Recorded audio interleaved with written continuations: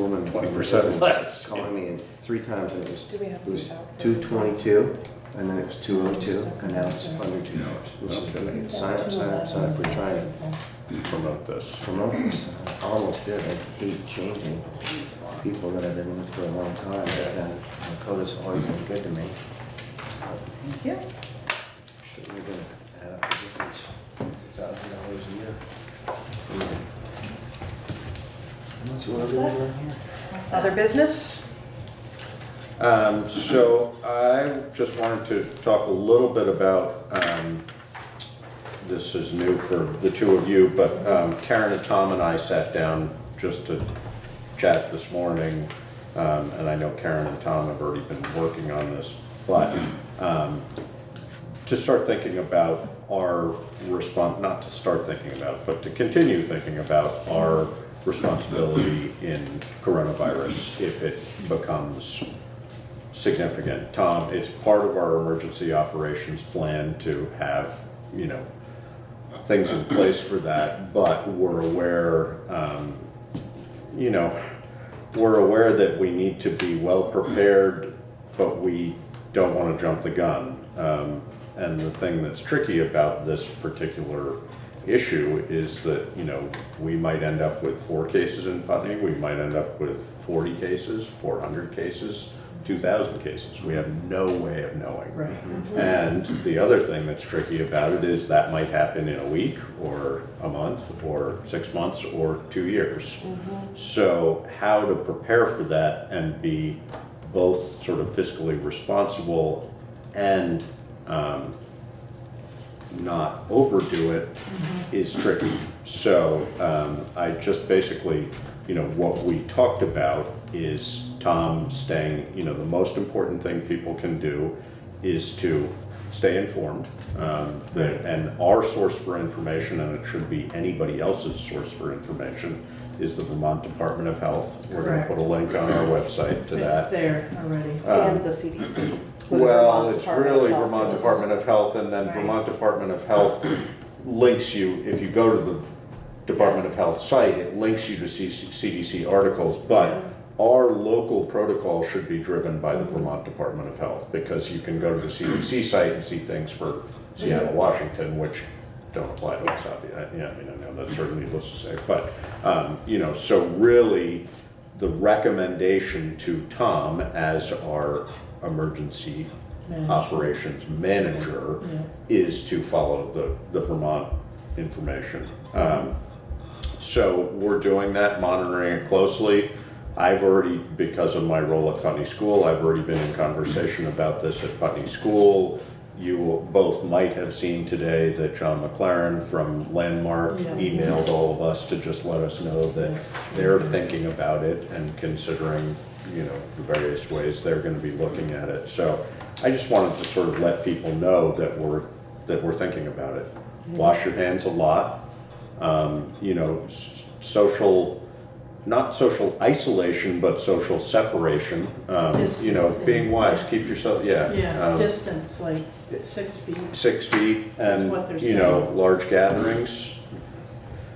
That's your choice at this point. I think that, you know, one of the things they're talking about a lot at the CDC level is decreasing, leveling the curve essentially. So, you know, what we don't want to do is have big spike in number of cases and then drop off, because that's what overwhelms the healthcare system.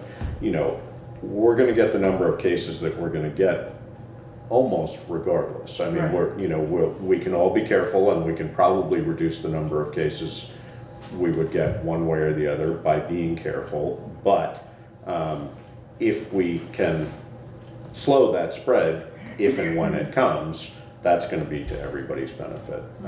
You know, a couple other things that we talked about was, you know, the fact that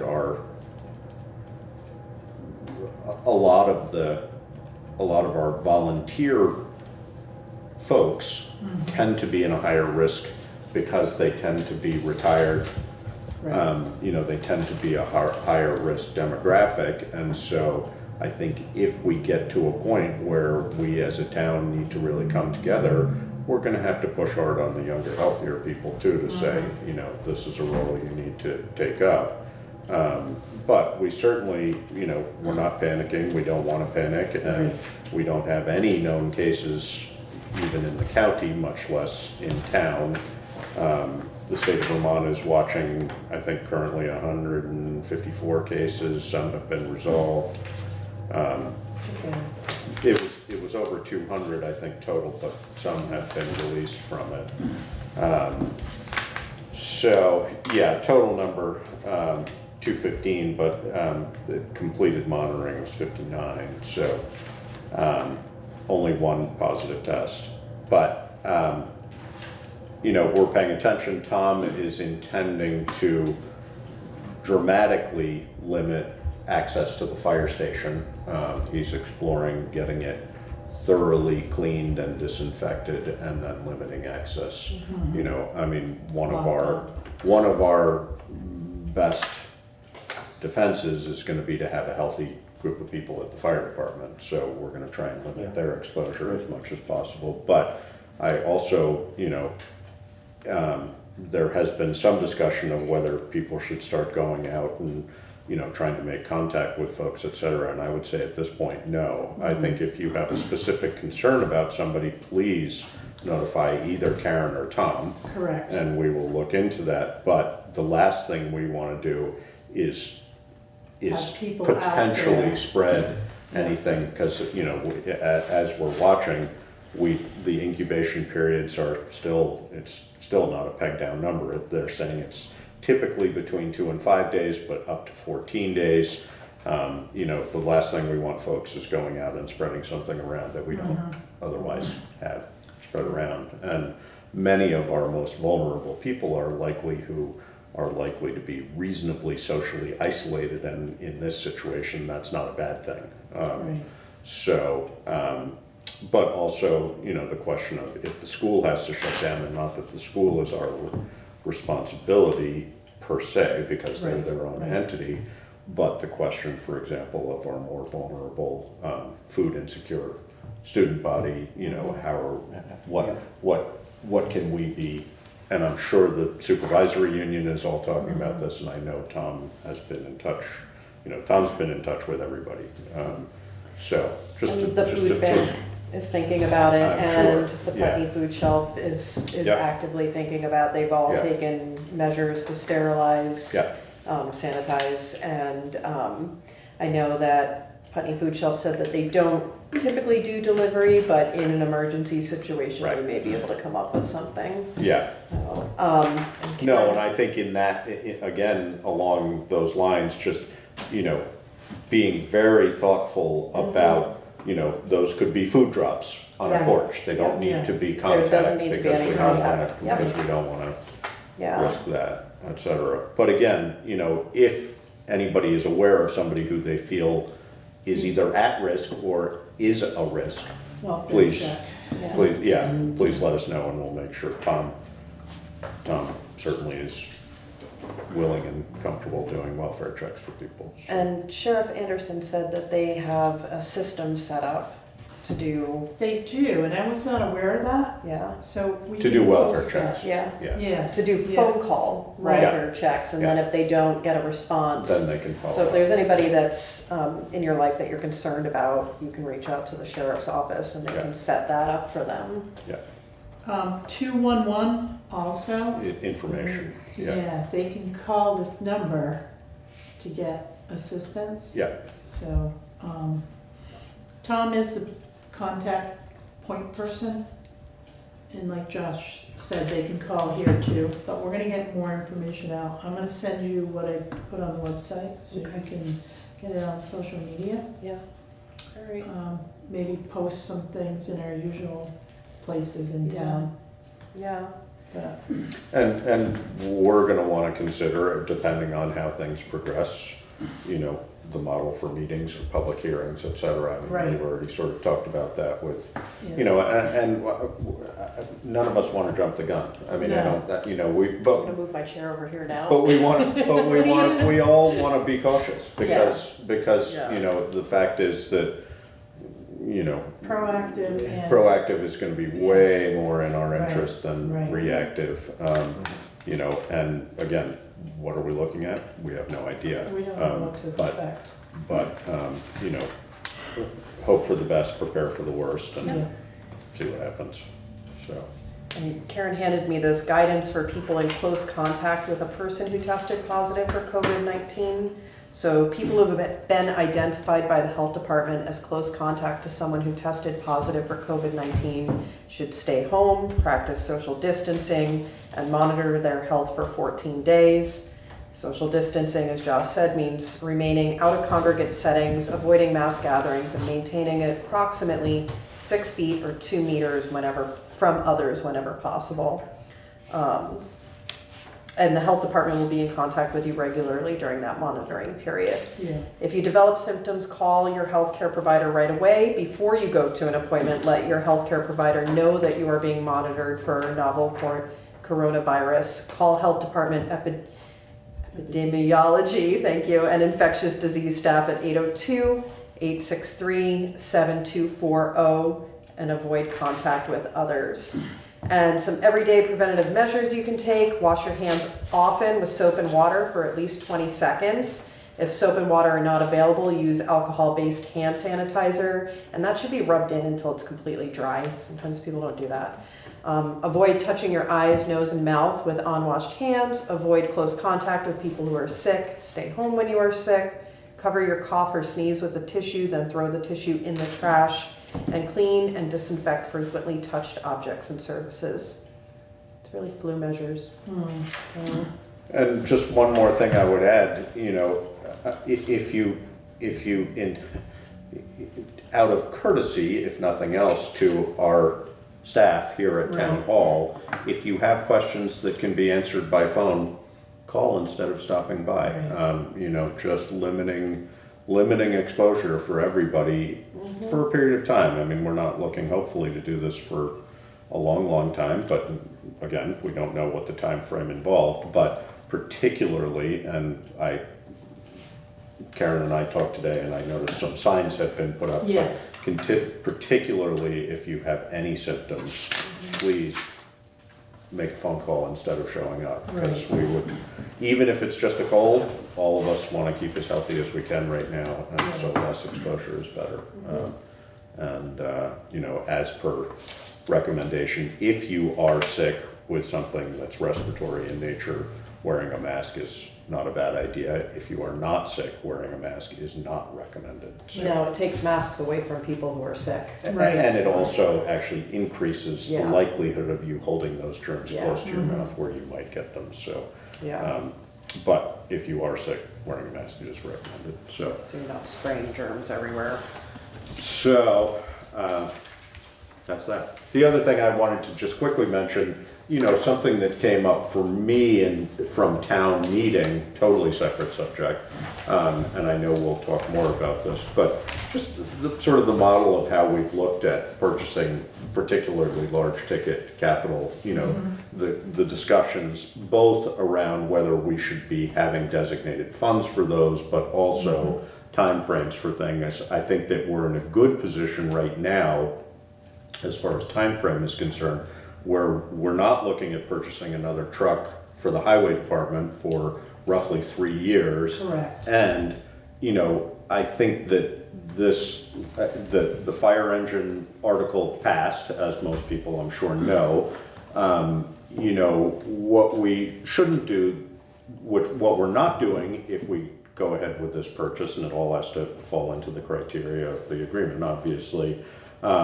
But the value in buying a better quality truck was displayed clearly to us in the fact that we purchased a lesser quality truck last time around, and now we're paying for it sooner than we would have had to. And so I think that, for me, those factors of, can we get longer life out of the trucks? And I think we need to explore, we've been on this 10-year rotation.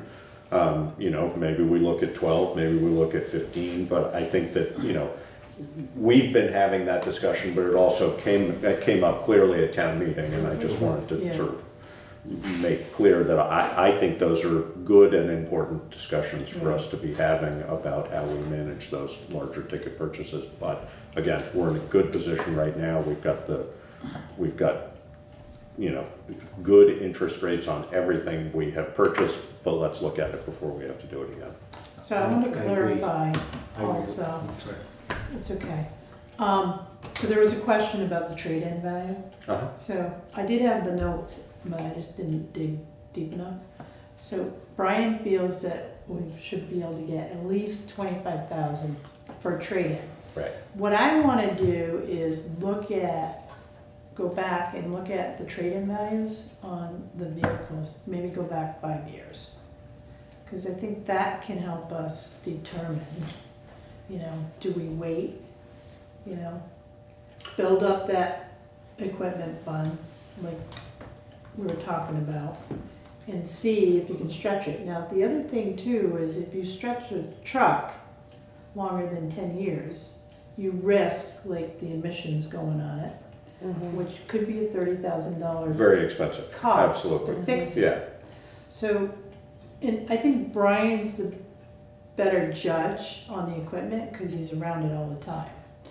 But, Yes, I wouldn't disagree with his ability to judge that, Yeah. but, our role here, we're in charge of the purse strings. correct, And, yeah, if we make the decision yeah, that we're gonna get 12 or 15 years out of our trucks, if we learn, maybe that's not a wise choice, and maybe Right. we can do the homework to find that out I think we in need to do the advance. research, but, yes, and it can be thorough. Of course, Right. the dealerships, not to their fault, but they want us to buy a new truck as often as we're possibly willing to. They're in the business of selling trucks. Exactly. There's We're- something not more surprising. pieces to it too. It's every individual vehicle is different. Right. So Right. many Absolutely. vehicles Yeah. last, I can tell you from working on them every day, I can point at the cars on the road and the repair rate and how much you paid on maintenance on it because of the way it was made.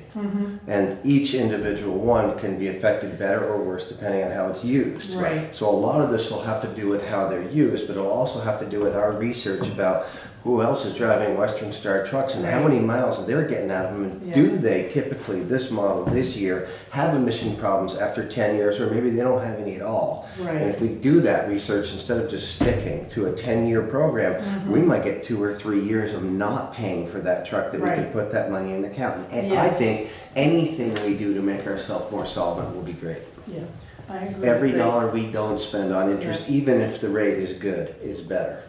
That's Yeah. what I think.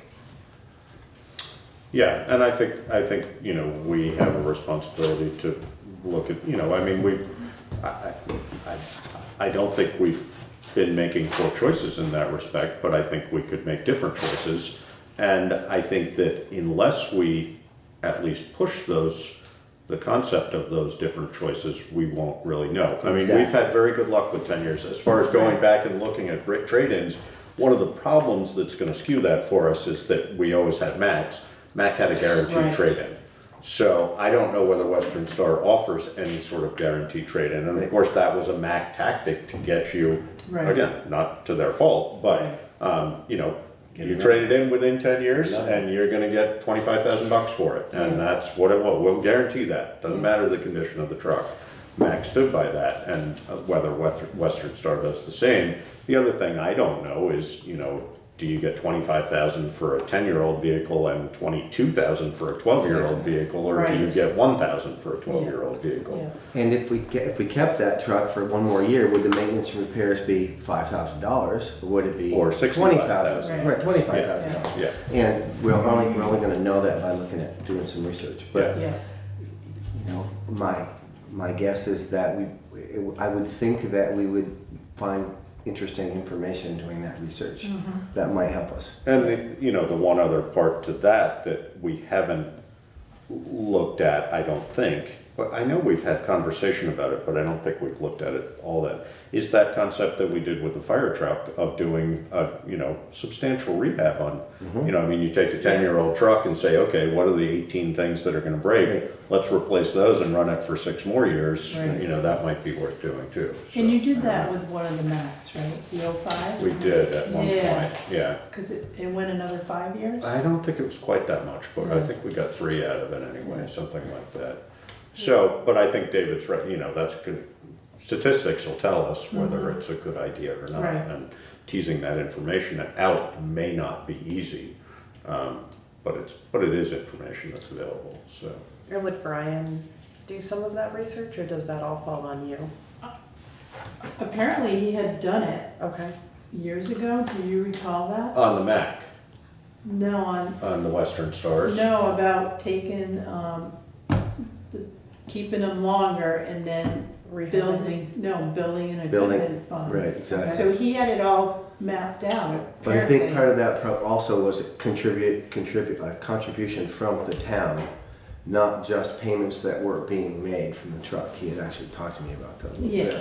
Well, So do you build a fund to a point where, through contributions during those periods and not payments on the truck because you're past the payments, Right, would build it after a certain number of years Yes. to a point Yeah. of being able to get the next truck? Yeah. But would we be able to cycle it fast enough to continue to get we're enough gonna have trucks? to look at that. I mean, that seems like, that's a pretty steep savings rate, but. Right, well, yeah, I mean, I think that, as it is now, we rarely, if ever, finance for more, well, the excavator being that's a lease to own. it is, yeah. But 10 otherwise, years. we do 5 years on everything. So we have a 5-year period on each of those trucks that we're not paying. Right. And we, depending on how we look at it, you say, okay, well, we're making a $35,000 a year contribution toward Right. this for So 5 you years. take that Or and you say put we it do, in that fund. or you do Right. 17.5 every year Right, over 10 years, and Yeah. it's the same, it just depends. But yeah, and I'm not disagreeing with you, David, but I think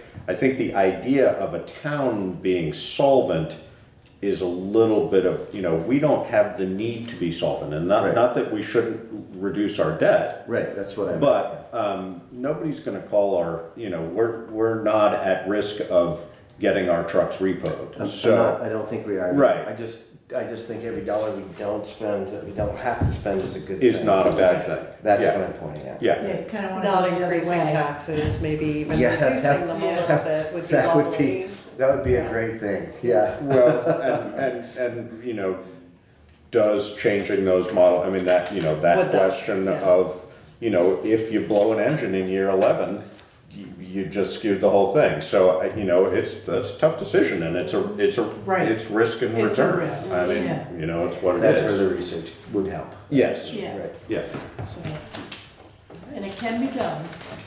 We have Yeah. a year. definitely. Well, we got a couple of years. Right, 2023, right? Now, we wanna do the research now, though.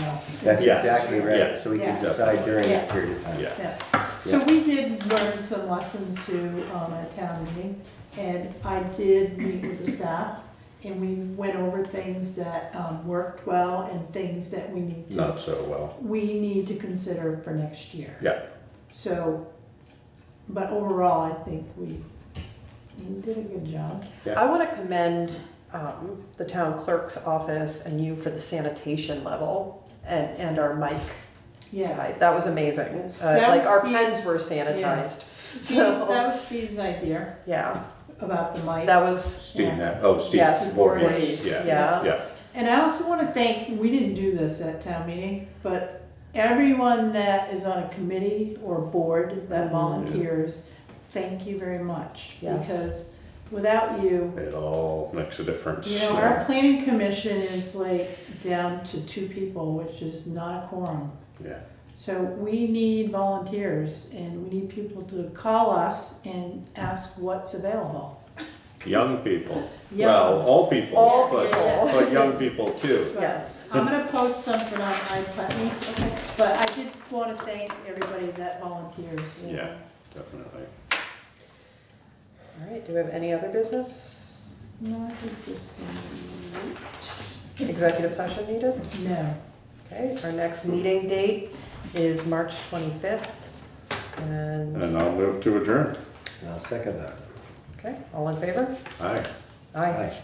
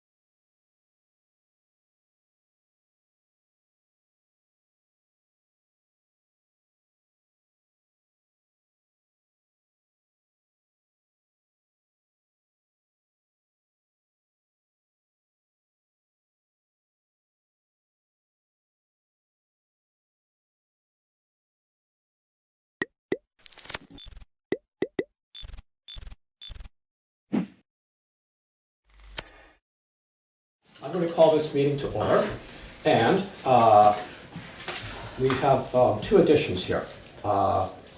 First, with writing campaigns during town meeting, we didn't realize what the outcome was going to be, so we never recognized Lewis White for his work on the board over the last year and his many contributions to the town as a select board member and the health officer.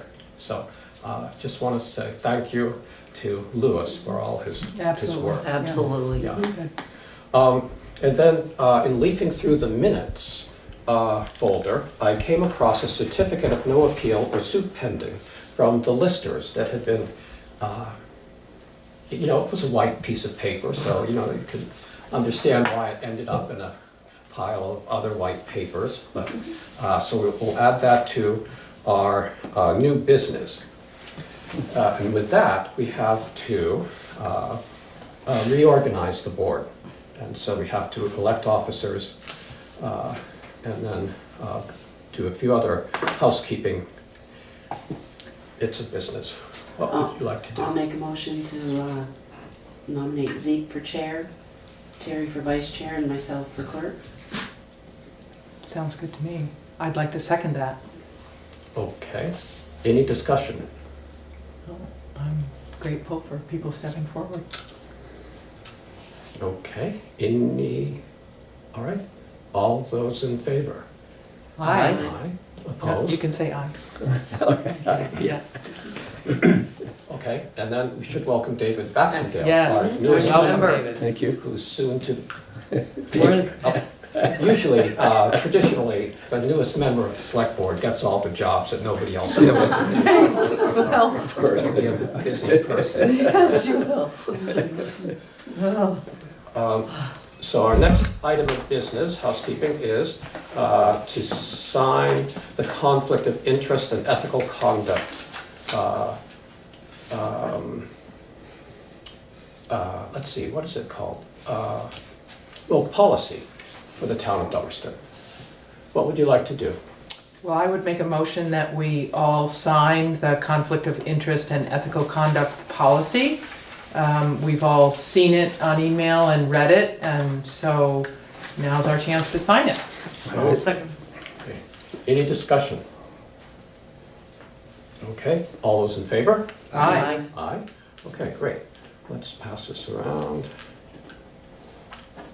And next would be our rules of procedure. And this just goes through how we'll conduct business here. Motions and majorities and time and place and all of that. But same as we've been doing. Okay, do we need a motion? Yes, we do. I'll make a motion to sign the rules of procedure. I'll second. Okay, any discussion? No, again, we've all received it on email and read it, and I think we're ready to sign it. Yep. Okay, all those in favor? Aye. Aye. Opposed? Okay, the ayes have it. We won't need to do a paper ballot or... So, then, going on, we have the minutes of our last meeting, February 26th. I would move that we approve the minutes from February 26th. I'll second that. Okay, any discussion? They look good. Okay, Thank you, all Maria. those in favor? Aye. Aye. Aye. All right. And anyone abstaining? Am I abstaining? Yeah. Yes. Yes. Yes. Okay, and Maria, if you want to sign this as Yes. clerk.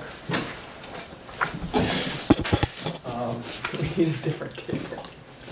Okay, we have bills for payment, warrant 19, 19P, the reappraisal fund, and to ratify the Conservation Commission number 7.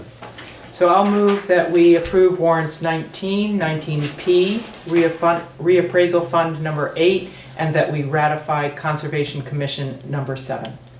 I'll second. Okay, any discussion? Warrant 19 is for a total of $28,866.96. Half of that went to pay the insurance we have through Vermont League of Cities and Towns for the buildings and property in town. There was also the monthly Rescue Inc. payment, payroll transfers, electric bills, and gasoline and diesel fuel for the highway department. Any other discussion? All those in favor? Aye. Aye. Okay. Now we can go to Jean and Steve. Are you here for something later on the agenda? No, we're here for wherever we're on the agenda for the listers. All right. Great. Well, we'll keep going then. The road foreman's report. Okay. I had Jean listed under public comment. Oh, okay. Yeah. Do you Are want? you ready? Sure. Yeah, we're ready. Okay, well, I've just been doing some research on the amount of hours that the listers have worked since the start of the fiscal year. And it seems like the hours that have been put in are really roughly only 2 listers working. So with the reappraisal underway, this will be a busy time for them to start going out. This is the busiest time starting right now for the listers to go out to properties themselves. And we would like to have your blessings to be able to hire somebody to help us with some of the jobs that we need to do, something that's more simple than what the listers will do, helping with some of the paperwork for the reappraisal. And we'd just like to run that by you to make sure that we can do that and use some of the listers' wages that's in the budget.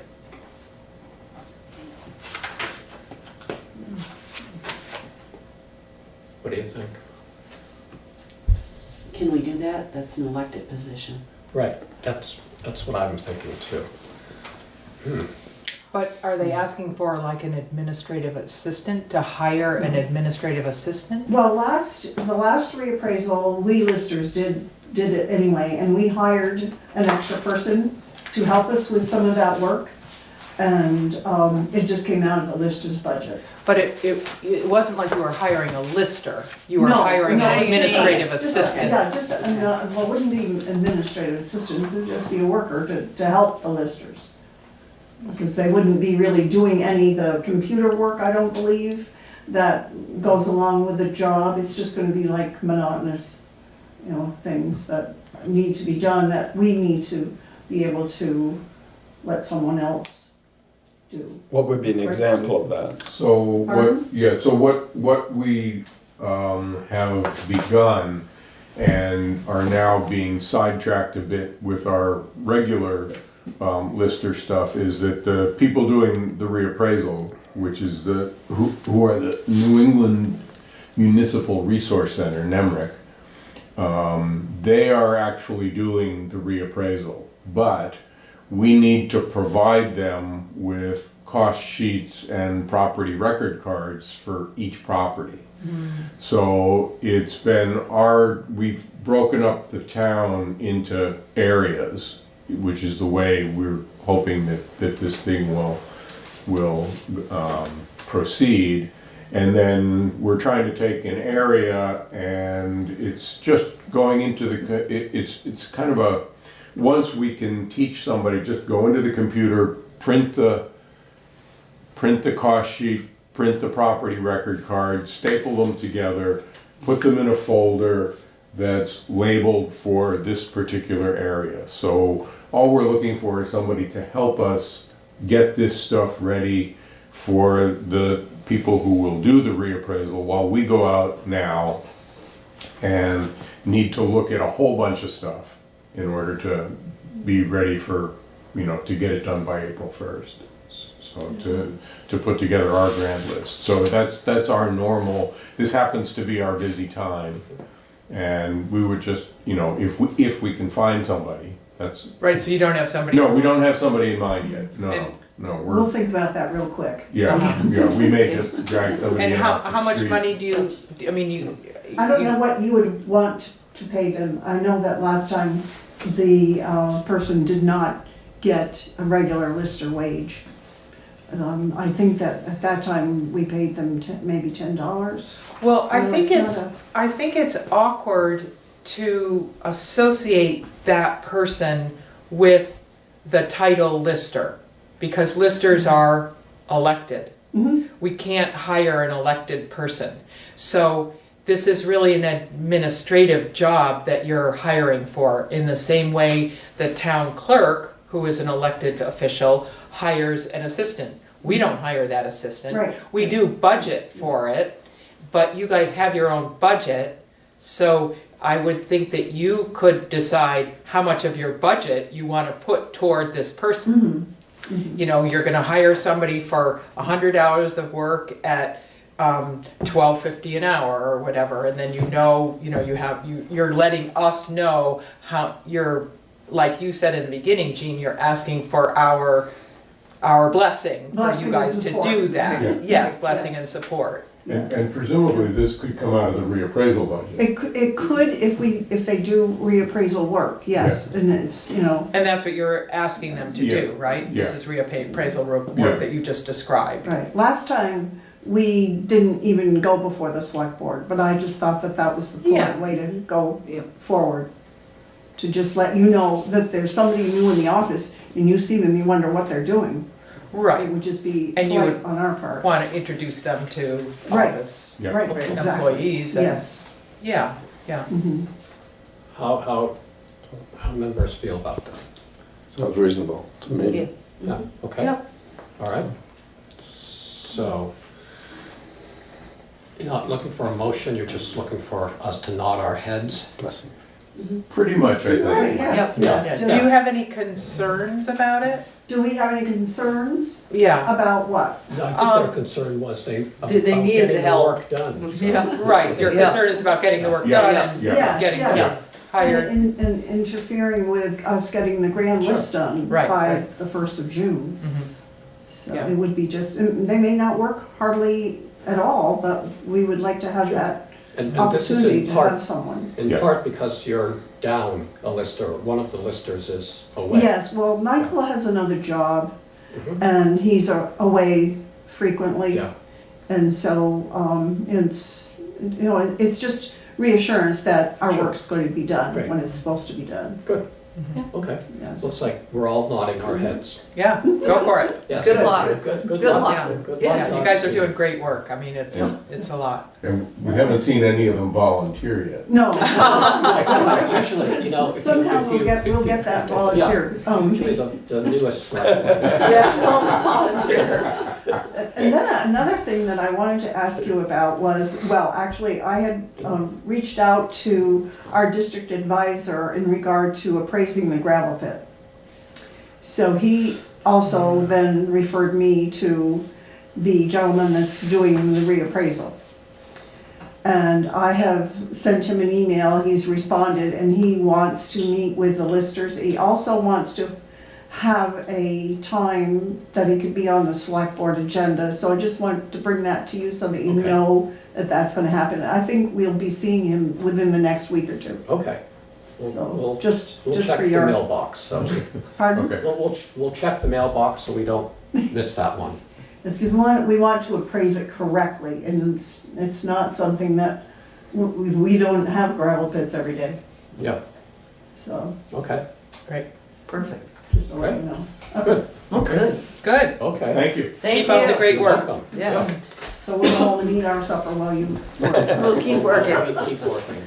Good, All right. thank you much. All right. Thank you.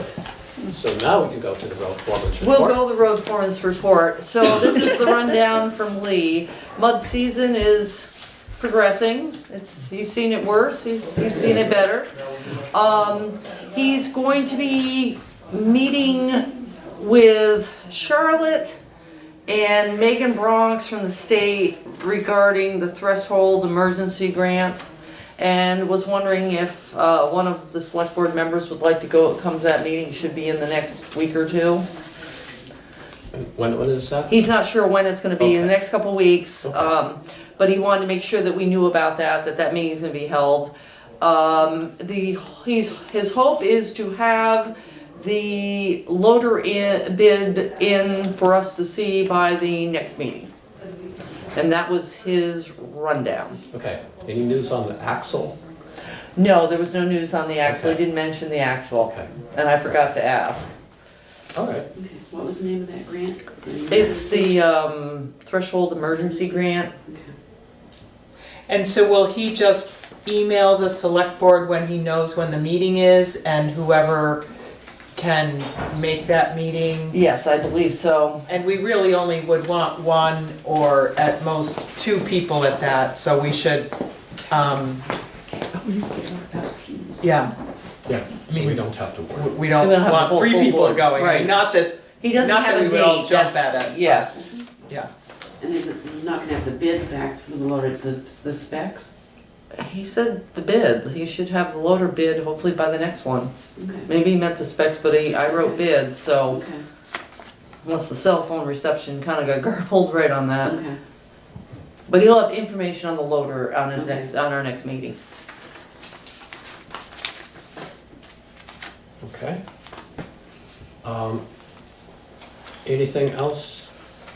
Oh, the curb cut, he is all set with curb cut, as long, as it includes the 2 water bars for the, Green Mountain Conservancy. Okay. All right, so we have an application from the Green Mountain Conservancy. Sam Farwell put this out, and this is for down on Camp Arden Road between 922 and 1021. And it says, it mentions the water bars here, and Oh, good, that's what I was so gonna it's ask. already written down. So what would you like to do with? I'll move that we approve the curb cut for the Green Mountain Conservancy on Camp Arden Road. I'll second that. Okay, any discussion? All those in favor? Aye. Right. Is there anything we need to sign here? I'm not sure with these ones, whether we sign it or Lee signs it. Yeah, okay. I was thinking it was Lee, Yeah, I think it's Lee. I think so. I think so too. Give him something to do. Okay, we have coronavirus preparedness under the road foreman's report, but I put everybody a copy of the extras for the highway department in our boxes, so Okay. we've got the numbers in the extras. Oh, that's what this is? Yes. Oh, okay. That's what that's for. contact. Yes, Yep, that's, there we go. great. I don't see any of our names on there. Good. No, that's perfect. Yes. Good, well, I don't have my CDL.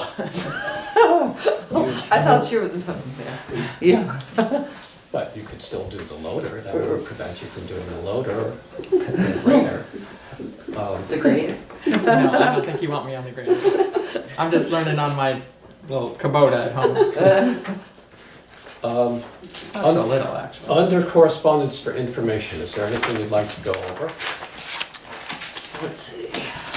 I went to the town of Newfane on that proposed zoning bylaw changes regarding the Manitou, but it's not really called Manitou. It's mostly, they did prove it, but it's for the green burial up there, so it really kind of didn't, it was interesting to go to, but not a lot to bring back. Okay, all right.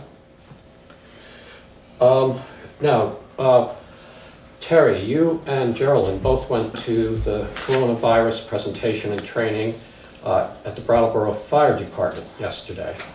Do you want to give us Right, yeah, Right. so that was a meeting for emergency management professionals and town officials. And the people from Brattleboro Memorial Hospital were there, along with people from the Vermont Department of Health. And I'll let Terry speak for herself, but I was very impressed by the presentations. It was very informative, and I think we can be very proud of our state and our local hospital being well-informed and prepared. The woman from the hospital spoke, and she said that they've really been preparing since the outbreak in China. And we can be very glad for, I think she called it, it's been on a slow roll, that they've been able to watch this happening and prepare here, and to remember that in Vermont, at least when we were talking last night, there was only one case that has tested positive. So there's no reason for panic. They were very calm and collected in their presentation, and at the same time preparing for what this is likely to mean. And so because this was for emergency management professionals and town officials, the focus was much more on how do you share information with your town and with the people that you're coming in contact with. So Terry and I talked about the way in which we'd like to move forward in Dummerston, and one thing is to help people be informed, and already today Lori sent out a message with the links to the two websites that will give factual information. And that's one of the things that they emphasized, is that there's a lot of information out there. I mean, people's email boxes are just flooded with information on COVID-19. But the important thing is for us to spread factual information. And that's the CDC website and the Vermont Department of Health website. And on the Vermont Department of Health website, there's what they call a ticker. And it's a table that gives up-to-date, like daily information on, you know, how many cases there are, how many people are being monitored, how many people are being tested, and that's really the place to look for the most current information. And so they said there are 3 things that people can do. One is make sure you're accessing and sharing factual information. 2, personal hygiene is just, you know, the way to go, really paying attention to personal hygiene. And then the 3rd piece was, if you don't have to, don't. In other words, if you don't have to go to that group meeting with so many people, if you don't have, you know, if you can work at home, if you, you know, whatever, that's good procedure right now. And so Terry and I were thinking about it in terms of Dummerston, and it's great that Lori sent out that message. We're thinking about what we might put on the website, so we're going to talk about that. And then we decided that it would be a good protocol for the select board to meet with the town employees and have a discussion about it, so that we can just walk ourselves through some scenarios. And we want to make sure that the town office runs smoothly. We want to make sure that our roads are maintained well. And so we'll talk through some scenarios, and so we can discuss that and schedule some kind of meeting with the town employees. I think that'll be a work session. It won't be a select board meeting, it'll be a work session where we'll meet with the town employees and talk through some things. Right. I wonder if getting in touch with Dummerston Cares to see what they have. Yeah, we could invite them to that meeting, actually, you know, if we want, or we can just get in touch with them Bill separately. Smith. Yeah. You want me to give Bill Smith Sure. a call? Yeah, that'd be great. Fine. Yeah, make sure he's up to date on everything, and okay. Great. Yeah. So anyway, it was very informative. It was great for Terry and me to go together. Always good to have 2 people listening, and then we were able to talk on the way there and on the way back, and Yeah, you pretty well got it wrapped up. Terry knew a lot more people there than I did. Oh, sorry. Oh, sorry. No, don't be sorry. So if we want to get together as a work session, do you want to look at maybe next week? Next Wednesday? Yeah, maybe Maria could try to set up a meeting. Would you be willing to do that, Maria? And the purpose, again, would be to just talk through some scenarios and make sure we're prepared. That's part of what this list is that Terry has given us of backup highway people.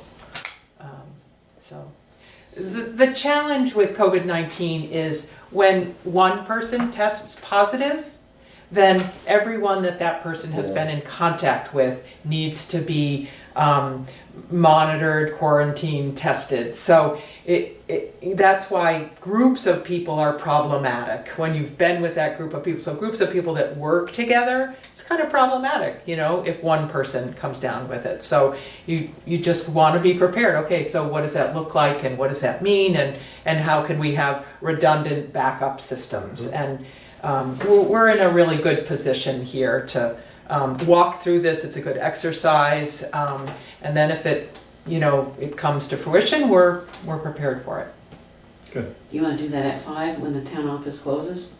If that's what they're up for. I mean, The road crew, you want to include, well, at least Lee. Okay. No, just Lee. all right. Yeah, fine. just Lee. Okay. You know, and I don't know as Roger needs to be part of it. You know, we can think about that. You know, I don't know. Well, we could ask Roger, and how about the listers, because they're working in here at the same time I too. mean, the question to answer, one of the questions to answer is, if you weren't able to do your job, what are the important things that still need to get done? Mm-hmm. And then the other question is, if you need to work from home, what kinds of things can't you do from home that are timely and urgent? So, you know, it's talking through those two possibilities and just raising the, you know, questions that arise when you have that conversation. And I feel like one of the reasons why we're in a good position is that I feel like our town office really works as a team. So Yes, people pinch hit for each other, you know, that's not a new way of working. We're used to working that way. But, you know, as a select board, we're responsible for, you know, the smooth running of town business and the roads being well maintained. Mm-hmm. Okay. We'll have to warn that as a work session then. Mm-hmm. Yep. Yeah. Okay. Great. Okay. Great. Okay, anything else under correspondence for information? Going down to correspondence for discussion and or action, we have Mary Ellen Copeland, who's been the chairperson of the Conservation Commission, is resigning. I guess, so we can appoint another person, we have to accept her resignation. I think her term was up. Oh, her term is up, so now she's just not. Re-upping. Okay, so we don't have to. Yeah, we don't have to accept the resignation. Right, but there isn't one, she's just not re-upping. Right. Okay, well, she's done a great job. She's done an Yes. Yes, awesome she has job. excellent job Yeah. for all her, yes. Pretty impressive. Very Yes. impressive, yeah. Right. Okay, well, we'll look to see. I think there's some people that are interested, and Yes, so I think the think thing to say is that anyone who's interested should submit a Can letter have of a- interest to the select board, and we'll consider. A short little chat with them and get them off and running. So I think they have someone in mind. Mhm. So we'll wait to hear from them Wonderful. and go from there. Let's see, there's an issue of speeding in Dummerston Center. Yes. Who would Who would have known? I got 2 complaints regarding the speed issue. So I have discussed it with Mark Anderson. It's been here a little bit more since then. I've gotten back to both parties. So they'll give me an update. Mark Anderson is, The sheriff. okay. Yep. So they're working on the issue. Okay. Oh, good. What is the, who decides where he puts the vehicle? And is that completely within the sheriff's purview? I mean, where he sits to watch. Yes, where he, because I probably have Best view? the best view of speeding in Yeah. Dummerston Center. So from your perspective, where would be the best place to put the But vehicle? it would be to hide it as much as possible, because if he's sitting out right here, people can see it from some distance, and you know, it's not going to catch people. But the other thing is the timing of it. The speed is in the morning, you know, early in the morning. Well, the sheriff's never there when they're going to buy it 60 miles an hour. So it's They're not going 60. 60.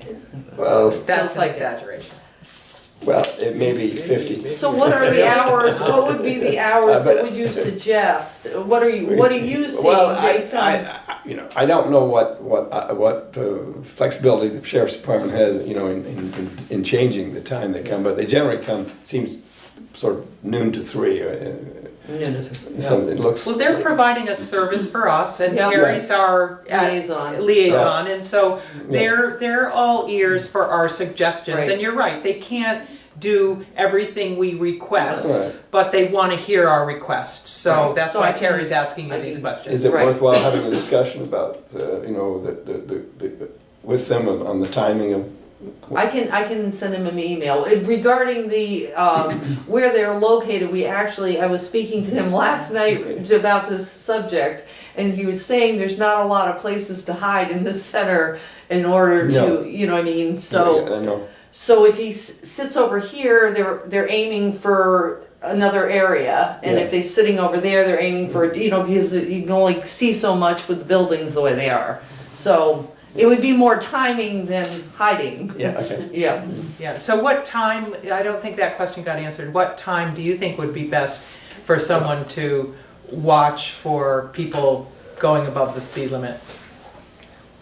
Well, if your goal is to catch people that are speeding, they're on their way to work, and maybe Right, so it would be from 7:30 to 9:30? Yeah. Yeah, great. And how about your driveway, is that available for them? No. No. Well, there you go. I don't know if they like parking in front. No, they don't No. really usually, yeah. And I think they can, from what I've seen, just about any time of day. Exactly. But it kind of already Yeah. correlates to what I passed along, because one of the complaints was around the school time bus in the morning, so. Yeah. So I think we can, I was impressed with the way he described last night, because I overheard this, where he sat and what he could see and what people were coming from what direction. So it's not random where he sits. They're thinking about it. So if we have suggestions for them, I think they would be all ears. yeah, they would be, yeah. Great. Okay. Okay, moving on, under new business, Wyndham Regional Commission, local emergency management plan update. The LEMP update, so it's just come down through the pike again. I did it last year. It's the, Yeah, just replacing a couple names and. well, yeah, a couple names. Also, we'll probably want to keep it the way it is this year, where everything goes to everybody, and that's probably a good idea considering where we're at. Yes, I think so. The only thing I'm gonna have to wait on is we need to fill in the blanks on a few in the back, such as the town health officer, the animal control officer, Oh dear. and the forest fire warden. Oh, that's, isn't it Charlie Richardson and Marty Bratt? Neither one of them want to up again. And the same oh no, we got the constable filled. So those three things I need Okay. to have something before I can Yeah. fill it out or on the computer and then bring it to you guys. Right, I think in the absence of a animal control or health officer, it's a select board. Okay, so you want me to just put the select board? Sure. Okay, and then we just, the forest fire warden.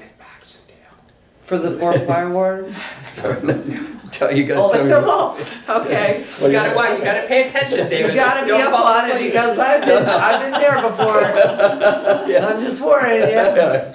Okay, so we'll just wait for the forest fire warden if it's. That's and how like she got these- the limp. That's how I got the limp, really.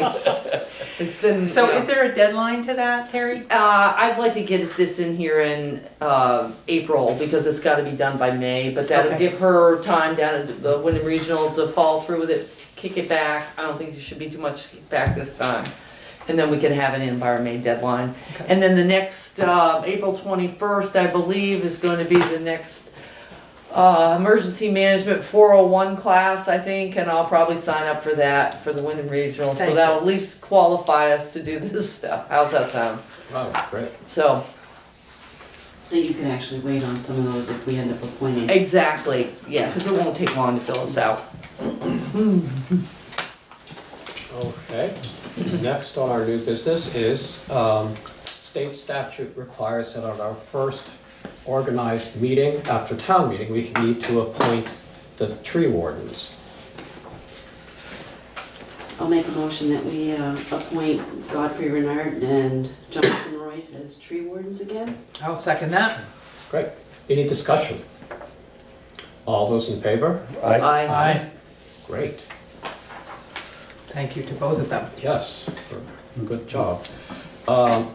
Let's see, before we, become the liquor board, let's take care of the certificate of no appeal or suit pending. And this is from the listers, and it just certifies that they have no suits pending to recover taxes paid under protest. And this is information that's needed for the 2019 grand list. So they certify that there's nothing in the docket. So you want a motion? Yes, please. So I would move that we sign the certificate of no appeal or suit pending. Second. Okay, any discussion? All those in favor? Aye. All right, I'm gonna sign it now, pass it out. great. Now, next. Yes, I'd like to make a motion that we recess as the select board and convene as the liquor control board. I'll second that. Okay, any discussion? All those in favor? Aye. Aye. All right, here we are as the liquor control board. And this is an annual renewal for the Whetstone Brewery at Campfires on Route 5. What would you like to do? I'll make a motion that we approve the annual liquor license renewal from Whetstone Brewery at the Campfires Campground. I'll second that. Okay, any discussion? All those in favor? Aye. Aye. Opposed? No? Okay, so we've approved that. Is that the only liquor board Yes. business? Yes. So I'll make a motion that we adjourn as the liquor control board and reconvene as the select board. I'll second that. All those in favor? Aye. Aye. Aye. Okay, here we are back as the select board. The only other thing I think we have is, maybe you saw the email about the views article. Oh, gosh. Oh, no. Oh, no. And I did the last one. You did. Yeah, so Yes, I think you I get did. a pass on this one. What's the deadline? Oh, March. And towards the end of the month. Yeah. Oh, And what would we want it to be about? What would be, Well, we, it's likely that we still might be looking for some candidates for different, open positions? possibly. Let's see. That'd be one topic. Uh-huh.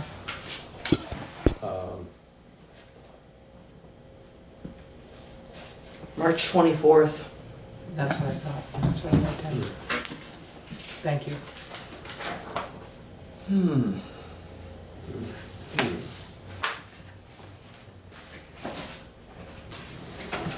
So there is a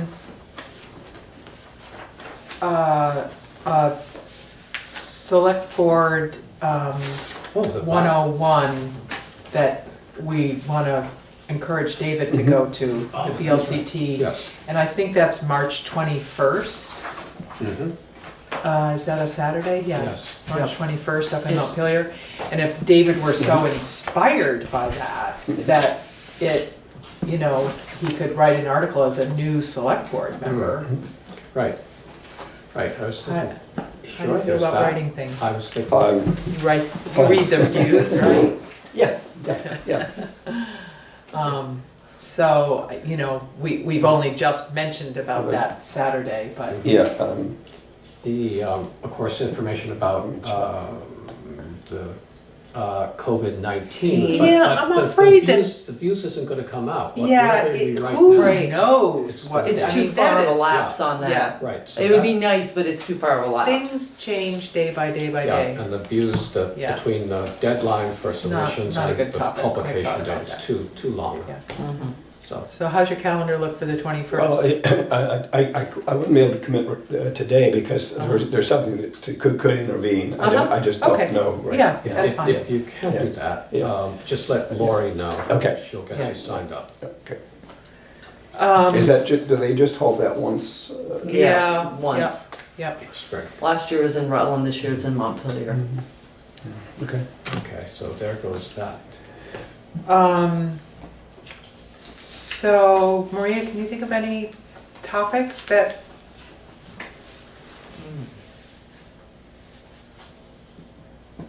All the positions we got open. I know. Yeah, Yeah. Yeah. that's the biggest thing. Yeah. Mhm. Okay.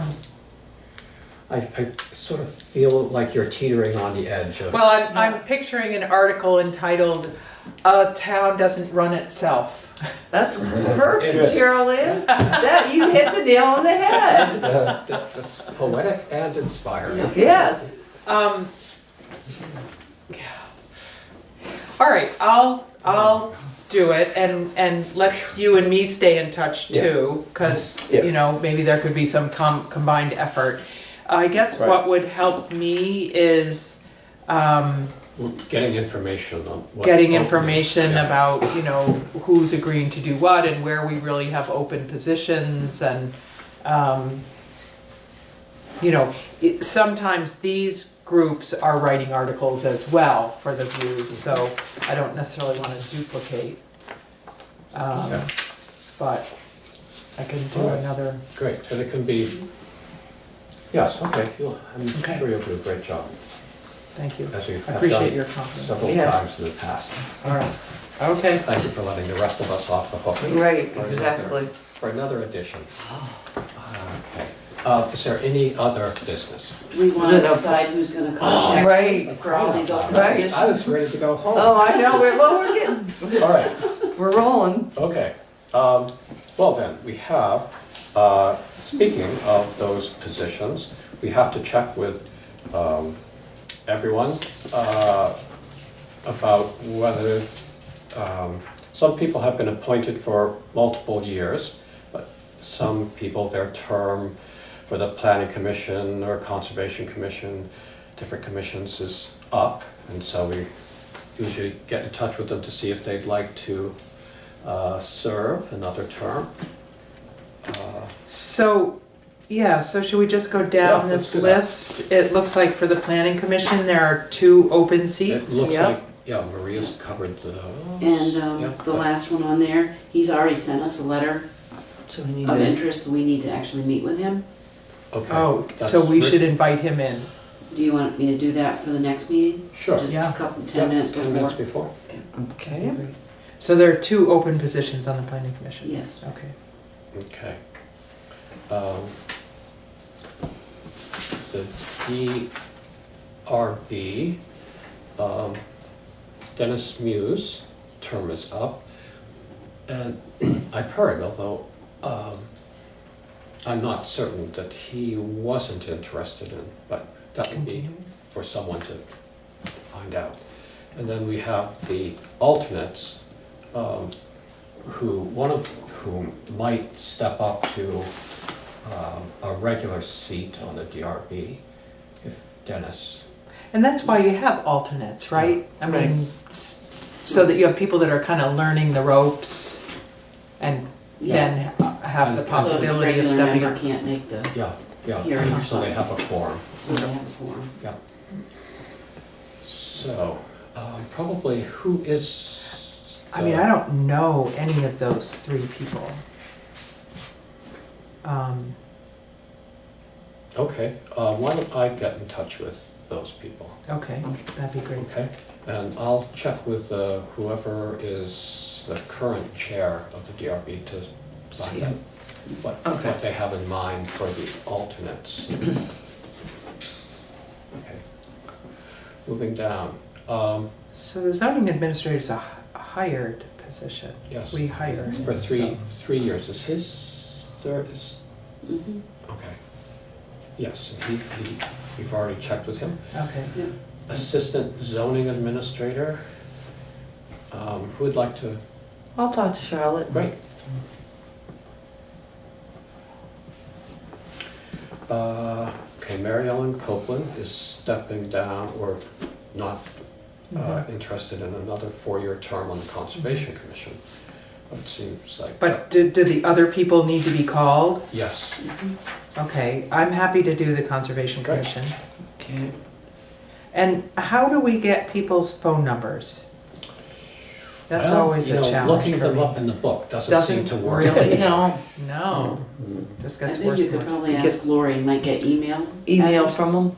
Well, I probably have Yeah. emails, so So email. I'll look for Emailing email would- for, yeah. email's okay? Okay, Yep. good.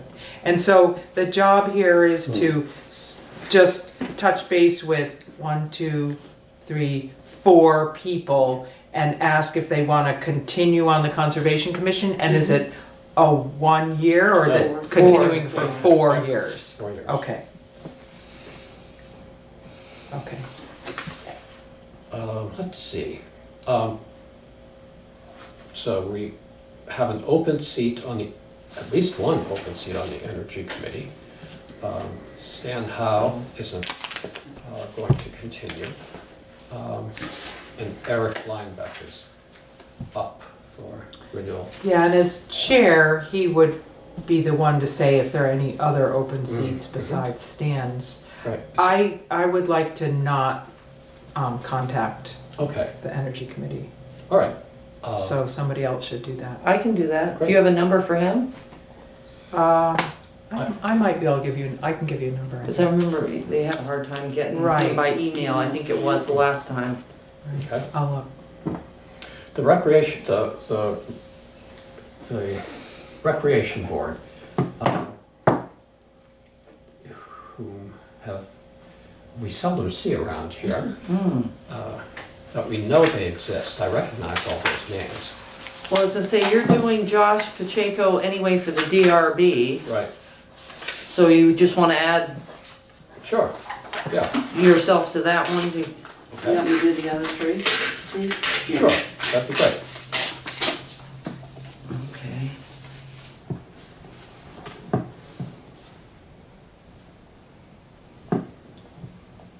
Okay. Great.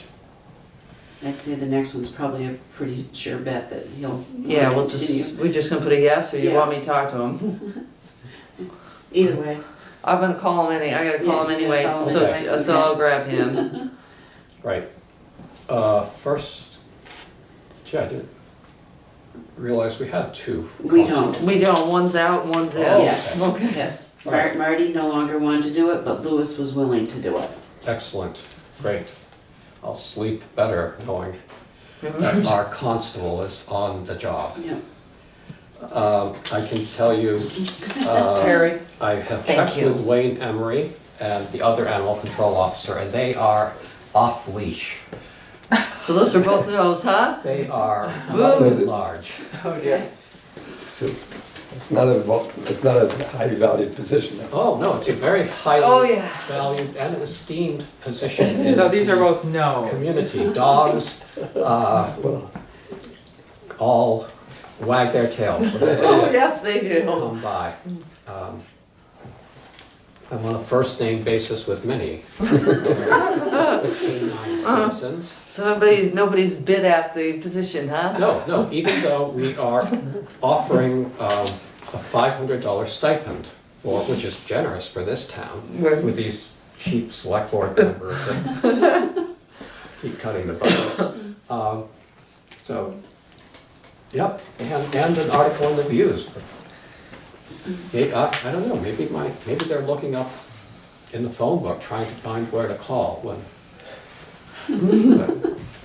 But just let us know, we'll give you all the training you need. I guess Lori's gonna take care of assistant town clerks. Yeah, she usually does. Maria Glaybeck has graciously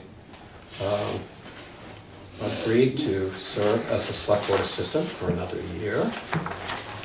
Health officer, Louis White has declined to continue, so that's an open position.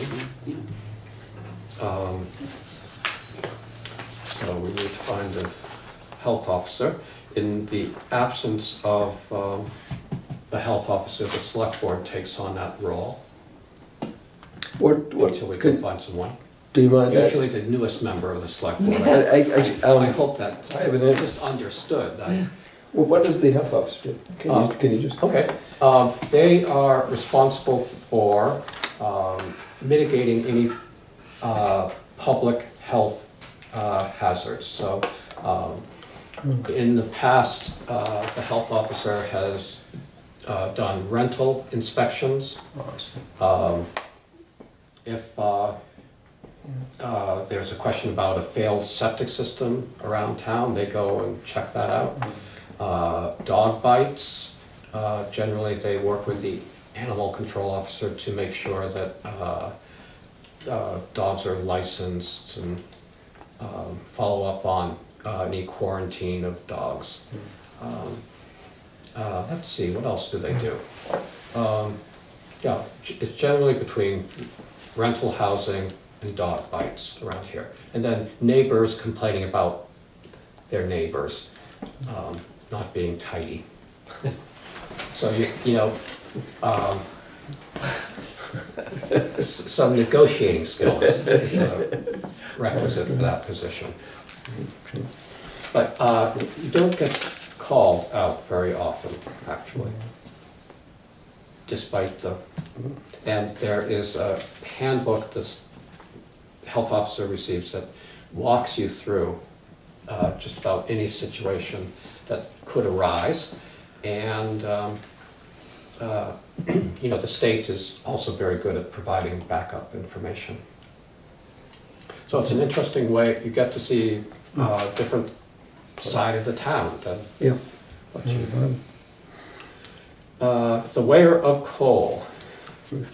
I'll grab Ruth. Okay. Pound keeper, Ron Speck. I can grab him too. Great. Oh, you know what? I'd like to call him. Do you mind if I call him? No, that's Okay, fine. I'll call him. I'm gonna ask him about animal control officers. Great, great. Louis White would, I don't know why he'd want to be inspector of wood and lumber, not the health officer. Officer. Okay. Oh, I got Ruth for the French viewer.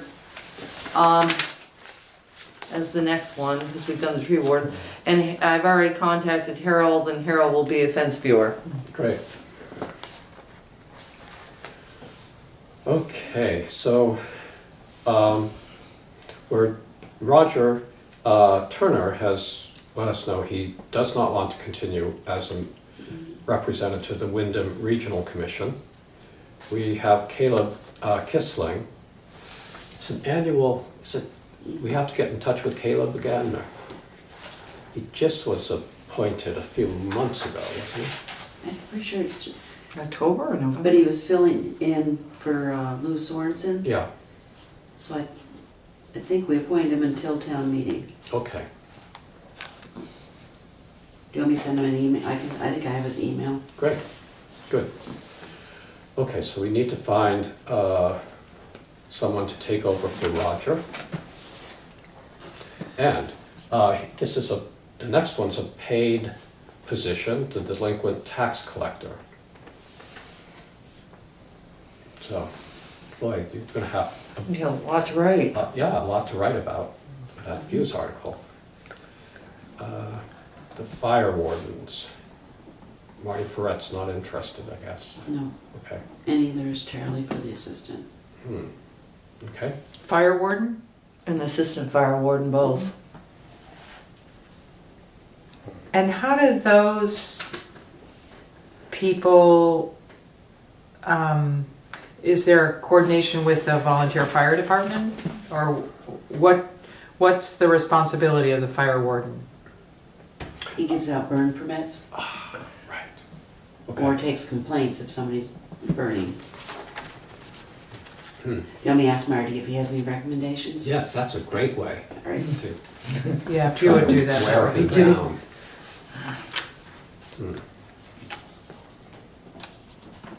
Okay. Let's see. Now, the Wyndham Solid Waste Management District. The last time Michelle came in, did she? We haven't seen her in a long time. Oh, I thought it was. Maybe it just feels that way. I don't think she came in this last year. Huh, okay.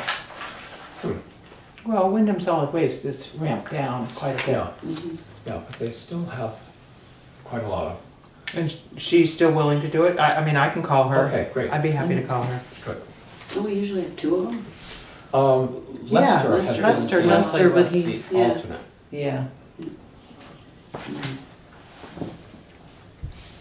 Okay, emergency management, the select board. What do you want to do?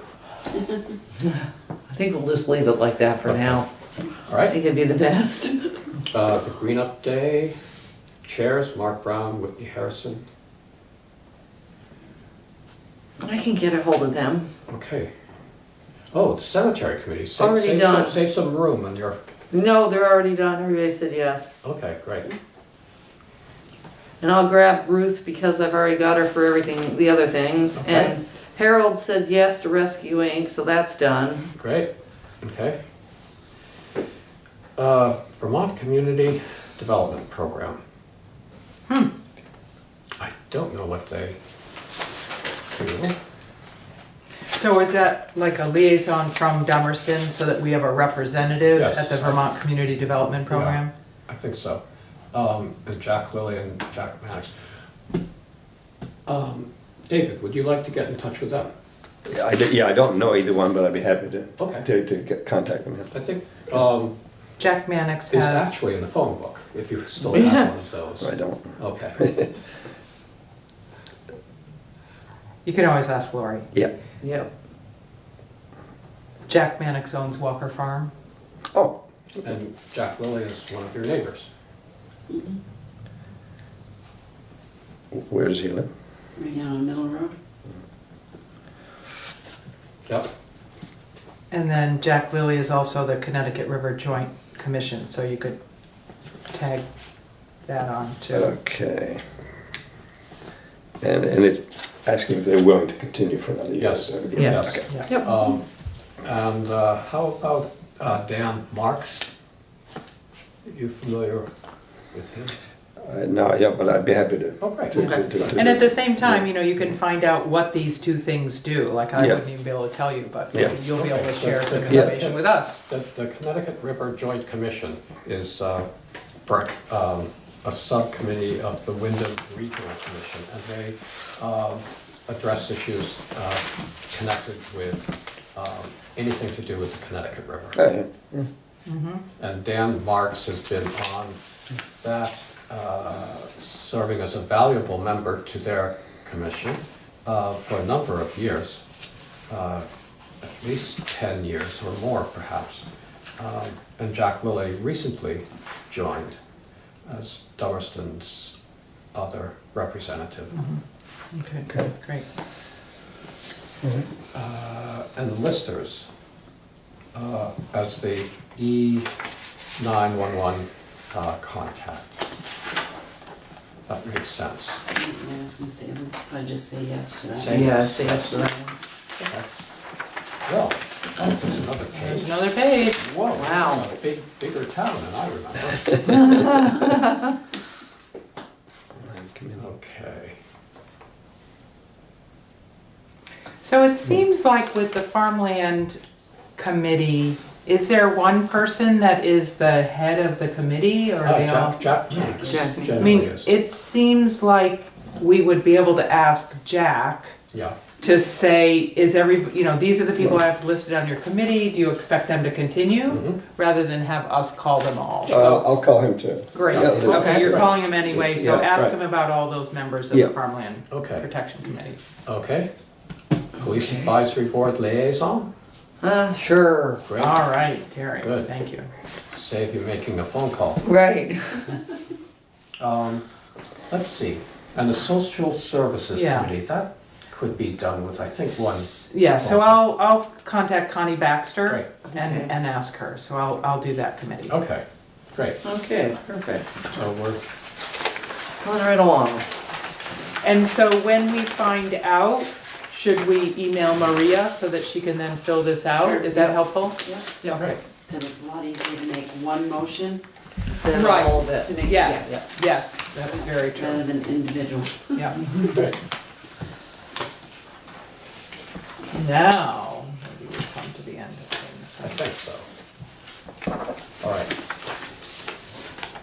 Is there any other business? I'll make a motion, we adjourn. I'll second that.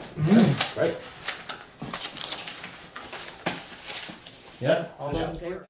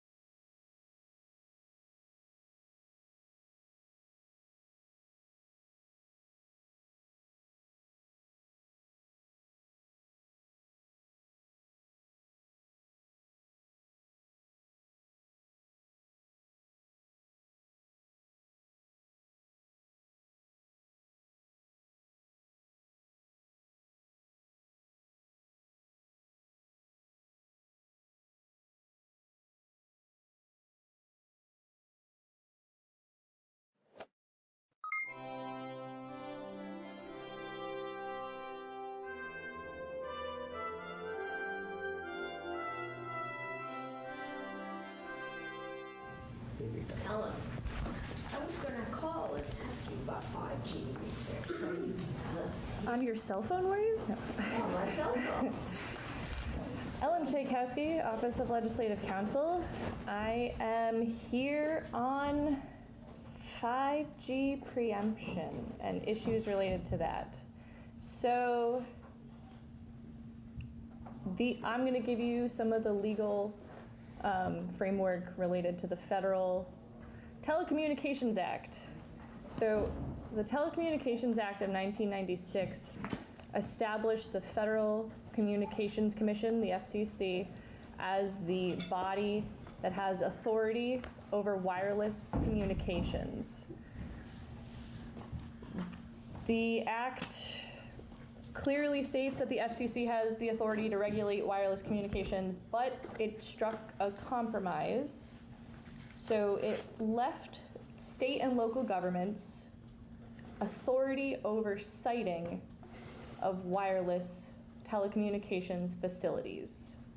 So I'm not really talking about 5G here. I'm talking about all wireless, and that technology does fall under that category. So the state and local governments retain authority over the siting. However, this authority is subject to 5 limitations in the Act, and this is sort of where the preemption comes in. The federal government recognized that the state and local governments are in a position to have some say over the physical location because, you know, all areas are different, but there are some sideboards on it. So there are 5 limitations to the ability to regulate the siting. First, you can't flat out prohibit wireless service, and you also can't have the effect of prohibiting wireless service. And there's a lot of case law around what that means. Next, state and local governments must act on an application for the siting of wireless telecommunications facilities within a reasonable time.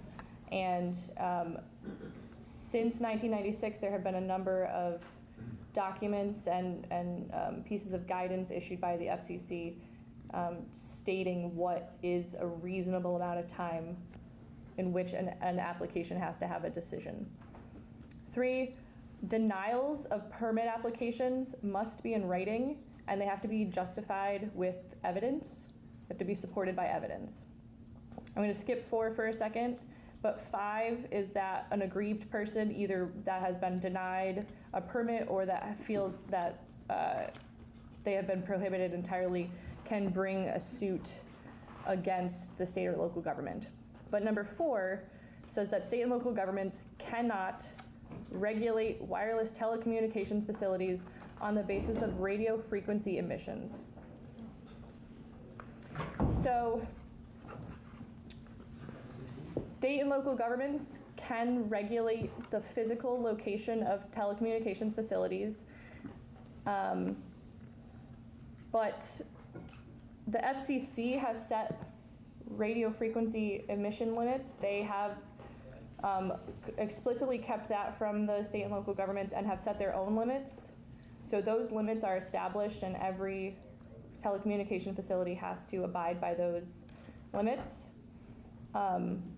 In December, the FCC voted unanimously to uphold the existing radio frequency emission limits, so they did revisit it recently. And yeah, so I was also asked what other states are doing around 5G. So I can tell you that 21 states have passed laws to streamline and facilitate the expeditious deployment of 5G. No states have passed laws regulating 5G based on radio frequency emissions because the preemption is clear. The state of New Hampshire in June did pass a law establishing a study committee. It set up a study committee to look at the potential health effects of 5G. Their report is due in November. The state of Connecticut also set up a study group to look at issues around 5G. the state of Massachusetts did have a bill introduced last year that called for the ban of dangerous wireless facilities. That bill had one hearing and hasn't moved since. But there are a number of municipalities that have enacted ordinances attempting to limit the deployment of 5G. So most of them are in California, and there are a number of them primarily in Marin County, which is just outside of San Francisco. But San Francisco has a long-standing ordinance related to aesthetics and development and design that the California Supreme Court recently upheld as a type of ordinance that could be used that was not inherently violating the sort of regulation of 5G. So there are some ordinances in California that have been enacted that are related to aesthetics and design and physical location of wireless facilities. Okay. I assume since it's San Francisco, that's an urban setting. Yes, and their design requirements are very detailed, and they've been in existence for a long time. So one of the other things is that there are a number of these California ordinances that are related to 5G and small cell deployment do mention the radio frequency emissions. However, there is a difference between the precedent in California for this and in Vermont. So there is a Second Circuit case, which Vermont is in the Second Circuit, that held, there is some case law out there that said if a municipality or a local government attempts to regulate the placement of these facilities and lists the emissions, the radio frequency emissions, as one of the reasons they're attempting to regulate, as long as there is another justification related to aesthetics or physical location, that's okay. However, the Second Circuit found that having the RF emissions be any part of the consideration is a violation of the Telecommunications Act. So Vermont is preempted from regulating based on the frequency. We can't ban it. We can't make it so difficult that it is in effect to ban. We can't just delay permits forever. All right. Okay. And California sounds like some more urban aesthetic ordinances, which we probably couldn't transfer here. We could do our own that says you've got to screen it.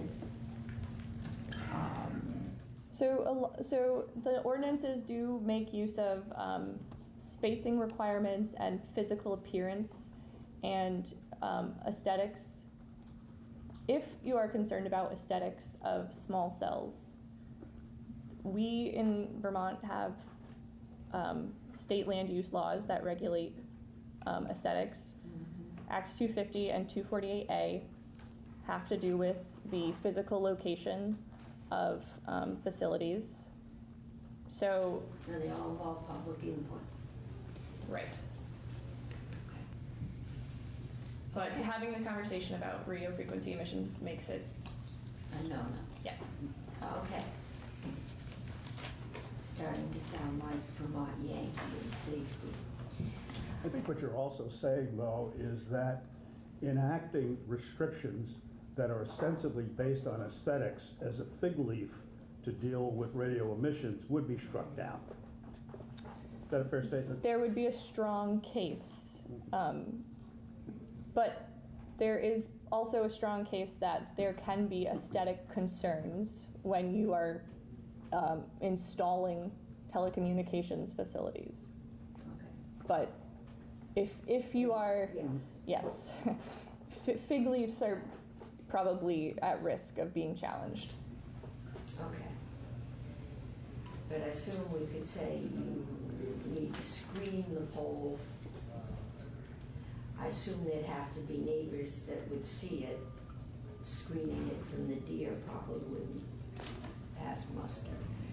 So it would work better probably in a more rural, a more urban setting where the poles, they're there. I mean, they're in neighborhoods, there's just nowhere else to put them, whereas we have an awful lot of rural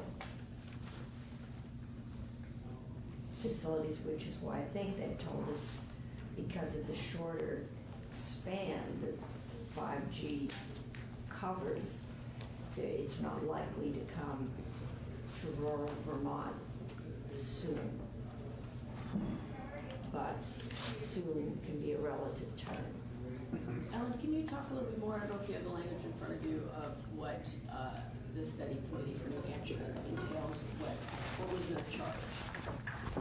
Sure. They do specifically list looking at the potential health impacts. Okay. This is so establishing a study committee to study the environmental and health impacts of evolving 5G technology. Let's see. Well, we asked the Department of Health to look at it. Right. We got that. Who sits on that study committee? 2 members of the Senate, a member of the public, the Attorney General, 2 members of the New Hampshire Technology Council, a member of the Business and Industry Association, a member of the New Hampshire Medical Society, a member of the University System of New Hampshire, a member, and I'm paraphrasing, this is, yes, a member of the cell phone and wireless technology industry, the Commissioner of Department of Health and Human Services, and 1 member of the public with expertise in biological effects of radio frequency emission. When is that due? November. It's November, okay, so Yeah. I'm sure you can borrow it. It will be posted and it'll be interesting to see what they, it doesn't seem to have a lot of medical personnel on it. Okay, So one question on screening. yeah. So if we legitimately felt the need to screen these things for aesthetic purposes, is there a case law or something that sort of attacks the legitimacy of that concern if we hadn't done it for a similar other device? Can you repeat the question? I guess I'm just asking, assuming some of us had a legitimate aesthetic concern about these cells, there's one way to approach it, it is screen, to mandate screening, not to ban them, but to say we want some screening around it. I'm just wondering if we hadn't done that previously for other kinds of cells, would that be an issue?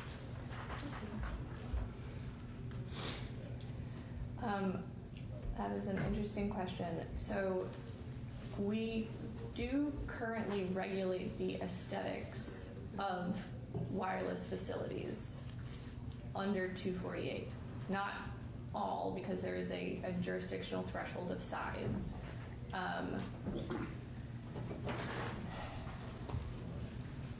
I don't know if I have an answer, because I have not delved deep into the case law, but we do have an existing permitting program that relates to aesthetics.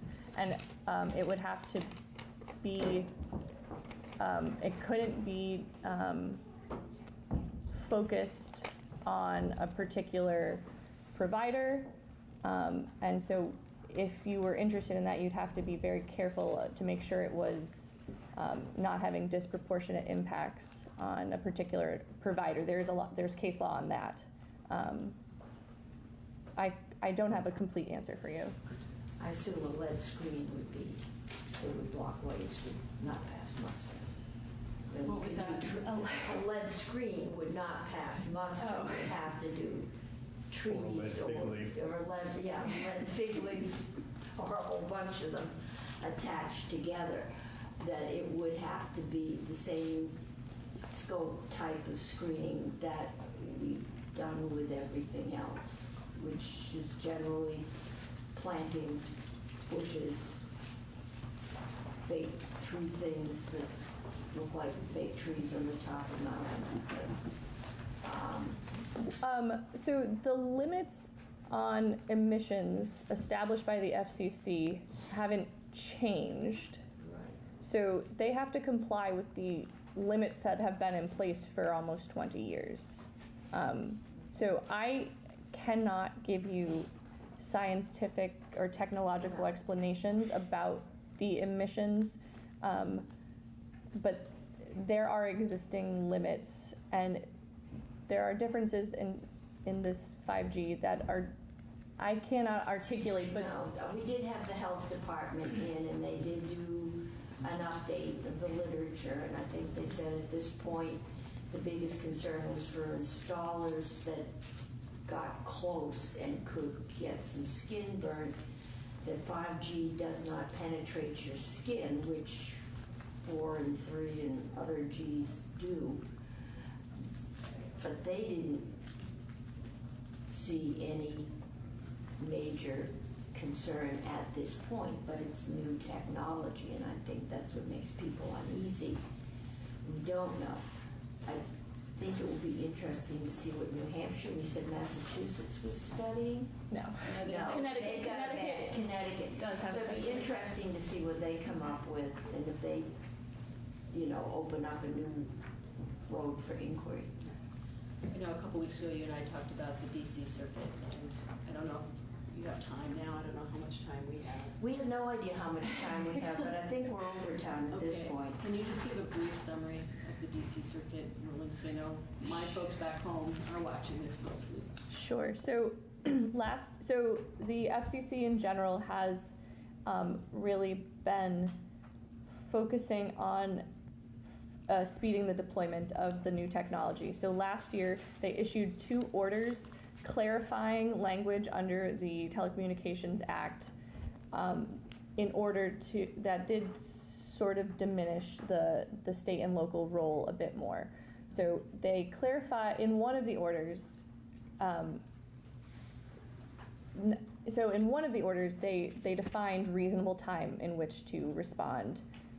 So it's either 60 or 90 days, depending on the application. So they set a clear time limit on when a local government has to respond to the permit applications. The other order attempted to exempt all small cell from going through both NEPA, the National Environmental Policy Act review, and National Historic Preservation Act review, as well as changing the way that tribes participate in the input.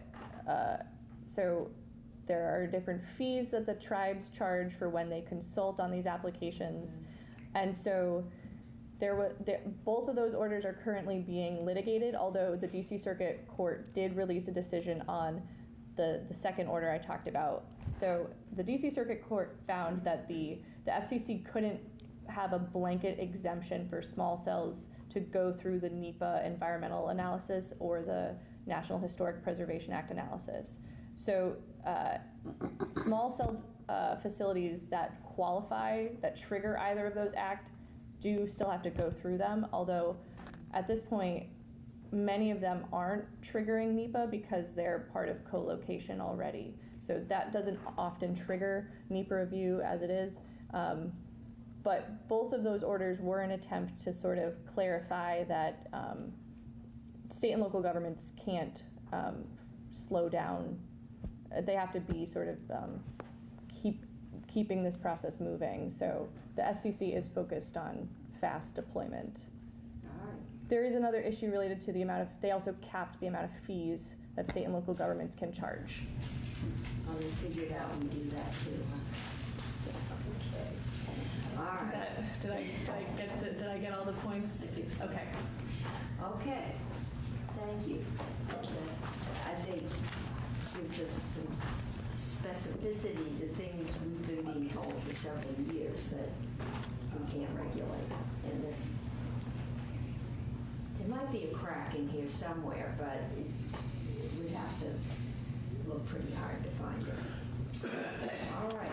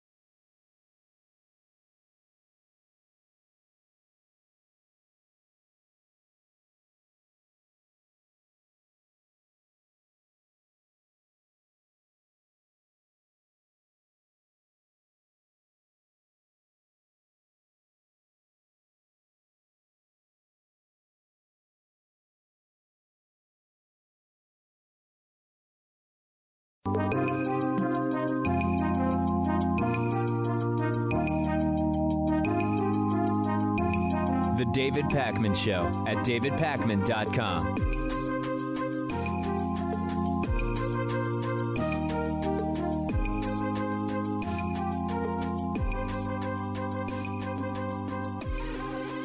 The United States is slowly shutting down thanks to coronavirus. We're seeing more and more states do what the federal government has been way too slow to recommend as we continue to be led by the blind and the incompetent day after day after day. The dishonest, blind, and incompetent Trump administration, I should add. And this is simply going to be the new reality for a while. And I know that it's horrible. It's horrible what's going on. But if we don't start doing these things, it's going to get much worse. The stock market and the economy will likely suffer far more than what we've already seen. Stocks down 12% intraday as we are filming right now. My prediction is we could be down 40% from the peaks of a few weeks ago by the time this is all said and done. Although who can ever predict the bottom? But once again, although I hope it doesn't happen, we have to be responsible, whatever the consequences. We have to do what your state says if we want a shot at turning this around. And part of the reason why we now are increasingly going to more extreme measures is because the initial reaction was so incompetent from day one. It'll go away on its own. This is no big deal. We have no cases.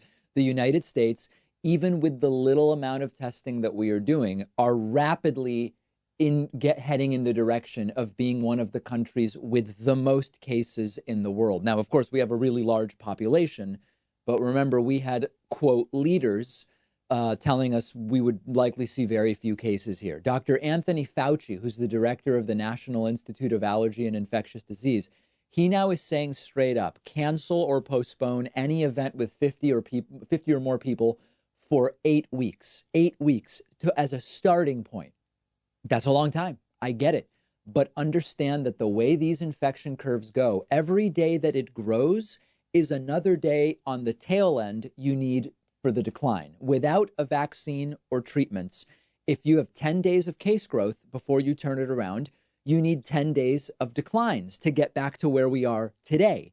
If you delay slowing down case growth for 15 days, you then need 15 days on the back end before you get back to where we are today. Meaning for every day we don't deal with this, we are actually losing 2 days minimum, not to mention the exponentially disastrous effect on the medical system as ICUs become overwhelmed, as we lack ventilators. So this will add up quickly. Today is day 14 in the United States of that steady case growth. Imagine where we will be in another 14 days if we don't turn it around. So in that context, states are starting to shut down. The federal government is not doing what they need to do here. They have been far too slow. They have been far too dishonest. They're just making things up whole cloth, which I will talk to you about momentarily. So Ohio is shutting down bars and restaurants, period. Now, remember, some places may be ignoring the decrees at their peril. And it's true that there are places which will say shut down and people won't do it. And local police are not going to be able to necessarily enforce every single bar or restaurant following the rules. It requires people doing it. It requires restaurants doing it. Illinois has ordered bars and restaurants to close starting tonight until March 30th. That's a couple weeks almost. Here in Massachusetts, Governor Charlie Baker says all gatherings of more than 25 people are banned. Restaurants can be takeout only until April 6th at minimum, and possibly all the way until April 17th. Some conflicting reports about the exact dates. Schools are closed. Things are closing down. California Governor Gavin Newsom says California will be closing bars, nightclubs, and wineries, and that everyone aged 65 and over should be self-isolating. Do not go out in public. Washington State is shutting down restaurants, bars, entertainment, and recreational facilities. Restaurants will be allowed to do takeout and delivery. There are people who still say, you know, there aren't that many cases. We have 340 million people and we have 3,500 cases as of right now. Number one, understand that we don't have 3,500 cases. By some estimates, we likely have between 1 and 500,000 cases. We are just not testing. We're not testing. We don't know how many cases we have. There are people who will say this is simply going too far. When you understand the math of viral contagion, you realize you have to do it before it's too late, because otherwise it's too late. It needs to feel like it's too early, because otherwise you're going to be behind the curve. And look at what happened in Italy. It's a tragedy what's happening in Italy. They did too much too slowly, and now they have more active cases than China, despite having a population that's 96% smaller than China's. Think about that. And that's because of delays. Every day matters. You've got to turn the corner on the new case number, meaning you need to change the inflection of the curve from more new cases each day to fewer new cases each day. When you look at new cases in the United States, it's up every day. This is the time to shut it down, because otherwise in 10 days, the US could look like Italy. If this comes to your state, and it likely will at the rate that we're going, be part of the solution. Don't be part of the problem. And by the way, don't hoard, okay? The hoarding situation's getting very bad. There was no toilet paper shortage expected. Rumors swirled that there would be a shortage. Think about it. Why would all of a sudden there be a shortage? Doesn't actually make sense. People buying all the toilet paper they see creates an artificial shortage. And you have tragic stories of elderly couples driving around all over the place, not feeling well in many cases, looking for a roll of toilet paper because you have people, and I'll play you videos momentarily, people fighting. It's like Black Friday looking for the cheap TV over toilet paper. I went to my a couple local grocery stores. All yogurt was gone. All eggs were gone. All meat was gone. Frozen vegetables, frozen fruit, all gone. Fresh produce, by the way, plenty of. People, I guess, completely ignoring that at this point. Don't hoard. Build up a strategic supply of a couple of weeks of food, which most of us should have anyway. A couple of weeks is reasonable and non-perishables. And understand that you will make the problem worse. It's really, really bad what's going on. This next story has absolutely exploded, and it's as detailed as it is disgusting. As we're discussing today, a whole bunch of companies are working on coronavirus vaccines. That's a good thing. One of the companies is a German medical company named CureVac. There are now widespread reports with corroboration that Donald Trump offered $1 billion to this company to secure the vaccine for the United States only. Now, the reaction from Trumpists was totally predictable. First, they denied it was true. Fake news, fake news, fake news. Oh, it's been confirmed by German officials and authorities? Well, they said, good for Trump. He's watching out for us, America first, which is exactly what you would imagine a Trumpist would say about this. So let's go through the details. Trump was interested in buying this future possible vaccine for the United States for $1 billion. This became known inside of Germany to the point that the German government was almost negotiating against Trump, offering money to the company so that the vaccine would stay in Germany and be available to everyone as it should be if and when it is ready to go. Germans were understandably outraged. The world is understandably outraged. Trump wanted to get the vaccine here and only here somehow to help him politically. That's what this is about. That's what Donald Trump was trying to do. Now, of course, U.S. officials can't deny the story because it's been corroborated so widely. What they're saying is it's been misreported. For example, U.S. officials are saying, we're talking to lots of companies who are working on vaccines, and we can offer money to them to help them. Of course, that's not what this what this is. And any solution that is found, they say, should be shared with the world. What they're not saying is, would it be shared with the whole world at the same time, or would the United States get it first, giving Trump the opportunity to announce, I got us the vaccine. Americans are getting vaccinated before anybody else. Now, adding to the intrigue here, last week, this company, CureVac, weirdly announced they were changing CEOs. This was unusual. CEO Daniel Menechella was replaced by Ingmar Hohr, just weeks after Menechella met with Donald Trump. The hypothesis is, and again, this part is more speculative, the hypothesis is that Menechella may actually have been willing to accept the $1 billion from Trump to give the vaccine only or at least first to the United States. The board and stockholders of CureVac caught wind of it, fired the guy, put in a different CEO, and said very clearly, if we are successful in developing a vaccine, it should help and protect the entire world. The German health minister, Spahn, said that a takeover of CureVac by the Trump administration is, quote, off the table, that CureVac will only develop a vaccine for the whole world, not for individual countries. Look at where the world is today. Donald Trump offering cash to give him the vaccine, to let him get the benefit. And of course, after denying that this happened, his supporters predictably started saying, hey, this is good. Trump's president of the United States. Trump is not president of Italy. Trump is not president of Germany. His first priority should be get us the vaccine. But of course, this is as immoral as it is stupid. The disease didn't start in the US, yet we are now increasingly ravaged by it. Vaccinating only Americans wouldn't help, since no vaccine is 100% effective. Not everyone would get the vaccine, and the disease would simply keep spreading if only Americans were vaccinated. This is, aside from this being utterly disgusting, it's also very, very short-sighted. This is that sort of dumb America first mentality that's not only immoral, but it's also idiotic in this case. And as I read this, I realized, if Trump wasn't born to a rich family, instead of trying to buy a vaccine for $1 billion from Germany, he'd be the guy buying the hand sanitizer in order to start price gouging by then selling it at 30 or 40 bucks a pop. Understand that Germans are shocked and appalled by this. People in Germany can't understand, how is Trump even a person that exists in the world? Never mind, how is he president of the United States? And sadly, these low information Trumpists who see him as unable to do any wrong say, love it. Go Trump. Make America great again. Keep America great again.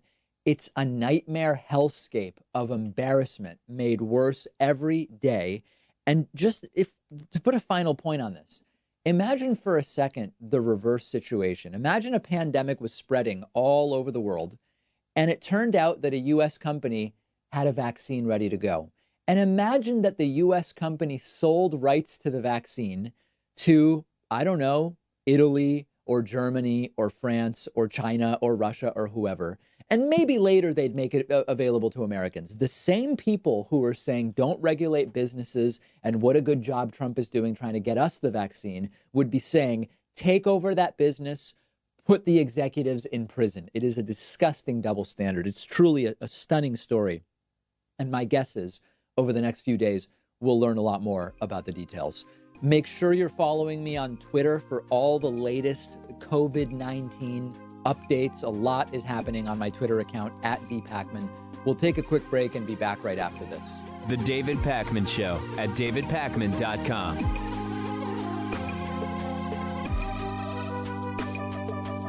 The David Pakman Show isn't some corporate media show with huge advertisers and a media conglomerate supporting us. We actually depend on support from our viewers and listeners.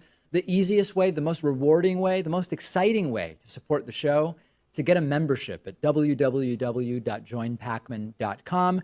You'll receive the world-famous daily bonus show for supporters only, the commercial-free audio and video streams of the show every day, and you'll be part of the solution. Because of membership, we are independent and we're able to cover whatever stories we want, whatever stories our audience is interested in, without executives looking over our shoulder. And it's why we've grown from a weekly show to a daily show. Much to the dismay of the Hatriots, we can't be pulled off the air unless all of you cancel your memberships.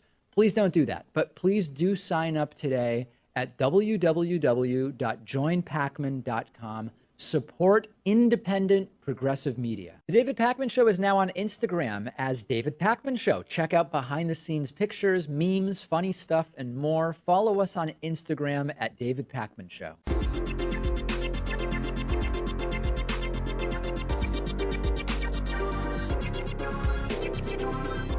The David Pakman Show at davidpakman.com. Today's new members of the day are Robert Little and Stephen Moncrief. Robert and Stephen, thank you for your support. I also want to say thank you to today's longtime sustaining member of the day. That's Paul Foster. Paul's been a member for almost 5 years, and we are now just days away from our first 10-year David Pakman Show members. Incredible. Join them at joinpakman.com. Grab a membership. You get the commercial-free audio and video streams of the show, as well as the bonus show available only to to members. You can also get a 40% discount off of your membership with the coupon code THISIS2020. You all know I call things as I see them. And right now, it's time to call the virus situation as I see it. Idiots and bad people are destroying our ability to curb this virus as soon as possible. Their behavior is putting people at risk, and it will cause people to die unnecessarily, people who didn't need to die. Now, I'm not just talking about the people in our government. I'm also talking about just regular old people. You might remember, and by old, I just mean regular people, not elderly. I did a story back in February of last year, about 13 months ago, called "It's Time to Admit That Many Americans Are Stupid." And clearly this struck a nerve. It got more than 600,000 views, a very positive reaction, more than 16,000 likes. But a lot of people didn't like it. A lot of people felt that it was an attack on them to some degree, or on people who just lacked education. And this is not what we are talking about. We have never had a clearer case of bad and dumb people will be the death of us than what is happening now in the era of coronavirus. Coronavirus has exposed the deficits in our systems, the deficits in our healthcare system, in our economy, in our president's capacity to deal with a crisis, a total lack of capacity, that is. But we're also hurting because of bad and dumb people. And I'm going to go through some examples with you today. Of course, the context being to stop the spread of the virus, absent functioning antivirals, a vaccine, antibody treatments, all of which are under development. It's going to be a while. We need to reduce exposure and transmission. Stop gathering in large groups. Work from home. Stay away from other people. All this stuff, many states are realizing it, shutting down bars and restaurants and gatherings even as large as 25 people. Look at just a sampling of what happened over the weekend. This is just a handful of examples. There are hundreds or thousands of these. Oklahoma Republican Governor Kevin Stitt posted a tweet of himself out with his kids in a very crowded restaurant saying, "Eating with my kids and all my fellow Oklahomans at the Collective OKC. It's packed tonight." This is the exact opposite of what medical experts say we should do. And of course, we live in a world where one party has decided medical experts are basically just people with opinions, which we can ignore if we don't like them, because it's just like saying, I think low taxes are good. It's just an opinion. Our Republican governor here in Massachusetts is taking this seriously, activating a system to get nurses from out of state licensed in state within 24 hours to keep up with demand, saying close schools, work from home, starting a restaurant and bar closure other than takeout and delivery starting tomorrow. And meanwhile, the Oklahoma governor is bragging about being at a packed restaurant with his kids. Is this weaponized ignorance, or is this a bad person? You tell me. Governor eventually deleted the tweet because of the obvious blowback. People are hoarding. People are hoarding food of all kinds. People are hoarding toilet paper. This is creating an artificial shortage. There was no expectation that the supply chain was actually going to be disrupted for toilet paper, nor that toilet paper usage would actually go up. But people are going crazy, and they're doing it with food as well. Here's video of people rolling around on the ground, pushing each other, yelling at each other, and fighting for toilet paper at some big box store. I don't even know where this is. Doesn't matter. It's happening all over. For toilet paper.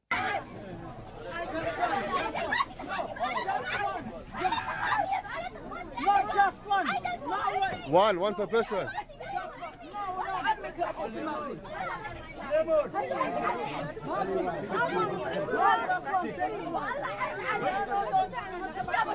One per person, one per person.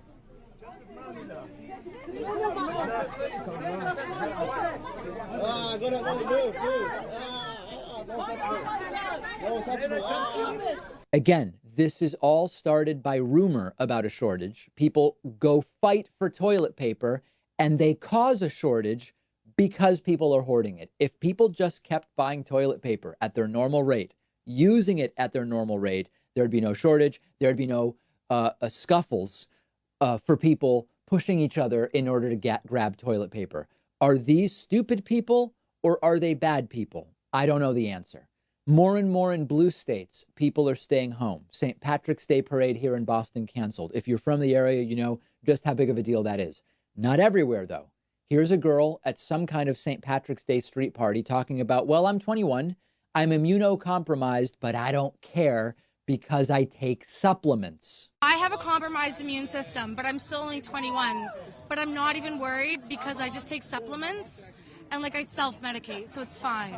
Is this a dumb person or is this a bad person, for lack of a better term? South Korea has tested large numbers of asymptomatic 20 to 29-year-olds and found that a whole bunch of 20 to 29-year-olds who feel fine have the virus, and they are spreading it all over if they do what this girl is doing. It has to stop. Here is Republican Congressman Devin Nunes going on Trump brown-noser Maria Bartiromo's program on Fox and saying, hey, you know what? This is a great time to go out to a restaurant. It's not that busy. You can get right in and get a table. And there's a lot of concerns with the economy here because people are scared to go out. But I will just say, one of the things you can do if you're healthy, you and your family, it's a great time to just go out, go to a local restaurant. Yeah. Likely you can get in easily.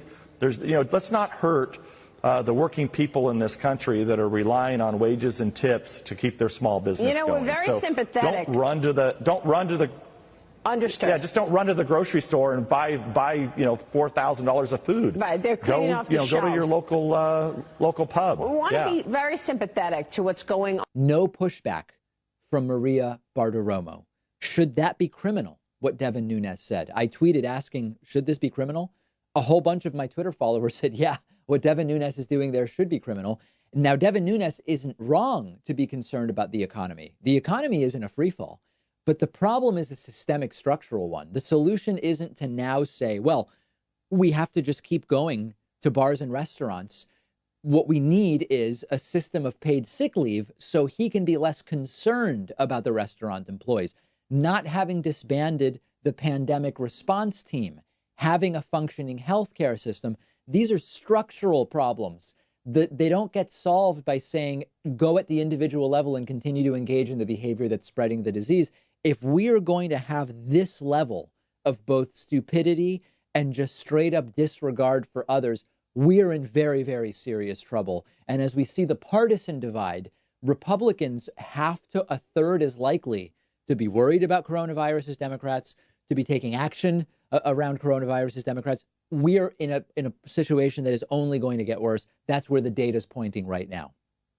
Okay, there's a ton of disinformation and straight up propaganda floating around about coronavirus. So I want to go over the actual science around cures, treatments, and vaccines that are being investigated, what's most promising, timelines, etc. Before we jump in, remember, drinking silver won't cure coronavirus. Prayer won't cure or prevent coronavirus. Buying a 2-year supply of toilet paper certainly won't help. Black people aren't immune, as was floating around. This is not a Chinese bioweapon created in partnership with Kim Jong-un. We'll get to that. This is a virus, and as such, we can look at vaccines, antivirals, and antibodies. And then in the meantime, the treatment of symptoms and, of course, social isolation in order to prevent transmission. The treatment of symptoms, of course, includes things like breathing assistance through ventilators and other things that can be done while the body is attempting to fight the virus off naturally. Let's first talk about vaccines. Vaccines take a while to develop. There is a large range being cited for how long it might take until a vaccine is ready for public use. You have to get through development, clinical trials, approval, production, distribution. There are some vaccines that are ready for trials. The timeline that is most realistic for a vaccine being ready, optimistically, we're looking at 8 months. Less optimistically, looking at 18 to 24 months, sort of at the most conservative. There is already a vaccine from the Israeli Migal Galilee Institute because they've had a poultry coronavirus vaccine for a while. They've modified it to be a human version. It should be ready to test any day. But again, the testing is the beginning of a very long process. There's a bunch of other vaccines in development subject to the same timeline. The vaccine is, of course, for people not yet sick in order to make them immune.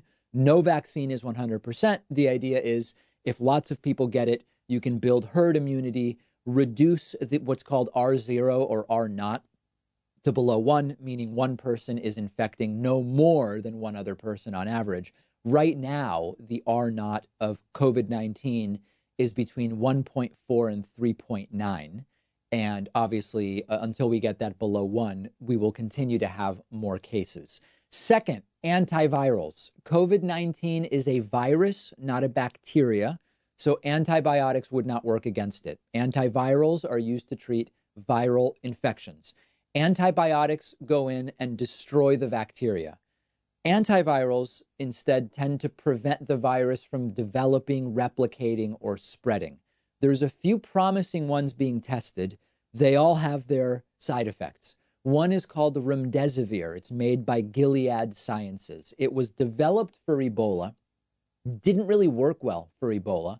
It's being tested in clinical trials right now, including, I believe, in South Korea. Now, there are conflicting reports about how well it's working. There was a report last week saying it's working well, other reports saying it's not really clear it's working better than placebo, and it has significant side effects in a large portion of patients. We just need more data. Maybe it's an antiviral that could be modified to better work on COVID-19 with fewer side effects. There's another antiviral being tested in Japan called Avigan. Now, this was actually developed by Fujifilm, and it was developed as a broad spectrum flu antiviral that Japan stockpiled, and it can have serious side effects up to and including birth defects. So women 18 to 40 straight up shouldn't even be using it at all. Experts think this is probably Avigan not going to work well enough to justify the risks.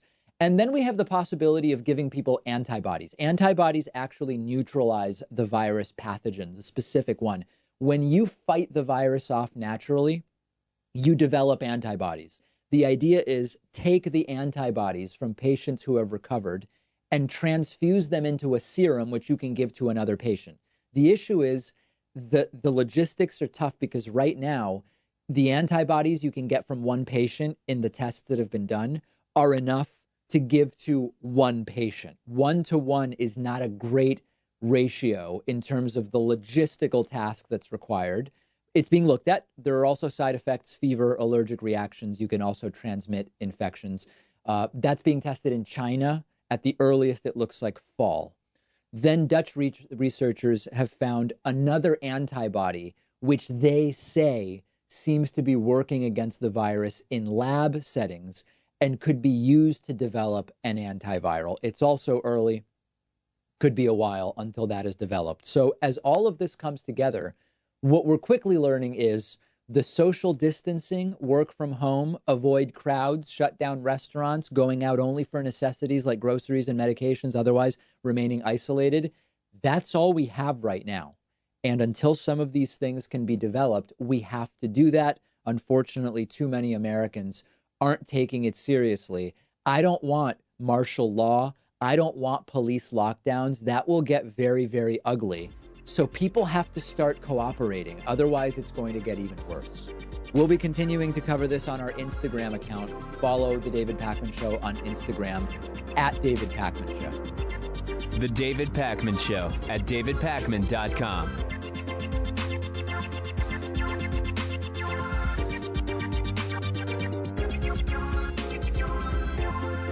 The David Pakman Show is audience-supported media. I really mean that, not just a catchphrase. And much of that support is small contributions on Patreon, contributions as small as $1 per month, meaning just cents for each hour-long episode of the show.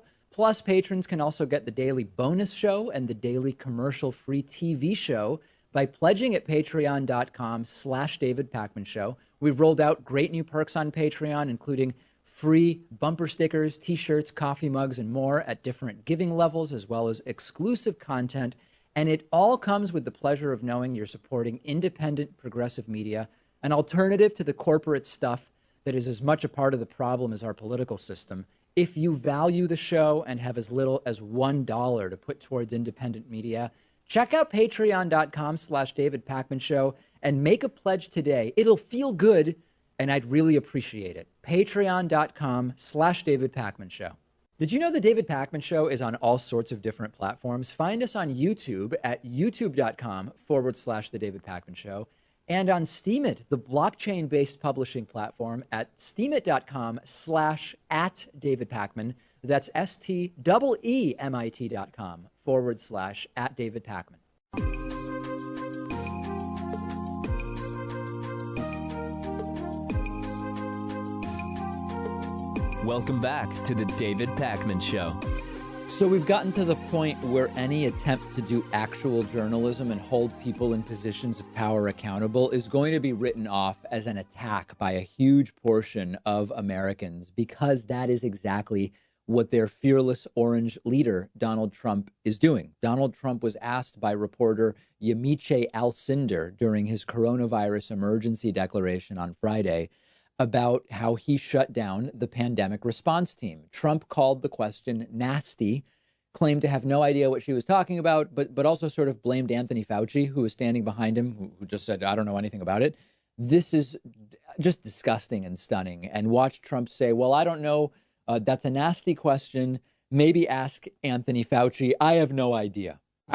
My first question is, you said that you don't take responsibility, but you did disband the White House pandemic office, and the officials that were working in that office left this administration abruptly. So what responsibility do you take to that? And the officials that worked in that office said that the White House lost valuable time because that office wasn't disbanded. What do you make of that? Well, I just think it's a nasty question, because what we've done is, and Tony had said numerous times that we've saved thousands of lives because of the quick closing. And when you say me, I didn't do it. We have a group of people. I could ask perhaps my administration, but I could perhaps ask Tony about that, because I don't know anything about it. I mean, you say we did that. I don't know anything about it. You don't know We're about spending, about I the don't reorganization know. that happened at the National Security It's the administration. Council. Perhaps they do that. You know, people let people go. You used to be with a different newspaper than you are now. You know, things like that happen. But this was Please go ahead. We're doing a great job. Notice Trump slipping in there. Well, you changed jobs, so like maybe the pandemic response people also just changed jobs. Nothing to see here. Denying it happened, but saying if it did happen, maybe Anthony Fauci knows something about it. Now, there's something special that I have for you today on this. Back in 2018, Trump was asked, why did you cut the pandemic response team? And at the time, Trump knew exactly what he was being asked about, and he didn't deny doing it. And in fact, he defended what he did. He said, hey, we haven't used those people, and I don't want to pay people that we aren't using. Remember, Trump 3 days ago saying, pandemic response, that's nasty, maybe ask Fauci. Here is Trump right after he did it saying, oh yeah, I did it, and here's why. Some of the people we cut, they haven't been used for many, many years. And if we ever need them, we can get them very quickly. And rather than spending the money, and I'm a business person, I don't like having thousands of people around when you don't need them. So Friday, it's, I didn't cut anyone. That's a nasty question. If anybody did get cut, maybe Fauci did it. I don't know. When he did talk about it back in 2018, he knew exactly what he had done. He defended doing it. But the real thing here is, listen, Trump being a liar and Trump being incompetent, that's not new. The treatment of journalism is what is actually nasty here. Calling journalism nasty is very, very nasty. Donald Trump has framed up a situation where, as far as he's concerned, he's done everything right and Obama everything wrong. Questioning him about it is nasty. Asking questions like, you did this and it didn't work out well. Are you responsible? That's a gotcha question in this era. And of course, there's always the question, is he more likely to refer to women as nasty? Is he more likely to be referring to black women as nasty, as is the case in this particular instance? I don't know. We'd have to run the numbers on that. One never knows, but what's nasty is Trump's behavior, his competence, which is incompetence, his treatment of others, and absolutely and totally weaponizing delusional narcissism. Weaponized delusional narcissism maybe should be the tagline of this administration. Let's talk about lying. I'm against lying. And I know that that's a quaint statement to make at this point, but I want to hear the truth from our politicians, even if it's not good. But not all lying is created equal. Lying about, I reduced the deficit, when in reality, you reduced the rate at which the deficit was growing. Okay, I mean, listen, these are lies. They're provable lies, but it's very different than the pandemic is under control. It'll go away soon. No one will die. We will have few cases. Donald Trump cannot and will not stop lying about coronavirus. And this included, and it continued when he announced the national emergency for coronavirus on Friday. A national emergency for something he said 2 weeks ago was nothing and would be going away. No, he announced it at a White House press conference on Friday. And one of the things Donald Trump announced was that Google is making a national coronavirus testing website where you can type in your symptoms, follow a flowchart process to be told, do you need a test, and then be directed to the closest testing location to go and get tested for COVID-19. Let's take a look at what Donald Trump said, and then we'll look at what the truth is. I want to thank Google. Google is helping to develop a website. It's going to be very quickly done, unlike websites of the past, to determine whether a test is warranted and to facilitate testing at a nearby convenient location. Notice that Trump even interrupted his lie there to say that other websites weren't developed quickly. He was referring to healthcare.gov, the Obamacare website. Again, just obsessed with Barack Obama, even as we're in a national emergency. Now, the real problem is Google had no idea what Trump was talking about. They had no idea Trump was going to announce this. Trump even said Google has 1,700 engineers devoted to this project. It was all a lie. First of all, Google's doing nothing. Alphabet, which owns Google, has a unit called Verily. Verily is working on a triage tool for coronavirus testing meant to be for healthcare workers in the Bay Area who may be exposed in the process of working to treat coronavirus. Google immediately started getting a flood of inquiries and questions when Trump announced this. They had to put out a statement that included clarifying, quote, statement from Verily, we are developing a tool to help triage individuals for COVID testing. Verily is in the early stages of development, planning to roll testing out in the Bay Area with the hope of expanding more broadly over time. Trump can't stop lying.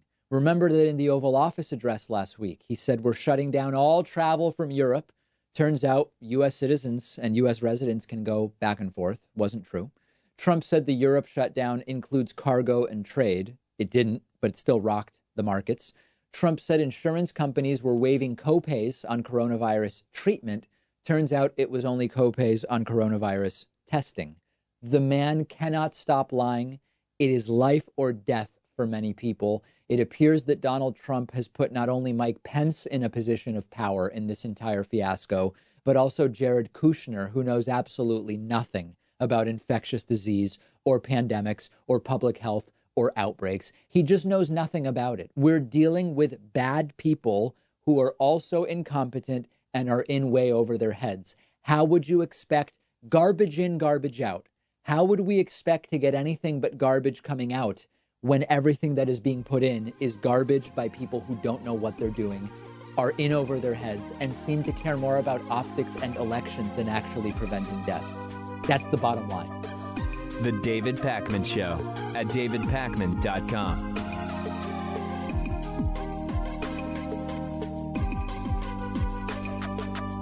Did you know you can get David Pakman Show stuff, whether you're looking for David Pakman Show coffee for your Chemex, French press, or espresso machine, or a t-shirt? It's all available on our website, shipping to anywhere in the world at davidpakman.com/gear. The Very Stable Genius t-shirt is popular. The If Ivanka Weren't My Daughter t-shirt is actually popular with kids of all ages. We've got sweatshirts and hoodies with Hatriot Mail designs, more than a dozen available colors.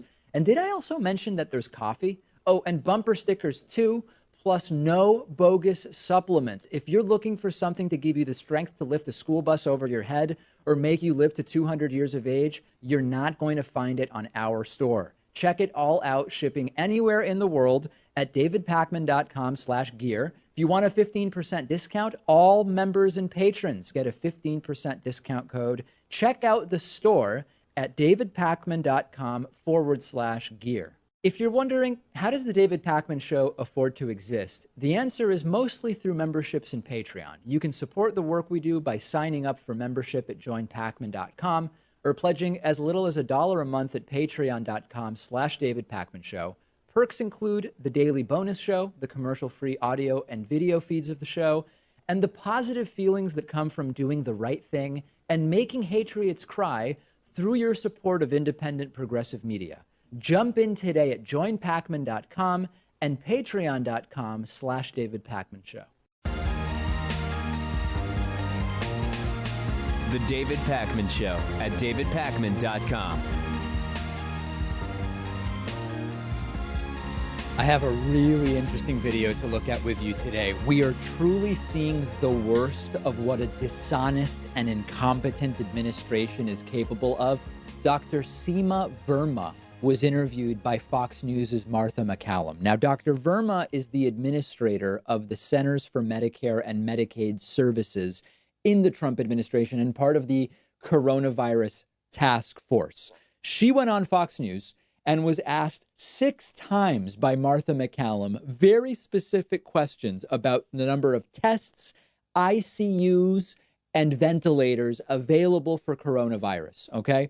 Trump has been insisting for weeks anyone who wants a test can get a test. They can't. That's not true. Trump has been saying people who are flying into the country are being tested. No, they're not. They're sometimes just having their temperature taken.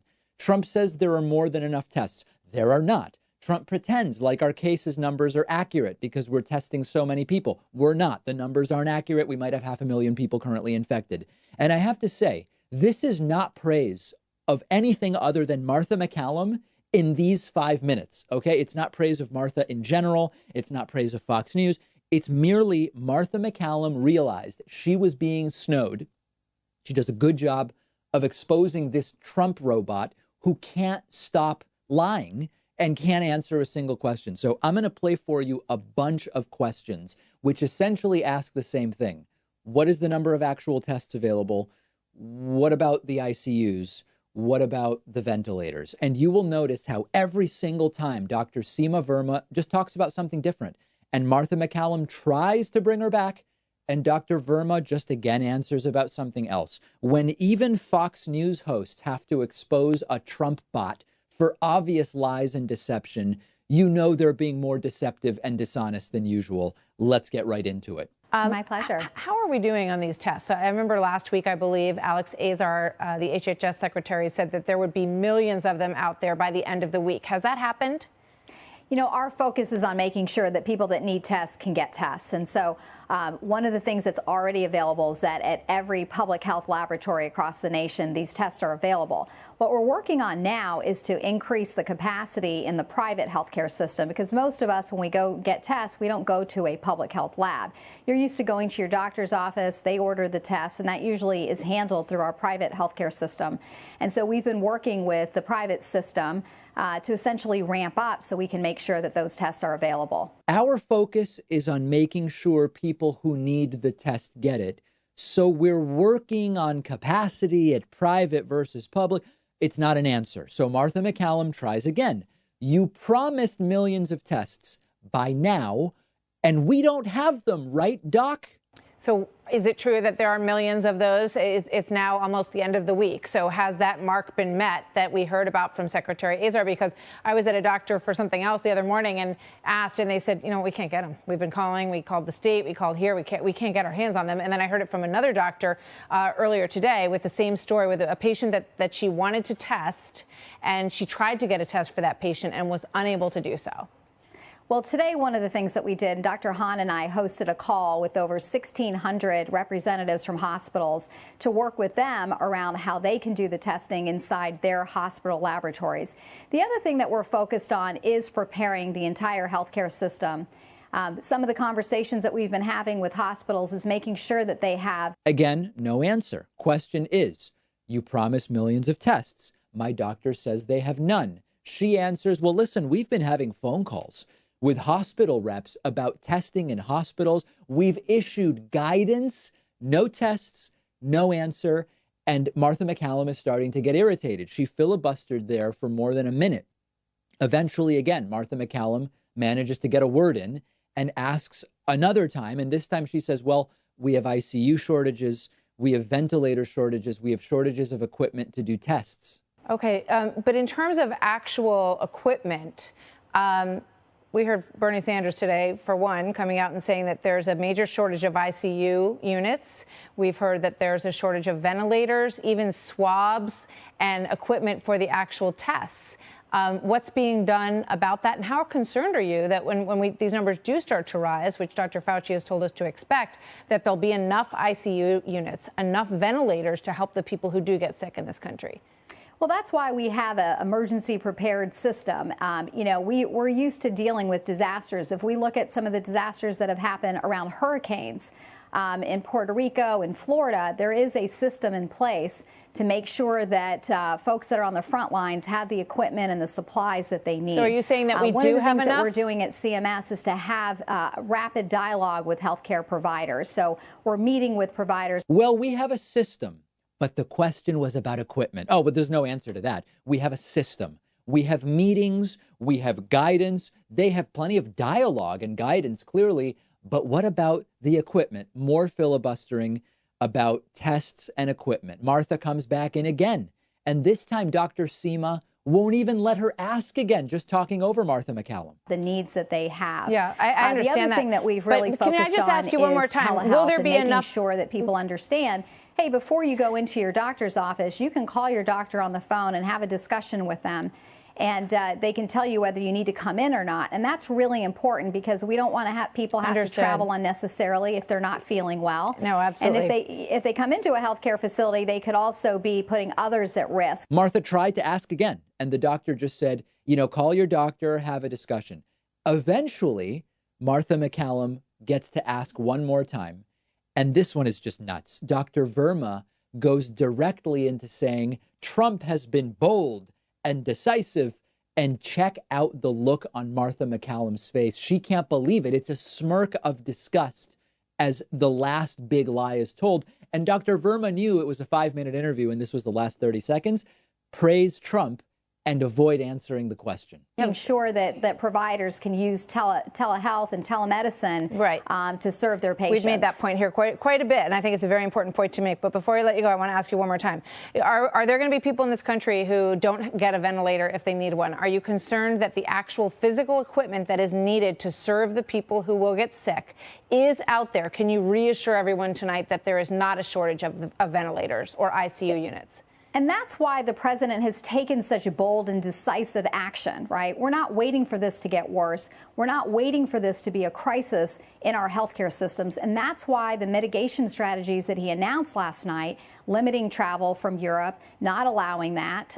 We've given travel advisories on cruise ships. That's why we're taking all of this action, because we don't want to put stress on the healthcare system. Okay, that's not a direct answer to the question, but it sounds like a hope that there won't be enough sick people and we won't run out of ventilators because we have mitigated, and we certainly hope that's the case. Guys, this was 5 minutes. Martha McCallum asked 5 times, tried to ask 6 times, was only able to ask 5 times about tests and ventilators and ICUs, and there was not a single factual answer from this Trump bot who it's almost like her software malfunctioned and she just kept repeating the answers to a different, she was working off of a script for a different interview. It didn't matter. She loaded up that script and read it for this interview, and it's dishonest, it's disgusting, and this is nothing other than saying, at least here, Martha McCallum kept asking and said, those aren't really answers to my questions. What else can we do? They're just not going to be straight with us. Fox News, now going to a very negative Fox News story. Fox News allowed lunatic Christian Jerry Falwell Jr. to suggest that North Korean dictator Kim Jong-un may have created coronavirus as a weapon to attack the United States. We need to listen to doctors. We need to listen to pandemic specialists. We need to listen to scientists on coronavirus. We don't need lunatic Christian preachers who come from a line of lunatic Christian preachers in their family, like Jerry Falwell Jr., to go on television and say these things. And if they say them, we need them to be held accountable, which Fox News did not. So this is a clip of Christian pastor Jerry Falwell Jr., associated with Liberty University, son of the late Jerry Falwell Sr., who once said 9/11 happened because of gay people and abortions. His son, Jerry Falwell Jr., goes on Fox and Friends, which Trump regularly watches, remember that, and check out not just what he says, but how the Fox News clowns don't even push back at all about it. It's just strange to me how so many are overreacting. The H1N1 virus in 2009 kills 17,000 people. It was the flu also, I think. And there was not the same hype. It was, you just didn't see it on the news 24/7. And it makes you wonder if there's a political reason for that. It's you know, impeachment didn't work, and the Mueller report didn't work, and Article 25 didn't work, and so maybe now this is their next attempt to get Trump. But I had the owner of a restaurant asked me last night. He said, "You remember the North Korean leader promised a Christmas present for America back in December? Could it be they got together with China and this is that present? I don't know, but it really is something strange going on." Well, Jerry, so regarding the fact that you're going to continue to have classes. People are overreacting. There's too much news coverage. This is politicized. Coronavirus is just like impeachment.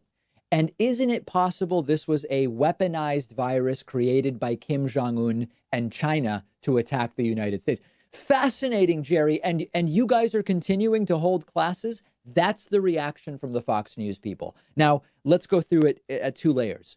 At its face, this is absurd, first and foremost. But think about it a little more deeply. Other countries so far, there's still time, but so far other countries have been hit way harder than the United States. Italy, Iran, China, Spain. So why would Kim Jong-un punish the United States by creating a virus that disproportionately kills people in Europe and Asia, at least for now? Every aspect of this appearance is weaponized ignorance, and it's irresponsible. It's InfoWars level stuff that is being allowed on Fox News. I told you last week, attorneys general have been sending out notices to people selling fake coronaviruses like drinking silver. They should be sending out the same notices of cease and desist to Fox News for allowing known disinformation to spread, which will cause panic and misunderstanding and potentially cause even more cases of coronavirus and deaths. Now, one other thought to consider. Jerry Falwell is simultaneously saying this is all an overreaction and it might be a North Korean bioweapon. Think about that for a second.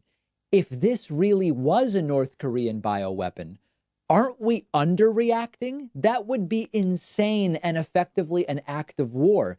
If it is the case that this is a North Korean bioweapon, we're not overreacting. We're drastically underreacting. But Fox News just says, oh, yeah, right. And you're continuing to hold classes, Jerry, at Liberty University. Fascinating, fascinating. They've all failed us. The people that elected Donald Trump have failed us, as he now is completely in over his head, lying uncontrollably, diarrhea of the mouth, can't tell the truth. It's like Pinocchio with Donald Trump, except the more he lies, instead of his nose getting bigger, his face becomes more orange. And meanwhile, Fox News is allowing this stuff and continuing to have people on saying this is a great time to fly. The planes will be empty. This is a great time to go to nice restaurants. The restaurants will be empty. These people will be our undoing. And we are working against not only the virus, but we are working against the disinformation viral spread that is happening simultaneously. We have a voicemail number. That number is 219-2-DAVID-P. I got a bunch of these questions about the connection, the possible connection between coronavirus and the election in November. Take a listen. Hello, David. The name is Gerard, longtime follower. Question for you. If the coronavirus should keep going on until November election time, could Trump declare the election postponed, canceled, and essentially go on as president without an actual election? Not really. So here's the thing. First of all, Trump couldn't postpone the election by himself. You would need congressional support to do it. Even with congressional support, it would be difficult to do. Trump could say it, but that would not make it so because Congress sets the time, place, and manner of federal elections. But the thing is the following. Congress would need to rewrite 3 U.S. Code subsection 7, which has the timeline for electors, which are chosen by states, to vote in the Electoral College. Remember, when we vote in November, each state is saying we want our electors to vote in this way at the nominating at the electors convention. That is set for December 14th. So if lawmakers managed to delay the election, they really couldn't delay it beyond, a few days before December 14th without having to rewrite the Constitution itself, which says the president can hold office a term of 4 years. The election is happening at this place, so on and so forth. Now, here's the other thing that a lot of people are worried about, which is imagine that Trump succeeds in doing it. Does he just remain president? And the answer is no, because this has been researched. The 20th Amendment terminates each presidential term at noon on January 20. So even if at the federal level, at the states level, things were delayed, Trump as president would be terminated on January 20th regardless. Now, of course, it would all be a legal fight. It would be unprecedented territory. But the idea that Trump could do this to just stay in power for some period of time seems extraordinarily unlikely and not something that I would put too much time into worrying about. The real question now is what's going to happen with the primary. Louisiana and Georgia already deciding to delay primaries. There's now a fight about whether the primaries happening in March should even be delayed. That is a much more present thing. We've got a great bonus show for you today. We will actually talk about Georgia and Louisiana postponing their primaries. We will talk about Trump saying that he's going to waive federal student loan interest due to coronavirus. And we will also talk about Trump considering a full pardon for ex-advisor Michael Flynn. We knew it would happen. All of those stories and more on the bonus show. Get access instantly by becoming a member at joinpacman.com.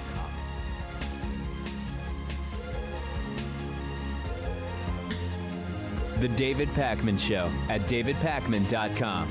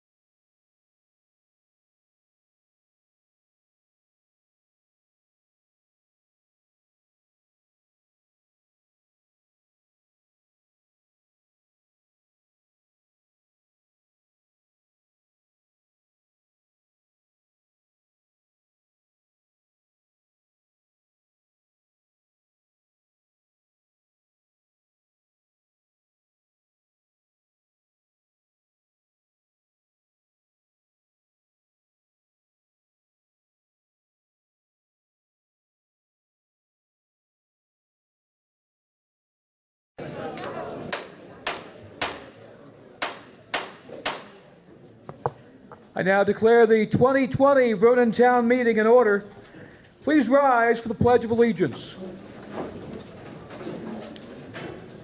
I pledge allegiance to the flag of the United States of America and to the republic for which it stands, one nation, under God, indivisible, with liberty and justice for all. Please remain standing as we'd like a moment of silence for all town residents who have died and are no longer with us as of the past year.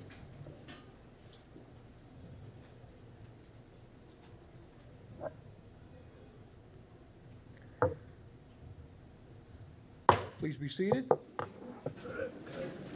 This meeting is being recorded by Brattleboro Community TV. You can watch it later this week on Comcast Channel 1085, Southern Vermont Cable Channel 10, and online at brattleboro.tv.org.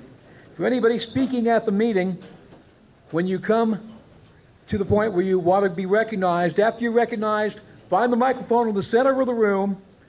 Please stand and state your name and speak directly into the mic so viewers in the room and at home can hear you.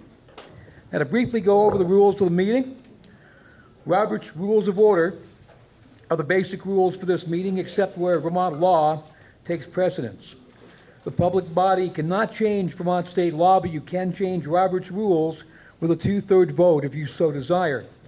All articles must be moved and seconded by the body and restated by the moderator before it is under consideration. The debate on the article may begin. After I restate the motion, the person who made the motion has first right to speak in the debate.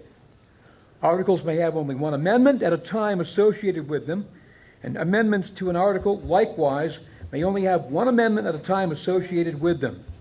Now, after you've spoken once on a particular article, you'll not be recognized for a second time during discussion unless everybody else who's wanted to speak has had that chance. Robert's rules only allows the speaker to speak twice on a given motion. Division of the House may be requested by one voter before or after a voice vote. Vermont state law allows for a paper ballot at the request of 7 voters, unless the town has made other arrangements before or after a voice vote or division of the House. Debate may be cut off by a motion to move the previous question and a 2/3 vote to do so. All motions, remarks, and discussion must be addressed to the moderator. I'll do my best to recognize you in the order that you've raised your hands.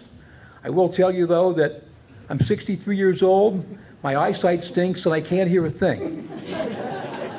After being recognized, please stand up, wait for a microphone, and then go to the center microphone.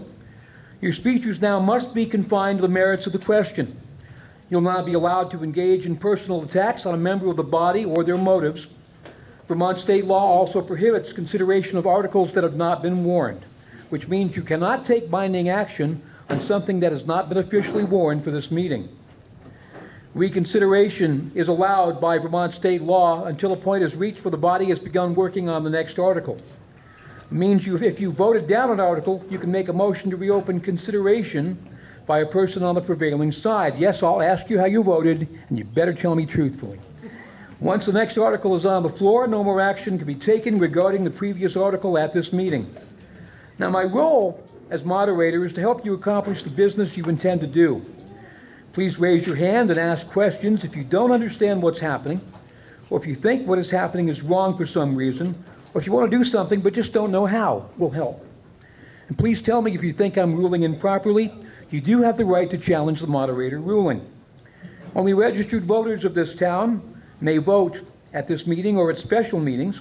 If you're not a registered voter, please raise your hand so I know where you are. All right, thank you very much.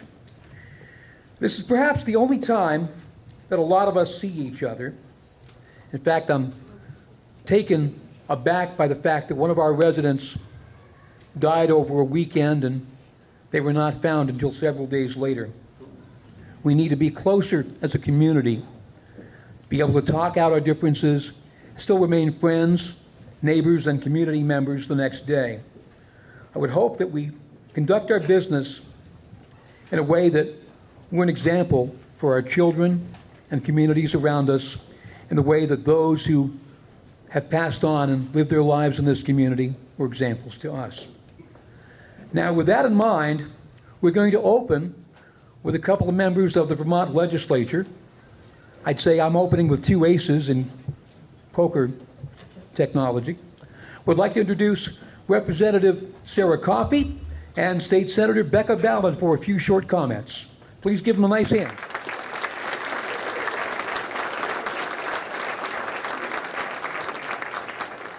Thank you, Tim, and wow, what a robustly attended town meeting. This is really an honor to be here tonight, and I have to say, town meeting is one of my favorite events here in Vermont. Just as the light is getting longer and the sap is starting to run, we come together as communities to engage and debate the school budgets and town budgets and the issues of our day with our neighbors and with respect. So it's really an honor to be here tonight.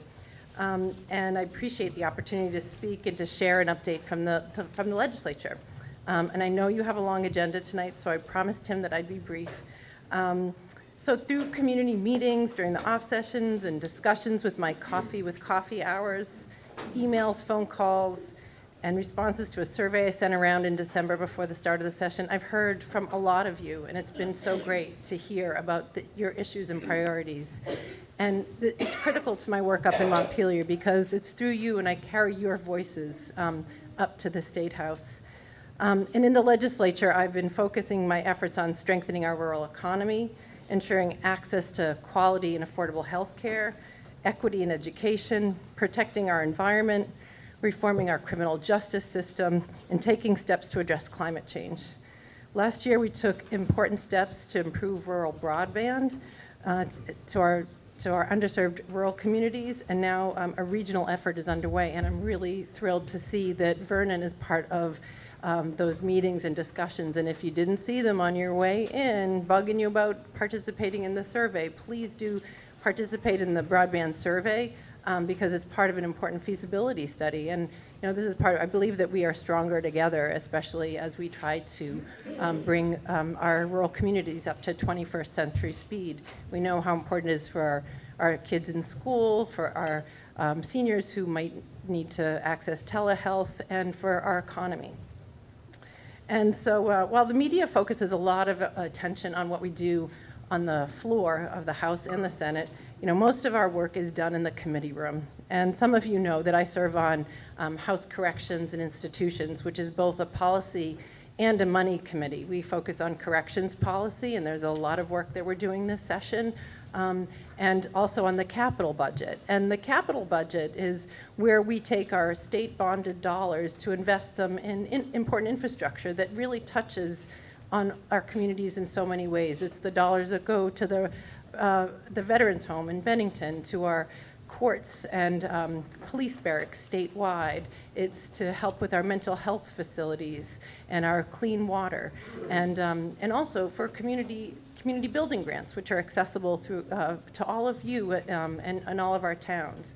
And so it's really, I appreciate the work that we do in this committee, and really see it as a wonderful way to support our communities through those state and those dollars. And an important initiative that we're going to be doing this year is taking some of that, we hope to be taking some of that capital bill budget and allocate it to some more of our trails throughout the state.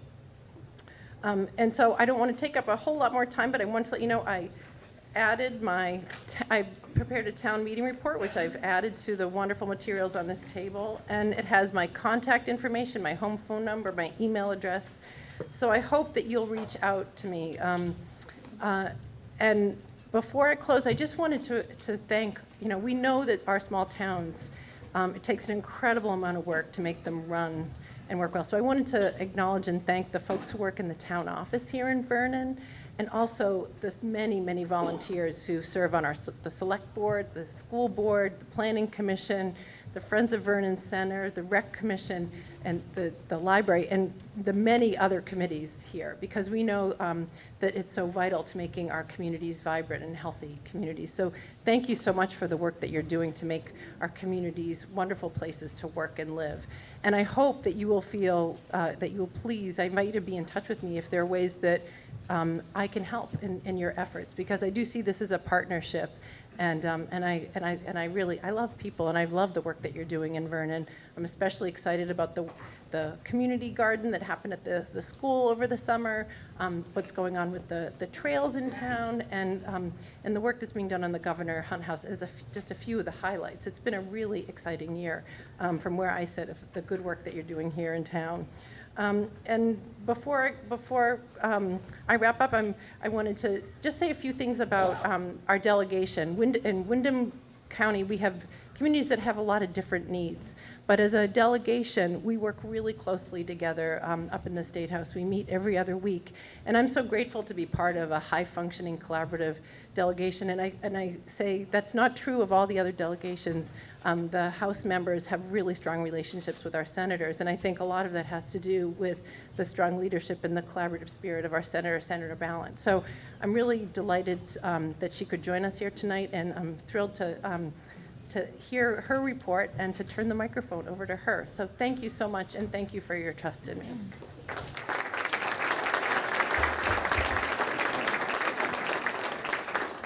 Good evening. So for those of you who don't know me, I'm one of your 2 senators for Windham County, and I get to travel around to many different town meetings on town meeting day and in the few days leading up to it. And I know what I've heard from so many people is they're feeling so sad and anxious and worried about democracy in general, regardless of political party. There is a level of anxiety that I feel when I go out to talk to constituents. And so to come here tonight and to see everyone here and the line out the door when I came, people ready to come here and engage in the democratic process, it is so, so inspiring. So I wanted to start with that.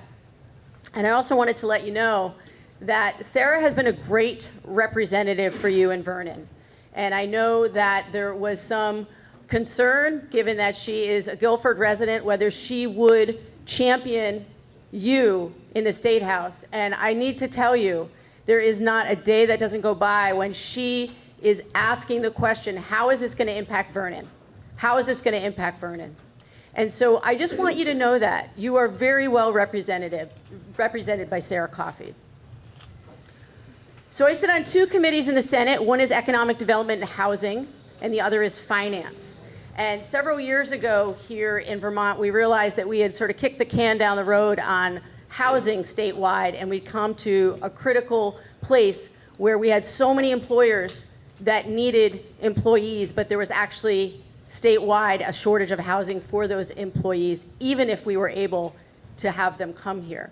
And so we made a big investment along with the governor. It was a really great bipartisan effort in 2017. We leveraged, we had a $37 million housing bond, which was the largest investment in housing that the state had seen in over a decade. And we were able to turn every one of those dollars of investment into $5 of additional investment from public, private, and other philanthropic initiatives. So we were able to raise an additional $100 million in housing investments for the state. And so they're scattered throughout the state, over 800 additional units of housing. And this year we're trying to build on that with a couple new initiatives. We wanted to do another additional housing revenue bond, but the treasurer was a little bit worried about what that would mean for our debt ratio in the state. So we're looking at some other investments, and one of them is, I don't want to bore you, but I want to talk to you a little bit about tax increment financing. And it's known as a TIF. And generally in Vermont, when we do tax increment financing, it's the larger towns and the larger cities that get to take advantage of this. And it's a way for you to take some investments from the state to do improvements to infrastructure and sewer and do building in your downtowns that you wouldn't be able to afford otherwise. And this year we said those TIFs have been so important to those larger towns. Why are we not offering something to the smaller towns in these communities? And so we are calling it a mini TIF program, and we're hoping that Guilford and Vernon and Jamaica and Townsend all over the county will find out how they might be able to take advantage of these mini TIFs to be able to afford building in your new downtown as you envision it here in Vernon. So the housing bond is a big thing that I've been working on. Another couple things I just want to tell you about. Finance Committee deals with taxes and housing, but we also deal with pharmaceuticals. And I know from representing one of the counties with the oldest demographic that pharmaceutical prices are killing us. They're absolutely killing us. And if you are someone who requires insulin, you've seen the cost of insulin triple in the last decade. I heard from a Vermonter the other day who's spending $1,600 a month for insulin. If you look at the charts of the 3 biggest producers of insulin, these pharmaceutical companies are clearly engaging in price fixing. There is no other way for you to look at these charts. When one goes up by $100, the other one goes up by $100. And you can see the chart over the course of the last decade. And we are not able to afford a drug that when the patent was sold for $1 because the doctor said, I don't want anyone to make money off of this drug that people need to survive. So if you're a Vermonter, hopefully it will get passed the House. We passed it unanimously in the Senate on Friday. You will not pay more than $100 each month for your insulin, regardless of how many drugs that you need, regardless of how many injections that you need. You will be capped at $100. And we understand that it might mean that there is some cost shifting somewhere else among insurance companies, but we cannot allow our most vulnerable Vermonters to pay over $1,600 a month just to stay alive. So that's one of the bills that I'm most proud of this session, and I hope Sarah will take a good look at it in the House and get it through. The other thing that I'm keenly aware of is the amount of student debt that so many families are carrying.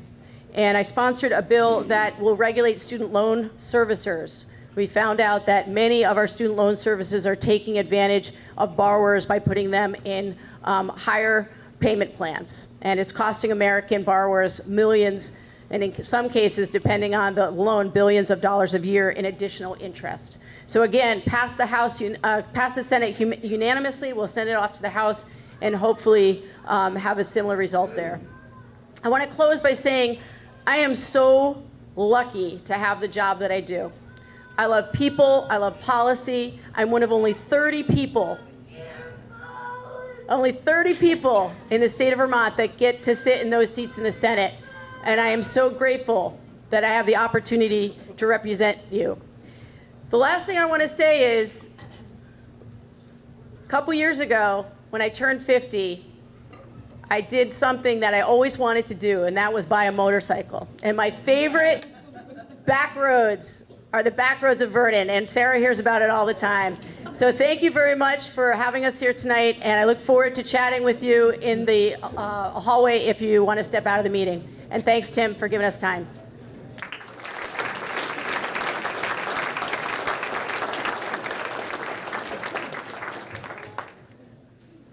Thank you, Sarah. Thank you, Becca. A couple of notes. The Vernon PTC is in the back of the room selling refreshments by donation. And there's also plenty of literature here, including literature about an upcoming benefit spaghetti supper to benefit one of our own, Kelly Wunsch. So please read on and support your neighbors. Time now to go to the Vernon School Board. In fact, I'll read the warning as it stands. Article 1 is to elect officers of the town by Australian ballot tomorrow from 7 to 7. Article 2 is to elect all town school district officers by law by Australian ballot. And Article 3 is the Vernon school budget to be done by Australian ballot as well. You can find the budget on page 51 and 52. And with that, we'd like to introduce the chair of the Vernon School Board, Kerry Emmadon. Please hold the microphone up close. Make sure that they can hear you, because I know you speak so softly. Have we met before? Plenty. All right, thank you. Thank you all for coming tonight. Can I actually just take this off? This might be easier. Tell me if I rip the tablecloth. Okay, so introductions. As Tim said, I'm Kerry Emmadon. I am the chair. We also have Sandy Morrison, who is our vice chair. And then we have Hannah Rosinski and Chad Mulverhill. Walter Bro, who is our clerk, was unfortunately detained at work and could not make it this evening. From the central office, we have Lyle Holliday, our superintendent, Frank Rucker, our business administrator. They are my phone-a-friends. as well as Mary Ross, our principal.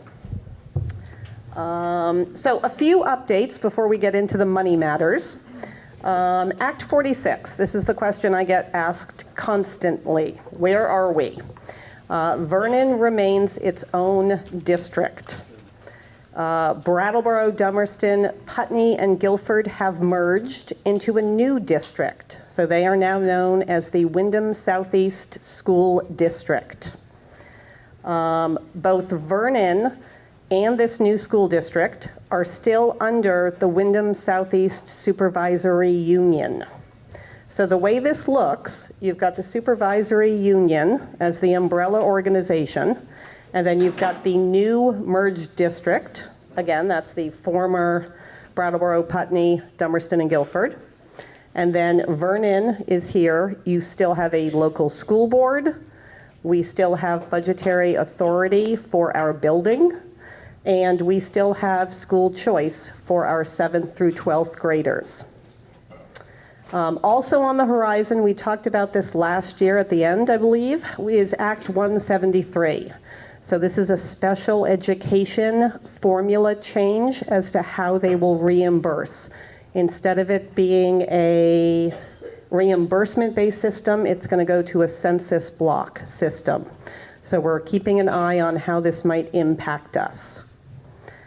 We are also in the midst of a superintendent search. Lyle has announced her retirement as of July 1st. I believe Martin put this in this week's Facebook page. We are looking for community members, a parent, taxpayer, doesn't matter, to serve on some of our search committees. The time commitment is probably about a half day here, maybe a full day somewhere. If it's something you might be interested in, you can either see me tonight or check out the Facebook page, and there's an email address of someone at the central office that you can email your desire to possibly serve. So thank you if there is anyone interested. So how do we plan your budget? We start by looking at the needs of our 300 plus children and then trying to balance it with the affordability issue for our taxpayers. It is a collaboration between our principal, our central office, our staff, and the board. And we're trying to keep an eye out for those future legislative endeavors that might come down the path. We are looking at every single line item by line item, to see if there is anywhere that we can trim. So what you're voting on, this is language that every school district in the state has to use. So it's a lot of words, and I'm not going to read them all, but I do want to get across to you 3 numbers. So the warning article reads blah, blah, blah. $6,353,800. Blah, blah, blah.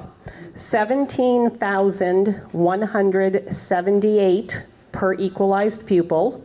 Blah, blah. 5.8% higher. So this is the slide you all hate, but we're going to do it. Okay. This is page 52 of your town report. I just want to give you a sense of how we get to your tax rate. So this line, line 7, is that $6,353,800. That is our total education spending in Vernon, K through 12. Line 16 is where you see the equalized per pupil cost. Again, that's the $17,178, and that is up 5.8%. How those two numbers then translate to your tax rate is because of 3 other numbers that we do not control. So the first is the property dollar equivalent yield. That is a number set by the legislature. Then we have the equalized pupil number. Now, equalized pupils are not the number of kids who are sitting in seats in our schools. It's not the number of names on a list of all of our children. It is that number sent up to the state, and then they use weighting formulas to send us a number back. So certain types of demographics get different weights. If you're a child living in poverty, you might count for more. If you're a preschooler, you count for less. High school is more than elementary school. So all of those factors are taken in, and someone at the Agency of Education sends us back a number. And that's how we come up with the number of equalized pupils. The final number is the common level of appraisal. So that is done, I believe, by the tax department. It's another state agency who is looking at our assessed value and then looking at all of the homes that have sold in the previous year to see how close they are selling to assessed value. So we take these three numbers and they impact our tax rate. Two things worked in our favor this year. The property dollar equivalent went up, and up is good. The equalized student number stayed stable. Up is better, down is bad, we'll take stable. And then the CLA, the common level of appraisal, it came down a little bit. So it's a good thing in that our houses are selling close to their assessed value. But when you're doing this math, this does impact our taxes on the negative side. So this is how the money is spent in our building. So this is our K through 6 part of the budget. We wanted to give you guys sort of a visual as to where does the money go. So most of it is going to direct instruction. So that's teachers in front of kids in classrooms. Then we've got some student support. So that is our nurse and our guidance counselor. We've got staff support, administration, the central office. So the people here tonight, we pay an assessment based on the number of kids. It's a very fair-based way to account for our services that we use from the central office. We've got operation and maintenance in the building. We've got transportation, so those are our buses. And then we've got food services. So where are the increases? The tuition that we pay for our 7th through 12th grade students has gone up. Our health insurance is up. And our salaries are up about 3.7%. If you look at the budget, you will see that our K through 6 costs are down. They are actually down slightly. So the next area where we have a bit of a problem is that special education costs are increasing by 89% over last year. So it's $327,000. Now, overall, special ed costs are increasing. There is not a district in this state who is not going to see an increase. For us, it is due more because we pulled out of the merger. So we are no longer part of BUHS number 6, which also now does not exist because they have merged. But we are not part of that merger, and therefore we are now paying the full costs of our education for students. Hannah's got a good, can I pass Hannah?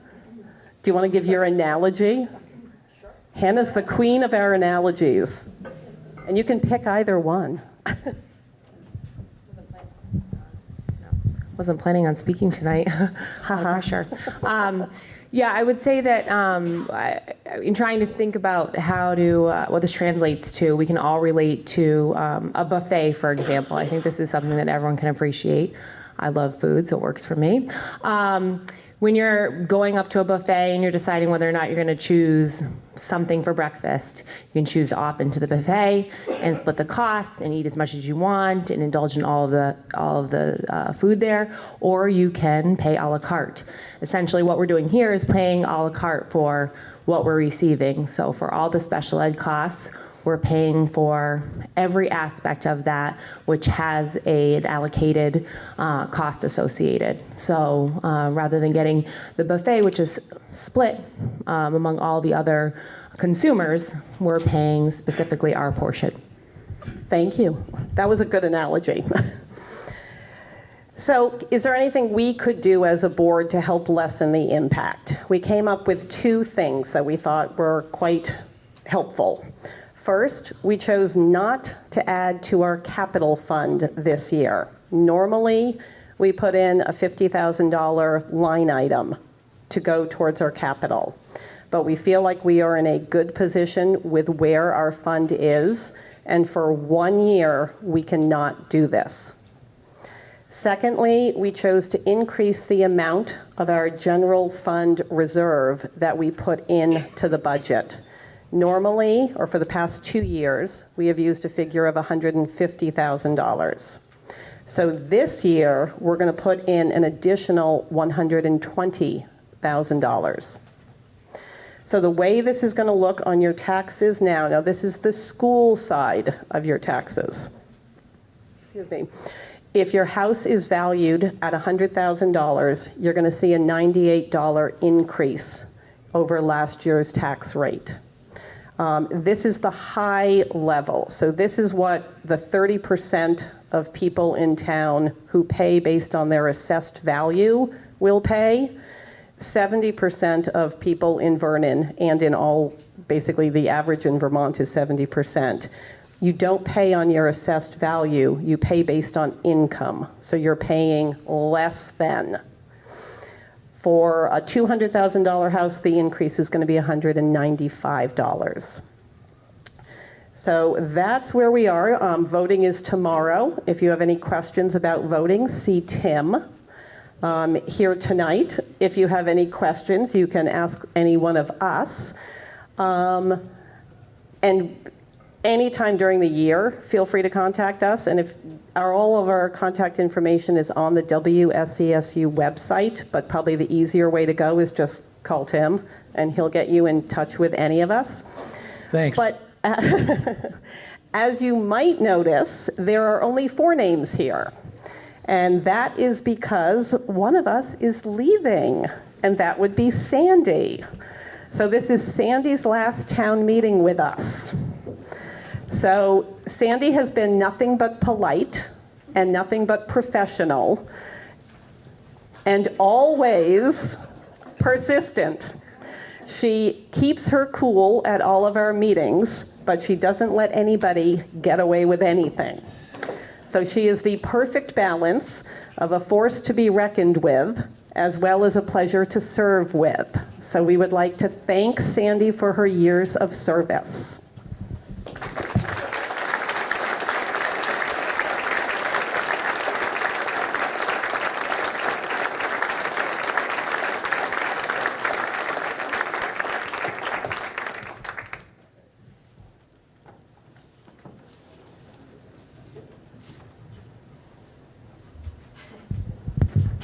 I just want to say it's been a privilege and an honor to be able to serve on the school board. I was on the board back in the early 1980s, and there have been a lot of changes, but I really felt... Can you move the bag?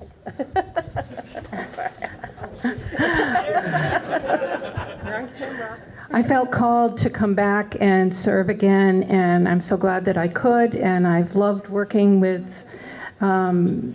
other members of the community that I wouldn't have known otherwise, and so thank you for the opportunity.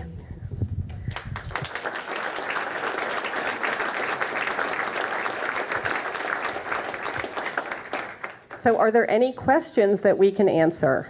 Questions for the school board, please come to the center mic if you would like to be recognized. I guess not. You got off easy. Well, we're here all night, so if you do think of something, track one of us down. Especially Sandy, because this is her last chance. Thank you. Thank you to the school board. We're taking a short recess to allow the select board to set up on the platform.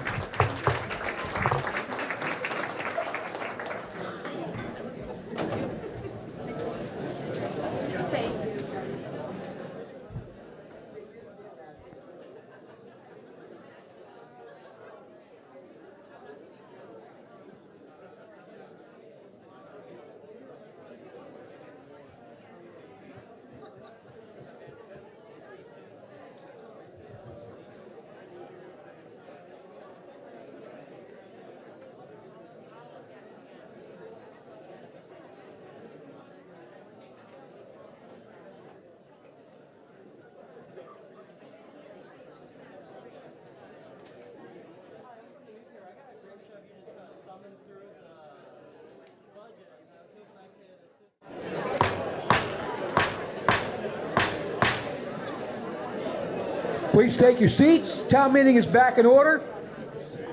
We move now, before we consider Article number 4, we'd like to introduce the Chair of the Rhode Island Select Board, Mrs. Sandy Harris, to introduce the board and the interim town administrator. To my left is Jean Carr, Chris Parker, Jeff Dunkley, and Tom Garino is our interim town administrator who has been unbelievably helpful. Thank you. And we thank all of you for coming tonight. All right, with that in mind, we will go to Article number 4. Shall the voters of the Rhode Island Town School District authorize the school board to expend... Oh, wait a minute, that's the Article 3. Hello, Article 4. Article 4, shall the voters authorize the total general fund expenditure for operating expenditures of $1,894,285, of which $1,608,585 will be raised by taxes, and $285,700 to be raised by estimated income. You'll find the budget on pages 23 through 28 of your town report. Is there a motion? Mr. Moderator. Mr. Parker. I move that the voters authorize the total fund expenditure for operating expense of $1,894,285, of which $1,608,585 shall be raised by taxes and $285,700 by estimated income. Mr. Moderator, I also ask that you allow the presentation of the PowerPoint. Is there a second? Second. Moved and seconded that the voters authorize total fund expenditure for operating expenses of $1,894,285, of which $1,608,585 shall be raised by taxes, and $285,700 by estimated income. Does the board wish to speak to its motion with the PowerPoint? Mrs. Harris. Yes. Go for it. Mr. Garino is going to do the PowerPoint. Chair recognizes Mr. Garino, who, by the way, is a Vernon resident, so he is allowed to speak without worry of whether or not he is. Thank you, Mr. Moderator. Good evening, ladies and gentlemen. My name is Tom Garino. I am acting as the interim town administrator for the town of Vernon. I have lived up on Tyler Hill for about 21 years now. It'll be 21 years this May. I want to walk through a little bit of what I've acknowledged and encountered over the past few weeks here, and it's been a very positive experience both for me and I hope for the select board as I try to help the town out as they start moving toward a replacement for a full-time administrator. So what I have seen this year, in my time here, in my discussion with the board, is the board is delivering on what the townspeople have asked it to do. It's presenting to you tonight a very frugal FY 2021 budget. It's continuing to update and refine its policies, both internal and external. It's listening to the professional staff.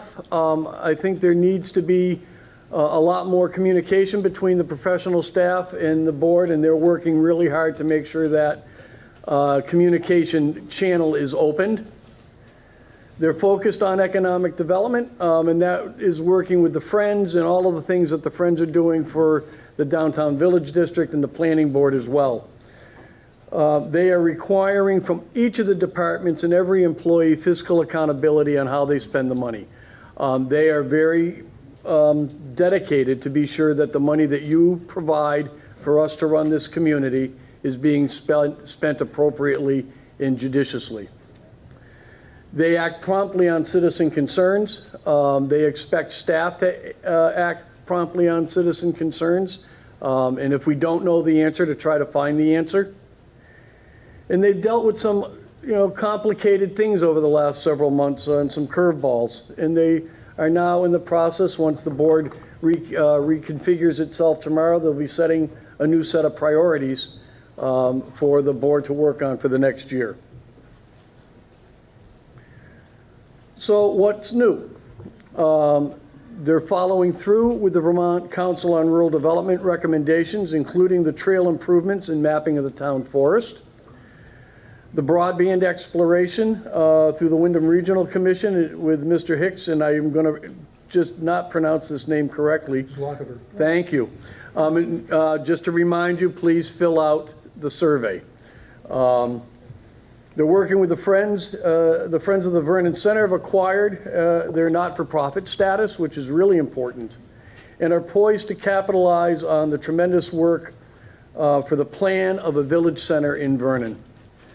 They've acquired ownership of the Governor Hunt House, and the Friends are now researching the best utilization of that piece of property. And the board is working with the Planning Commission to engage the students at Antioch College to determine the development potential of the former VY property. So with a lot of changes, opportunities present themselves as well.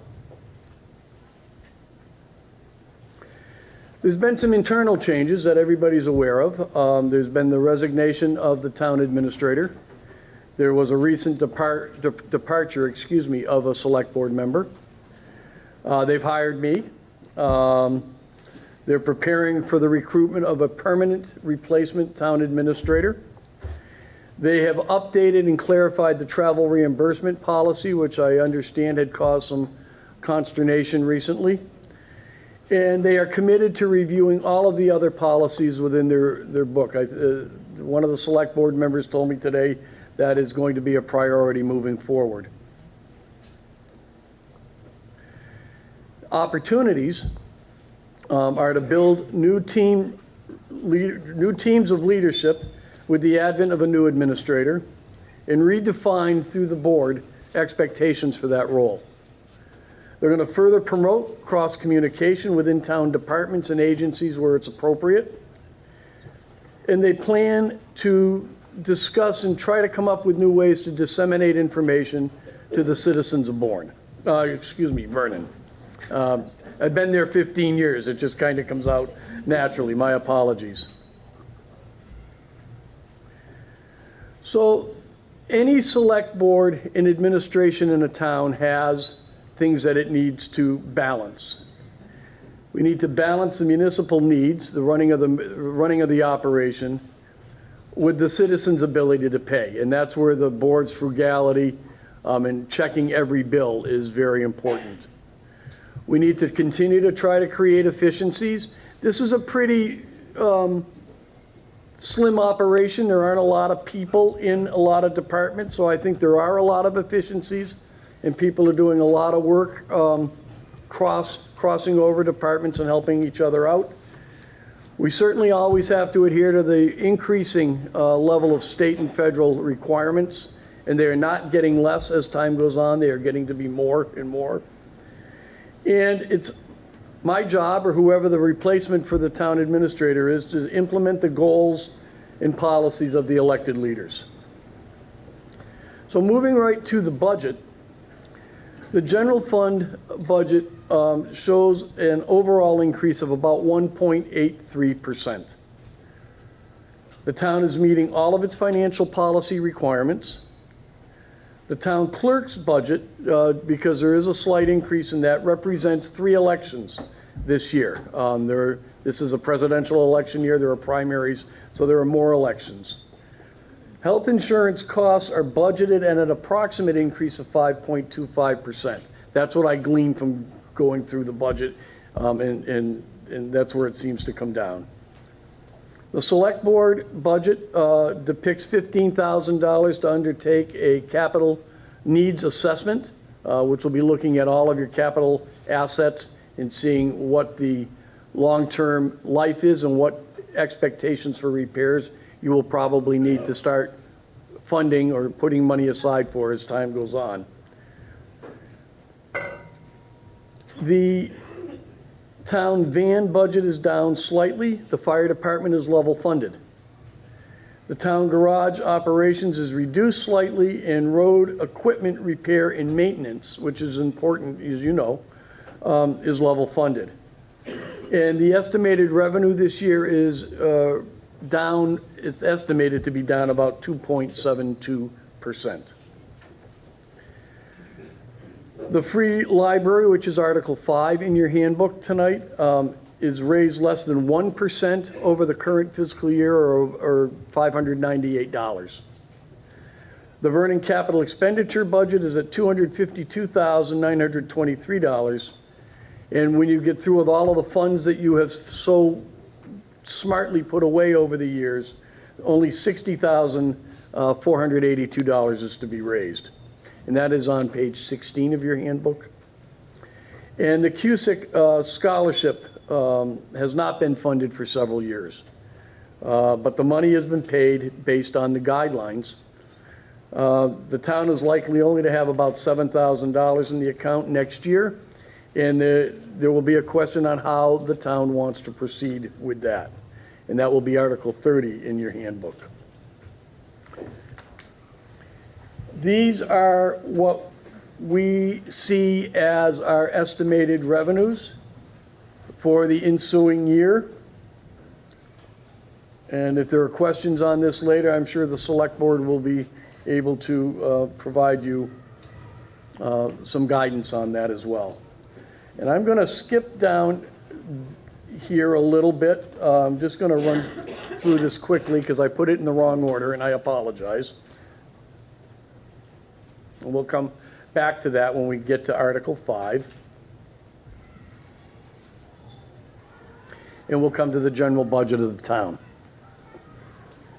And I will turn this over to the chair.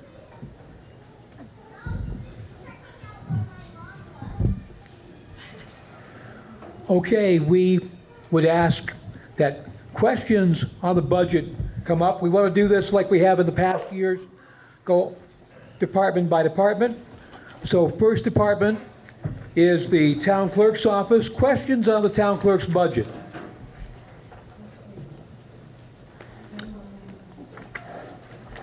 Again, this is page 23 of your town report. Page 23. Any questions on the town clerk's budget? Going once, going twice, sold. Next, go to the town treasurer's budget, just underneath the town clerk's budget. Any questions on the treasurer's proposed budget? Seeing none, let's go to the listers. Any questions on the lister's budget? Oh, I'm sorry. Lister's office budget. Any questions there? Seeing none, scroll down, Tom. Go to the select board budget. Any questions on the select board proposed budget?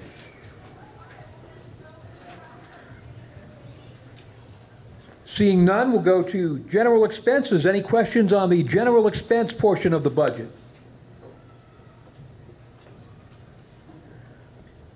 Seeing none, let's go to planning. Questions on the planning portion of the budget? Please go to the microphone in the center.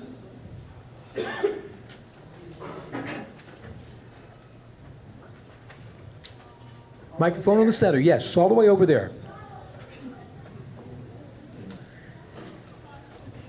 And please state your name and go ahead.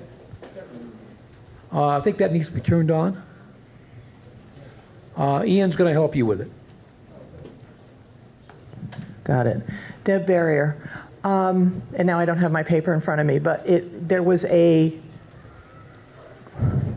grant? Let me look at yours. Planning. Oh, yeah. So I was wondering what the matching grant was. If someone on the Planning Commission could speak to that. The Select Board or the Planning Commission is interrogated if they so wish. Bob Spencer? Bob Spencer is recognized for the purposes of answering the question.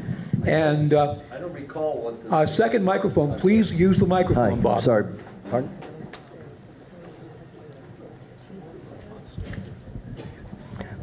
Okay, yes. We received a Vermont Municipal Planning Grant, also to work on the Vermont Yankee site redevelopment. And the local share of that grant is $6,000. It's a formula the state provides. Thank you. Thank you. Further questions on the planning portion of the budget? Seeing none, we'll go to the Recreation Department budget. Any questions on the Recreation budget? No questions there. Let's go to the Buildings and Grounds portion of the budget. Questions on Building and Grounds?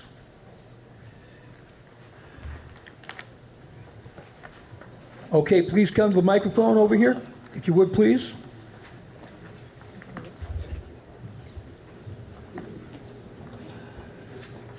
Make it difficult for a guy my size. And we all need the exercise, don't worry.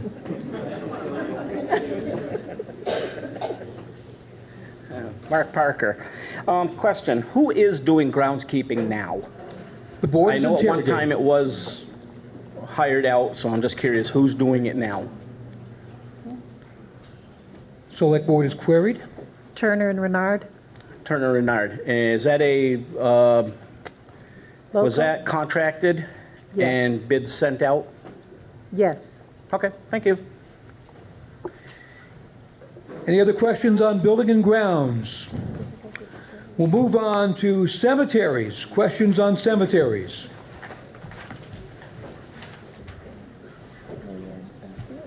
Questions on the seniors? Questions on the seniors? No questions on the seniors. Town van. Questions on the town van? Questions on the historians? Tim? Yes.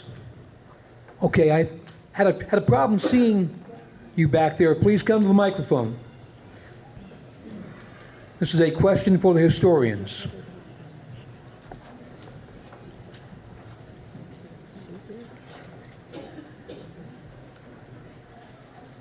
And please state your name when you get to the microphone. Mary Lynn Sherlin. There's two items under historians. One says grounds and one says lawn care. So we're just wondering if they could clarify what the difference in those two items are. The select board and the historians are queried. I believe part of that is the part that goes to offset the cemetery caretaker. I believe that's why it's separate. Is that true, Cindy? Mm-hmm. Yes. Use a microphone, Cindy. Mrs. Turnley. Cindy Turnley, treasurer. The lawn care is the mowing of the lawns. The grounds is the planting around and that kind of stuff. Okay, because to me they sound like the same thing, so one's a lot more. Thank you. Any further questions on the historians? Seeing none, questions on contracted public safety. Questions on contracted public safety. Seeing none, fire department. Questions on fire department. Seeing no questions on the fire department, questions on other public safety. Questions on other public safety. No questions there. Highway maintenance. Questions on highway maintenance. No questions there. Town garage operation. Questions on town garage operation. No questions there. Road equipment repair and maintenance. Questions on road equipment repair and maintenance. No questions there. So, we've gone through the total budget. Are you ready for the question? Again, the motion is that the voters authorize the total fund expenditure for operating expenses of $1,894,285, of which $1,608,585 shall be raised by taxes and $285,700 by estimated income. All those in favor of Article 4, please say aye. Aye. Those opposed, nay. Nay. The ayes appear to have it. The ayes have it. You passed Article 4. Article 5, shall the voters appropriate a total library fund expenditure of $87,453 to be raised by taxes for administration of the Vernon Free Library. And you can find that budget on page 31 of your town report. Ms. Lockever, you are recognized for purposes of making a motion. Thank you very much, Mr. Moderator. I move a total library fund expenditure of $87,453 to be raised by taxes for administration of the Vernon Free Library. Do we have a second? Second. Moved and seconded that the total library fund expenditure of $87,453 be raised by taxes for administration of the Vernon Free Library. Ms. Lockever, do you wish to speak to your motion? Yes, Mr. Moderator, briefly. The Vernon Free Library is one of Vernon's community centers, along with the school and the rec department, and it is more than books, shelves, and computers. It is a gathering place of knowledge, interests, and experiences for everyone to share. In yesterday's Boston Sunday Globe, an article on libraries called Much More Than Books talked about the evolving role of libraries in the 21st century. And I quote, "In a time when information, commerce, and socialization are becoming increasingly impersonal online, libraries provide physical spaces for people to come together and share what they are learning and experiencing." Unquote. Here in Vernon, my favorite offerings in our library include the weekly cribbage games on Wednesdays, the monthly coffees with our state rep, Sarah Coffey, when the legislature is in session, the interlibrary loan program, and the new mystery books that come in every month, and the DVD collection. I think I've watched Mrs. Doubtfire and Calendar Girls at least 3 times each, and there's a few others.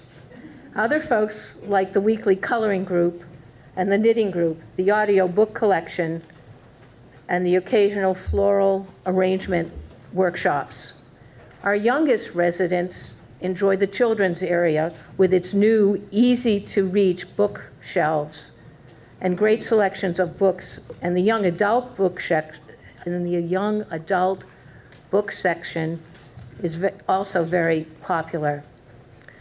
On behalf of the library trustees, I would like to say that thanks to the support of voters at last year's town meeting, the library, under the able leadership of Jean Carr, our library director, has been able to maintain a high level of programs and services this year. With your continued support, we are confident that the library will go on meeting the needs of our community.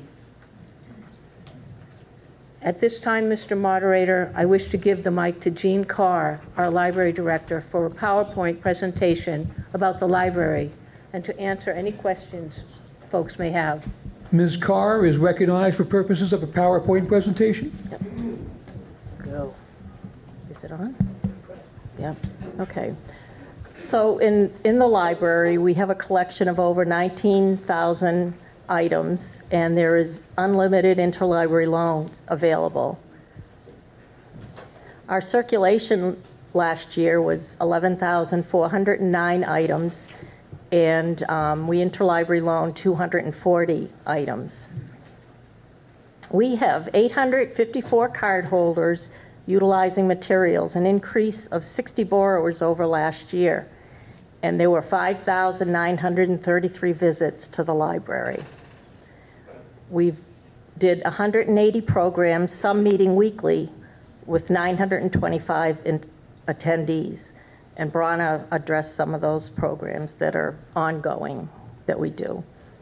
And other services available are museum, state park, and historic site passes, and the retreat farm pass. As I said, we do interlibrary loans. We have an ongoing book sale.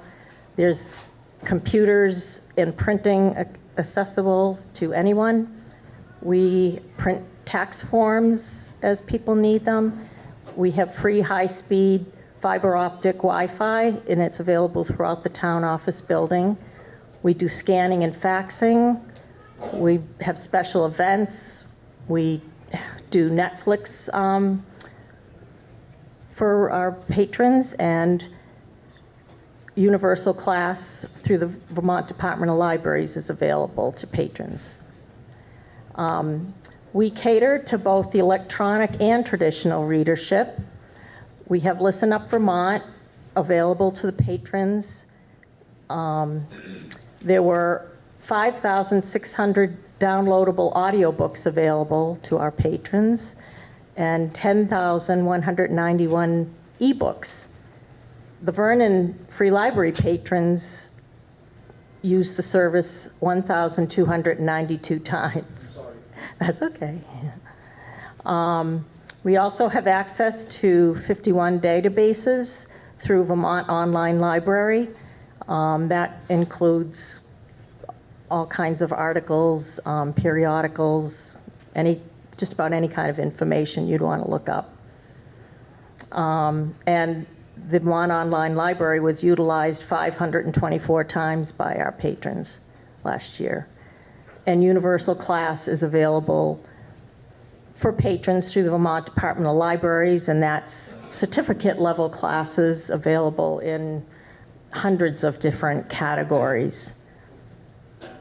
And we subscribe to Consumer Report Online, and that's available.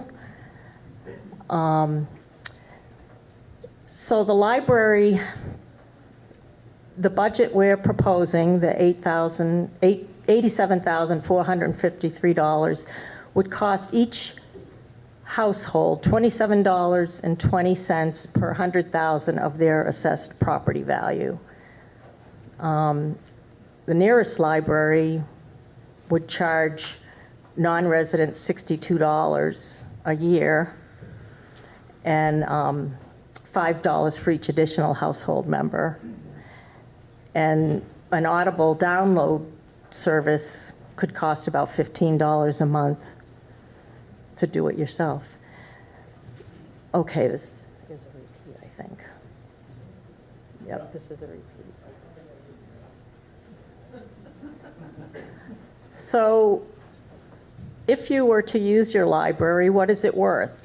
Over a period of a month, if you were to borrow 4 books, 2 movies, 2 audiobooks, use a museum pass, request an interlibrary loan, the value of all those services is approximately $322. And this is our budget.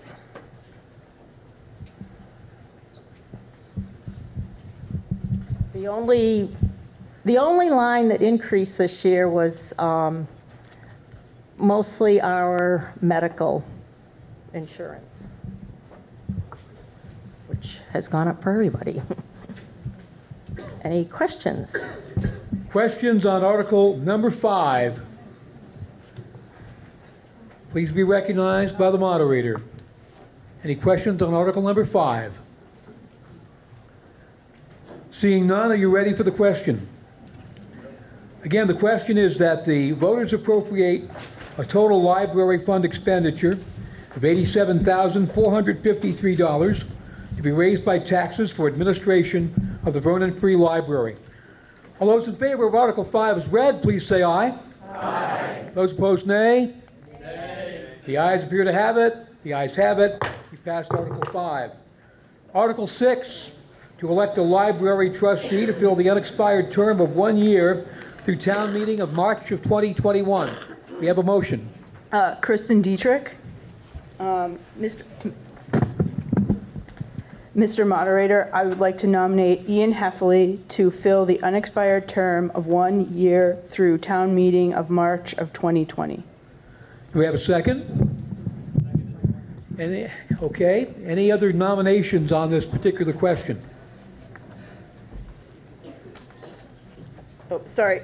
It should be 2021. 2021. Sorry, not 2020. 2021. All right. Any questions on the article? Seeing none, all those in favor of Ian Heffley as a library trustee to fill the unexpired term of 1 year through town meeting March of 2021, please say aye. Aye. Those opposed, nay. The ayes appear to have it. The ayes have it. You have approved Ian Heffley as a library trustee. Article 7, to elect a library trustee to fill the unexpired term of 3 years through March of 2022. Is there a motion on the floor? Joanne Lovely. I'd like to nominate Elaine Dietrich to fill the unexpired term of 2 years through town meeting of 2022. Is there a second on the motion? Second. Moved and seconded that Elaine Dietrich be nominated as library trustee to fill the unexpired term through town meeting of March 2022. Discussion on the motion? Seeing none, all those in favor of Elaine Dietrich to fill the library trustee position. All those in favor, please say aye. Aye. Those opposed, nay. The ayes appear to have it. The ayes have it. You have passed Article 7. Article 8, to elect a library trustee to fill the term of 3 years through March of 2023. Is there a motion? Yes, Elaine Dietrich, Mr. Moderator. I'd like to nominate Joanne Levely to fill the term of 3 years through town meeting of March 2023. Is there a second? Second. Moved and seconded that Joanne Levely be elected as library trustee to fill the term of 3 years through March of 2023. Any discussion on the article? Seeing none, all those in favor of Article 8 as read, please say aye. Aye. Those opposed, nay. The ayes appear to have it. The ayes have it. You have passed Article 8. Article 9, to elect the Marsh Fund Committee. Do we have a motion? Mr. Moderator, Mrs. Carr. I nominate James Brown and Sandra Harris as the Marsh Fund Committee. Is there a second? Moved and seconded that James Brown and Sandra Harris be nominated as the Marsh Fund Committee. Discussion on the motion. Seeing none, all those in favor of the article as read, please say aye. Aye. Those opposed, nay. The ayes appear to have it. The ayes have it. You passed Article 9. Article 10, to elect a Memorial Day Committee. Is there a motion? Mr. Moderator, Ms. Carr. I nominate Peter and Angela Miller as Memorial Day Committee. Is there a second? Second. Moved and seconded. Peter and Angela Miller be elected as the Memorial Day Committee. Any discussion on the motion? Seeing none, all those in favor of the motion as read, please say aye. Aye. Those opposed, nay. The ayes appear to have it. The ayes have it. You passed Article 10. Article number 11.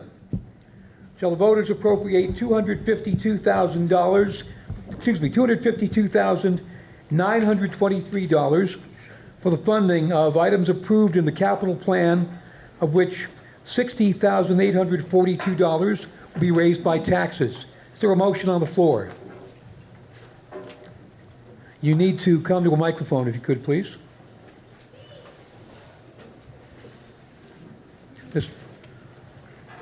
In fact, Ian's bringing you one. And if you do have limited mobility, please raise your hand. We'll make sure that the other microphone gets to you. Thank you. I am on the capital plan You need committee. to make a motion. Oh, my motion, sorry. The motion is, shall the voters appropriate $252,923 for the funding of the items approved in the capital plan, of which $60,842 is to be raised by taxes. Is there a second? Second. Moved and seconded that the voters appropriate $252,923 for funding of items in the capital plan, of which $60,842 will be raised by taxes.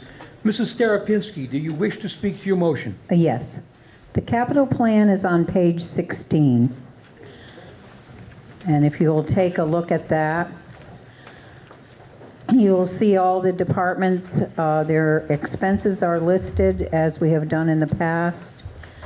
And over on the right-hand side, in the darker color, you will see the money that each of the departments returned to the budget that they did not expend. And so if you go down to the bottom of the budget, you'll notice the returned excess funds are $70,501. So that significantly reduced the $252,923 that we needed to raise. The figure above that is interest and gains.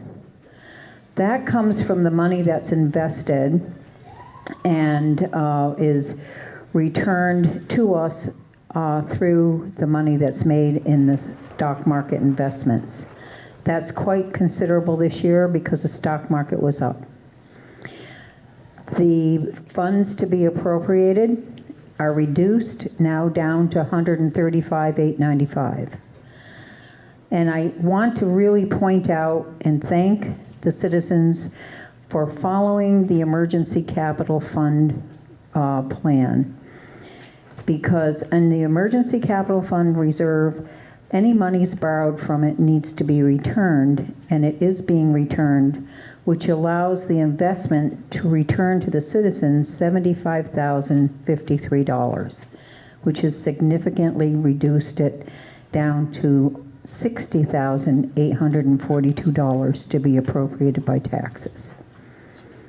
Are there any questions on any of the articles that are on the capital plan? Questions on the capital plan?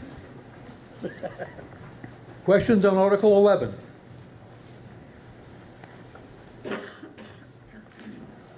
Seeing none, all those in favor of Article 11, that the voters appropriate $252,923 for the funding of items of the capital plan, of which $60,842 will be raised by taxes. All those in favor of Article 11 as read, please say aye. Aye. Those opposed, nay. The ayes appear to have it. The ayes have it. You passed Article 11. Now we come to Article number 12. Shall the town continue to provide curbside trash collection, pay as you throw? Is there a motion on the floor? Mr. Moderator. Mr. Parker. I move that the town continue to provide curbside trash collection known as pay as you throw. Is there a second? Second. Moved and seconded, the town continue to provide curbside trash collection known as pay as you throw. Mr. Parker, do you wish to speak to your motion? I do, Mr. Moderator.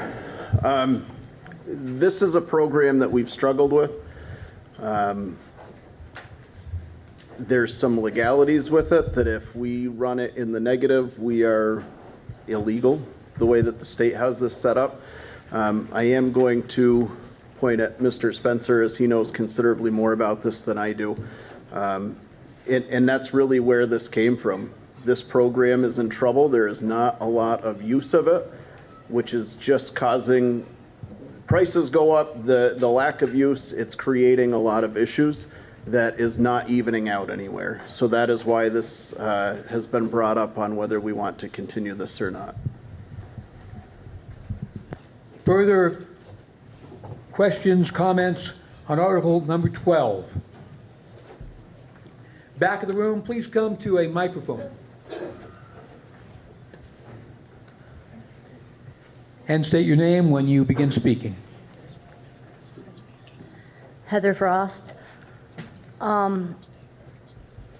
As a community, we would save money if we all participated in pay as you throw. Doing it individually, you're going to pay more. But we need the participation. And we need to realize that you're not paying for a bag, you're paying for a service. Further discussion on Article number 12, gentlemen over on the far side of the room.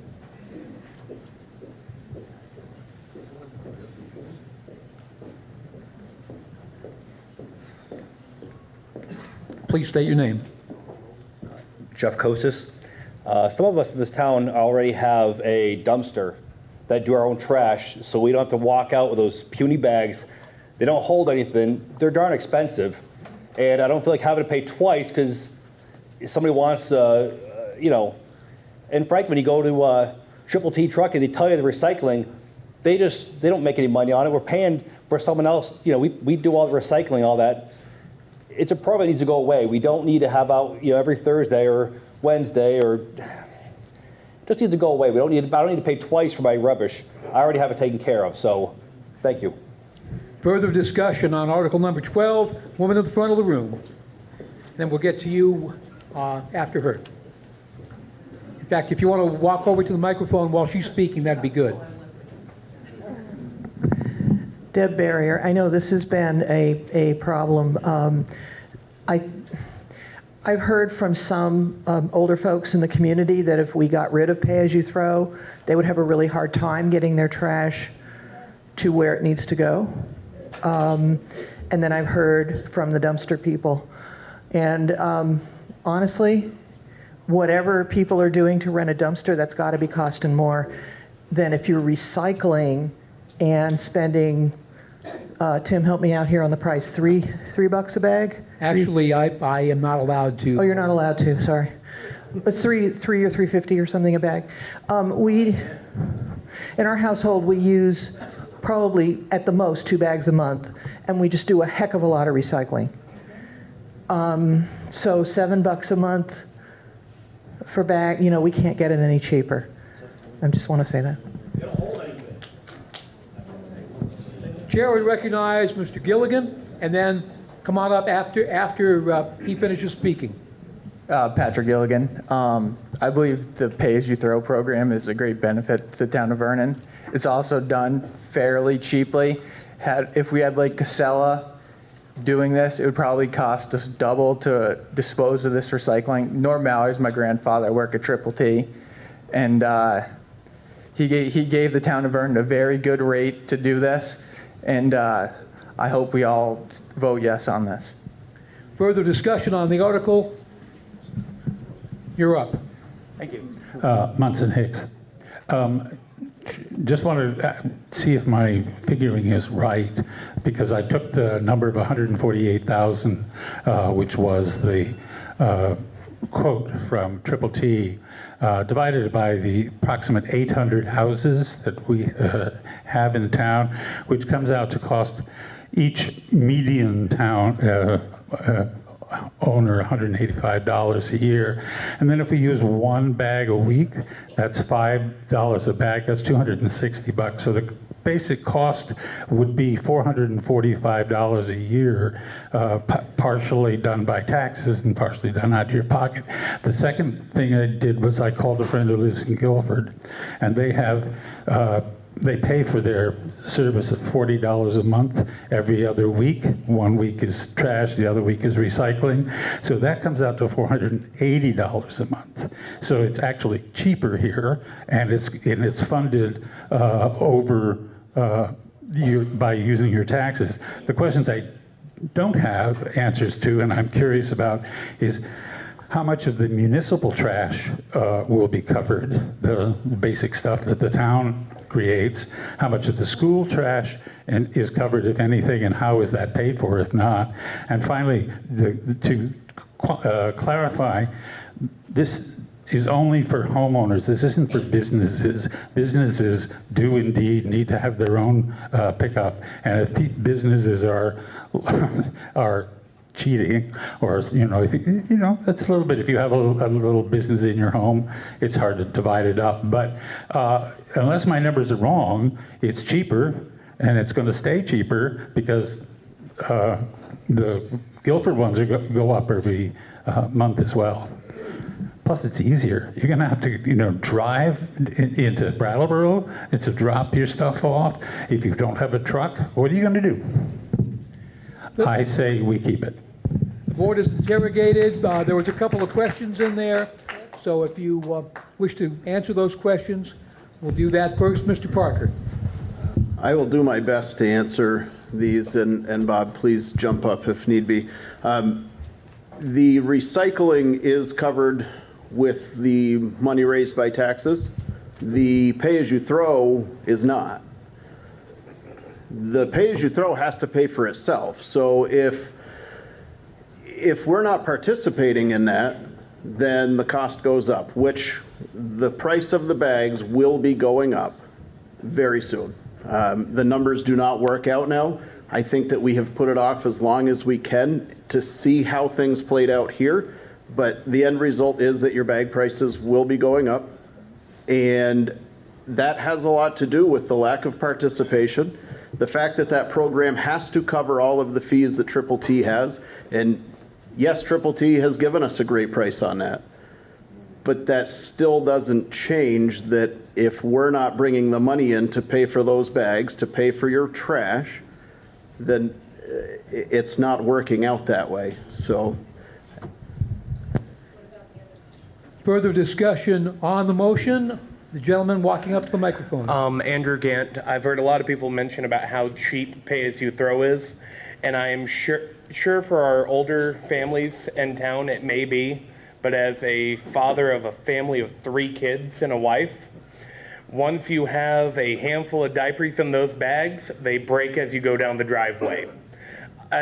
We currently are contracted through Franklin and Sons to have ours. We're allowed to have up to 6 bags a week, and it's costing us a fraction of what the pay-as-you-throw will. So I say it needs to go. Further discussion on Article number 12. Over here, Ian will bring a microphone over, and you'll be after her. Okay? Hi. I know diapers are heavy because I now have a great-grandson. So anyway, between the diapers for the children and the diapers for the elderly and all the little other pads in between, those things are recyclable and can be put in the cow bin. No, they're not. That's what the material came through that said, as can cat litter, which is also very heavy because I've got a cat. So there are ways that you can get around that and not have to buy so many bags. We use 1 bag every 2 weeks because I compost and I bring things to the cow bin, and I have thankfully a yard that I can bring my yard waste to and compost there. So I am able to drive and bring my bags if I have to Triple T or down to Wyndham Solid Waste at the other end of Brattleboro, but there are many people who can't. And I'm getting to the point where I can't lift up as much as I used to, but I can still do it. So that's something that you need to consider also.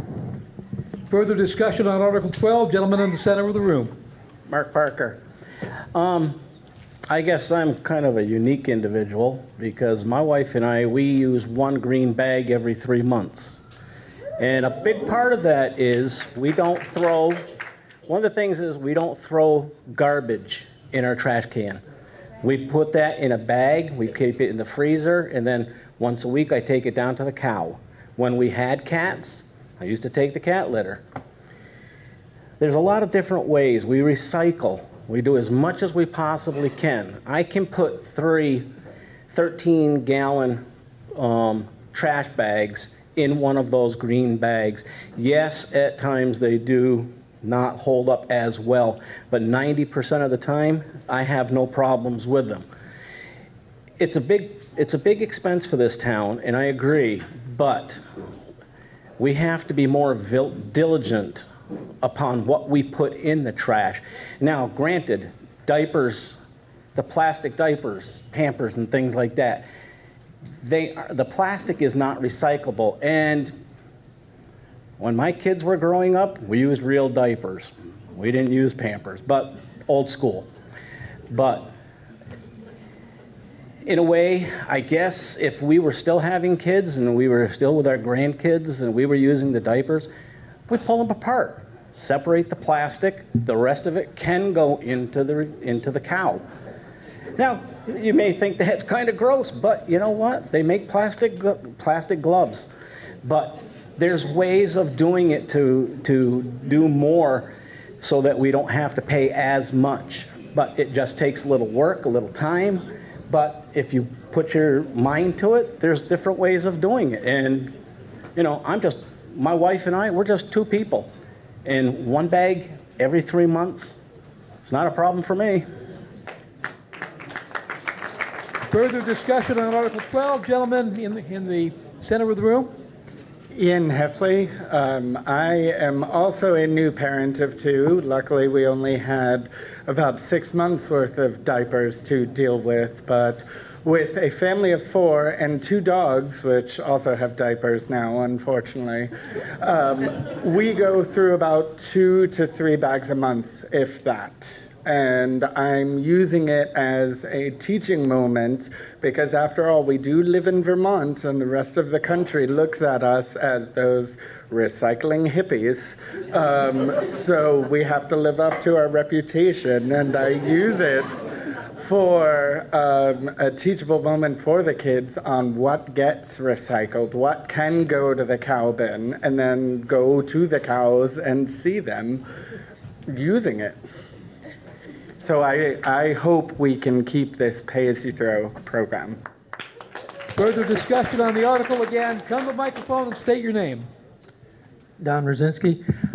I just want to state the obvious. I don't know if everybody else has picked up on this, but the problem is we're not selling enough bags. Right. So the more you're able to reduce the number of bags you're using, the worse off we are. Am I right? Does that sound correct? I mean, it's just common sense. So I'll let Mr. Spencer see if it's any different, but that's what it sounds like to me.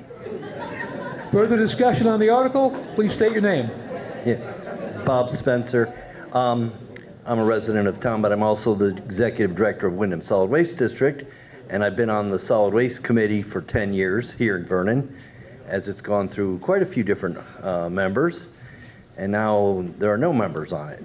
But what I wanted to clarify on what Linda was saying about the adult diapers or baby diapers, they are not compostable. The material collected at the highway garage goes to Martin's Farm in Greenfield, and they are not permitted to take any human or waste like that. They do take pet waste though, so that's why it's somewhat confusing. So please don't bring your diapers to the cow dumpster. We also in Brattleboro at Windham Solid Waste compost and serve the town of Brattleboro's curbside program, which has food waste collection. If you live in Brattleboro, you put out your recyclables, but also you can put out your food scraps and soiled paper and cardboard and pizza boxes. Vernon actually is, and I'm not taking a position on this article, I just wanted to clarify what's acceptable. But I did want to respond to something Chris Parker said, and I've just really figured this out with the state. You can subsidize the pay-as-you-throw, the trash component, with general tax revenue. They try to encourage towns, and they won't give you a really straight answer on this, but if you read the law, it's Act 148, Universal Recycling. There is no provision in there that pay-as-you-throw has to cover all of the trash. It's collection and disposal of trash. So Chris was right, it doesn't cover recycling. So Brattleboro, for instance, pays quite a bit out of tax base, as does the town of Westminster, the only other 2 towns with curbside trash and recycling in Windham County. So it still doesn't change what Don Rosinski was saying, and the more we recycle our little hearts out, the less revenue we generate.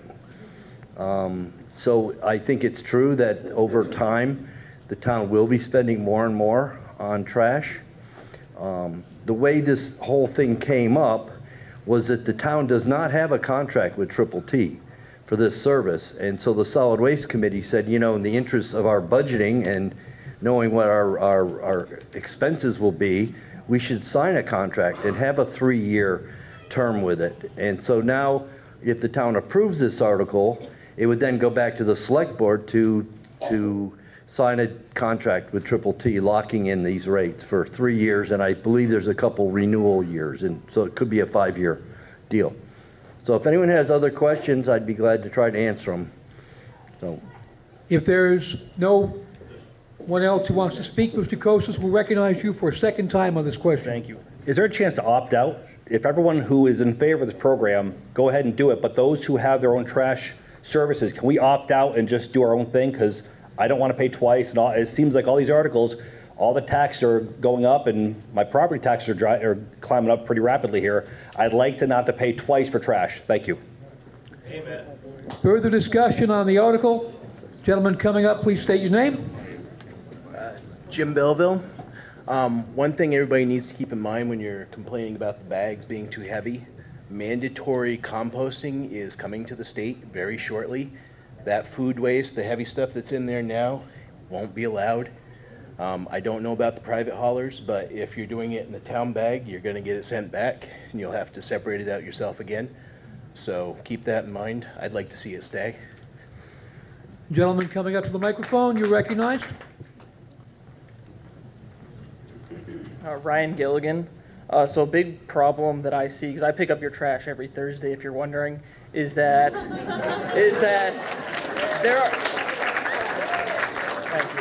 there is a lot of people that only put out recycling, and they'll never put out a single trash bag. So is that really fair to all the people that are putting forward all the effort to go get the green bags, pay for it, and then you have people abusing the system and only putting out recycling?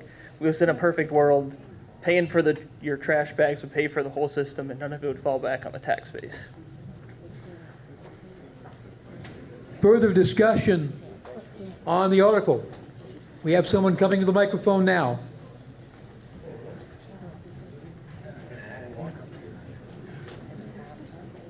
George Pond. Chris, I just wondered a couple questions. We've had Triple T for, I don't know, as long as I can never remember. Has the board or has the folks from the town ever put this out to bid to a separate contractor? And then am I correct in hearing that starting 1 July, the compost will be starting house to house also? Is that coming around? Okay. Mr. Parker, you are queried if you so choose. So yes, it has gone out. I believe, Bob, we sent it out to 3 different companies, 3 or 4, anyway. Okay. So 10. Triple T was still the cheapest. Again, your prices are going to go up. The gentleman that was just speaking about the trash and recycling, those are 2 separate things. So it's not being unfair one to the other. The recycling is covered by taxes, and pay-as-you-throw is supposed to be covered by the bags that nobody is buying. And so what, I'm sorry, the other question that you had was, I got sidetracked there. Oh, the composting, yes, and that one I am going to defer to Bob on. He knows much more about that. Chair, we recognize Mr. Spencer. Yes, Bob Spencer again. The state law, Act 148, was amended last session to not require residential curbside collection of food scraps. The original law did have that. Wherever there was curbside trash and recycling, they had to offer food scrap collection. The hauling industry objected strenuously to that and has a lot of clout in Montpelier, and they amended the law. So starting this July, it still is mandatory that all food scraps be recycled, fed to animals, reused in food banks, or composted. But there is there's no real enforcement of it. So it's really up to and there's no inspection going out, opening up bags. So it's a typical Vermont legislative decision, an unfunded mandate that sounded great and went through the legislature with no money to back it up. So that's why we're all dealing with it. Further discussion on the article. I'm going to go to Mrs. Manning because she hasn't spoken yet. And then we'll go to Ms. Barrier and then Mr. Gant as time allows. So Mrs. Manning needs to speak first. She's not spoken yet on the article.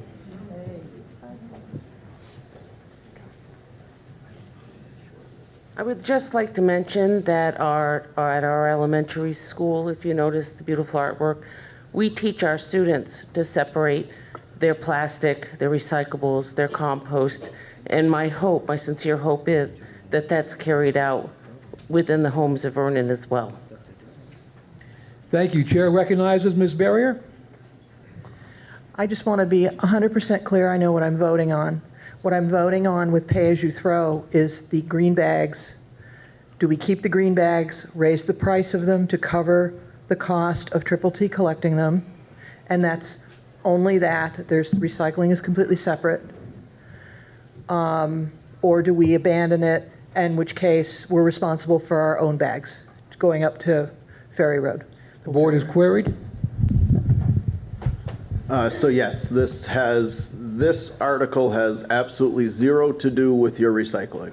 And when we put these out to bid, we did make sure that that was broken down separately so that if we opted out of this, that recycling could still be picked up. If we wanted to do one or the other, we've looked at everything about this. We've looked at going, and I believe you guys had done it before, where it was bi-weekly things were picked up, and we've looked at that. We've looked at all of these prices to try and figure out what fits best. But as we're hearing, and we've been hearing it a lot, is that people with dumpsters, because they have bigger families, are going to be paying twice if we have to subsidize this.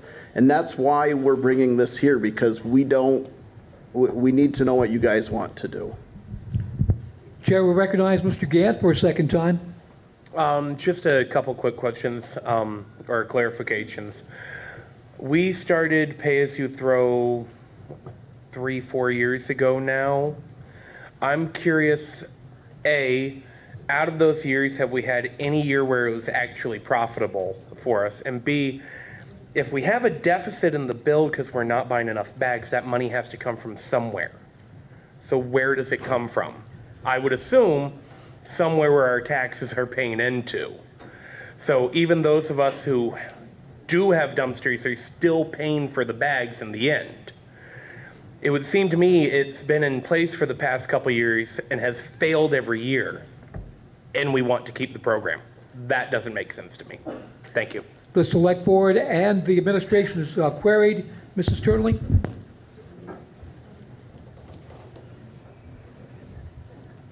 Cindy Turnley, Town Treasurer. When we started this program, we started it before we had to start it. A year before we had to start it, and it was part of the solid waste fund. And it depleted, we bought all of our startup inventory, our bins and everything out of that fund. And we started to deplete that fund out, so they decided a couple years later to start a pay-as-you-throw fund, which was fine, but they never put any money in it. So what happened was we had to write off, we had to buy $6,500 worth of trash bags because we were running out. And we've been having trouble catching up ever since. Right now, as of the end of February, the fund is in the hole by $5,763. So it's right about the amount we would have paid for the inventory that we had to buy in order to keep the fund going. If we had had startup money, which we were told at the time we couldn't do, but now Mr. Spencer has told us that we could have done that, and we probably should have done that, and then we would be okay. Further discussion on the article. Woman of the second row, please use the microphone.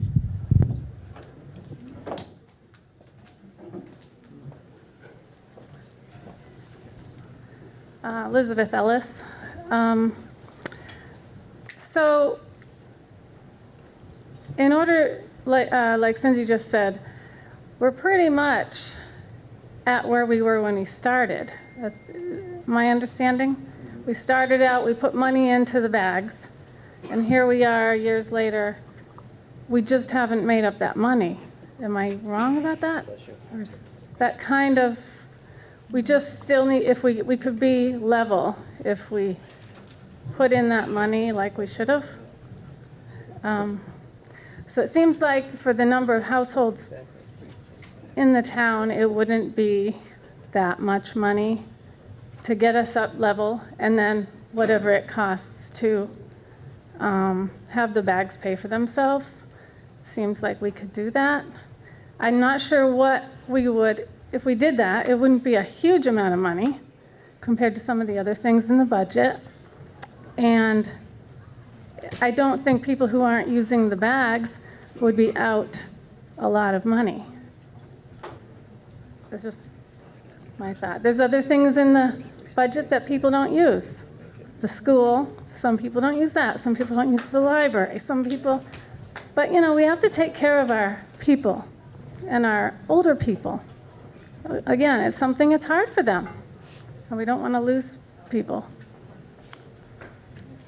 Further discussion on the motion? Young lady over here. Kristen Dietrich, can we call the question? Question is called. Is there a second?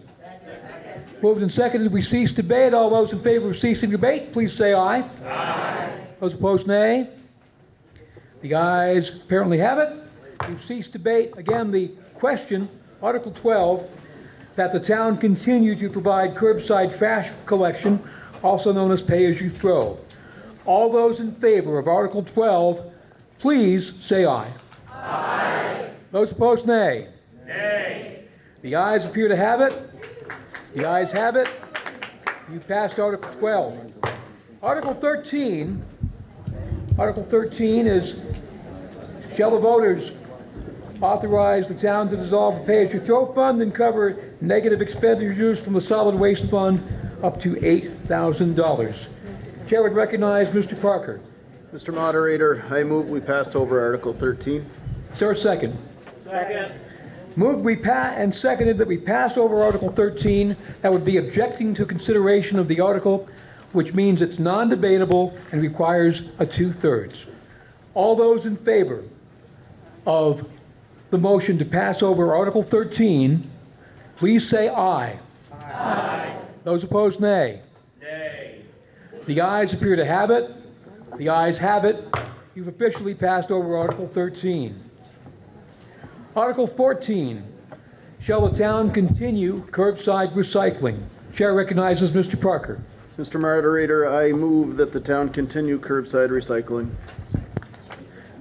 I heard a second over there. Moved and seconded that the town continue curbside recycling. Mr. Parker, do you wish to speak to your motion? I do not. Brevity is indeed the soul of wit. Discussion on Article 14. Mr. Spencer.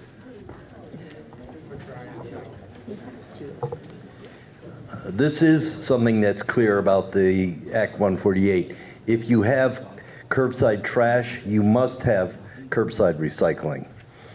So that's what the article's asking. So, Mr. Chair, Mr. Moderator? Mrs. Harris. I move we pass over. I want a ruling from the town attorney on that, the effect of either approving this article or passing over the article. And please use the microphone, Larry. Town Attorney Larry Slayson from Salmon and Nostrand. Well, I haven't been asked to research this article, but I don't see any harm in having the electorate vote on this question. It's what we're being told is that it's required if you have the recycling, if you have the curbside pickup, that the recycling is also required under Act 148. I don't know that to be the case, but why don't we still have the voters vote on this article at this point, Mr. Moderator?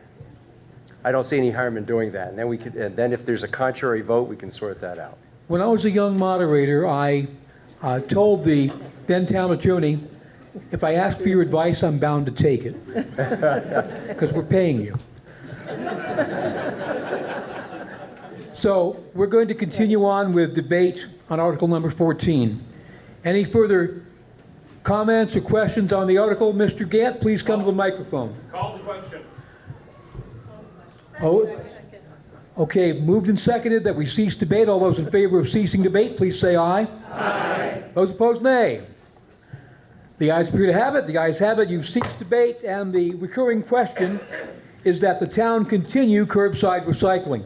All those in favor of the article, please say aye. Aye. Those opposed, nay. The ayes appear to have it. The ayes have it. You've passed Article 14. Article 15, shall the voters appropriate $108,000 for municipal building refuse, curbside recycling and compost recycling to be raised by taxes to fund the previously established solid waste fund. Is there a motion? Mr. Moderator? Mr. Parker. Mr. Moderator, I move that the voters appropriate $108,000 for municipal building refuse, curbside recycling, compost recycling to be raised by taxes to fund the previously established solid waste fund. Is there a second? Second.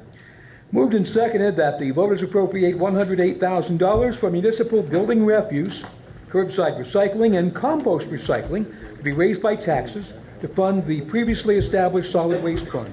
Mr. Parker, do you wish to speak to your question? I do not, sir. Discussion on Article 15.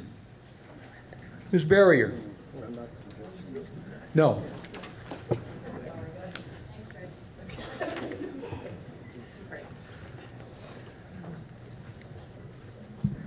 Okay, so because now we've passed everything else, we need the $108,000 to pay for it.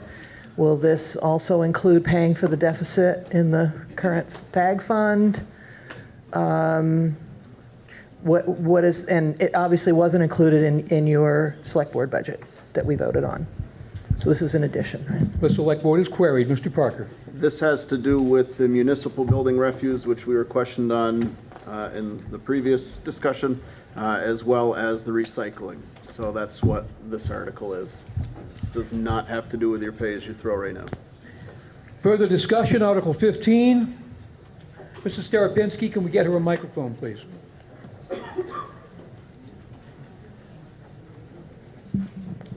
I was wondering, because of the way that it's written, if part of that is the recycling of the compost that we were just told is no longer mandatory. It's part of that $108,000. Does that include that? The select board is queried. Mr. Parker or Mr. Spencer? Mr. Spencer, please correct me if I'm wrong. I believe that the compost mentioned here has to do with our cow bins at the town garage. Yes. Further discussion, Article 15. Seeing none, the recurring question is that the voters appropriate $108,000 for municipal building refuse, curbside recycling, and compost recycling to be raised by taxes to fund the previously established solid waste fund. All those in favor of the article, please say aye. Aye. Those opposed, nay. The ayes appear to have it. The ayes have it. We passed Article 15. Article 16, shall the voters appropriate $14,518 for the Wyndham Solid Waste District assessment to be raised by taxes to fund the previously established solid waste fund. Is there a motion? Mr. Moderator. Mr. Parker. Mr. Moderator, I move that the voters appropriate $14,518 for the Wyndham Solid Waste District assessment to be raised by taxes to fund the previously established solid waste fund. Second. Moved and seconded that the voters appropriate $14,518 for the Wyndham Solid Waste District assessment to be raised by taxes to fund the previously established solid waste fund. Discussion on the motion.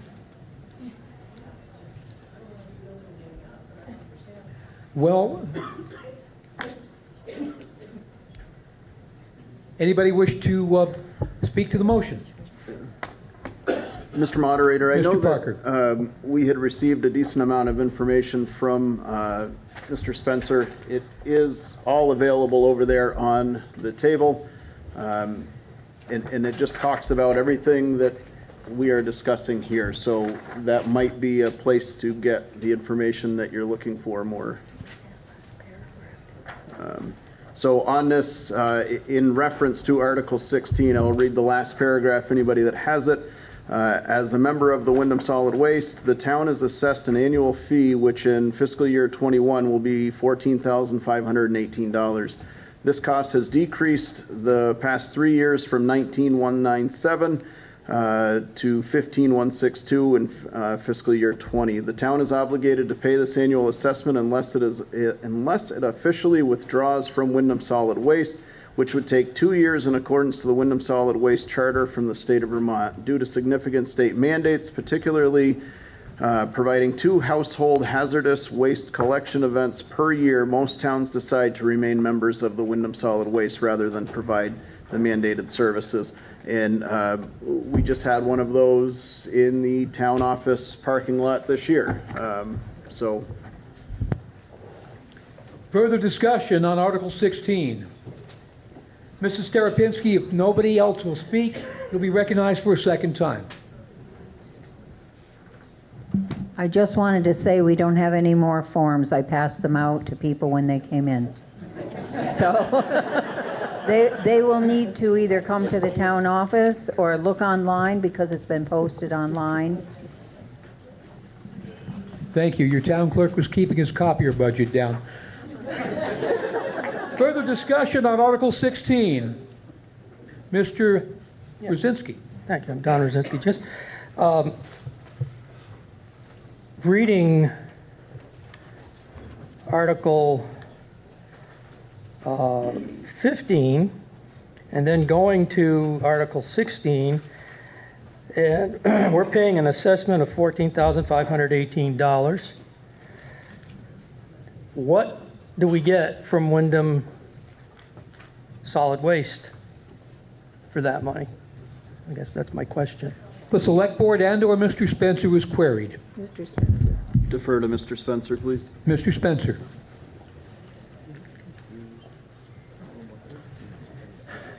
Speaking as the director of Wyndham Solid Waste, I get asked that question a lot, especially since 2 years ago the members of the district voted to close our recycling plant after 20-some years. So the boxes that we had at the highway garage for bottles and cans, paper and cardboard, they went away. So then the question is, well, what does Wyndham Solid Waste District do for the towns? As Chris read, probably the most expensive function that saves the town's money is our 4 household hazardous waste collection events a year, which we move around the district. We just had it in Vernon this year. That event in Vernon cost approximately $20-some thousand. It's very expensive, and by rotating the location, we're able to provide this to hundreds of residents in the district. And I have numbers on exactly how many Vernon residents participate. We also run it every fall in Brattleboro, and a lot of Vernon residents come to that too. So that's probably the #1 dollar value. In addition, we comply with a state plan called the Solid Waste Implementation Plan, which all towns are obligated to have. So being a member, that plan, which is being updated this year, meets that requirement for our member towns. We have 18 member towns. And then we have an education and outreach program where we do education in the schools as well as with businesses. And we're, again, a town would have to do this on its own if they were not a member of a district, and hire some other consultant or a town employee to do the mandated education outreach components. So there's actually quite a few things that benefit the town financially. We've also been cutting our expenses. As Chris read, we've reduced them 3 years in a row. We have a very lean staff. I have 1 full-time employee that works with the education outreach, and I'm part-time, and 3 other people are part-time. And then we have our transfer station staff of 4 people that run that 6 days a week. So we also have a new representative to the district that the select board just appointed. So you have a representation at the district's meetings and a vote on our budget and what we do. So I'd be glad to try to answer any more questions. Further discussion on Article 16. Seeing none, the article is the motion that the voters appropriate $14,518 for the Wyndham Solid Waste District assessment to be raised by taxes to fund the previously established Solid Waste Fund. All those in favor of Article 16 as read, please say aye. Aye. Those opposed, nay. The ayes appear to have it. The ayes have it. You have passed Article 16. Article 17, shall the voters establish an emergency repair replacement fund to cover urgent unbudgeted expenses for the repair or replacement of town property and/or equipment costing over $500. Is there a motion? Mr. Moderator. Mr. Dunkley. I move that the voters establish an emergency repair replacement fund to cover urgent, unbudgeted expenses for the repair or replacement of town property and/or equipment costing over $500. Is there a second? Second. Moved and seconded that the voters establish an emergency repair replacement fund to cover urgent unbudgeted expenses for the repair or replacement of town property and/or equipment costing over $500. Mr. Dunkley, do you or any other board member wish to speak to the motion? I'll speak very briefly about it.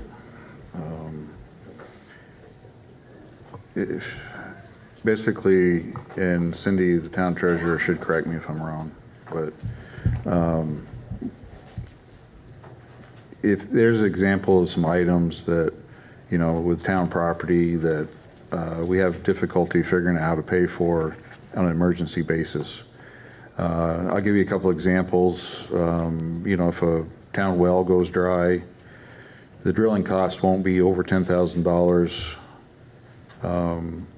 Septic replacement, possibly. So I guess anybody else can jump in if they can think of some other urgent items that we need this flexibility for. Further discussion on Article number 17. Back of the room, Mr. Hicks.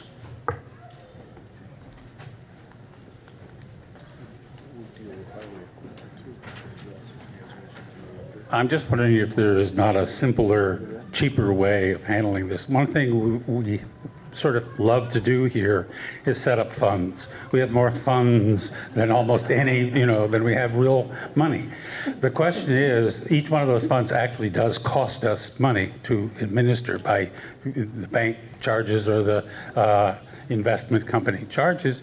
So they do add up a little bit. And I'm just wondering if there's not a simpler way to add a line item to the select board budget to simply say we have a reserve line item of $10,000 to be used for this purpose. The select board is queried. Mrs. Turnley.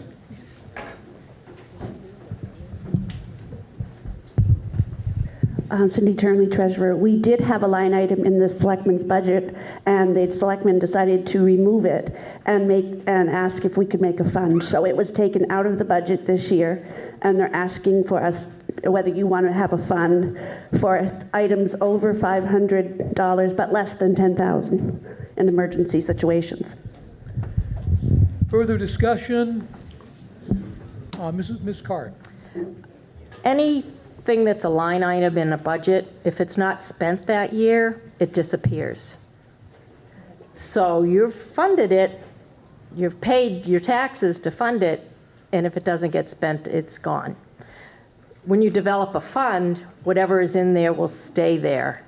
It's designated for those very specific things that the fund was developed for, and it will keep building. So if it doesn't get used, it will continue to build. It won't just disappear at the end of the year because it wasn't used. Further discussion, Article 17, Mr. Kosis. This fund, is it, are there any constraints to have to go back out for bidding on these? It looks like with an emergency repair, does it still go out to bid, or is it just a, we need it and we're gonna, so we're not using, the revenue as best we can? I'd like to know if this article will be setting up for this fund, if the select board still has to go out for 3 bids and do it go find the product for the best price to make most of use of this money if we're gonna go approve this. The board is queried, Mrs. Harris. We do have a bid policy. It can be waived by the select board but it's seldom waived. But we do have a bid policy, and as Jean said, if you raise it in a fund, you're only taxed on it once. If you raise it in the budget, you're taxed on it every year. Okay, and so 16 is anything over 500 is setting up the fund, and then 17 is going to be throwing $10,000 into it. Right. Actually, it's 17 that is setting up the fund. Oh, sorry, 17 and 18, excuse me. Thank you. Further discussion on Article 17? Seeing none, the article is that the voters establish an emergency repair replacement fund to cover urgent, unbudgeted expenses for the repair or replacement of town property and their equipment costing over $500. All those in favor of the article as read, please say aye. Aye. Those opposed, nay. The ayes appear to have it. The ayes have it. You passed Article 17. Article 18. Shall the voters appropriate a sum of $10,000 to be raised by taxes to fund the previously established emergency repair replacement fund from Article 17? Is there a motion? Mr. Moderator. Mr. Dunkley. I move that the voters appropriate the sum of $10,000 to be raised by taxes to fund the previously established emergency repair replacement fund. Is there a second? Second. Moved and seconded that the voters appropriate the sum of $10,000 to be raised by taxes to fund the previously established emergency repair replacement fund. Discussion on the motion.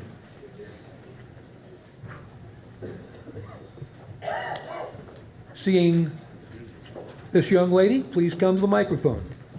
Julie Nevins. Where does the number $10,000 come from, and how does that relate to how money that was previously a line item was spent or not spent?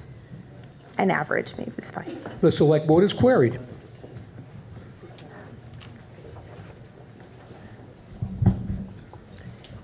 Mrs. Harris. It's for items up to $10,000, so if something came in at 9, we don't want someone to pad their bid to bring it up to over 10. So 10,000 is what is the threshold. Do you see what I meant? Can I clarify? Sure.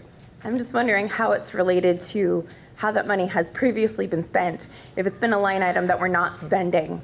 Okay, previously we would take it from the emergency repair fund. No, the other capital fund, right, Cindy? Mrs. No, Cindy will answer this one. Mrs. Turnley?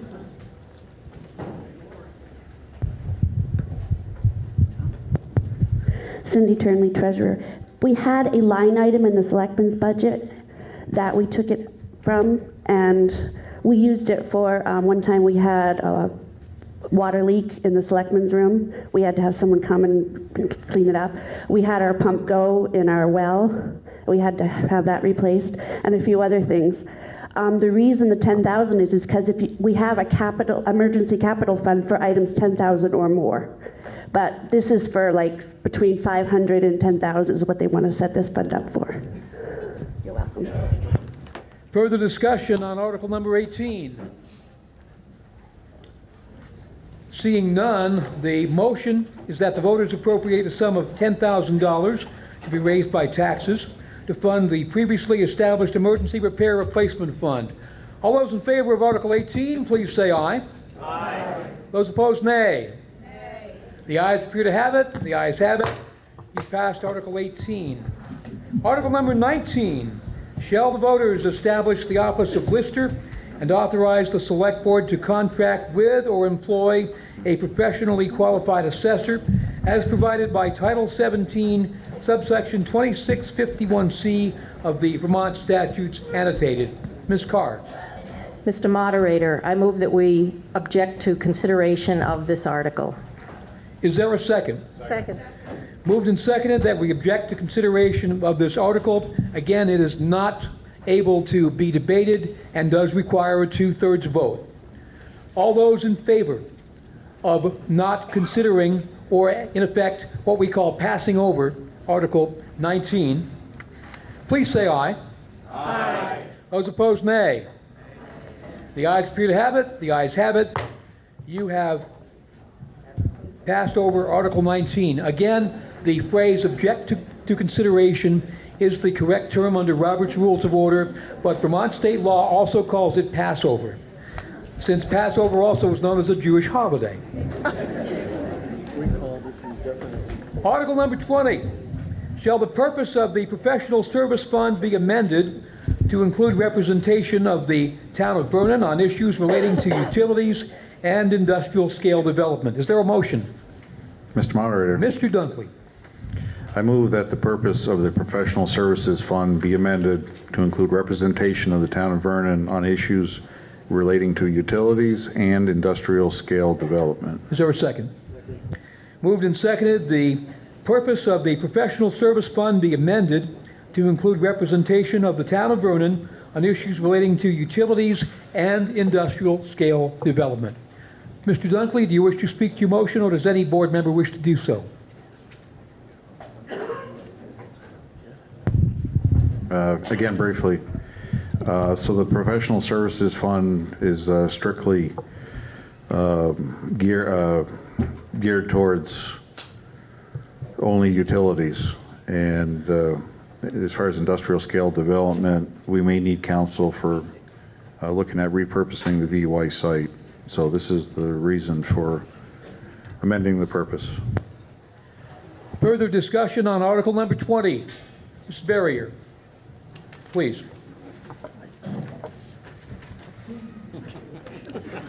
Those chairs are hard, aren't they? Yeah, I just wanted some clarification. Professional Services Fund, so we're paying for people like electricians, engineers, those kinds of people? The board is queried. Mr. Dunkley? No, it's strictly for legal and professional counsel dealing with utilities. It's not for electrical work or anything of that sort. Mr. Hicks? Just a point of clarification, if you don't mind. Industrial scale development. What does that mean? Board is queried. And what are its limits? Are we only talking about the VY space, or is this a general expansion of fund to use wherever someone decides industrial scale development applies? Mr. Dunkley or Mr. Parker? I'm going to ask Cindy to chime in here as well, that because we had looked at this before and the legal counsel was separate, and then there was some question on when we got into the VY redevelopment whether some of that legal counsel carried over or whether we needed to word that differently, and I believe that's how we got here. Yes. Mrs. Turnley is also queried if she chooses. Chris Parker's correct.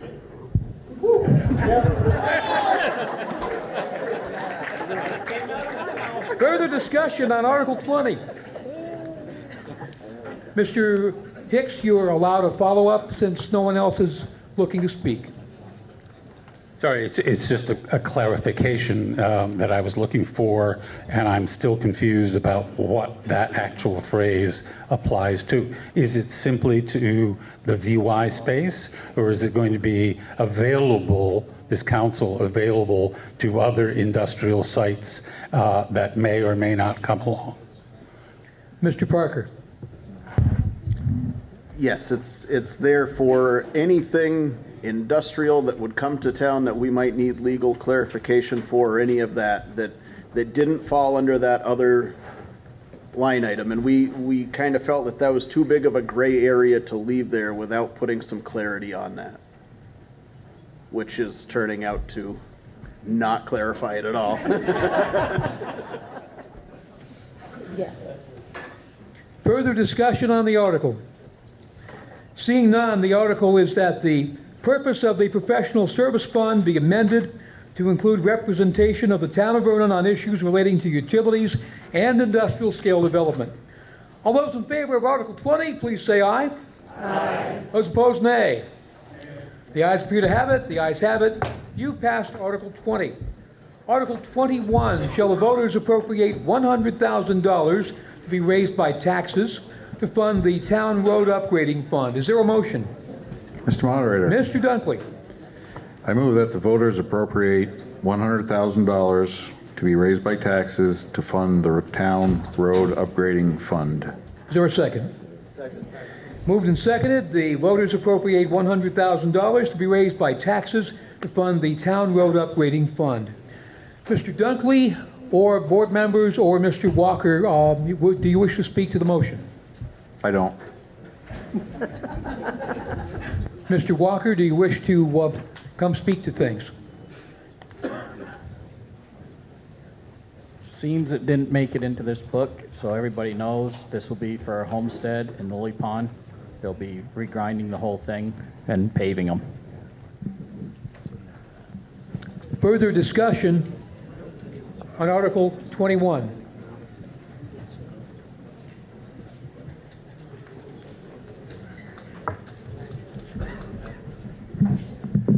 Dave, I'm not sure why you want $100,000 to pave those two roads. We haven't had an increase of population on those roads. You've got almost $100,000 already under road maintenance budget, separate from your town garage budget. Seems to me $100,000 is an awfully big chunk that for roads we might not need. Those Mr. roads Walker. are falling apart. Homestead hasn't been touched since I've been here, and I've been here 30 years. Lily Pond has been over 25 years. And I really don't want to deplete the fund because you're going to have all your other roads eventually that are going to need it too. We've been just maintaining, it's usually over 100,000 we spend, we've been just maintaining it. Further discussion on Article number 21. Seeing none, the motion is that the voters appropriate $100,000 to be raised by taxes to fund the town road upgrading fund. All those in favor of Article 21 as read, please say aye. Aye. Those opposed, nay. The ayes appear to have it. The ayes have it. You passed Article 21. Article 22, shall the voters appropriate $40,000 to be raised by taxes to fund the town culvert fund. Is there a motion? Mr. Moderator. Mr. Dunkley. I move that the voters appropriate $40,000 to be raised by taxes to fund the town culvert fund. Is there a second? Second. Moved and seconded, the voters appropriate $40,000 to be raised by taxes to fund the town culvert fund. Does the board or Mr. Walker wish to speak to that question? Mr. Walker. We started this fund a few years ago. We got a culvert on Tyler Hill Road. It's for the box culverts. That's going to be over $400,000. And going through this year with what the state rules are, any culvert over 3 foot, we have to go through them. We're going to have 25 culverts. We're going to have to go through the state. So we're going to be planning on a lot of money in the future. Any further discussion on Article 22? Gentleman coming up here, please state your name. My name's Chad Baldwin. I am new to this town. I have a question. If it's on your income, why is it not increased every year? Why do we keep adding to it? That's the whole point of an inventory. The town road commissioner is queried. This was put in a fund so we could start raising the money because of all the culverts that are going to be coming up. It's going to be, all of them will be over $200,000. But wouldn't you put that in your budget? We could do it that way to raise the money. The select board is also queried if they so choose. Mrs. Harris. Try to remember, if we put it in the budget, you raise it by taxes every year. If you put it in a fund, we do not have to raise it every year unless you're adding money to it. Further discussion on Article 22. And seeing none, the article is as read, that the voters appropriate $40,000 to be raised by taxes to fund the town culvert fund. All those in favor of Article 22, please say aye. Aye. Those opposed, say nay, please. The ayes appear to have it. The ayes have it. We passed Article 22. Article 23. Shall the voters appropriate the sum of $2,500 to be raised by taxes to fund the town parking lots maintenance fund? Is there a motion? Mr. Moderator. Mr. Dunkley.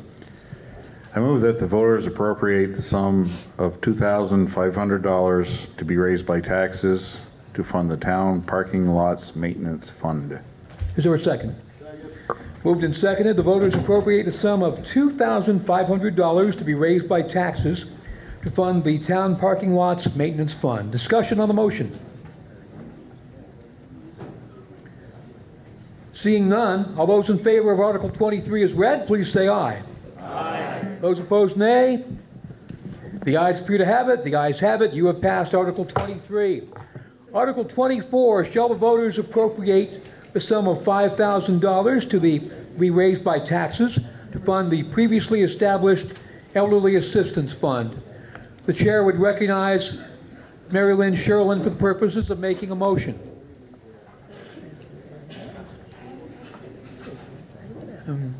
Is she? Yes, she is here. Thought I saw you out there.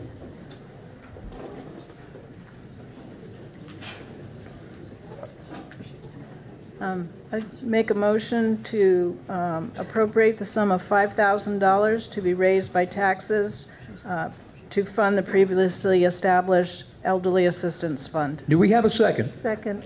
Moved and seconded, the voters appropriate the sum of $5,000 to be raised by taxes to fund the previously established Elderly Assistance Fund. Do you wish to speak to your motion? Which means you do. Yes. Yes, I do. No. Please continue. The Elderly Assistance Fund, we have been primarily in the more recent years been doing snow plowing. The winters have been fairly good to us the last couple of years. We haven't had a lot of other requests for assistance, so our funds have remained fairly healthy. So we felt $5,000 was probably enough to keep us going in case something really major came along. So. Thank you. Further discussion on Article 24. Mr. Kosis.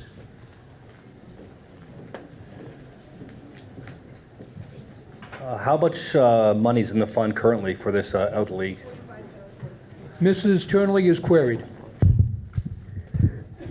The current balance in the fund is $49,358.55. So it's almost $50,000 already in there. That's correct. How much do we take out every winter or season for the? Last fiscal year, we spent $9,276.42. So far this current year, we've spent $5,981.25.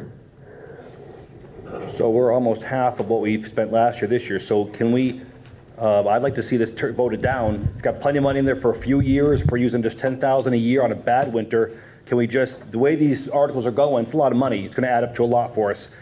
There's plenty of money. Can we vote this down and save ourselves some, it's only $5,000, but it's going to add up through the course of the rest of these committees and funds that still have a ton of money in their coffers. So thank you.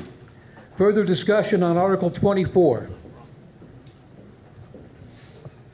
Seeing none, looks like you are ready for the question. The motion is that the voters appropriate the sum of $5,000 to be raised by taxes to fund the previously established Elderly Assistance Fund. All those in favor of Article 24, please say aye. Aye. Those opposed, nay. Nay. The chair is in doubt. I'll use our BCA as checkers. All those in favor of Article 24 as read, please stand.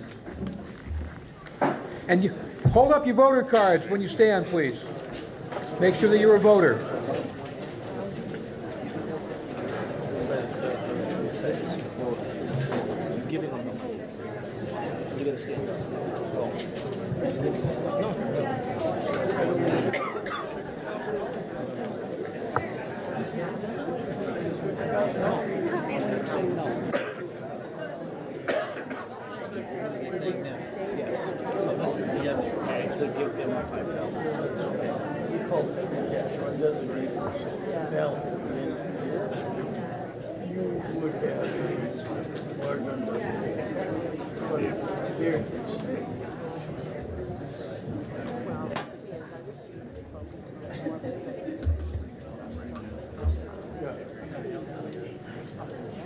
Yeah.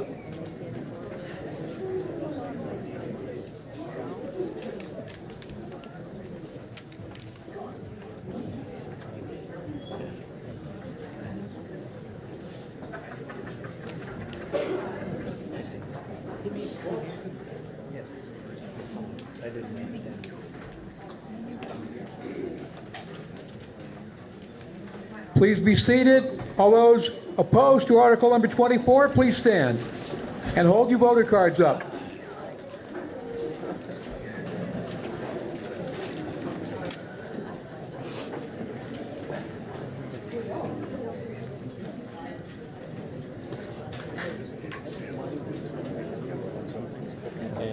this one time done, I think we could bypass it for a year or two.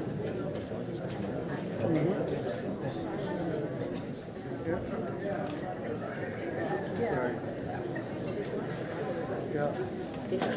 You didn't say who it was, so it's oh, yeah. Yeah.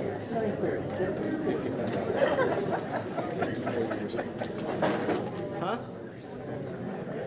Oh, it is? Okay. Well, I thought you turned that off. You had something like this. Oh.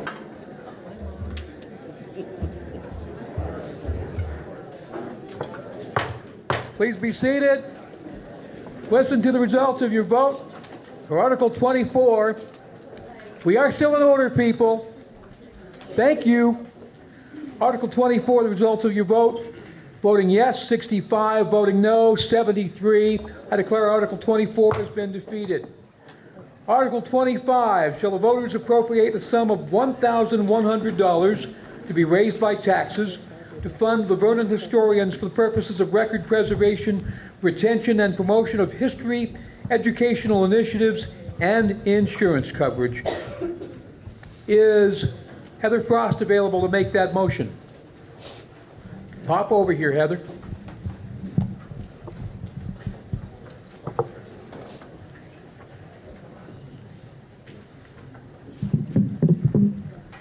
Shall the voters appropriate the sum of $1,100 to be raised by taxes to fund the Vernon historians for the purpose of records preservation, retention, and promotion of history, educational initiatives, and insurance coverage? Is there a second? Second. The motion, as previously stated, as I heard it, I move that the voters appropriate the sum of $1,100 to be raised by taxes to fund the Vernon historians for the purposes of record preservation, retention, and promotion of history, educational initiatives, and insurance coverage. Do you wish to speak to your motion, Ms. Frost? Discussion on Article 25. Seeing none. Again, all those in favor of Article 25 as read, please say aye. Aye. Those opposed, nay. The ayes appear to have it. The ayes have it. You passed Article 25. Article 26. Shall the voters appropriate $2,000 to be raised by taxes to fund a public fireworks display? Is there a motion? Ms. Carr. Mr. Moderator, I move that the voters appropriate the sum of $2,000 to be raised by taxes to fund a public fireworks display. Second. Moved and seconded. The voters appropriate the sum of $2,000 to be raised by taxes to fund a public fireworks display. Discussion on the motion. Mrs. Gant. Mr. Moderator, I would like to amend this article so that it will cover the minimum due for a fireworks show, which is $5,000. So that means you want to increase the bottom line to $5,000. I do. Do we have a second? Second. Moved and seconded that the bottom line on the article be increased to $5,000. Do you wish to speak to your motion? Or amendment, excuse me. Last year, I said that we could raise the money for this year because I had great faith in this town. We currently have $1,389.44 for fireworks. Obviously, that is not enough for the minimum due. I am yay close to needing to cancel the fireworks show with Atlas and not give them a contract because I've inquired and asked for help and nobody has donated, nobody has stepped up because I don't have a lot of time to do it myself this year. And so if you raise it to $5,000, that means in the next coming years, you're at least guaranteed a $5,000 fireworks show. The show you had last year was actually $7,200 because of how we voted at town meeting a couple years ago. So, yeah. All right, further discussion on the proposed amendment. Mr. Barrier.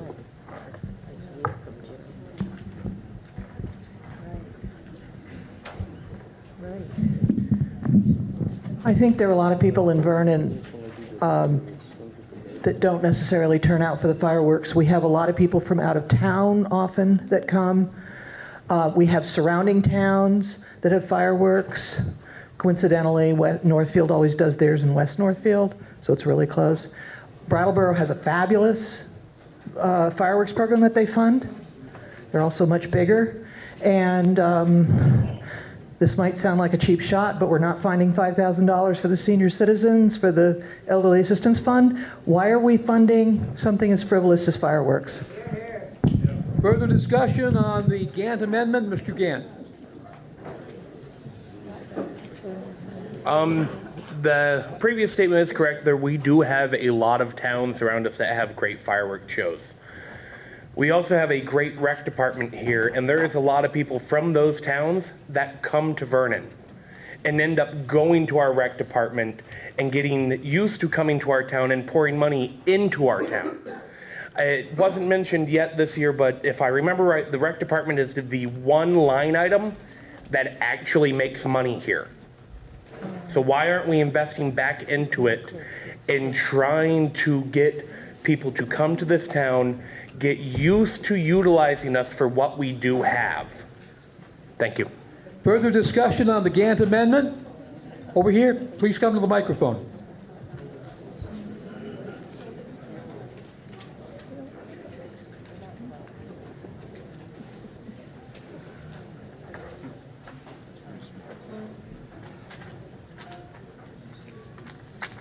Hi, John Wielden. Couple things. Is it not just help the rec department? Also helps out the fire department as well. We help raise money through that at night.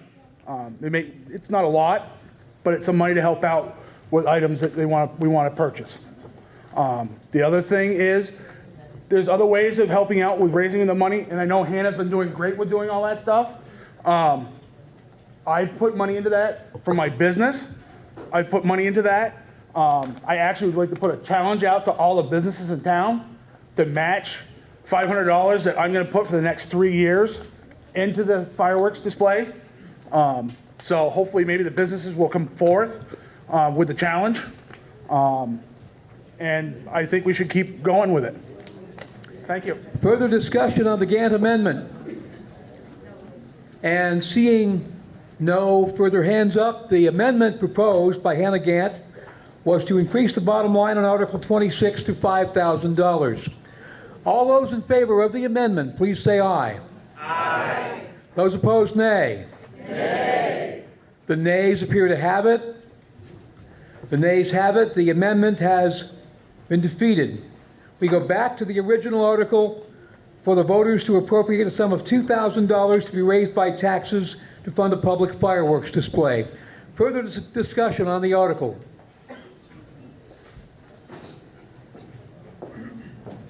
Julie Nevins. I would just like to note that although the money for the $5,000 for the seniors was turned down, for the record, I voted for it, that fund was not in deficit. And could you please correct me, Ms. Gant, Mrs. Gant, that your fund currently is in deficit, or would be if we were to spend the amount proposed on fireworks this year? We don't have money to spend on fireworks. We need to be able to hear you. Ian's going to give you a microphone. We can't. Is it on? Yes. We can't have a fireworks show at this exact moment this year, and I need to be able to give that contract to Atlas like yesterday. We only have $1,389.44, and we need a minimum of $5 for them to even consider coming to us. Thank you. Further discussion, Mrs. Turnley. The $5,000 that you're voting on is not for this. Mrs. Turnley? $2,000, I'm sorry, that you're voting on is not for this year's fireworks display. It's for the following year. So it's not going to help with this one. Mr. Gant. Just to add to what Mrs. Sternley just said, the $2,000 is also not going to help us get fireworks for next year either. If we don't have one this year, we add $2,000 to the coffer for next year, we still don't meet the minimum for a fireworks display. Just so you're all aware. Further discussion on Article 26. Back of the room. Could you come up and get it? The question has been called. Is there a second? Second. Moved and seconded. We cease debate. All those in favor of ceasing debate on Article 26, please say aye. Aye. Those opposed, nay. The ayes appear to have it. The ayes have it. You've ceased debate.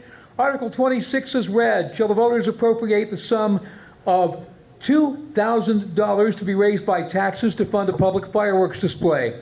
All those in favor of the article, please say aye. Aye. Those opposed say nay. Nay. The nays appear to have it. The nays have it. You have rejected Article 26. Article 27. Shall the voters appropriate the sum of $3,250 to be raised by taxes to support Visiting Nurse and Hospice of Vermont and New Hampshire? Is there a motion? Mr. Moderator. Mrs. Harris. I move that the voters appropriate the sum of $3,250 to be raised by taxes to support Visiting Nurse and Hospice of Vermont and New Hampshire. Is there a second? Second. Moved and seconded that the voters appropriate the sum of $3,250 to be raised by taxes to support Visiting Nurse and Hospice of Vermont and New Hampshire. Do you wish to speak to your motion? Yes, this is a very worthy group. They come in when our people need them, and they stay until they're no longer needed. Your name, and are you a voting resident? I'm not. Terry Highland, the visiting nurses. So unless there's objection, we will allow you to speak. So please continue. All right. Nice to see everyone again. I came this year with some new information. We have some massive federal changes coming down through CMS, Medicare, which we receive over 92% of our funding through that service. The program is called PDGM, and it's the first time in 20 years that Medicare has changed their reimbursement structure for post-acute care. That includes nursing homes and places like us, Visiting Nurse Association. So after you leave the hospital but still need continuing care. They're changing how that is reimbursed from what they called pay per service, which was established in 2004, to patient-driven grouping model, PDGM for short. It is a value-based reimbursement. So depending on the patient's needs, how acute they are, they might be paid more, sort of like the equalized pupil statement that was made earlier, very similar. And if it's a low need, if it's a fairly simple service, we'd be reimbursed less. However, both needs may require a registered nurse or physical therapist, et cetera, who get paid the same, right? So our initial estimates, and this went live January 1, and then so far our estimates are, in this first quarter, sort of making sense. We anticipated between 4 and 7% revenue loss this year. So that's somewhere between $1 and $2 million of our annual budget, which will be leaving us. So in a time like now, not 20 years, have town appropriations been more important to our mission. Throughout Vermont and New Hampshire, we bring in around $650,000 annually in town appropriations. So the small amount of $3,250 from Vernon obviously helps with that. We have some towns giving $65,000 where they're seeing nearly 700 patients a year. Vernon at $3,250, we saw 33 patients last year, 561 home visits. That doesn't include our monthly clinic at the community room below the library, where we do blood pressures and general wellness checks. So that's really about it, and I can answer other questions. I'll respect everybody's time, so I won't go on with more facts. I'll just wait for questions. Further discussion on Article number 27. Mr. Gant. I would just ask that we vote consistently. We already voted down helping out our seniors, and we voted down giving town picnic for the kids. If we don't have money to spend on our own seniors and our kids, we don't have money for hospice. Please vote it down. Further discussion on the article. Mr. Kosis. Thank you. Just clarification, the elderly assistance situation, the snow plowing, they have $50,000 in their account, so they're funded for a few years. The hospice, having my mother gone through it for 8 weeks before she passed, and seeing the care that they do, they were with her all the time.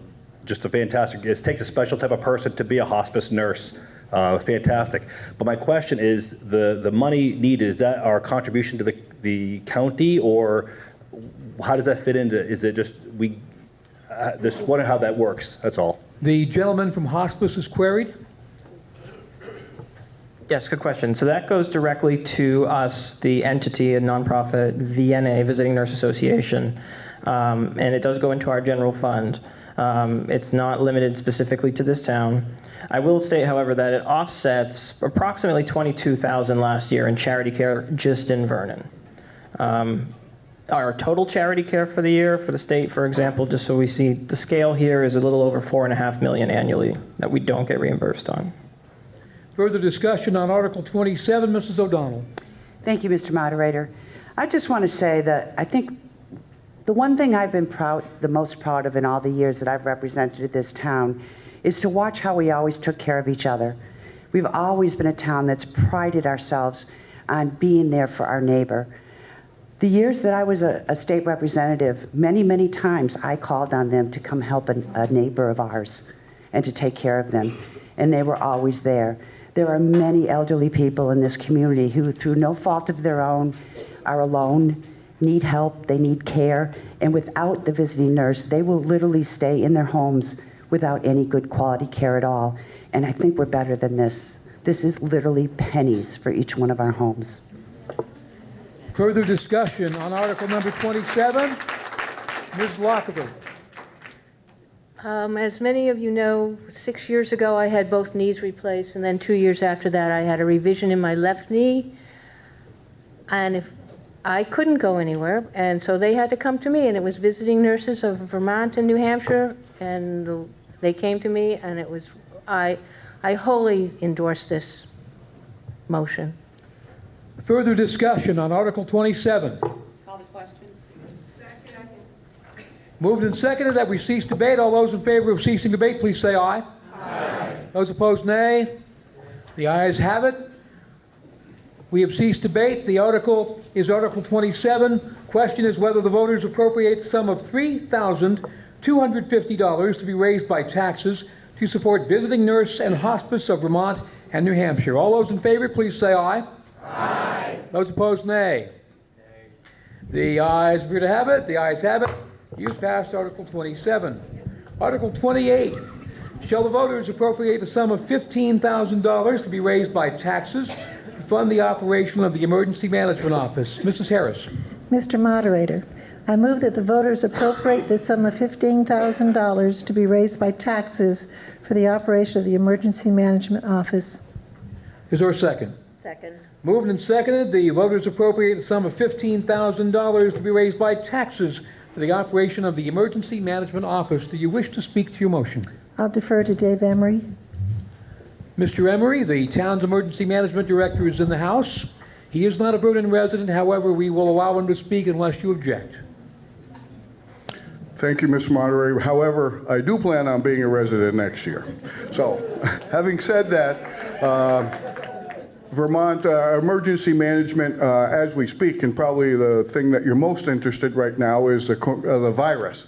And as of this evening, the governor has set up a task force, which includes emergency management in all the towns as part of that, so that we will be up to speed on whatever needs to be done. So anything that comes out of the state of Vermont through the Department of Health, et cetera, will filter down through our office, emergency management. However, a lot of that information obviously is going to be your responsibility to find out where and what needs to be done. So having said that, just so that you know where that goes. Emergency management every year, we are deeply involved with the schools this year, rewriting the programs for the unfortunate shooting incidents and everything else that takes place. So we have a great program going with the principal, and she's really on top of that. I would say that you should be proud of her because she takes emergency stuff very seriously. We meet with the fire department, with the sheriff's department. We participate in unified command, as well as with the fire department this year, we're sponsoring a train derailment training, which will be held here, which will include fire department and emergency services from around the community. So we are fortunately been really quiet, and I knock on wood with that one. But that's what we do annually. The budget is $15,000. I'm pretty tight with that. The office is eventually going to have to move. As you know, we're in the building known as the old Edson House, and eventually, probably within some period, we'll probably be asked to leave, and so we're looking at relocating the office either to the town hall, but that's going to require an expenditure of putting emergency power in there, and some renovations, or to the firehouse, which would require adding a building or adding to their building. So we're still jumping between both of those and haven't made that decision yet. Any questions? Further discussion on Article 28? I see no questions, so therefore, all those in favor of the article as read, please say aye. Aye. Those opposed, nay. The ayes appear to have it. The ayes have it. You passed Article 28 as presented. Article 29, shall the voters appropriate the sum of $15,000 to be raised by taxes to fund the previously established Vernon Farmland Protection Fund. Chair recognizes Art Miller for the purpose of making an motion. Yes, Mr. Moderator, I move that the town appropriate the sum of $15,000 to be raised by taxes to fund the previously established Vernon Farmland Protection Fund. Second. Moved and seconded that the voters appropriate the sum of $15,000 to be raised by taxes to fund the previously established Vernon Farmland Protection Fund. Mr. Miller. Thank you, Tim. As the town knows, we've set aside over 200 acres, I believe, the last 2 years here in the town of Vernon to purchase the development rights. That's a lot of land set aside, especially quite rapidly in the last couple of years. The fund had a little over, around $400,000 in it, and it's currently around $220,000. We had spent the money, obviously, to buy the development rights. Last year, we voted $20,000 to build the fund up a bit. It's the Farmland Protection Committee's opinion that we're targeting to raise about $250,000 total for the fund, and then kind of level, stop asking for the appropriations at that level. So we're intending to ask for $15,000 this year, $15,000 next year, assuming we get the approval. The reason why we think $250,000 is a good level to have, much of the farmland that people are intending to sell the development rights have already sold that. Basically, Dunkleys have a little bit left, Blodgett's have a lot left, Millers have a lot left. Millers aren't intending to at this point, and we have spoken to Don Blodgett. He, at this point, is not intending to set any aside, but he may in the future. And so we feel that 250 is a good target for us. Again, we're asking for 15,000 this year, and assuming the approval, we intend to ask for another 15,000 next year, and then not ask for any more for a while. Thank you. Further discussion on Article 29. In the back of the room, Mr. Kosis.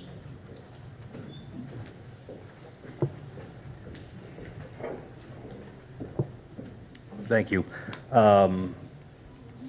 I just want to find out how much is about $200,000 in the coffers right now, correct? 220, yes. 220. Again, we're looking at how much we're looking at the special education needs of the elementary school here. That's what, up 85%? It's going to climb up to, they said. Is there a way for some of these committees, and I got a couple acres myself, and I raise goats, I get it, but there's a point when these expenditures, these insurances and the special needs are going up so fast. It's 15,000 here. 20. These committees, when they defer and return some money back to the town to offset some of these crazy expenditures of, say, the special needs for the elementary school? Can that happen? Because you had 50,000 for the elderly. They used 5 this year. The Farmland Protection's got 220,000.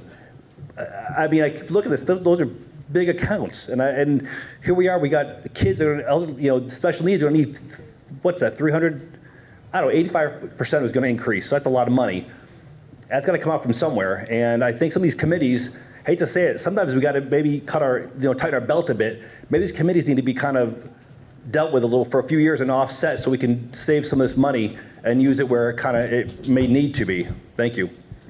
Further discussion on the article. The board is responding. Mrs. Harris. Unfortunately, the school and the town are two different countries when it comes to money. Further discussion on article number 29. Seeing no further discussion, all those in, Mr. Belleville, please step forward. Jim Belleville. I would move to support this because when it comes to land development, usually it's one of those things, you get a shot at it, and if you don't have the money there, you miss your chance. And 250 is a pretty safe number looking at, land parcels. If you got a chance to buy a good parcel of land, 250 if you're buying large acreage is pretty good. So I think it's a wise decision to go there and get there slowly so that we're not jumping on it now. Thank you. Further discussion on the article. Seeing none, the motion as read that the voters appropriate the sum of $15,000 to be raised by taxes to fund the previously established Burn and Farmland Preservation Fund. All those in favor of the article, please say aye. Aye. Those opposed, nay. Nay. The ayes appear to have it. The ayes have it. You passed Article 29. Article 30. Shall the voters amend the James Cusick scholarship requirements, which presently reads, each full-time resident recipient shall receive $1,000 or the amount voted for 2 semesters at an institution of higher learning, a certified training center, or a vocational school. If the amount of the appropriation is not sufficient, it shall be divided equally among the students selected, with the number of recipients and the amount of scholarship provided to each shall be determined based on the money available. Is there a motion? Ms. Carr. Mr. Moderator, I move that the voters amend the James Cusick scholarship requirements, which presently read, each full-time resident recipient shall receive $1,000 or the amount voted for 2 semesters at an institution of higher learning, a certified training center, or a vocational school. If the amount of the appropriation is not sufficient, it shall be divided equally among the students selected, with the number of recipients and the amount of the scholarship provided to each student shall be determined based on the money available. Moved and seconded that the voters amend the James Cusick scholarship requirements, which presently read, each full-time resident recipient shall receive $1,000 or the amount voted for 2 semesters of an institution of higher learning, a certified training center, or a vocational school. If the amount of the appropriation is not sufficient, it will be divided equally among the students selected, with the number of recipients and the amount of the scholarship provided to each shall be determined based on money available. Discussion on the motion, Ms. Carr? I believe these changes were requested because the fund is no longer funded by the town, so it is just drawn on. So we need to kind of preserve what's there. We can't give it out the way we had been. Mrs. Turnley, is there a current accounting of the status of the Cusick Scholarship Fund? Cindy Turnley, treasurer. There's $17,047.76 in the fund right now. Thank you. Further discussion on article number 30. I believe Mr. Pond is coming to the microphone. Nice hat, George. Yeah. I'm not against this, but I'm curious. When the students that are selected for this scholarship fund, are they expected to keep a certain grade point average, or is this, I went to school this year, I'm going to school next year, but I was a D student, but I can still have some money? Mrs. Harris. Yes, they can have some money, but they have to have proof how many hours they took. The question is, are they expected to have a grade point average? No. They should be. Further discussion on article number 30? Julie Nevins, how many students benefit from this program annually? know of 4. Mrs. Turnley. This year, we gave out 20 full scholarships and 1 half scholarship.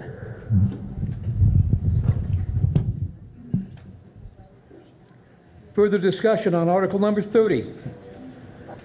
Seeing none, we're going to go for the question. All those in favor of article 30 as presented, please say aye.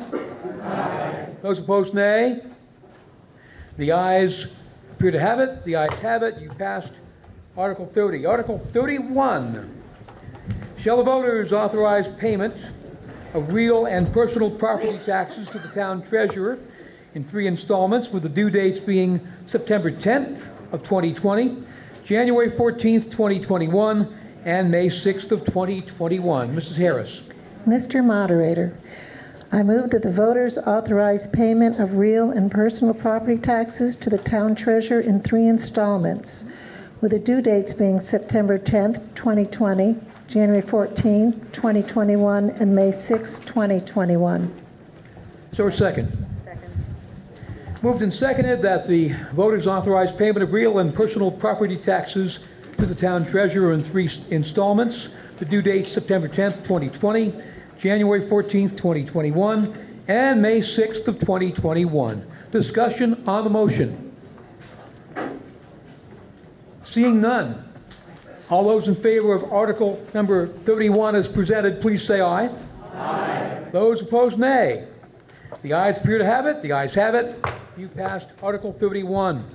Article 32, shall the voters approve the provision of notice of availability of the town report and auditor's report by postcard mailed to all registered voters at least 30 days prior to town meeting, in lieu of mailing or otherwise distributing the town report and auditor's report as authorized by Vermont law and 24 VSA subsection 1682A2. Is there a motion? Mr. Moderator. Mrs. Harris.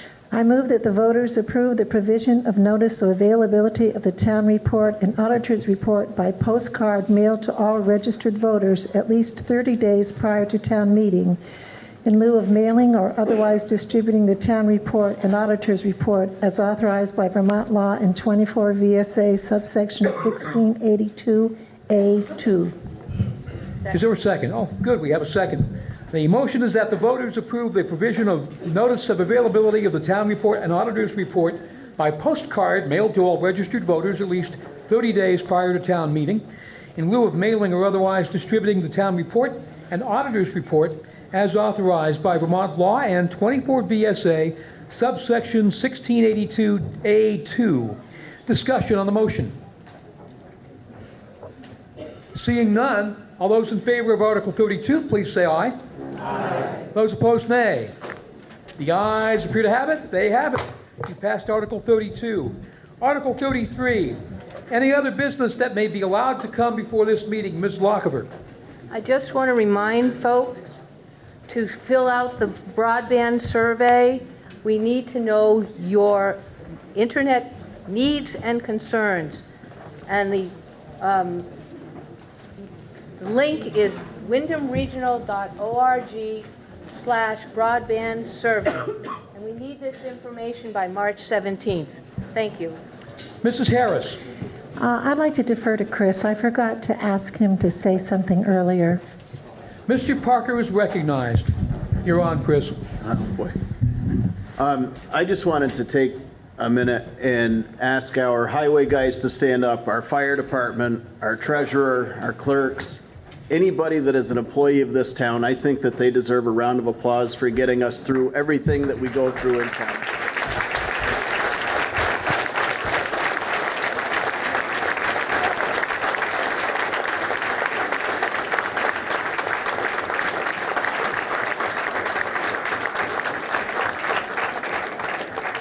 Anything else under Article 33?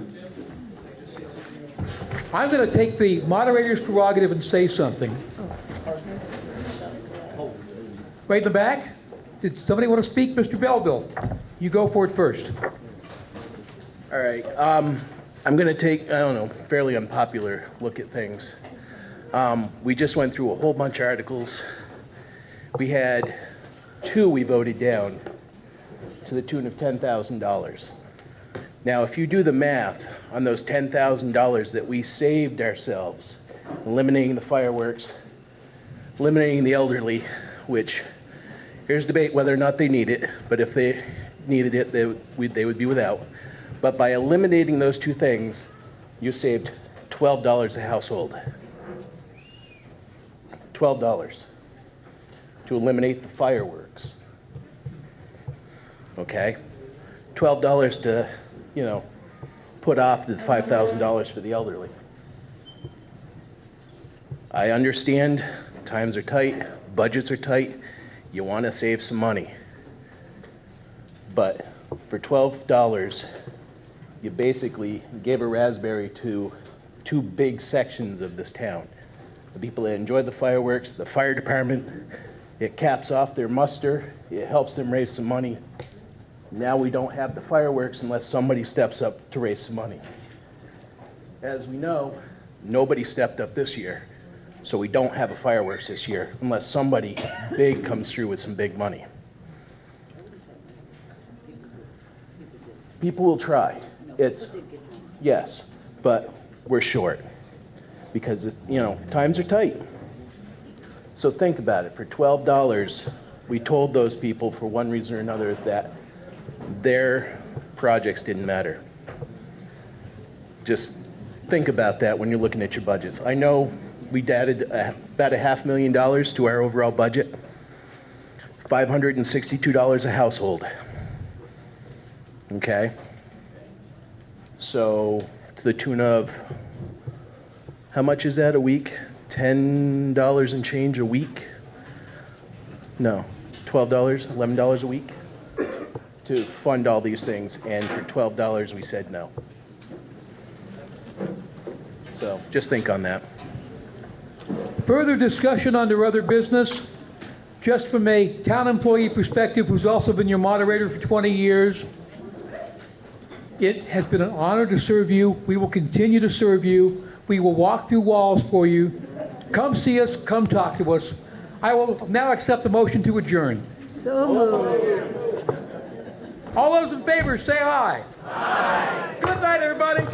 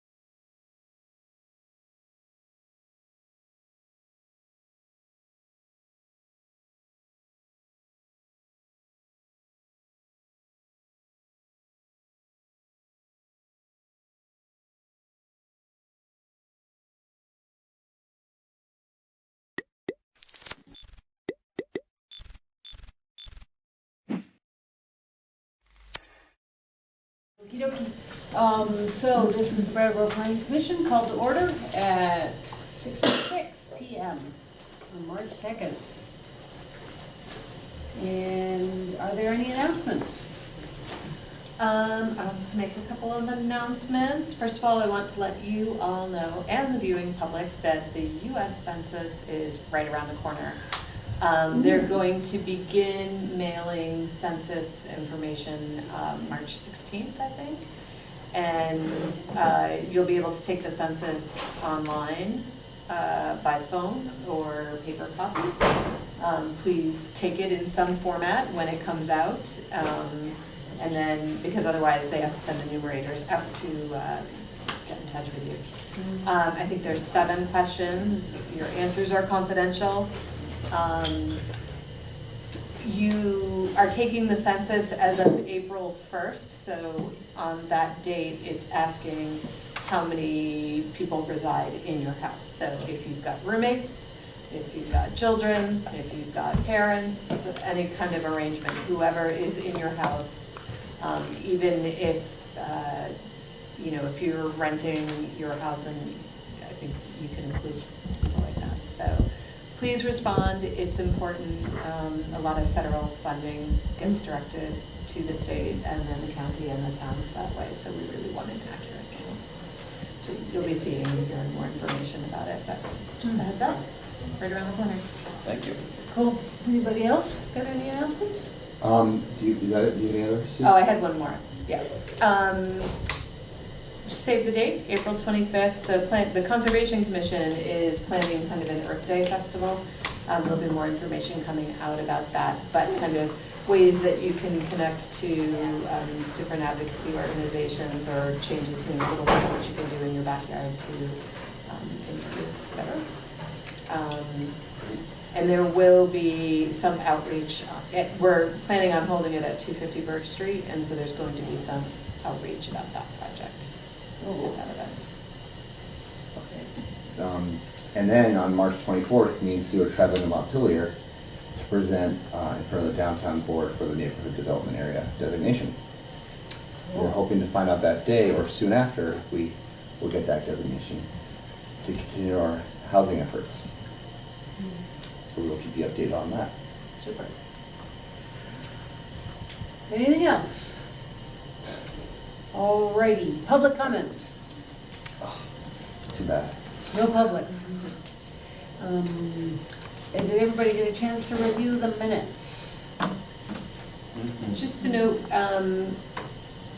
Andrew sent out a revised copy that had more information about the public comment that was received at that meeting. So if you didn't see that at the end of the day, that's what you would be voting on. Do you need a copy, Tom? Or I saw it. Okay, great. Okay. I had one question. Sure. That there is a comment where you say, or the recorder says, one commissioner, a commissioner said something. And everybody else has their names attached? Oh, I see. I know what you mean. So you want the name of the commissioner? Well, no. I was just curious. I actually am curious about whether or not it. Is it something embarrassing? No. It was just the sort of notion that some people are attributed to their comments and some people aren't, and I. Yes. You want to be more consistent? Well, no. Okay. I just as a matter of principle. Mm-hmm. The last time I was in charge of taking minutes, it became clear that it was good to not say who said what. Okay. So that the information would then just be information as opposed to sort of attributed to some individual versus another. And I figured that maybe you two had to be cited because that was some kind of something having to do with the fact that you're officials of the municipality. But anyway, I mean, it was more just a sort of question about whether or not it was useful for us to have our minutes attributed or unattributed. Yeah. We had had that discussion probably a year or more ago, and I didn't relay that information, so you can fix that. Yep. Okay. Do you want to fix it in these minutes and we can bring them back in April? No, I mean, unless Or just anybody moving feels forward. strong, just, yeah. Or I could go through and I can also edit just to say commissioner, and then we could publish them. Okay, all right. For next time. There was one other thing. I feel like when we were talking about the Congress of New Urbanism, what the Planning Commission had requested was recommendations for updating the zoning. Did I remember that wrong? Yes, I thought that was, when we got that letter back from them? Yeah. That we had that really great discussion, and the next step was that you guys are going to bring proposals and changes. Yes. So I just Yeah. wanted to make sure that What does it say in there? I don't think it Oh, it's okay. not Very next. clear, yeah, All right, next, well, yeah. But Okay. just so that it's recorded and we're accountable to it. I'll just add a sentence at the end. I was guessing it's a paragraph for the Yeah, last one. the second to Yep, the last yep. paragraph.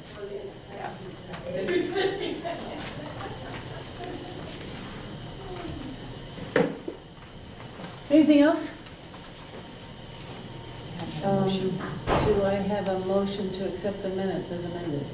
I'll make that motion to accept them as amended. Second. All those in favor?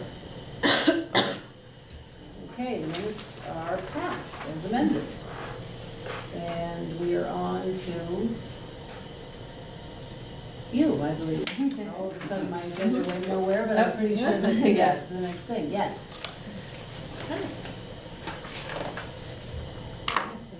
Handout for tonight, just to help us stay a little more organized. Nice paper.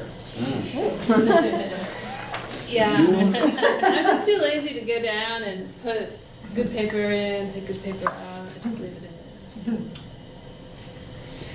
So, you are benefiting from my recent printing of proposals.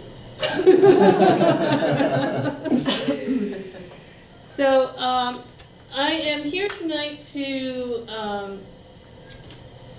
update you on the progress of the downtown design plan, present to you in a little more detail some of the pieces that were not put together yet the last time I was here, and get a bit of feedback and discussion around a few of the issues as we're moving into the recommendations phase. And Sue let me know that you guys are working with the Just City index and criteria, and would be interested in seeing how that fits with this plan. So I did take a look at that. You'll remember, I don't know, have you guys had a chance to wander through this at all? I think you sent the link, right? Yeah, I have. Okay, so in the introduction, we do have a piece about what is good public space here. And there is this piece, the 12 criteria for public space. And these are based on criteria that the Gell Institute has put together. And so some of the survey work we did and stuff around the charrette, I used and looked at their framework for doing that kind of assessment of public space.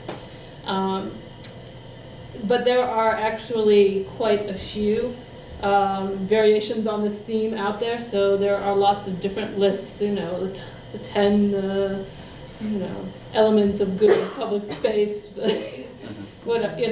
top 3, qualities of good public space. It goes on like that. So, and it all kind of feeds back to the same sort of original research that was done in New York City in the 70s around what is good public space that William Holly White did, and then eventually led to Bryant Park. So that's actually, if you were to go back and look at the history of studying this It all field. goes back to that one article. It really is essentially, it's a field that he created. It didn't really exist before. So he went out and basically filmed and monitored how people acted and behaved and used public space, and then did a lot of publishing and talking about it, and influenced a whole generation designers after that. And so when you're looking at some of the Just City pieces, I think there's quite a bit of overlap, because it's really looking at a lot of the same issues, maybe through a different lens. And that's what you see when you look at the different types of, the different lists of criteria. It's really what lens are people coming at it from. You know, are you looking at it from an economic development perspective? Are you looking at it from an arts and culture perspective? The Just City stuff is really more of a, you know, a social psychology, sociology perspective, and probably these GEL criteria are a bit more on the actual physical design end of that perspective, and because they come from a more of an urban design, urban planning group. So, you know, I just looked through to sort of see what was there as an overlap, but you can certainly look at this and then look at the things that you're going to be looking at in the Just City and see, I think, more than just these overlaps. But I was committed to making this fit on my page, so I didn't continue the laundry list. But you know, the criteria around welfare and Just City line up with the criteria around protection in the GEL set of criteria. You know, mobility lines up with, you know, opportunities to walk, cycle, etc. And there's even some of those pieces around identity, like authenticity, beauty, character, come through in the set of criteria too. And there were others, but it really is, I think you'll see quite a bit of overlap. And I'm trying to, as I put together the recommendations, refer back to this idea of what is good public space, and so that there is a linkage between what's being recommended and this set of criteria up here at the front too.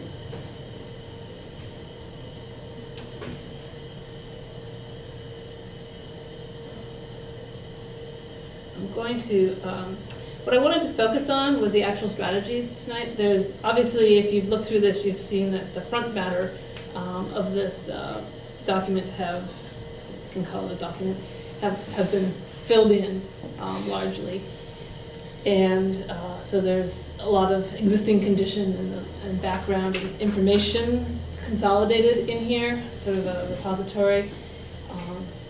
There will be, in the not too distant future, but it's still not available yet, a way to sort of put in a navigation bar that's not there yet. Right now you sort of got to look at it from top to bottom, which is a bit annoying. But what is happening is that Esri, the ArcGIS software people, are transitioning from one set of templates for this type of story map to another. And we're making this in the new one because they're going to not support the old one anymore. And they're sort of moving the tools over a few pieces at a time. So they very excitedly added my ability to turn text different colors a month ago. I got really excited about that. And they added a few features a month ago that we were able to take advantage of. And they're doing updates every 2 to 3 months. So the next one is supposed to include the navigation. So I suspect that before the project needs to be technically done, you're going to get the navigation piece, which will make this a lot more user-friendly.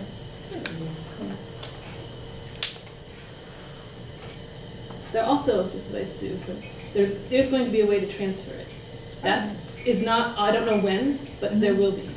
So even if it's, you know, 6 months down the road or whatever, we can, when it's available, we can move it from my ArcGIS account to yours. Cool. Yep. So that was really lovely with this director. Yes, it's fun to zoom into that map, isn't it? And look and see what's there. So I'm gonna, yes, I have to move all the way through to get to where I need to be here. If you zoom too fast, it really gets upset, and then it starts to misbehave, and that's not something we want tonight. So here we are at the strategies piece. So at this point, the strategies are organized both geographically, and then there's some that are kind of theme-based. So the first set is the way around, which is the multimodal path going from the bridge to Brattleboro Common, and that's broken down into 15 segments along the way. So we're hitting a lot of the public spaces that way by going through. So we're hitting the parking lots and the transportation center as we go along. And then it's almost like the idea that you're on tour and you come back down Main Street, and it runs down along Main Street and talks about the municipal lands and buildings along there. We looked at some of those pieces the last time I was here. There's been a little bit more filling in around that, but the bones of that you saw before. And then there's discussion of the bike lanes and the sidewalks on Main Street. And then there's going to be shorter pieces for Elliott Street and Flat Street. And then the intersection has a section in here, and that's going to talk about potential physical changes to the intersection and the optimization of the traffic lights. Those pieces are not fitting in there yet, but they were in the presentation, the final wrap-up presentation for the charrette. So it's essentially those set of recommendations around the intersection. And I think the drawing that you saw in here for Bridge Street includes the curb radius change at the Main Street, Bridge Street intersection, which is sort of one of the major physical changes that's being recommended. Then there's going to be a piece talking about the West River Trail, and this is one that I've got down here on my discussion questions to talk a little bit about. There's sort of two options that I think could be presented in here. One is the rail trail idea of trying to get from where the West River Trail ends at the marina and connect that down through downtown. There's interest in extending the trail along the railroad.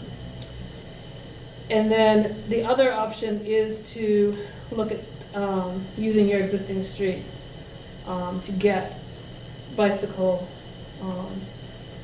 traffic from the marina into downtown and connect to the common, so that you can then use the way around piece to ferry the bicycle traffic through and down to the Hinsdale Bridge and continue that loop. So, sorry, is there an option on the table for the use of the trail that goes around the retreat meadows? I don't think so. I mean, my sense of those trails, and maybe I'm wrong about that, is that they are not probably particularly bike friendly in terms of terrain. Unless you have a mountain bike. Yeah. Yeah, but I would also say those are outside of the scope. I mean, I know she's talking right now about the marina, but that's because that was the idea of the West River Trail, is how do you get up there? It's an important connection to think about. So I think what we heard from the public comments is that technically the common itself is not within our downtown study area, but it clearly needs to be sort of the terminal point of the path network, and it is feasible that could then provide that connection to make a further trail link to an existing planned trail. So we've got some looking at the railroad and the feasibility of that, which is in our study area, but I think presenting another way to get there as well and to make that connect in makes sense. And, so we can talk about that. I don't have those drawings in here yet, but those are coming. And then that sort of ends the geographic clusters of things that we're looking at. And then there's going to be a little bit on parking. There's obviously a lot about parking in here. Yeah. In some ways, the downtown design plan ends up being a lot about parking because of the existing dominance of parking downtown, and and the need to figure out, it's a sort of a trade-off question. So there have been sort of there's individual one-off ideas, right? Like convert Preston to a park, or convert Harmony or a portion of it to a park, or get rid of parking on Main Street, the on-street parking. But that also needs to be looked at holistically. There's a certain amount of parking that needs to be provided downtown.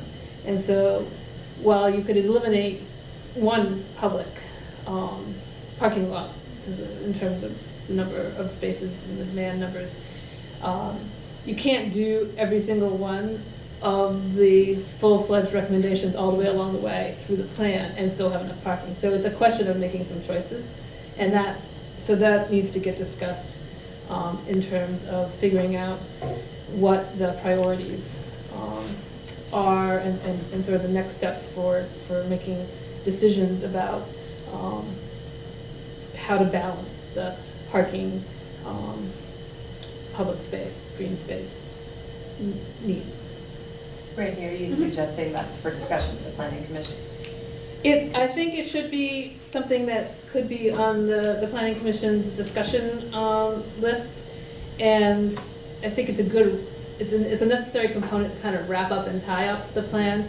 I've tried, as I've been writing along, to at least introduce the idea that, you know, there are a lot of ideas being presented here. You can't, and there's a need there is going to have to be decisions about which ones to do 100% of. So I think I talked about that around the Preston Park idea. And the same is sort of true of the ideas around Harmony, because there are, you know, have been ideas floated to, you know, make the entire thing green space and eliminate all the parking spaces down to eliminate some portion of them, you know. So, and the way around piece, if you follow that through, you'll see that it requires fairly small reductions of parking all the way along, right, to make it happen. So, you know, taking 5 on-street spaces here to make room for a bike area, some reconfiguration in the parking lot to make room. It's not a wholesale elimination of parking, but it's a series of reductions. And so there needs to be, as you think about what the community's priorities are going to be for implementation, a recognition that you probably can't do every single idea until the, you know, demand for public parking changes substantially.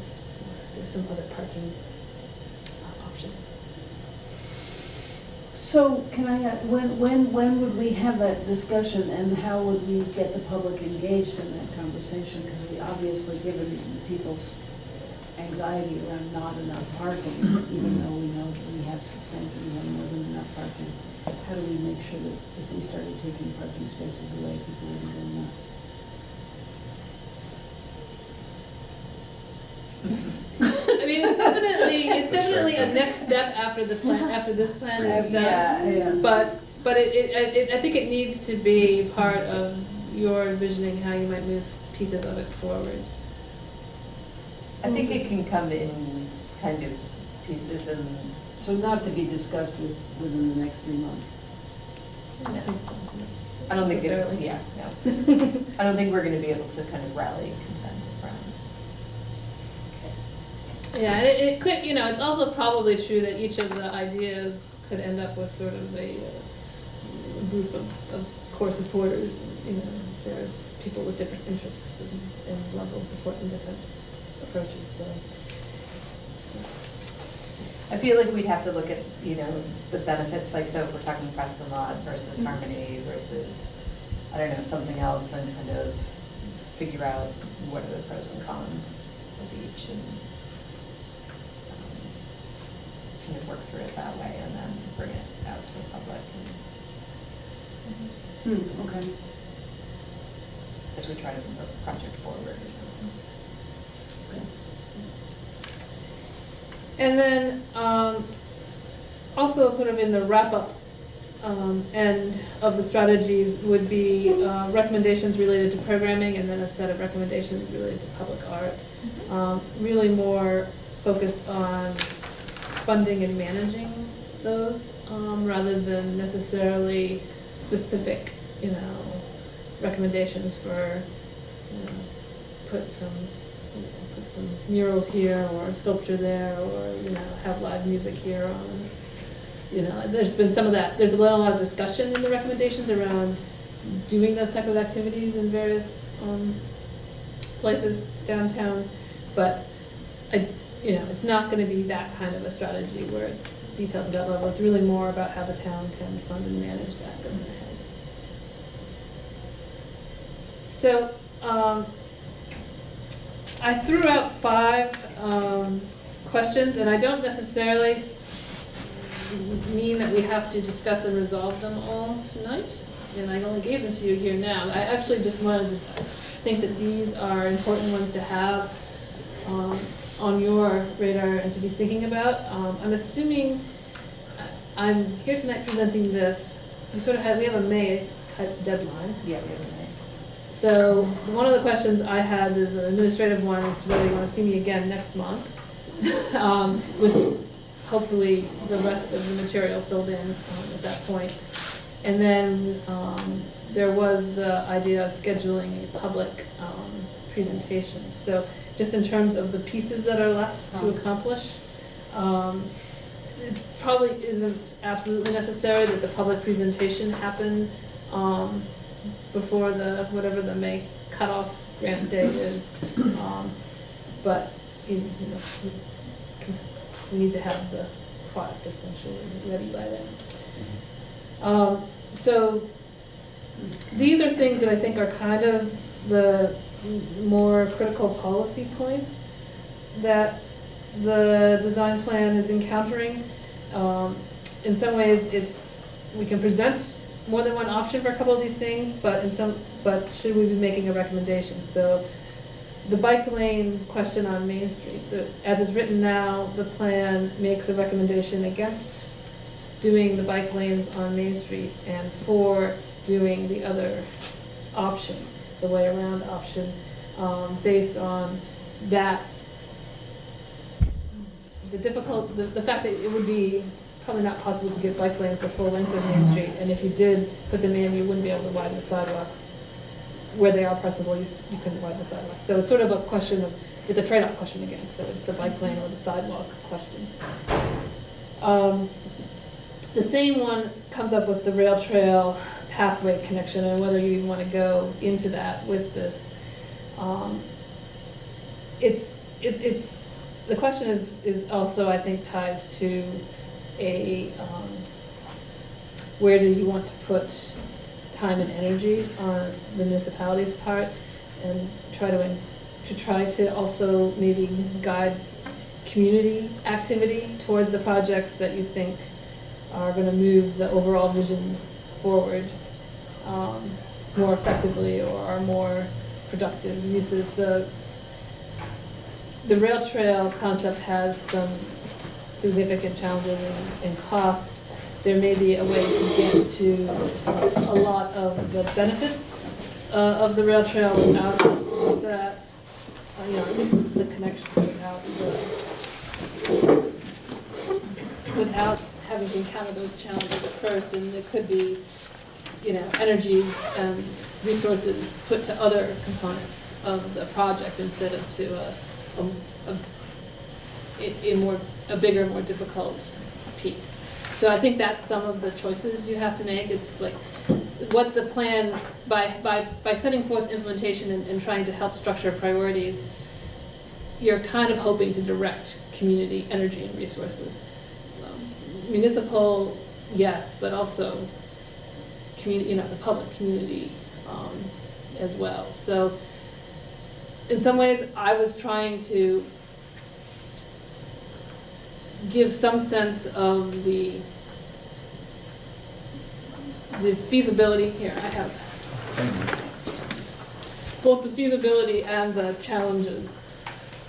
So for some of these things, to lay those out so that people have some better information about, or some more complete information for making these kind of decisions. I remember that we talked about the Main Street bike lanes when you were here before, but I don't remember us talking about the rail trail. No, we didn't, because that's sort of come up since I was here last. Yeah, actually, Stephen Dodson, who is our sustainability coordinator, just walked in. He's been doing research on the rail trail.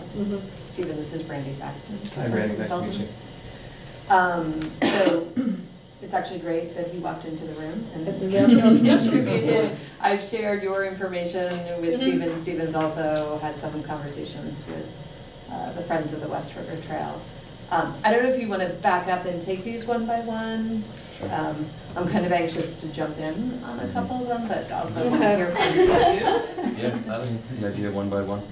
Yeah. Okay. Should we start with number one? Yeah. Sure. That's always a good place to start. I think that, just for me going through this, the piece of information that was the most telling for deciding one way or the other on that is just the is that there isn't room at all the intersections to accommodate this infrastructure all the way up and down Main Street. Right, so let me get to that. Yeah. And the pictures of the sidewalks were really like, oh, they hit me really hard. I was like, oh boy, those sidewalks are so narrow. They are narrow. And having had to navigate them with a stroller. Yeah, I like the idea of focusing on pedestrian and expanding public space on the sidewalks on Main Street and moving this transportation line for the multimodal stuff back.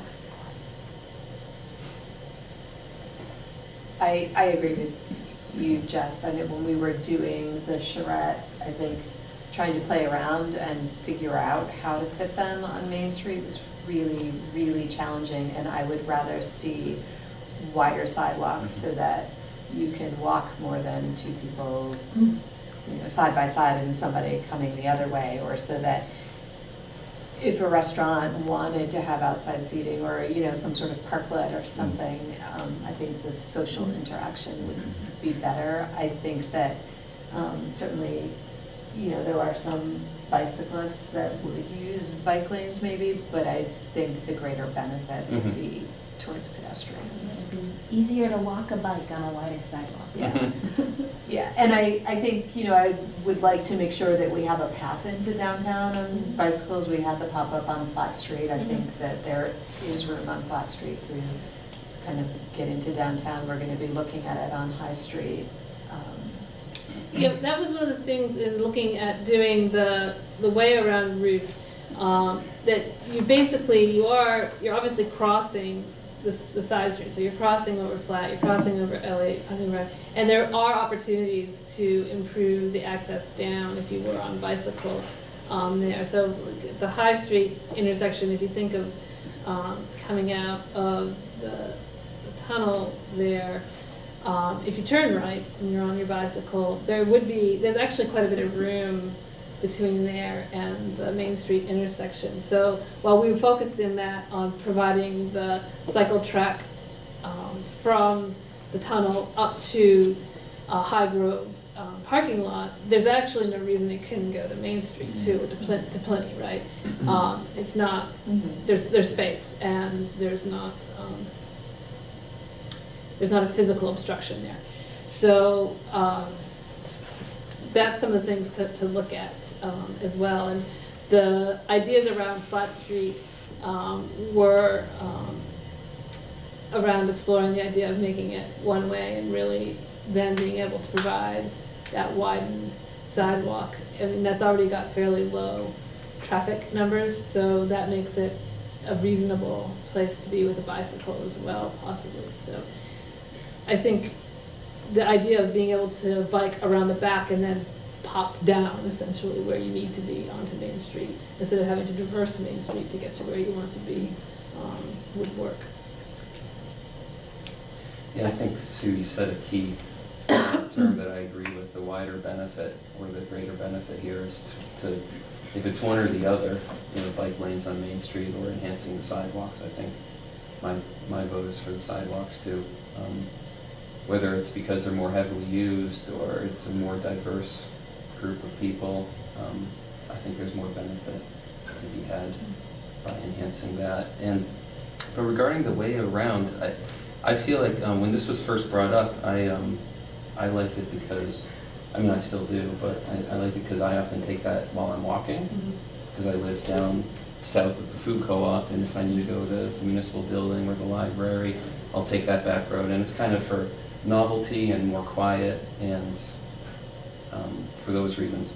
But for bicycling, I don't think I'll ever like that, personally, because I'm not so like scared or wary of Main Street, and Main Street would probably be 1/3 of the time, because it's just a straight shot. You know, and I bike without a helmet too, you know, so I'm, you know, I'm not everyone here, but you know, so the only thing I can think for Main Street that I mean that I would like to is maybe, you know, does this happen every winter where the plows pretty much make the sidewalks and the crosswalks disappear? like you can't see across, and that's a pedestrian Yeah, thing. But yeah. I'm saying like It doesn't marks on the pave. roads. Yeah. Well, You know the way of- those little things that are halfway in the road that say pedestrians crossing? You know, those sorts of things will slow traffic down, I think, and make them more conscious of bicyclists and pedestrians. You're talking about the paint wearing off and Yeah, having some some other sidewalks. sort of signal. Yeah, I don't know if they redo that every. It does. It does. Oh, they do? That's how Yeah, fast yeah, it yeah. wears away? Yeah. Oh, okay. Yeah. No, they repainted, that's a Mhm. sort of spring Yeah, it's kind of a thing, spring. is they come out and repaint the street. But as far as enhancing it for bicyclists, I don't know, some signs or some sharrows on Main Street, if we can, you can do that, but. The traffic levels counts are too high to do it as a Oh, okay. share on Main Street. There are numbers where you can do it that way. I mean, I think the bicyclists that are comfortable using Main Street now will continue to do that. And, you know, so I think it just opens up the potential to bicycle to people who now don't have a route. Sure. Yeah, I mean, the person who's a, you know, serious bicyclist, transportation-oriented bicyclist will probably still choose to move with traffic. Yeah, if people aren't in a rush, or they're new to the area, or they're tourists, or if there's easy or fun, novel things to see along the way around, then I think it's an awesome thing to promote and enhance. The reduction of on-street parking on Main Street, which is part of the sidewalk recommendations, might reduce some of the conflict for bicyclists too, because it's one less avenue of moving vehicle to encounter, or door opening in front of you or something like that. So. It's still probably not going to make Main Street a lovely place to bicycle. But So is everybody comfortable with that? Yeah, I'm in agreement with the group for the reasons that were articulated. I think that people who are comfortable using Main Street now for bicycling will probably continue to do so. And having one of the options for a way around that for people who are not comfortable on Main Street and a bicycle would be nice. If I had to prioritize use of Main Street for something, I would say foot traffic, because that's how people get in and out of stores. It's also going to be how people with disabilities access things. So making it so there's a clear path for people to be able to do that would be the priority for me.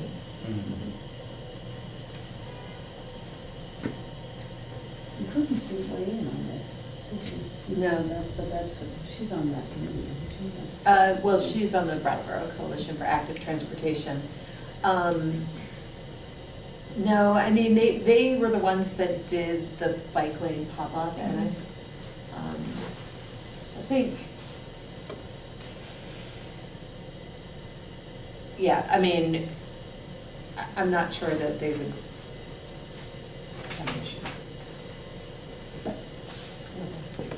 We had spent some time talking about the difficulty of biking on Main Street and some restrictions or constrictions and stuff, so. Yeah. It's also not to get sidetracked, but it's also you discuss the number of trucks Mhm. on Main Street in here and the Oh, yeah. incentivizing of having larger trucks going through town, which I know is one of the things people Yeah, that was a have great catch. mentioned many times in Invite the the legislators surveys. to one of these meetings. Yeah. I wouldn't want Just to say, look at this great recommendation to change the rules of the state highways. That seems like a no-brainer. We Yeah. should. It's just something. It's federal, it's not state. no, it is a state. Oh, no, really? It's the state limit is higher than the federal limit on the state highway. So it's, you could either get the feds to raise theirs on the interstate, which seems unlikely, or get the state to lower theirs on the state highway. Okay. Yeah. So, yeah, I've always reviewed, I've always. Yeah, it's one or the other. Oh, Yeah. so if the state lowers it on state highways, If then they that match would the mean like feds, certain there would heavy not trucks be- just kind of aren't even allowed then? Well, no, it would just eliminate the incentive. I mean, there's certain kinds of, I mean, that's why you have certain types of loads, like log trucks, for instance. They're very heavy. And so you can load them more if you're going to take them on the state highways than if you're going to load them and take them on the interstate. Which is why 9 out of 10, I haven't done a scientific study, but it seems to me like 9 out of 10 of those trucks that go by are logging trucks. When Well, you're let's not watching them. forget that Sir Sosimo's down on Right. 142. It's Yeah. hard to know what's local and what's not. Yeah, it is. You'd have some, you obviously would still have some local traffic through as well, but there's, you know, there are certain types of loads that right now are more likely to be found on state highways throughout the state. Well, maybe it's an interesting implementation step, though, to talk about lobbying the state legislators. Because we've always talked about it in terms of the federal rules. Yeah, and the differences amongst, it's actually interesting to look at across the states. There's, if you really want to geek out on this, you can go look this weight limit, truck weight limits across the states. You can go look at this on state highways, and you can see that they are all over the place. Some, align with the federal ones. Some are significantly more. It depends. I mean, if you're in Texas, I guess it's a very different, economic and infrastructure model It too. would be interesting to know what other towns who share Route 5 as their main street, which is a fair number of towns in Vermont, thought about that. And I'm sorry, I know I just took us way off topic. No. But I'd be interested It's to. something we hear all the time. To hear if this comes up in other towns that also use Route 5 as their main And street. Route 7 and Route 2. Yeah, Route 7 is a good example. Yeah, yeah. So I mean, it is definitely something that you see, and so you might notice. You can start noticing now that when you see a log truck on the state highway, it's usually filled up more than a log truck that you see on the interstate. Okay. Well, it's interesting. I mean, the total, not to mention the kind of noise that it makes, but the wear and tear on the state highways and the funding that we're getting. I mean, look at Route 9. Like, it's a mess. It's way overdue to be rebuilt, and yet we're allowing these heavier loads. There's a lot to balance that. Yeah, it is an interesting one to think about. But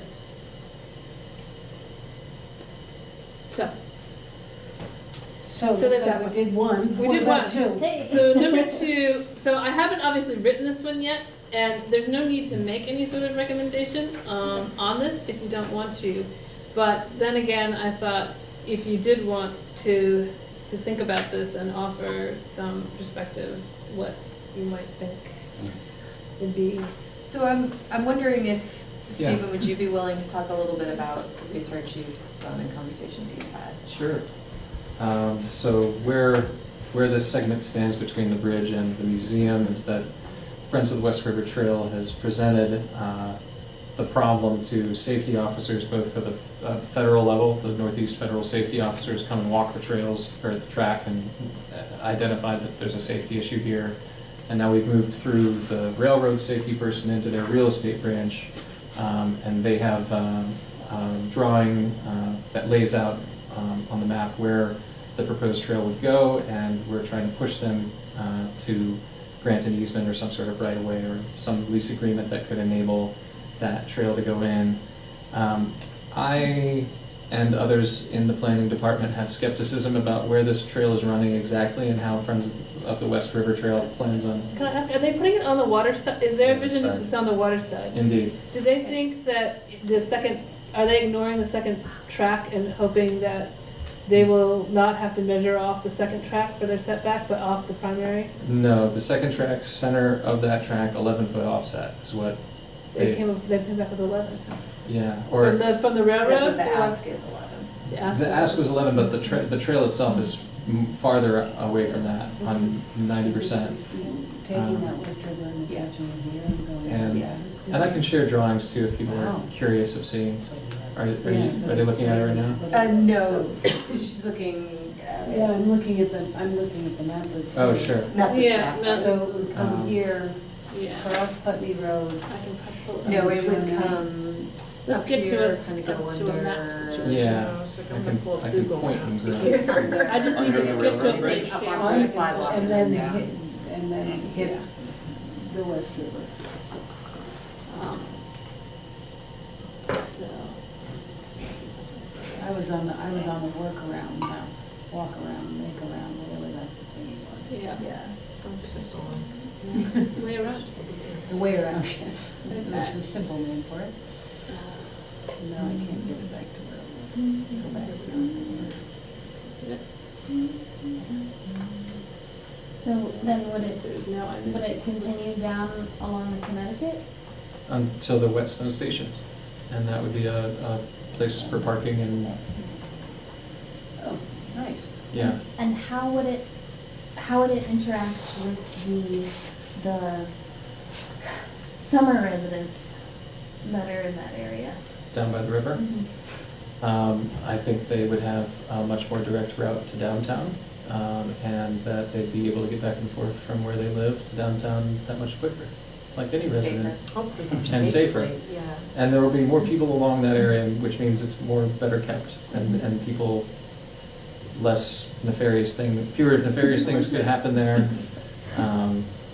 I'll say this, that I think it's less of a challenge at this point to get the easement. I think the bigger challenge is going to be them designing where the trail runs and figuring out how to manage all the different pieces of the floodplain and the different, and the actually engineering of the trail and make it work for that location. I was looking for the files I sent you. Would it be a Steven dirt has track? seen It's the not going to be. files. Yeah. I don't think it's going to be an impermeable surface, right? I think it could be, I don't know, maybe a gravel or some sort of rough, but that part hasn't been crossed yet. There's a need for a bridge to go over a stream at certain points. There's a lot of grade issues. Yes. Because if you haven't walked along the railroad tracks, it falls off again to the water. So the railroad tracks, it sort of like comes down a cliff. There's the tracks that are flat, and then there's another dam along a lot of it. Yeah. Walnut Street or whatever. Yeah. Roughly how far would it be from the active track? So what they've been working from is there's on the west side of there's an active line, then there's a fence, and then there's an inactive line on the river side, right? And then we've been going 11-foot offset from the center of those two tracks. Oh, okay. And then even further is where the trail is based, but that 11-foot mark is the bare minimum that they think they could get away with ever. However, we did Where see... did they come up with 11 feet? Jason Cooper? I think it's kind of federal, like, there's As far been as I can meetings with find. rails with trails. Yeah, as far as I can find, it's 15, but okay. We'll give them their 4 feet. Okay. Well, you said it's 11 feet off of the center, so track 1, track 2, they're going 11 feet from the middle, or 11 11 feet from off the center of the second. Second. Of the So track. that may end up being 15 feet dead center from both, right? No, they're not. They're 15 feet apart from each other. From center to center, they're Okay. 15 feet apart. Okay. So, yeah. Okay. Don't know where that number came from, but... Yeah, the one I gave you the example of in the Massachusetts one, that the fence was at the 15-foot mark. And so that's the other thing, is that it would require a fence as well. So there's a lot of... How are we paying for that? I know that there's Friends a of the lot West River of... Trail. They have money. I don't know these things, but they continue to be gung-ho for this. I think they could raise money rather convincingly for this project, though. I know that there's a lot of challenges to this. I am not in favor of taking it out, recommending against the trail, because I think that having a trail along the river is an entirely different experience of, rather than using the way around in One-Tasket. I mean, I love to walk on One-Tasket, but they're really kind of two different It's things. achieving the connection. It's not giving you the waterfront amenity. Yeah, no, and all the benefits We're that never come going with to get the trails. waterfront amenity, right? I mean, because the railroad's going to always keep that property. Right, but you might get a right of way or some sort of easement or something to have a trail there. I mean, I think that that's. Right, but the trail, we should I'm saying acknowledge the that. trail is the best we can do. Right, right. In order to get. Because to it's the- active, yeah. Is this an either-or? It's not, Oh, okay. so the question I have, because we did on the question of the Main Street bike lanes make a recommendation, because it is kind of like there isn't room for both. The Yeah. motor sidewalks and the bike lanes, we make a recommendation in here. Sue had asked that we incorporate, because of the work you guys are doing, the rail trail. My thought was, if we're going to incorporate the rail trail, we should point out that you could actually get the connection that you need over the existing street network without the rail trail still. But there isn't a need necessarily to recommend that the town focus on one over the other. In any of the public outreach, did you, I mean, I just feel like anytime I talked to people, they've said, get us close to the river. We want to have the river. We want to have access to the river. I mean, it just seems like Comes that's up a lot. Yeah, Mhm. this would answer that question. I think it helps revitalize a part of the town that's kind of forgotten, Yeah. and people are pushed to the margins there. If you bring more people in, it's going to revitalize that area, it's going to make it feel safer, feel more alive. I think when you think about it in context of the Hinsdale Bridge becoming a pedestrian and Right. kind of creating this Right. trails hub down there, I know it's challenging, but I wouldn't want to recommend against it. Yeah. Yeah. And I like that there's already community energy and leadership around. So it's like, it can actually happen, maybe. Right. And why not get behind that? And it seems like it would also play right into the museum development if that's going to happen as well. I do want to say, I don't dislike the way around path. I mean, people are using that on foot anyway. I use it. You mentioned you use Yeah, it. this I've is- seen people doing it, yeah. Yeah, this would be an addition. This is, Yeah. yeah. This is, Yeah, I think it'd be nice to keep both on the table. but what was the, well, this is separate from that though. But what's the Wantastiquet Drive proposal, like what would So that you could entail? come up from the marina. Right. You just have a short distance to make up on the main road. Well, I know, And then you get onto I one know what the route is, but what would it entail the town doing? You Putting a could, sign up? basically it's a sign and some, maybe some Saying, hey, sheriff. this road already exists, but it's a good one, so take it So, where I'm saying? Probably Yeah. a crosswalk improvement. Crosswalk Okay. improvements. Which and- is Yeah. not so easy because visibility is poor where It you is, want it's it. not the bestest crossing point, but, I mean, there's all, I don't know how they're thinking they're going to get, across by the substation with the rail trail plan. Right, But I you, wonder. whatever that plan is, you could actually still do that and still come out into. No, I think that's the idea. You would come up and Under. then come under. The Under the railroad bridges Under the from- bridge. Both okay, bridges. Come up on the other side. Oh, cool. Yeah. Oh, wow. Yeah, so, I mean, so there's, so you stay on the west side of the driving bridge, Yeah, on the shoulder? that's what Jason Cooper's talking about. Just for the record, that's what Jason Cooper's talking about. so there could be other ways to get onto the I can never say it, Wantastiquet? Wantastiquet. Drive. Let's just face it, I'm not, not a QU. I'm not from Brattleboro, I can't say it.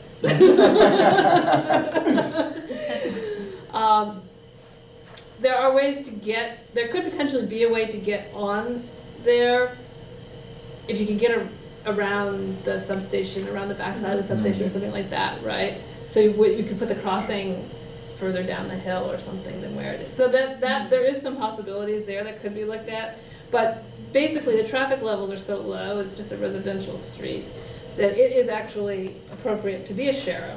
So you could sign it to be a sharo, and then it comes up through. I think then you go on to Harris or North or something like that. You come out, you basically come out right at the common. Yeah, you come in. It's a pretty common neighborhood to walk through. It is. I know I enjoy it when I go downtown, so. So I don't think the neighbors will have much of an issue with all the pedestrian traffic, because there shouldn't be much of a difference. Yeah, exactly. Yeah. So.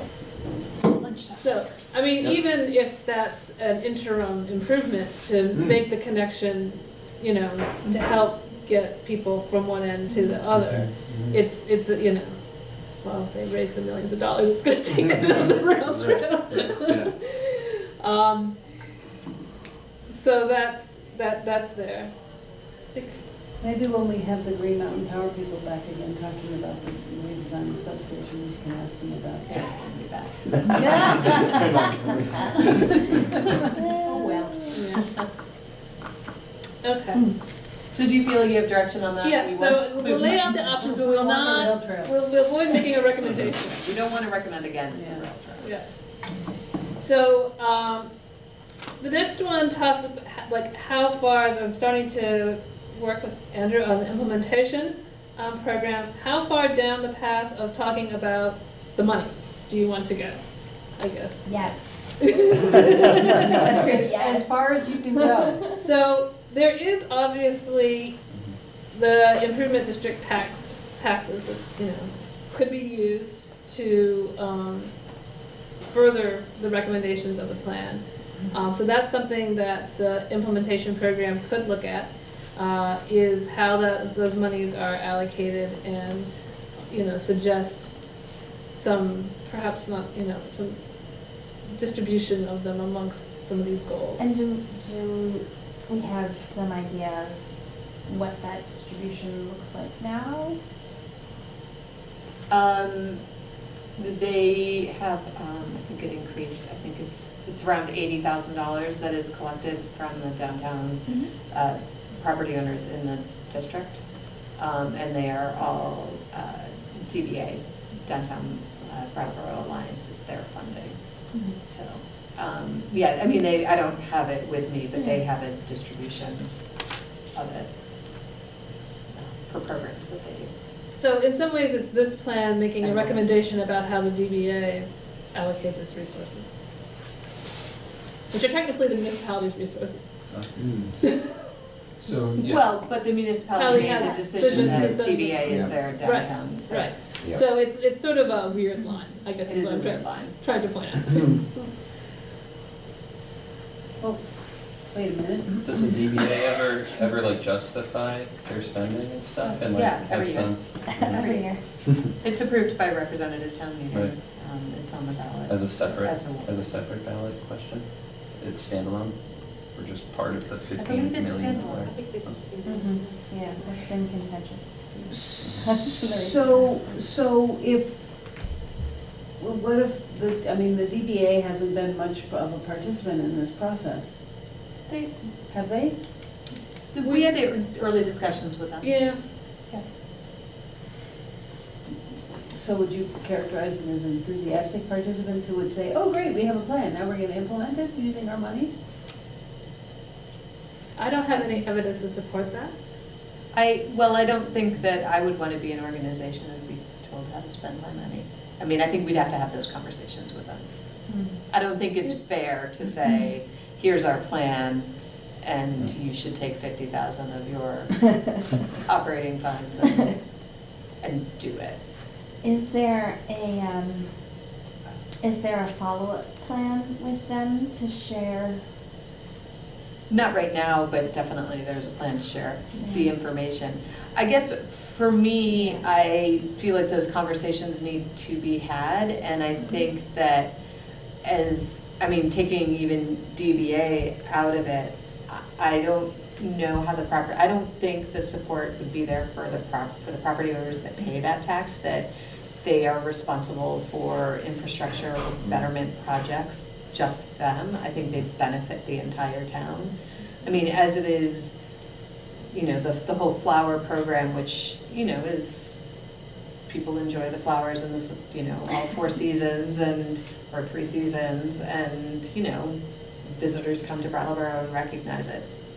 It's primarily paid by those downtown property owners. So I think there's a bigger discussion of what is the benefit and what does downtown bring to the entire community, and is it fair that there's just those property owners paying? But they've also had a program the last year that activates public spaces. They did? And they've brought in musicians and artists and community game leaders and paid them a small amount of money to perform or do their thing. So that's the sort of thing that could come out of the recommendations is, to provide support for that type of programming, how to, basically recommendations about how to allocate some of those resources amongst the competing priorities, so.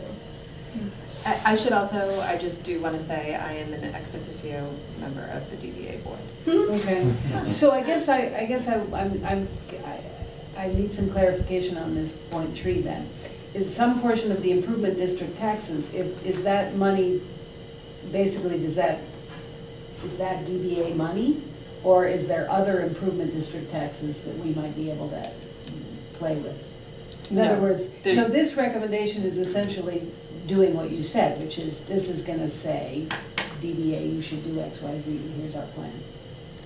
And so we should tell you not to do that, based on what you just said. We won't tell them what to do. The DDA gets 100% of the improvement. That's how it's been allocated up till now. So us putting forward a recommendation would be, we're suggesting you not give DBA full right? funding saying. You see what I'm We're saying? suggesting that you use. Because it wouldn't be Right. DBA spending the money to implement these things. Okay, We're not- okay. yeah. So, all right, so rather us recommending to DBA, we're recommending to The town. the town, give us some of that money and we're gonna Right. execute our plan. I mean, And I guess, to me, a piece of that would be like mission-based. Do we think that the improvement district taxes, the DDA is really focused on economic development and economic vibrancy and activity, focused on the small businesses downtown. And I think that if we were to think about making a recommendation of a different use of those funds, then it would need to come with a different motivation for activating this space, right? Right. Particularly, I think one of the things that you identified in here was this sense of safety and not feeling comfortable, not knowing the weird people that are downtown or the people that are panhandling. And I don't know if that might fall under an inclusivity sort of program or investment that might not directly relate to the economic development piece that the DBA really is focused on. I wouldn't say the DBA is just focused on the economic development. I mean, it's property owners in the downtown, so there's residential as well. So it is a quality of life in the downtown. There is a large focus on economic development because we want our downtown to be successful and the stores successful, because that's good for everybody. But I would, Okay. just be careful. I wouldn't Yeah. just say that they're I didn't know that it included economic development. residents. Mm-hmm. Yeah, residents can be members. Yeah, my understanding is that DBA does allocate some of those resources towards things like programming and Yeah. supporting community events and programming and arts and things like that. But probably right now there isn't money necessarily being directed to the actual physical improvements, perhaps, that could be used. So like, say, fixing sidewalks. Like, do you, Right. No, right DBA now, doesn't. I mean, that's none of that tax, business right? improvement That district is tax the money goes to, say, fix sidewalks. Mhm. But that is under the umbrella of what you can do with business improvement tax or district money. That's one of the things that you could spend that money on legitimately. That's enough. It's an improvement to the area, right? So it would qualify. So that's the kind of question to look at. So as we're looking at identifying potential funding sources for some of the recommendations in here, do those tax dollars, are they on the table to be something to be talked about as to how they're spent? That seems like such a bigger conversation. I mean, that It is a bigger, and I wouldn't want to have it without having DBA. Right, I mean, in the room. DBA ought to be here and probably other stakeholders as well. I'm curious about, it seems to me, I guess I'm curious why you only pick the improvement district taxes as opposed to all the other potential sources for income that. Well, I feel that those are legitimately on the table to be discussed in the plan. This is the one where it's a question of whether you want to talk about how that money is being used now. I think we can legitimately say, yes, the town should be allocating more just property tax dollars to sidewalk repair, right? Without having a policy discussion around that to the same degree, I guess. It seems to make sense to have these in there because people don't know necessarily where that money is coming from and where that money is going. And as long as the DBA isn't going to get shirty about us talking about their money.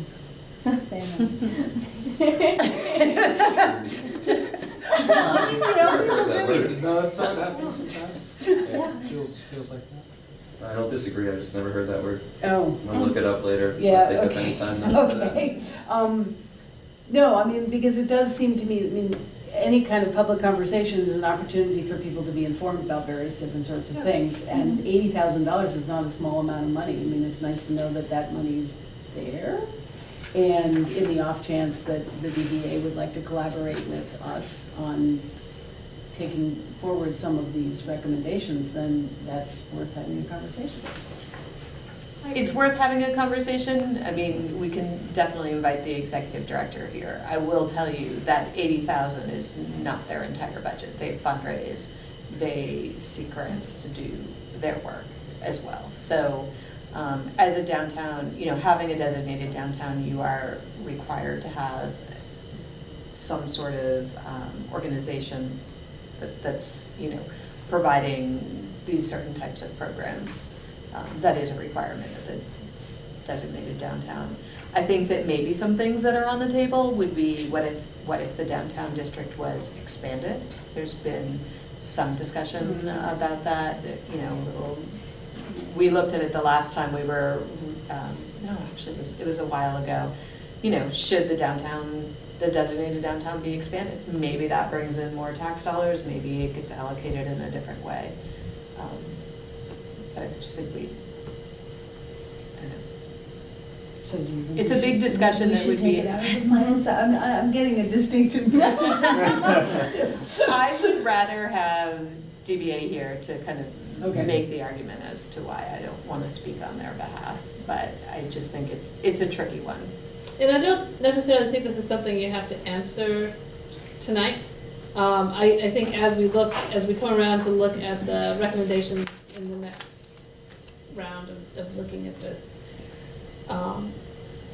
that I'm just highlighting this as a potential policy area where there could be some issues to be resolved. Great, super. Shall we go on? And I think I would just add, it's, if the planning commission wanted to take that discussion up with the select board when DBA is submitting their, they submit the budget, it gets approved by the select board, there's a whole process for it. Just need to think about Is that. there any wording anywhere that says what improvement district taxes have to be used for? Not what. No. I'll look that up. Well, there is some statutory requirements around what they can be used for. Or regular, probably isn't statute. It's the state, right? It's the state, So the state has the rule about you have to have a designated downtown improvement group. I don't know what the term is, and there's some rules about that. Yeah, if you look at the authorizing language for the taxes, I think there is some. We might have it. We might have an ordinance as well that list of what you can use them. I know we definitely have a downtown improvement district ordinance. Okay, that'd be good to see. Wow. Yeah. In the statute. But what's nice about you identifying this particular money source is that it makes it really tangible. Instead of saying, the town should invest in doing better sidewalks. And then throw that on the town to figure out. I like the tangibility of some sort of sourcing money plan. Yeah, we probably need more than just this one. Yeah, it's clearly not to fund the. No fund very much. Yeah, so that's municipal government, that's finding grants, that's using the downtown transportation program to, get funding for new sidewalks So and I stuff think like that. is where we're landing on, it seems like where we're landing on three is not necessarily to make a recommendation, but that we do want to keep it open for discussion and to include DBA in that discussion. I think that's a good idea. Great. So, are we ready to go on to 4? yeah, so I bring up 4 because one of the things that Andrew and I talked about when we talked about how the implementation the strategy piece, the next steps in here is going to get put together, is one way to think about it would be to run through sort of and organize it by who's responsible, basically, to carry out some of these elements.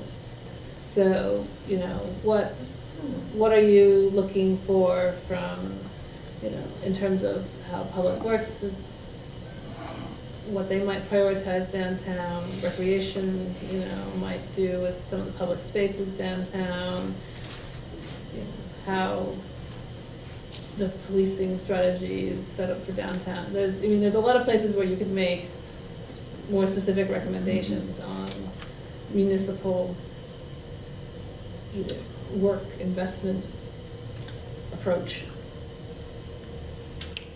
Given the nature of the conversations that have gone on in this town for the last year and a half, it seems to me it would be extraordinarily presumptuous of the planning commission, or maybe I'll just say personalizing this presumption from me, to start telling the police or the maintenance departments sort of how to carry out their work.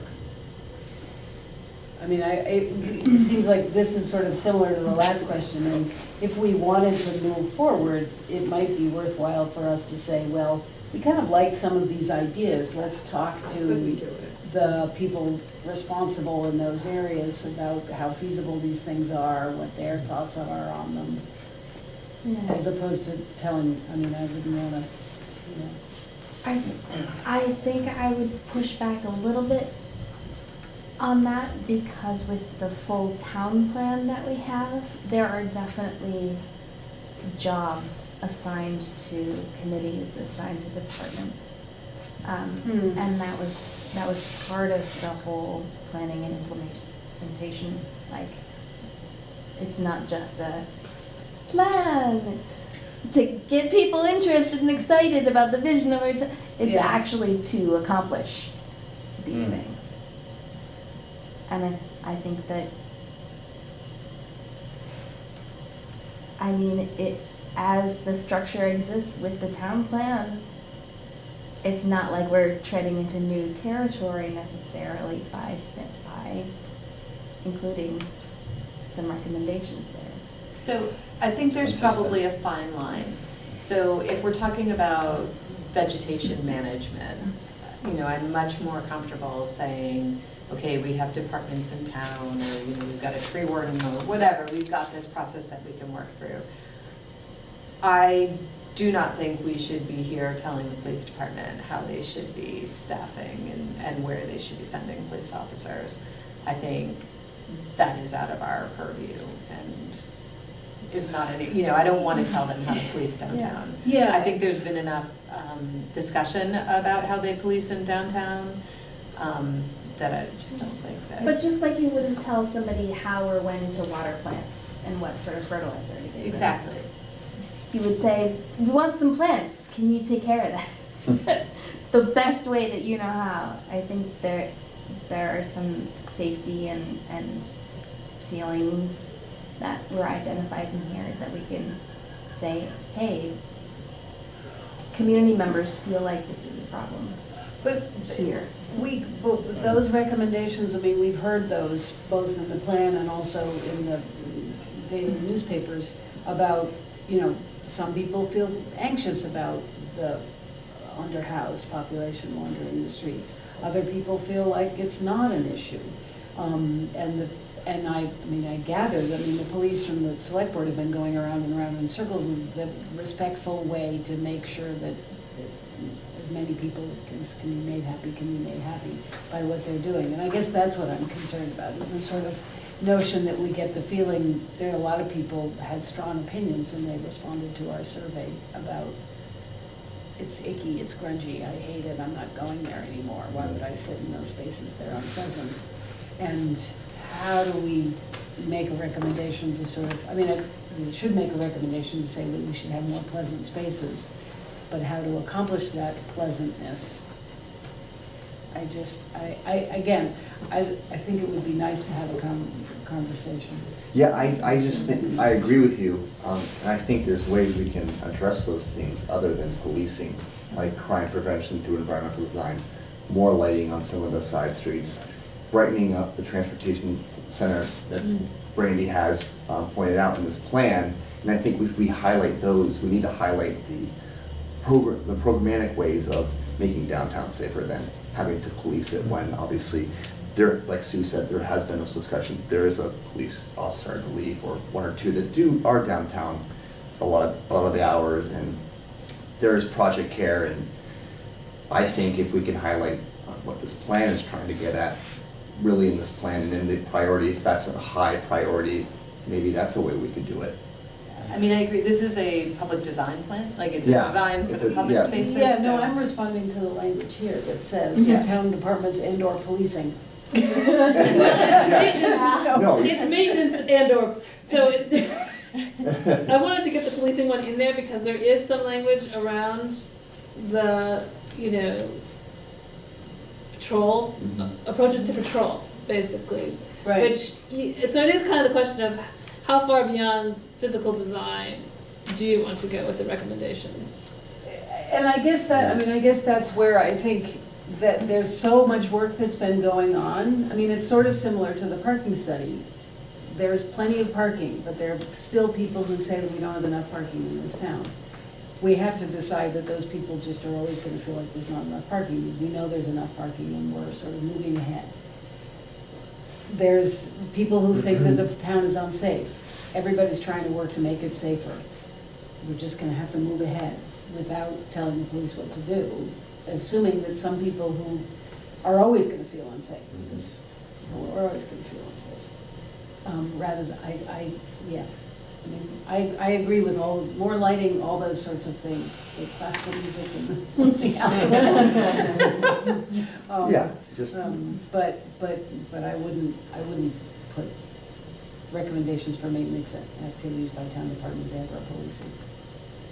I wonder if there is a set of positive recommendations we could make on policing. For example, when there are rallies or parades or walks, or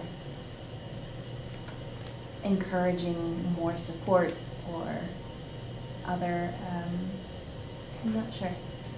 I think that they are professionals, and I don't feel like I'm in a position to tell them how to police. They're very prepared, they're very professional. They've got their protocol. I'm not sure the planning commission is the right place to be putting that out there. Well, actually, I'm sure that the planning commission is not the place.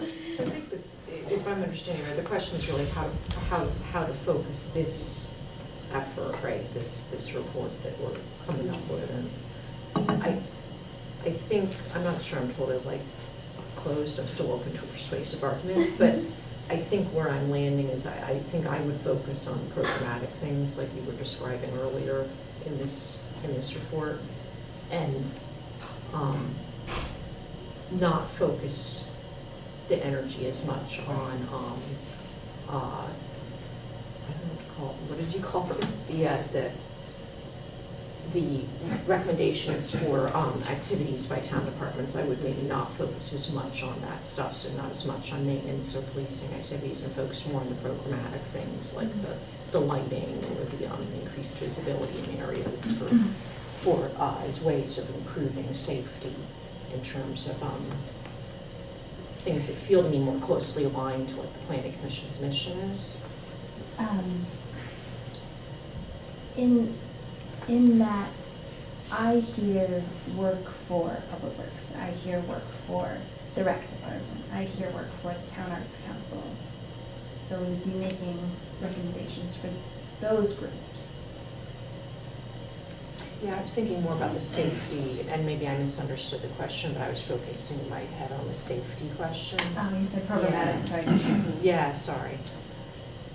Yeah, I mean, the plan obviously requires people to do work. There's no question about that. And maintain.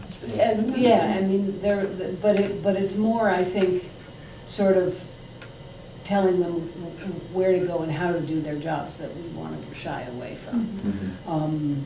There's also, I think, the plan as written can go towards making sure those people who say the place is unsafe we've heard that, and we can talk about, eyes on the street and this sort of Jane Jacobs sort of thing. We make these public spaces, we have more people out here, they're going to feel safer. It's not necessarily about having a cop there.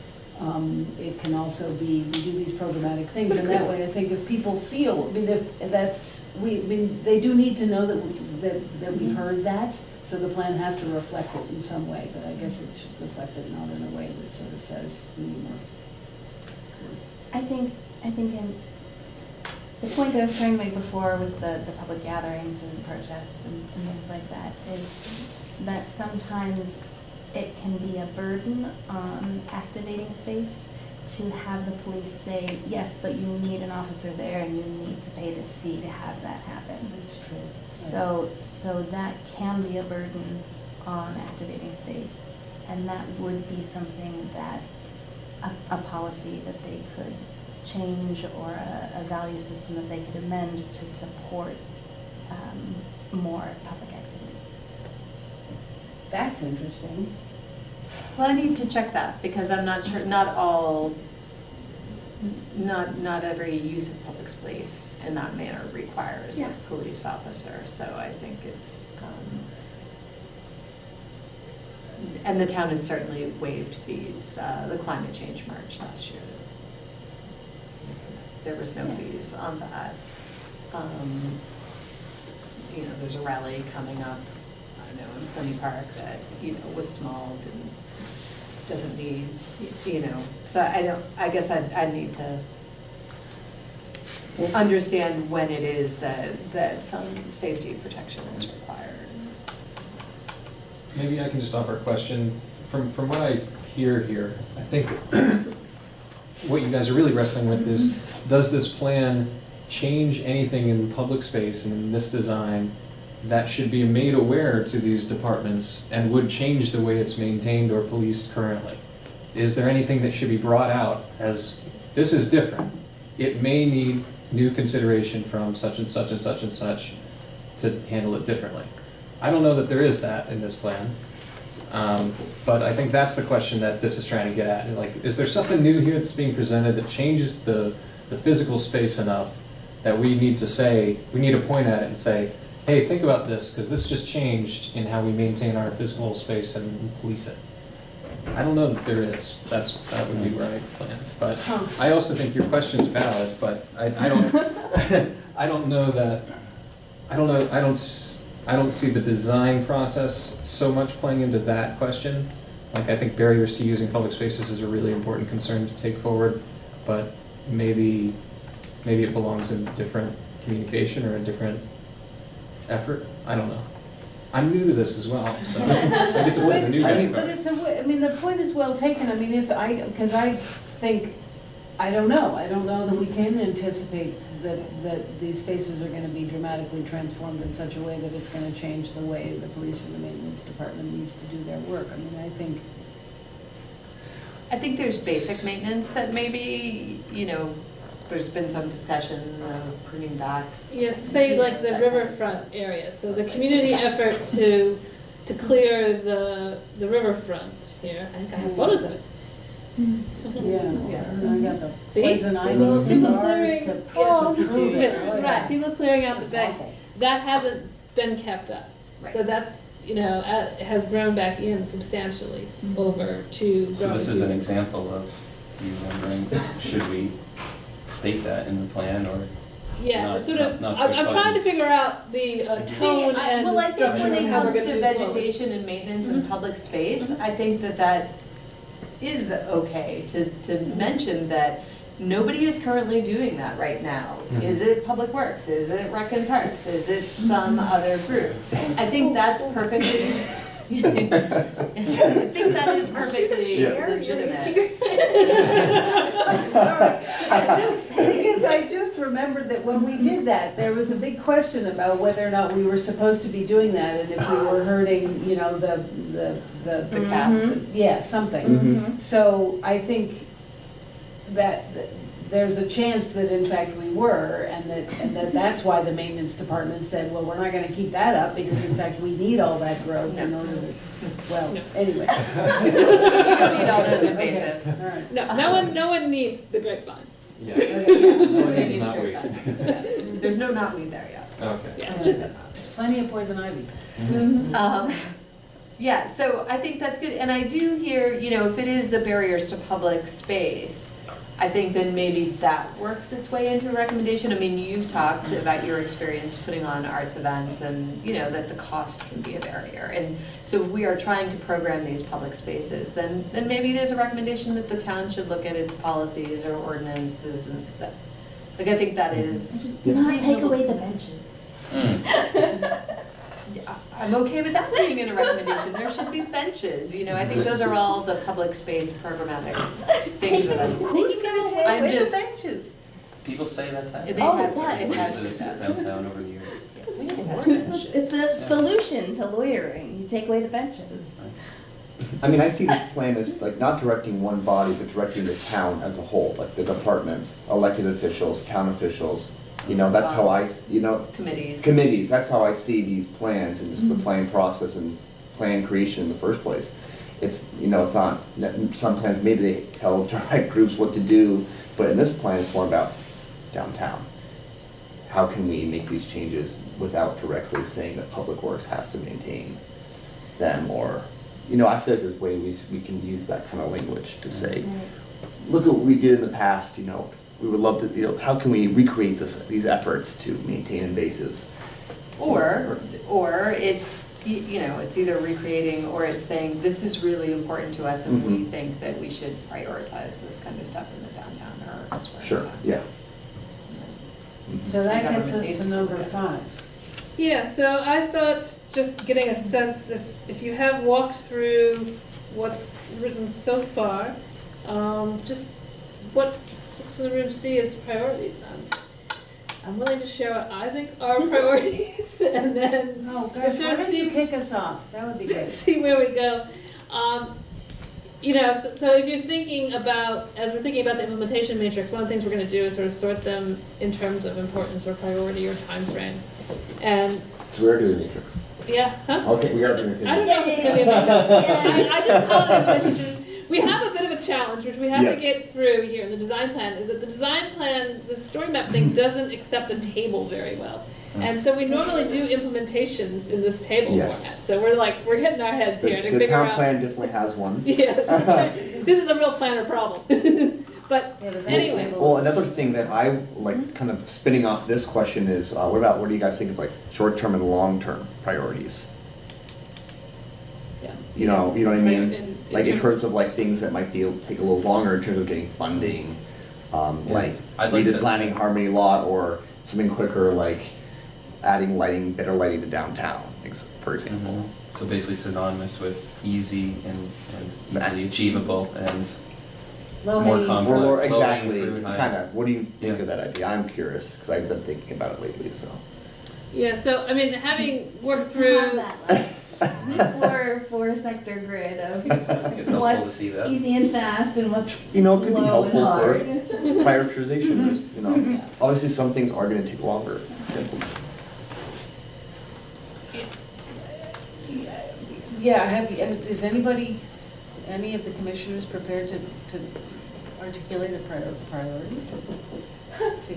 Yeah. I don't know if something jumped out at you as you looked through that you were like, we should get on that right away, or that's like, I think that's sort of a critical first step, or anything of that nature. I don't feel ready to. Well, you can think about that until we meet again. Can you throw some options out there? I have some floating around in my head, but maybe it's just because they're the ones that I remember. Yeah, so it seems to me that, you know, the impetus for doing the plan was the change to the bridge. So the work around the intersection in Bridge Street, that seems to be, those are big projects and expensive projects and complex projects, but those seem to be kind of priority pieces, I would think, there.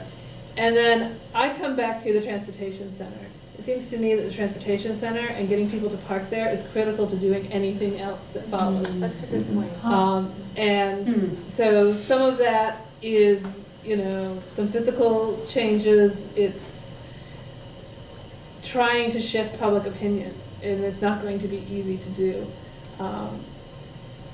You know, if you look at the parking numbers in that facility, it's horrible. And the only way you're going to get the cars off the surface parking and off the on-street parking and into the garage is if there is a very significant public perception shift in the use of the garage. So it seems to me like that. It probably actually, I think they're gonna fix the elevator, right? Yes, the parks have been on order, Yes, so that is like, there are some things there, and I think, the conversation around lighting of the interior lighting has been bounced around. DBA has had lots of discussions about placemaking, not only the Ask the River art, but, some art on the different levels of the floor, like that was seen at the pop-up, active community alley and activating the transportation center some more. Yeah. So that seems to me to be a pretty critical step. And then, unfortunately, just circle back to just the basic maintenance, just cleaning and trimming and tidying and maintaining what's there now.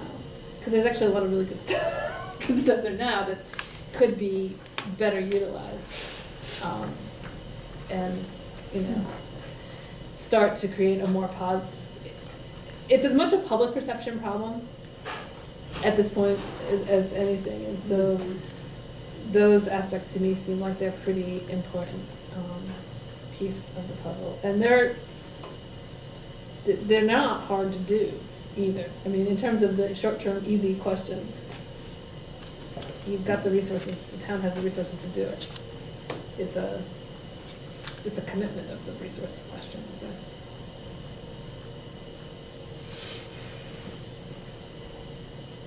Yeah, tacked on to that, I'd love Harmony parking lot to be a park and the rail trail to go in. I would love bigger sidewalks on Main Street. Oh yeah, that too. Are we putting a hyperloop in there too? Like we just. Oh come on, now you're being. I'm sorry. What's a century plan? I'm supposed to be long-term strategic. I think the whetstone pathway too is, some sort of redesign of the space that is there that doesn't function very well. Yeah, maybe that's something that we should actually talk about a little bit, because that's one that's got sort of two very different options ahead, and sort of two very different ways to think about the space. And I'd be curious to see what your response was to that. They both came out of the charrette, but we had feedback from people.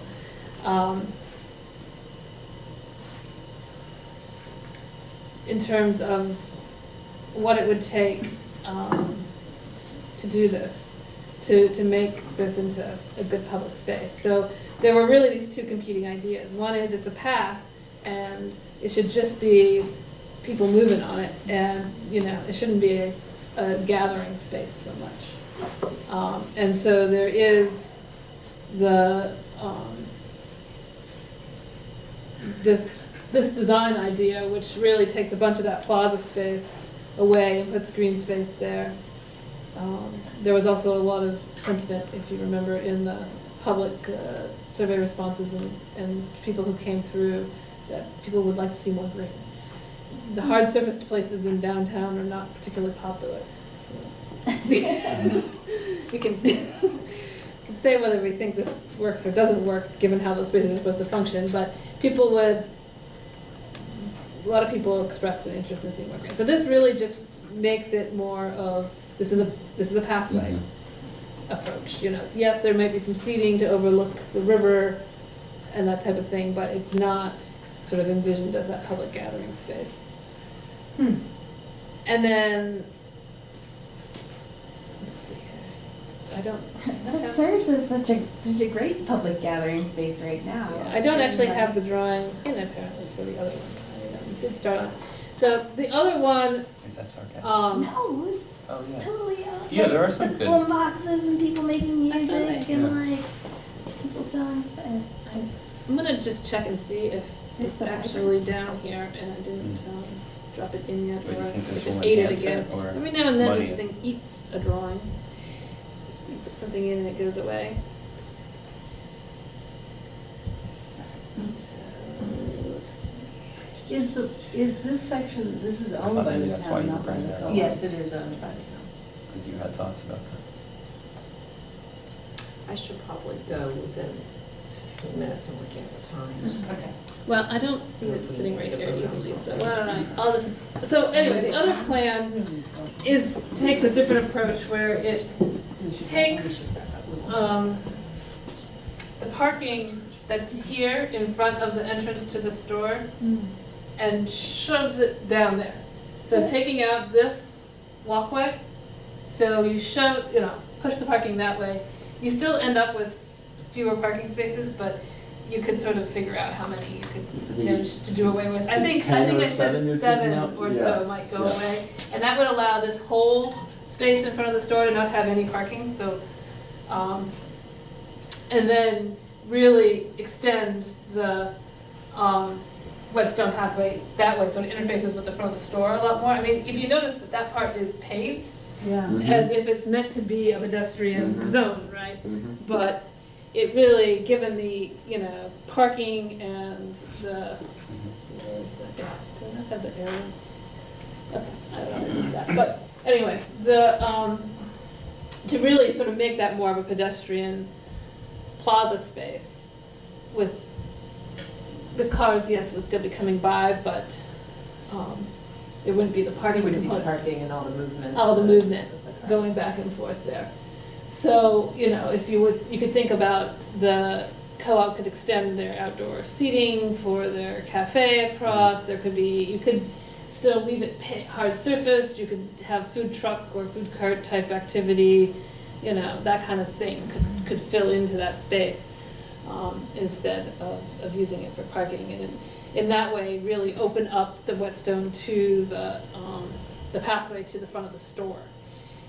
There's something, the difference in the elevation and the cars is just enough to really make it kind of hidden. By the time you're in this corner, yes, you are visible from the parking lot, but you're not really highly visible, I guess I would say, if you're in that area because of the slight difference in the elevations and then the parked cars.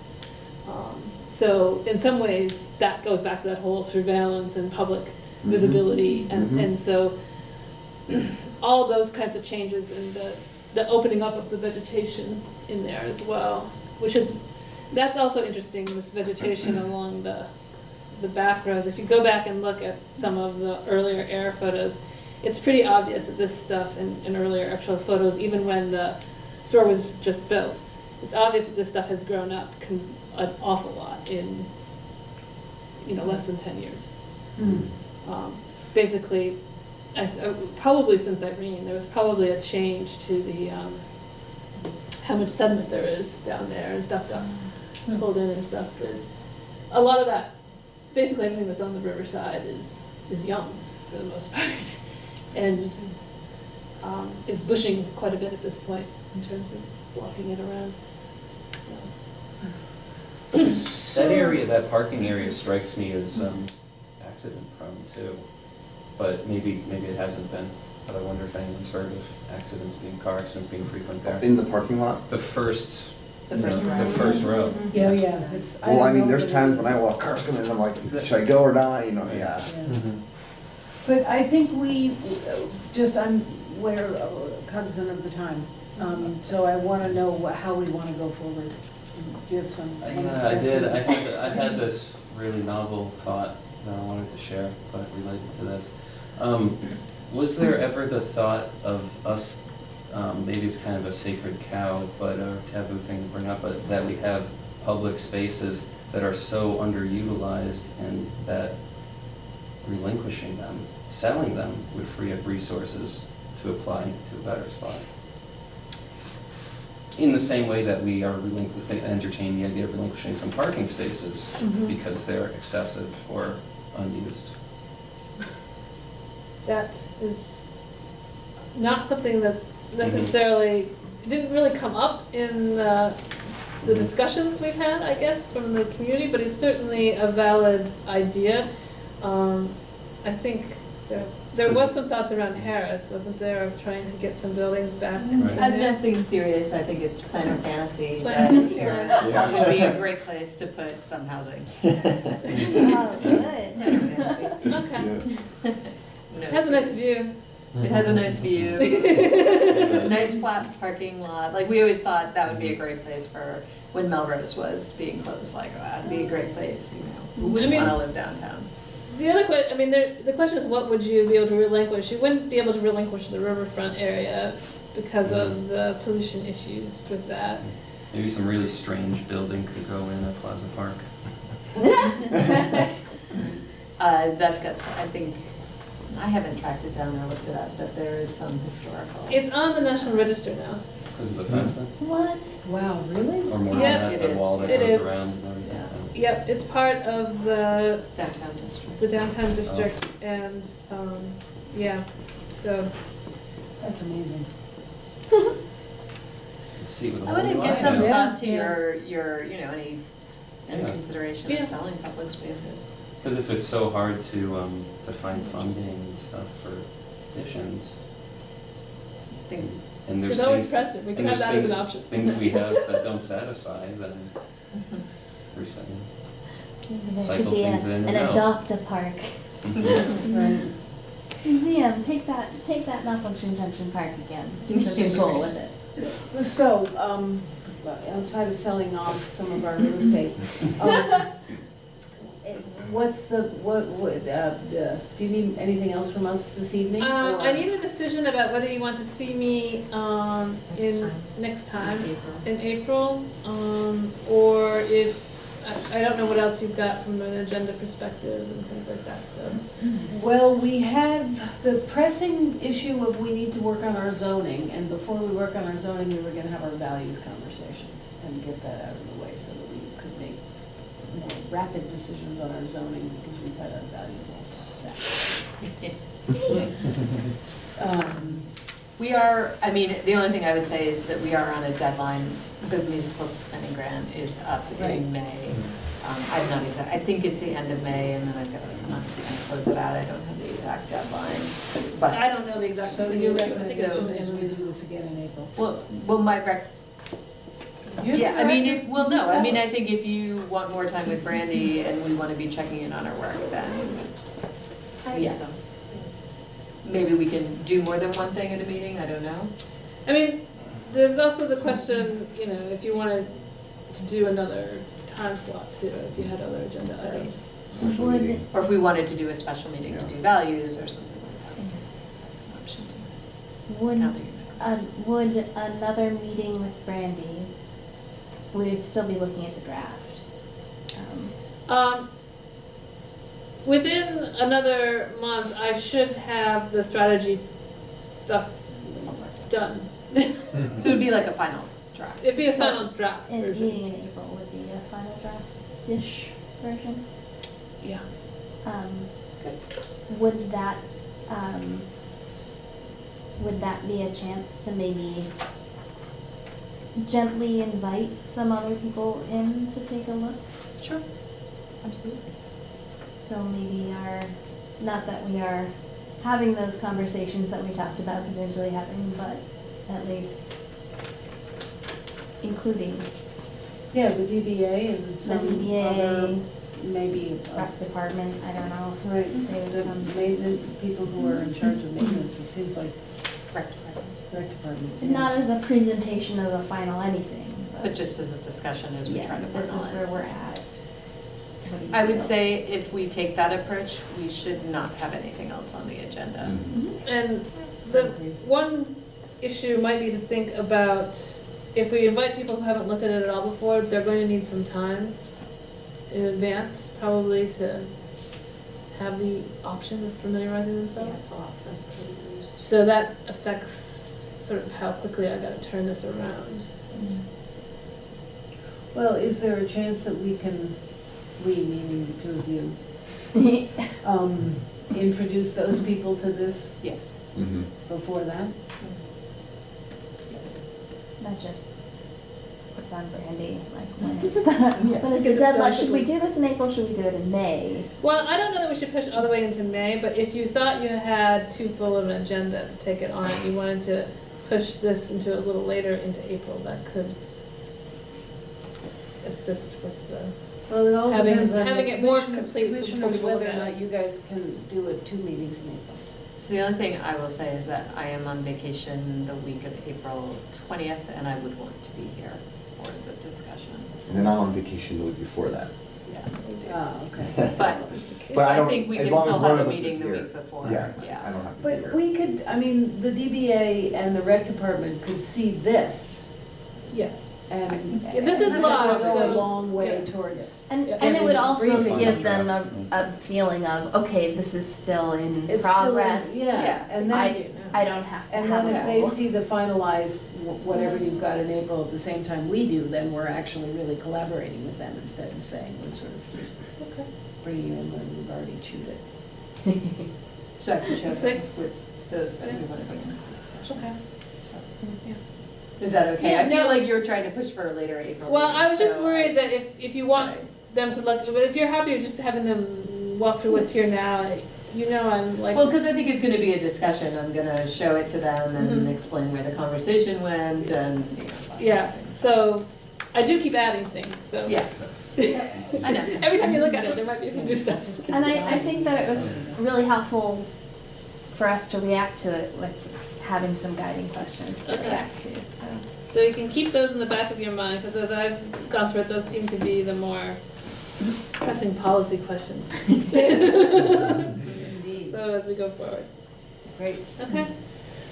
All right, so are there any other issues? Anything else? Anything else for tonight? Is there a motion to adjourn? Sure. You can make this. I'll make it. Move the way adjourn. I will second the motion. Are all those in favor? Aye. The meeting is adjourned. Thank you. Thank you all. Thank you.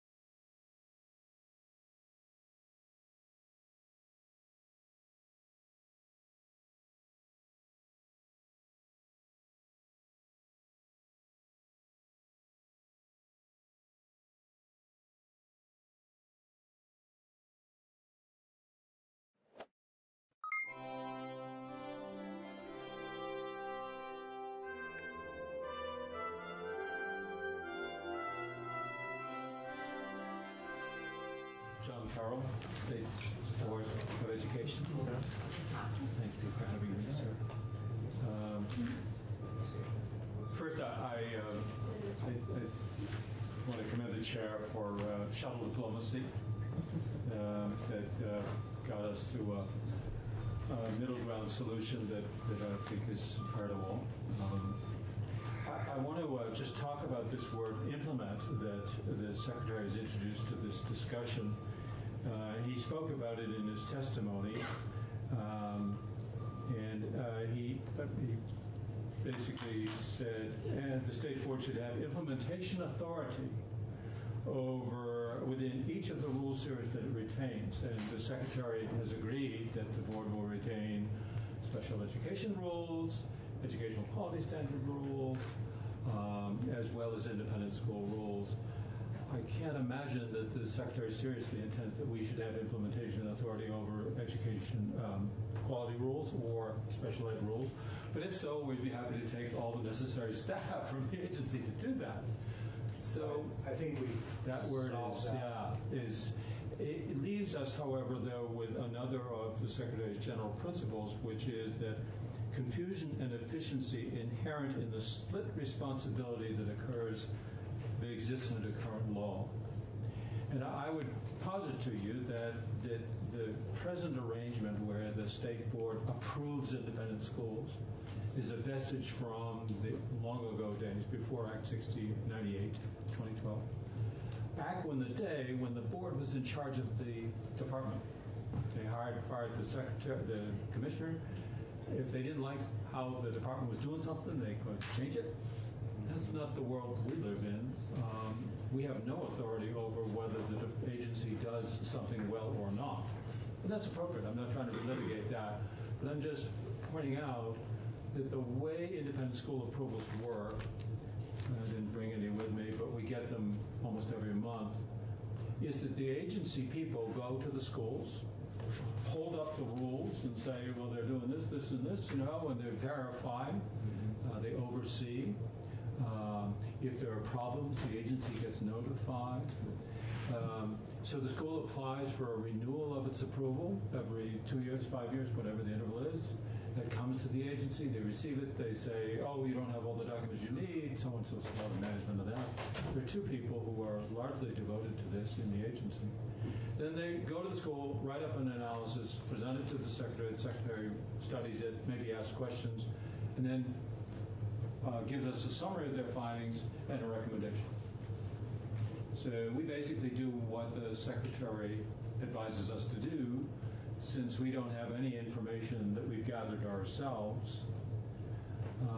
So is it your request that we have that be determinative going forward? In other words, that the Secretary, instead of taking the information from his staff that's been gathered, making a recommendation, that he just make the decision? Yeah. The present situation we have now is a divided responsibility. I mean, it's his recommendation. Just hypothetically, what happens if a school goes belly up all of a sudden and 40 sets of parents are left holding the bag with tuition that was paid and their kids can't go to school? Who do they get angry at? Well, they ought to get angry under the present law. They ought to get angry at the board because you approved it. And we would turn around and say to the Secretary, you told us to approve it, and what good is served by that? So I think that's why we originally proposed to remove the board's authority to approve rules, because frankly, we rely entirely upon the agency over whom we have no control. And I might say the board has complained, as long as I've been on there, with the previous Secretary and the present Secretary, about the quality of analysis that we see and upon which we are to make our decision. But frankly, we have no ability to improve that quality. So let me restate this. Tell me if I'm... So what you're proposing would not change the workload for the agency? Not at all. They are... It actually might simplify it because they wouldn't have to ask us to approve it. Right. So with that understanding, Emily, what would the agency's position be on that suggestion? So first I would say that it's the State Board's authority now and in our proposed future to set the bar at where it is appropriate to approve or not approve a school's application to be an approved independent school. And And so the main concern that I have is that the agency would be making a decision based on where the state board has set that bar. Some would think it should be lower, some would think it should be higher. And for each unsatisfied customer our decision creates, we have no ability to respond to their source of disagreement. It would entirely be the state board, and there's no feedback loop there. We would say, sorry, your application is denied. You can take proper appeal procedures, but we didn't write the rules, sorry. The second is that I'm abundantly clear that the state board has been dissatisfied with the documentation that the agency brings to each meeting that they approve independent schools. And our response would be that the state board should amend its rules so that we follow a different process and check a different set of criteria that we then bring to them, because we just do a check against the rules that they have. And sometimes we're not satisfied with the result either, but it's the result that the current rules require. So in summary, you oppose this suggestion for those reasons? Yes. The agencies. Okay. In my thinking about this and what I've been trying to do, it's to redivvy the rulemaking split, to redo the charge to the state board, and then otherwise make things mirror reality, and then change that reality as little as possible other than those areas of rulemaking. All the way of saying, so when we talked about implementation at the beginning, I think that indicated that we should go along with the board's, with the Chair Carroll's suggestion, because we don't want to change the implementation split. So here, my tendency is to, if the agency opposes this change, to stay with the way things are currently done, which is agency doing the visits, preparing recommendations, handing them to the board. I see your point logically. I think the agency has logic behind their position too, but in order for this bill to move forward, I think it has to try to work as much as possible in areas where there is agreement rather than non-agreement. So I would be for leaving this situation as it is currently done. In other words, board retains authority over rulemaking, board sets the bar, and then board has ultimate approval. Agency follows the rules set by the board, implements, does the recommending work. Does that make sense, even though it's not where you wanted to go? Well, I understand your logic, and we'll do what you tell us to do. I don't mean to be flip. I understand. It's a logic set that's credible. Yeah. It leaves behind the sort of confusion about who's actually making this decision and all of that, but I don't need to relitigate that. I've heard you. Okay. I think your other suggestion to anticipate is that we move those rules from session law, not those rules, the rulemaking areas on page 14. Right. It's yes. Can I just ask a question? Have you, to your knowledge, the board ever not approved an independent school if the secretary has said that he or she thinks? We have sent the agency back to get more information, and we have also insisted that the school come and testify before us. We found it fairly frustrating that we don't have access to the agency staff themselves. The secretary won't bring them to meetings. We would like to inquire of them what they saw. But I should think that if this goes as you suggest, then the secretary and I can talk about how we can make this work more successfully for them and for us. And I don't disagree with Ms. Simmons' suggestion that the rules could be improved to clarify what the board is so preoccupied about. And in fairness, what comes up a lot is the board is very concerned about governance. You know, who's on that board and what do they know? And second, financial management and oversight. And although the rules speak to that, they don't speak as forcefully as I think we've come to understand. Those are very important. And so I think we can make this work better within the constraints of what you suggest.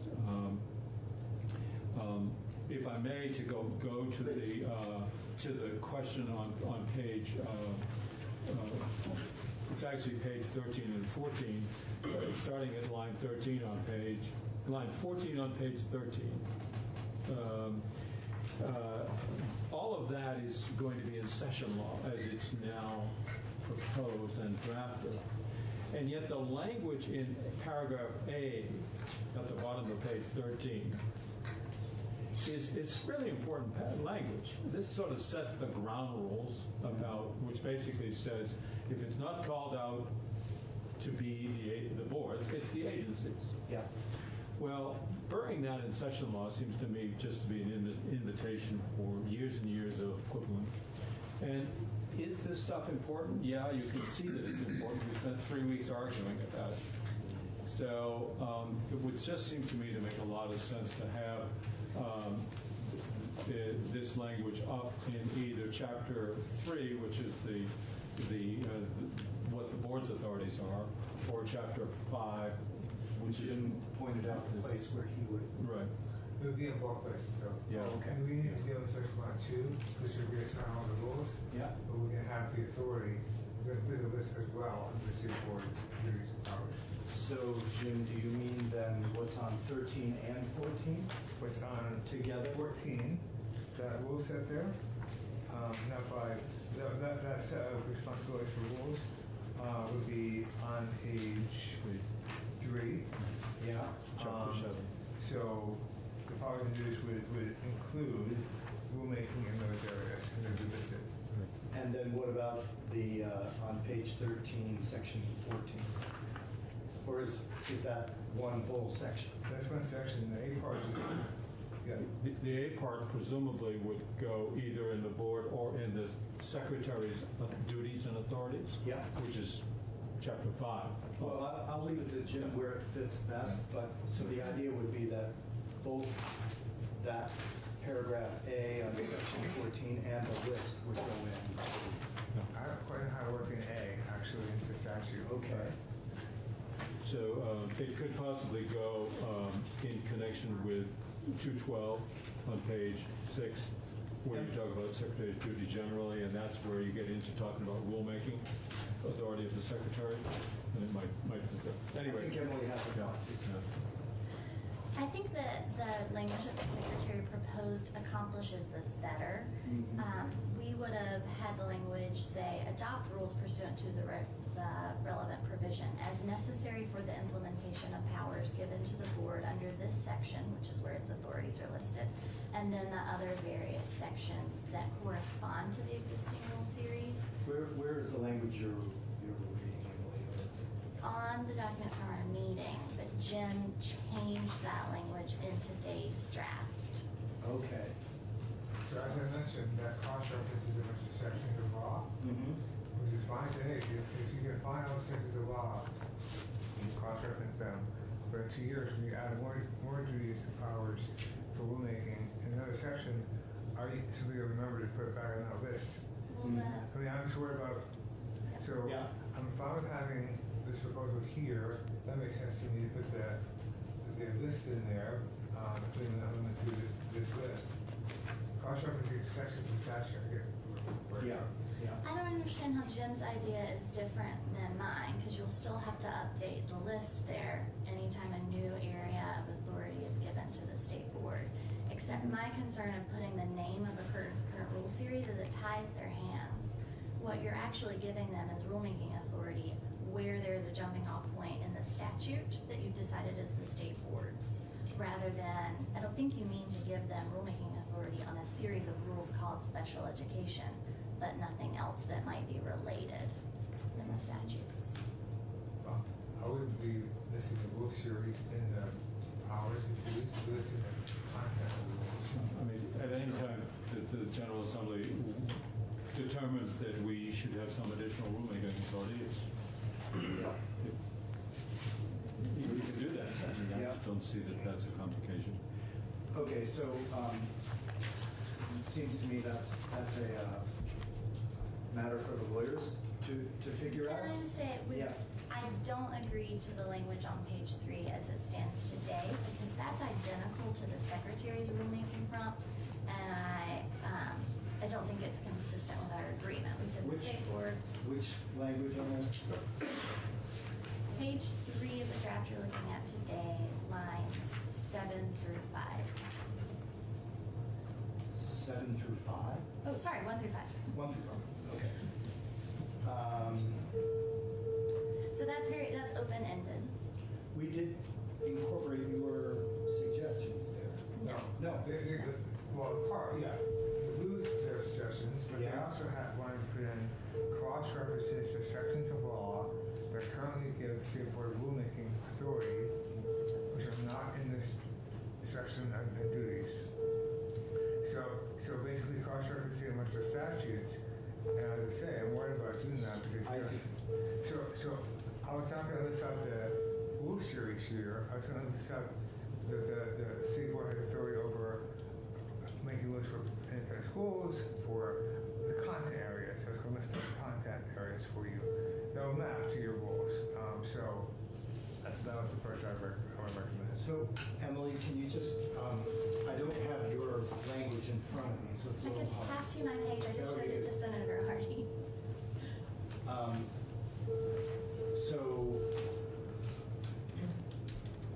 So you want to add, for the implementation of powers given to the board under this section and under sections, ... And if it works better for you, Jen, maybe under, we could make it refer to topics rather than sections of law, but with that lead-in language for the implementation of the authority given to it.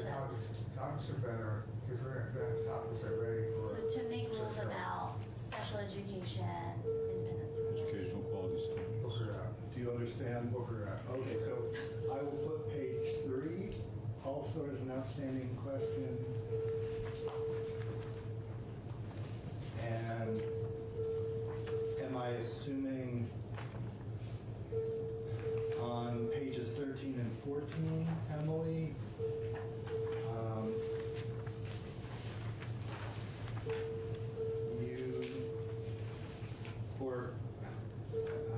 we bumped off of that one. What was the decision on paragraph A under section 14 on page 13? Which lawyer are you asking? Well, I'm wondering, Jim seemed to think that was tough to find a place. This is what sexual law. This is what it's not meant to be a statute. It doesn't need B is fine for a statute. A is basically saying you're at a one-time deal, you're reordering who's responsible for rules. And so like a one-time realignment. So John, agnostic. Okay. So let's go with leaving paragraph A in section law and moving the piece on 14 to statute. It'll be in both places. Yes. Okay. I want to come back, though, if we could, to the conversation we had about approving independent schools, because it's not just that. Emily, I'm sure you this. So if we have the independent schools are still approved by the board, does it also apply to post-secondary schools? Does it also apply to distance learning schools? There are other categories under the 2200 series that I'm not sure what you want to do. So, I guess if we're going to leave how we handle, I hate this word implement, how we handle independent school rules, status quo ante, then I think we ought to do that for the entire Rule 2200. Okay. Rather than try to rejigger out how we do this. For now, anyway, I'm certainly not prepared to parse that baby into you do this, you do that. Let's just leave the whole thing the way it is. Yeah. And then we can, if we see a better solution at some other time, we can talk about that. Fair enough. Another question, one more question. Yeah. Sorry, this is detailed stuff I know, but so for independent schools, for example, there's a decision whether to approve the school or not, which you will have. There's a bunch of other language about various steps are taken in the process to the information about the schools or to set fees for application fees, is that going to be, and it's done by the ACA, is that going to be the agency or the state board? I think for now we ought to just leave the rule as it stands. Okay. And come back and examine this. Yeah. And a really important piece is the review piece that you, I don't know where that came up. Was it 173 or 49? It was in, I forget what bill. Or maybe the big bill. Was it? Where was it? It was in Act 173. There you go. Anyway, that review process, we've activated that once already with respect to the Compass School in Westminster. And the result was really, really positive. And you like retaining the board's power to do Yeah, that? and even if the approval was the secretary's, I would welcome the opportunity to keep doing that. But anyway, so that all stays unchanged because it's all in the independent school rule approval stuff, and we just leave that all alone. Well, let me give you one more example. And, we've been dealing a lot with the what happens to transcripts when schools go out of business. Right now, the statute has the state board doing lots of things about that process, about determining what happens next, or doing appeals to the court system, or making sure that there's a good record retention plan. I think we changed that, didn't we? No. Well, sorry. We changed it, but here's my question. Is it independent school approval or post-secondary school approval or now disapproval, which if you go by that philosophy, you'd be doing that still. So yeah, but this philosophy that every rule that the board has authority over, it must have implementation authority is would you start with frankly, yeah. Would you start with now? So let's, instead of dealing with the philosophy, let's just, is there agreement on the way the draft is now? It who has that responsibility? Right now, it's gone back to the state board has responsibility under the philosophy that we had, I thought we had a couple of days ago, and as I'm hearing now.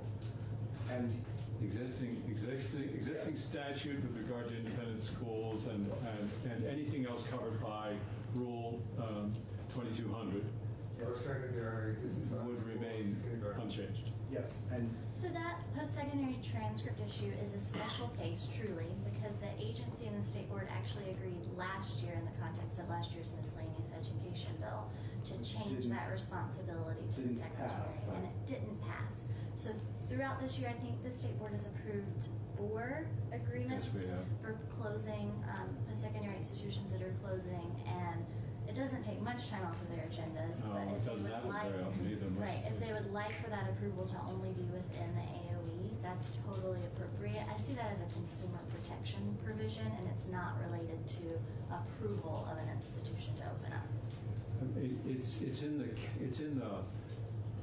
It's a classic case of the kind of thing where we don't bring much value and expertise, and we come and we go, but the agency is always there. So if there's a way easily to move that, that's great. But it's a little bit like changing school snow day rules. I mean, it's stuff from the old days that I think we all would like to see change. So if it can be done easily, great. If not, we'll just. Okay, so you're both in agreement if it can be done easily. Yeah. We would support it. Okay. I make that. I think we've covered most of it. I want to just point out what I think is a possible conflict of purpose or something. On page 6, lines 13, 14, 15, something like that. Shall adopt rules. The secretary shall adopt rules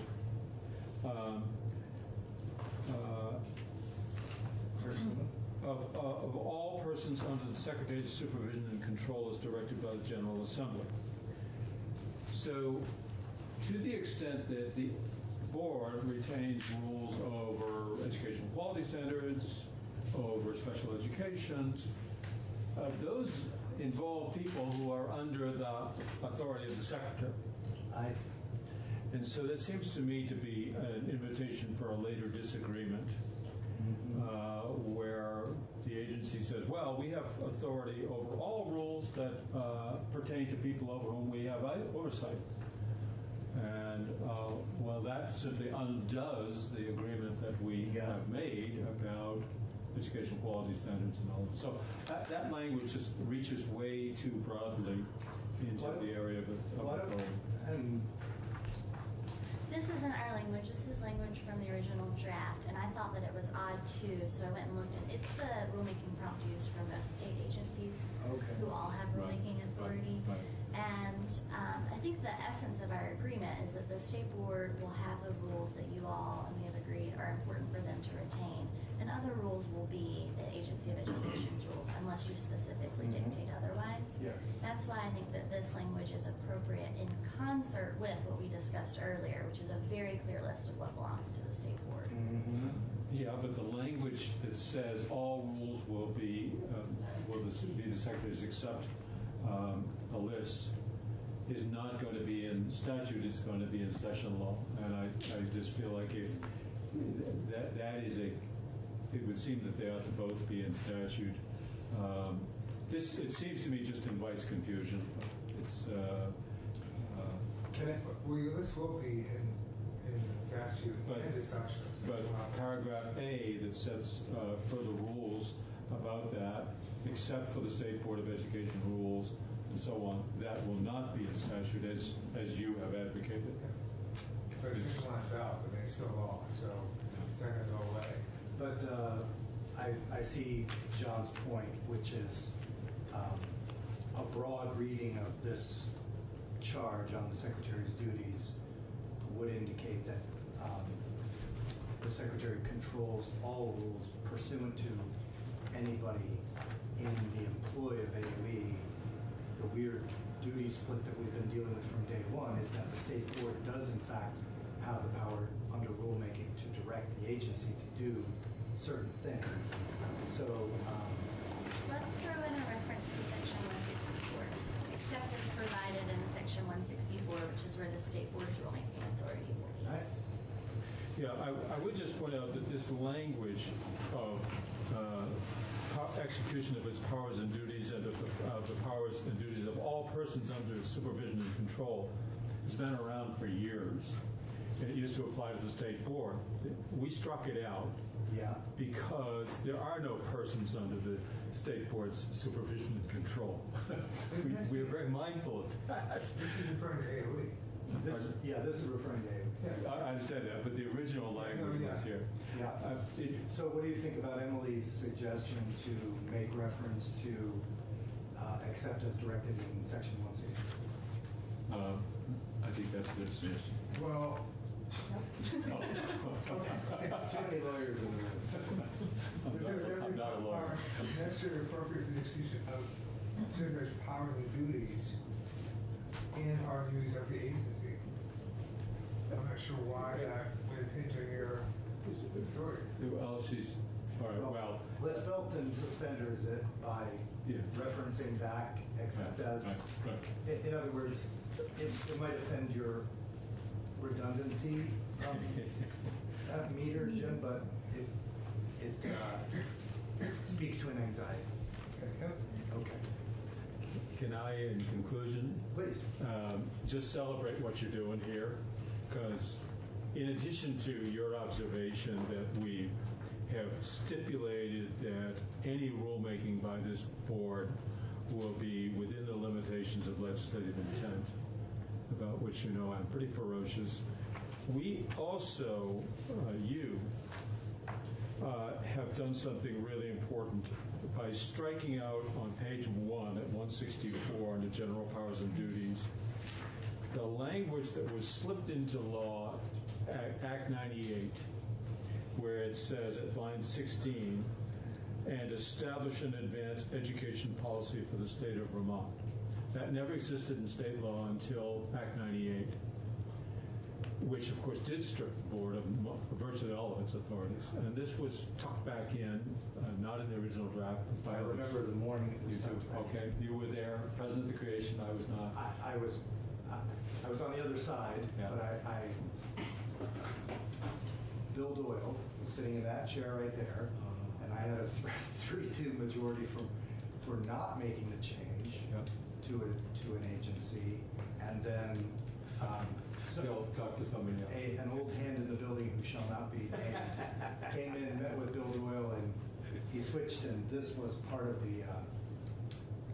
When I was majority leader, we had a 16-14 majority, and I suffered with the same phenomenon. Yeah. Anyhow, so taking that language out is a huge step because it has been understood by previous boards to mean that we make law.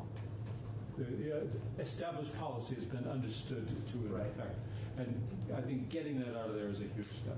So, as I've said, if nothing else happens and those two things happen, success. Again, I want to thank you, Mr. Chair, for coming to us with this. I mean, the healthcare bargaining bill happened similarly. There was, the governor was proposing statewide healthcare bargaining. NEA was opposing it. The following year, they came forward with their own draft, which allowed the logjam to be cleared. Same here. You came forward, in essence, willing to circumscribe the powers of your own body, and that's the only thing that's allowed this to go forward. So, very much appreciated. I thank you, especially you, Mr. Chair, but also the committee entirely. Thank you, Jim.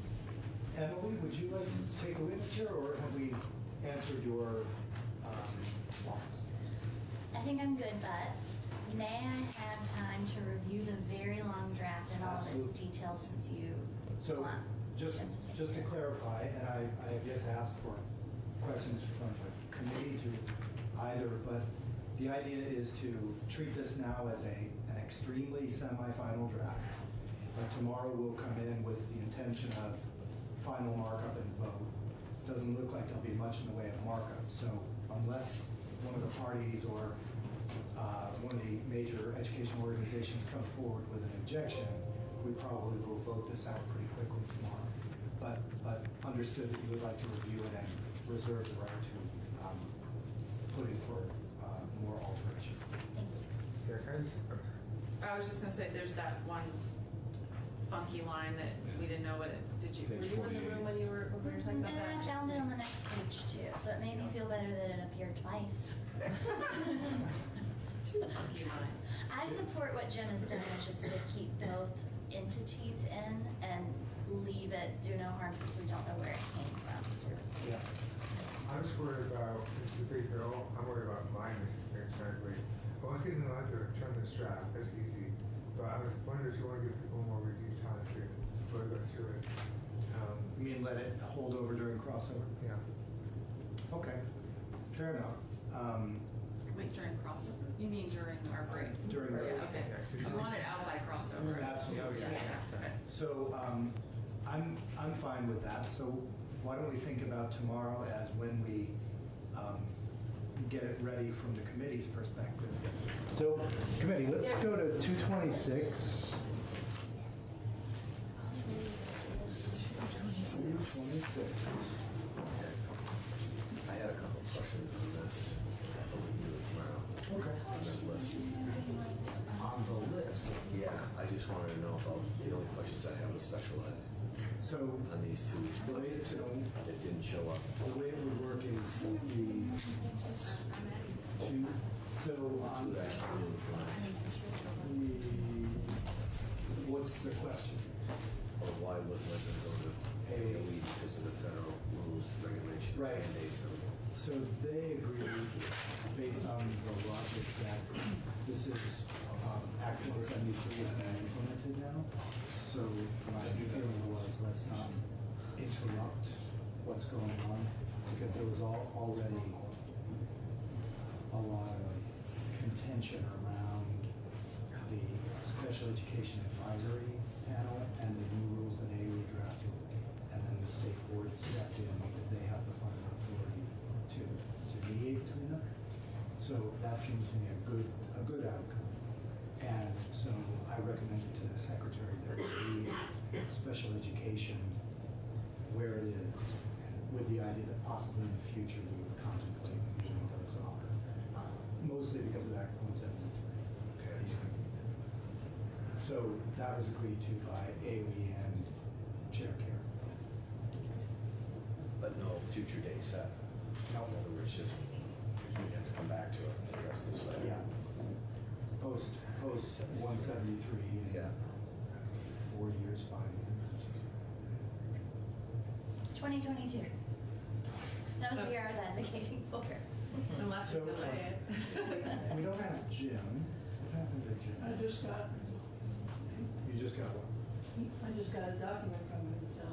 Oh, he must have just hit send and now it'll come down. Okay, so Jeff, Colin, Sue, I'm thinking yesterday as we ended, we kind of had in place what seemed like the committee's straw voted version. We had a couple of outstanding questions. So one of those outstanding questions was superintendents. I talked earlier with Sue, and correct me if I'm wrong, Sue, but Sue says that school boards are okay with just pulling out superintendents, not business managers or AR or HR. Jeff? We agree with that. Okay. Sue and I met in Colin this morning.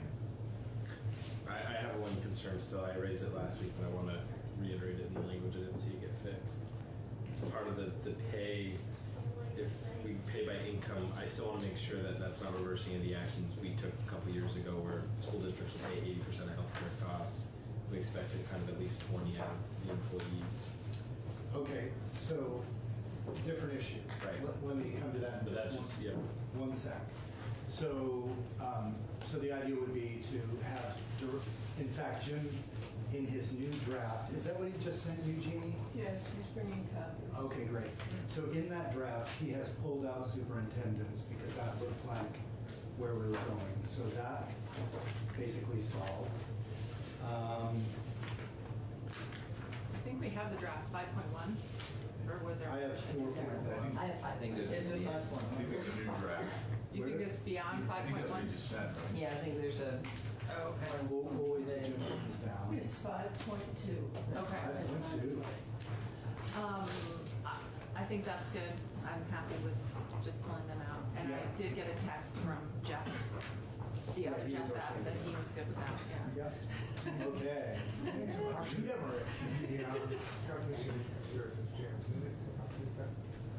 I had an error in my draft, which Jeff Yannon corrected for me. So here is the updated draft, and Jeannie hopefully will make 4 copies for folks. And you want to let us know what's different here, Jim, and then we'll ask our folks what they think. Left. Jeff, you pointed out, so there you go. Okay. All right. Okay. So this is draft, Richard Damer as council, draft 5.2 of S226. So first change is at page 1. So definition of school employee now says it includes the following individuals, same list as before. And then on page 2, it says line 4, notwithstanding subdivision A, it excludes individuals who serve in the role of superintendent. Great. Okay. Elegant. Then next change is up on page 6. Just cleaning up the appropriation, taking out the brackets around the dollar figure, putting in general fund. And this is what I had made a mistake about. So other people in this who don't have this draft, the line 20 and 21 has been struck out. And the draft that I had distributed earlier, I just deleted this language altogether without striking it. So that's a change. I just brought it down. Likewise, on page 7, lines 11 through 13, this has been struck out. Okay. And then on top of page 8, it says the commission may negotiate a statewide grievance procedure for disputes concerning public school employee health benefits. Then we have this language that has not been settled on yet, on 8 through 14. Okay, and I spoke earlier with Sue about this, and we'll hear from them. I think it's mostly around the timing of November 1st.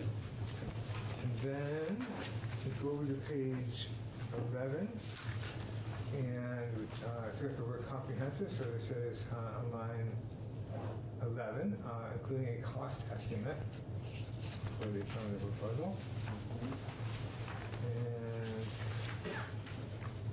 that is it. On page 12, line 9, it now says explaining in appropriate detail the rationale for selecting the last best offer. Yeah, so we got the entire language there. Okay, so thank you, Jim. With that said, Jeff and Sue, not sure if you'd like to come to the table or where you are in terms of wanting to comment on this. Jeff, and for the record, we met and talked about data, which is found on the issues found on page 8 of draft 2.5.2. I think we're mostly there, but I think we just had one or two questions. I think when I spoke with Sue before, I suggested moving on or before October 1st, and then leaving February 1st for when they could supply it as the deadline. And it seemed like Sue might be okay with this. So, Sue Siglowski, Vermont School Boards Association, we actually really favor Senator Hardy's suggestion, which was to require timely submission, but not to have dates in there. But if you are going to have dates in there, I think October 1st would be better than November 1st. Ordinarily, I'm a fan of fuzzing up because you get more agreement. My feeling, though, is if there was a dispute about getting information because the two sides disagreed on the need for it and on what was timely. So I think if we just say timely, we leave it to both sides and even to individual districts to determine what timely is. So I think in this case, if we supply a date that's agreeable, I think that's preferable to having it hang out there just as a determination to be made by the parties on the fly what timely is. So I heard the last thing you said was if we were going to do a date, you'd prefer October 1st. Yes. Okay, so committee, how do you feel about doing a date or not doing a date? Yeah, I agree with you. October 1st is good. Ruth? That's fine with me. Corey? Okay, let's go with October 1st on line 9 and leave February 1st on line 12. Sue, were there things you wanted to speak to, or? I think you covered the exclusion of superintendents. Yes. Right? Okay. So yeah, the SBA supports that. I was not able to get feedback from the employer commissioners on that particular topic.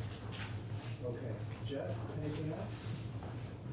No, I think we're supportive of 5.2. Okay, and The October characterize one. your position now on the bill as supportive, neutral, or in opposition? I guess I would say mostly supportive. Okay. And understood that for each side, I think there was a piece that they didn't necessarily want. Right. Okay. Very good. So, Jim, that's a pretty minimal change. Everybody down? Want to do that? And then we'll, Corey, did you get your oh, sorry. So my question, and it's kind of to the cross out, the premium responsibility percentage, it's page 6, down the bottom. And I understand it, and I don't necessarily have a problem if they want to negotiate different premium percentages for different employees. But it's my understanding a couple years ago when we made the deal, it was like an 80-20 split. Well, we didn't really, I don't think we specified any split numbers. But I guess what I'm trying to say is, You don't want the district on the hook for more.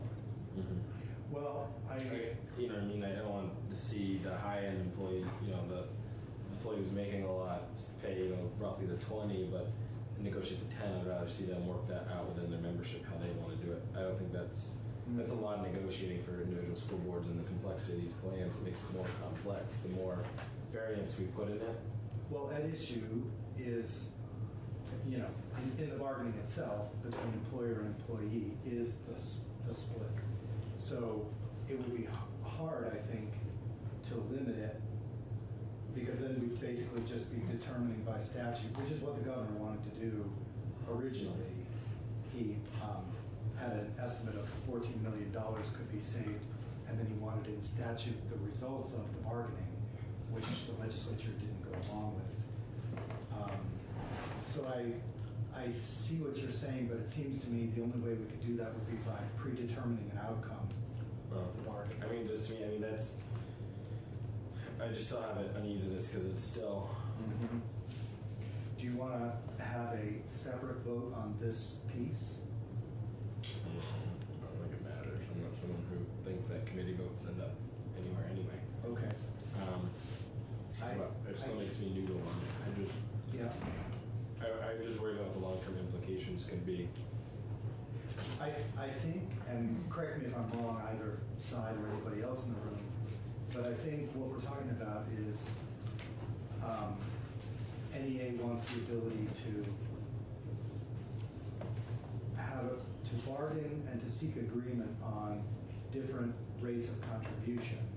I would think that wouldn't change the basic dynamic of how much the employers are willing. Well, I don't see the NEA going to their members saying, yeah, you're going to have to go up to 25% contribution because we're going to give new teachers out of college, they're only going to have to pay 10% or 5% of their income. Well, I do think if you're negotiating different rates of contributions, that would be something you'd have to be honest with your members about, that it may mean that people at higher income levels pay more, right?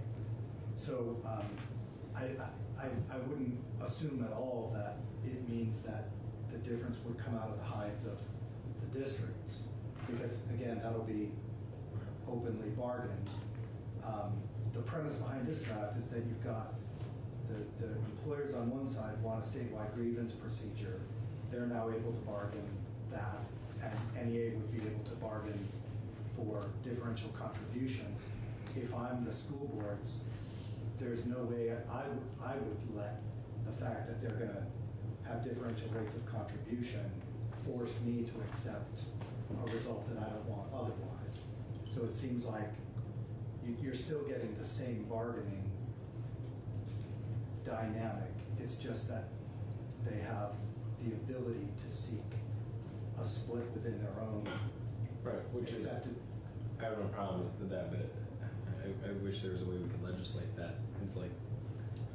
Yeah, I think it would, the only way that I can see to do it would be to put in a solution that. Which I wouldn't be opposed to, but I get some folks. I think others of us would be opposed to that. So, just checking, so if you want, we can have, we did originally straw vote this. Yeah.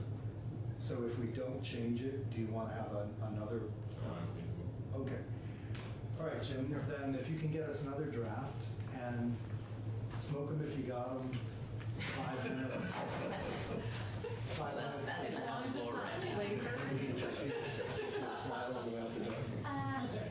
Senator, are you going to do proficiency-based grading next, or not? I could waive off those folks before they get on the bus. If Jim has a draft for. Oh, she already got on the bus, never mind.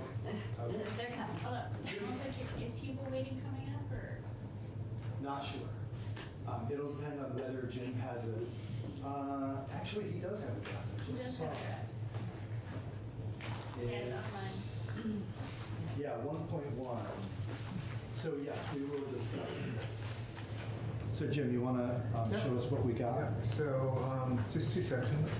First section Session law, this is on before December 15, 2020. The Agency of Education, in collaboration with the State Board of Education, to have an and Bratt, in case you want more stakeholders involved in this. So study, recommend, and report to the House and Senate committees on education on how to implement Simulation B1, the Pupil Weighting Factors Report, commission under Act 173, including the timeline for implementing the pupil weighting changes, how to implement these changes in a manner that is sensitive to the effect on property tax rates and school budgets, and 3, the interaction of these changes with other provisions of existing law. And this list is from Chloe Wexler, has a list of things here, including the excess spending penalty threshold, the hold harmless provision, the effect on non-operating districts, in the districts to which they pay tuition, small school grants, and incentives paid under Act 46. And then B, as part of this collaboration with the Agency of Education under subsection A, on or before December 1, 2020, the State Board of Education shall hold not less than 5 public meetings in different regions of the state, gather input on the weighting report and its implementation.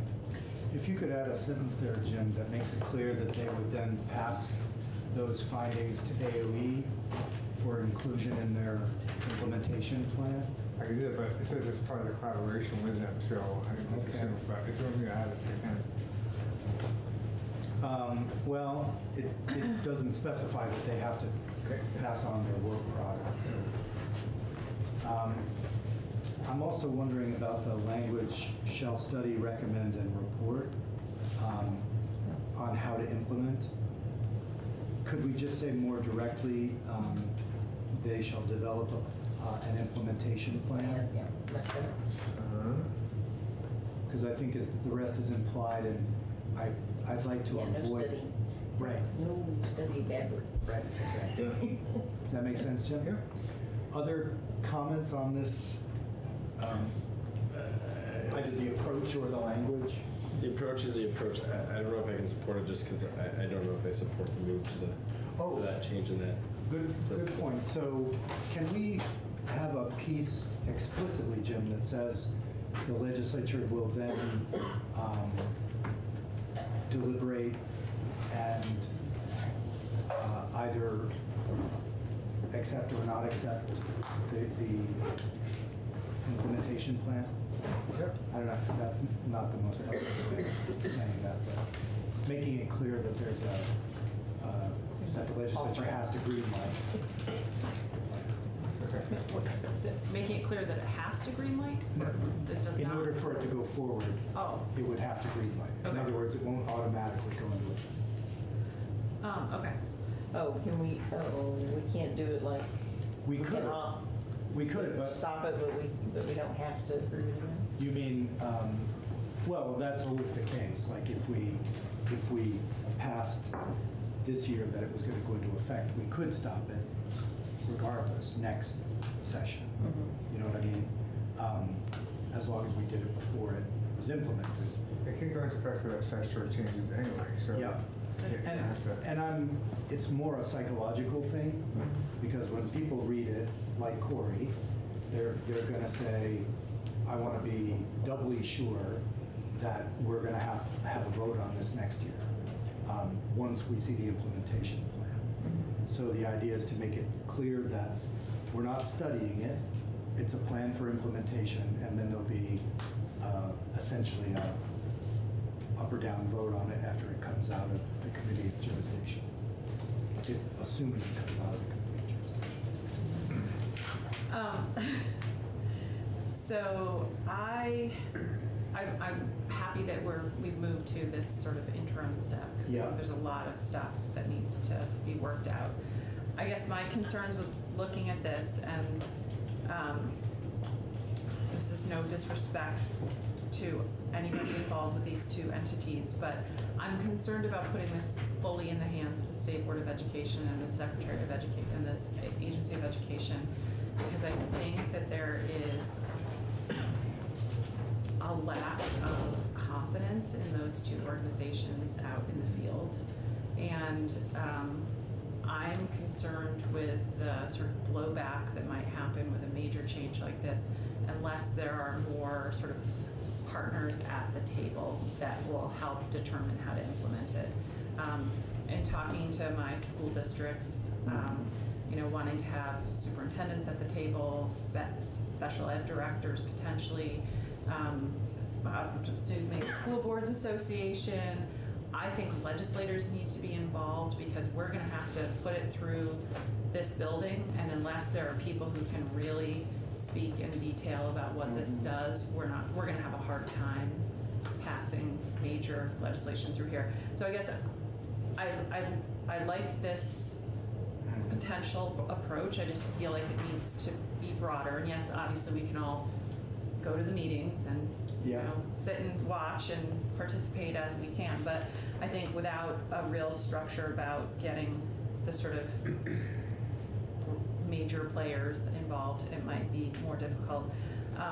I'm also, you know, there are a lot of policy questions that have to be answered in order to implement something like this, and I mean, the implementation plan may speak to those policy decisions, but I think they are decisions that we have to make in terms of what are we going to do with all of these elements. To be clear, the implementation plan when it comes to us is just language. So we would then, so January 1st of next year under this rubric, that language would come to committee. We would apply all of our policy scrutiny at that point, and then we would only green light out of the committee what we were comfortable with. To go back to the idea of the different constituencies, the superintendents, the special ed folks or whatever, so this is avoiding a study committee, which is where you would specify those people to together create a kind of agreed upon implementation.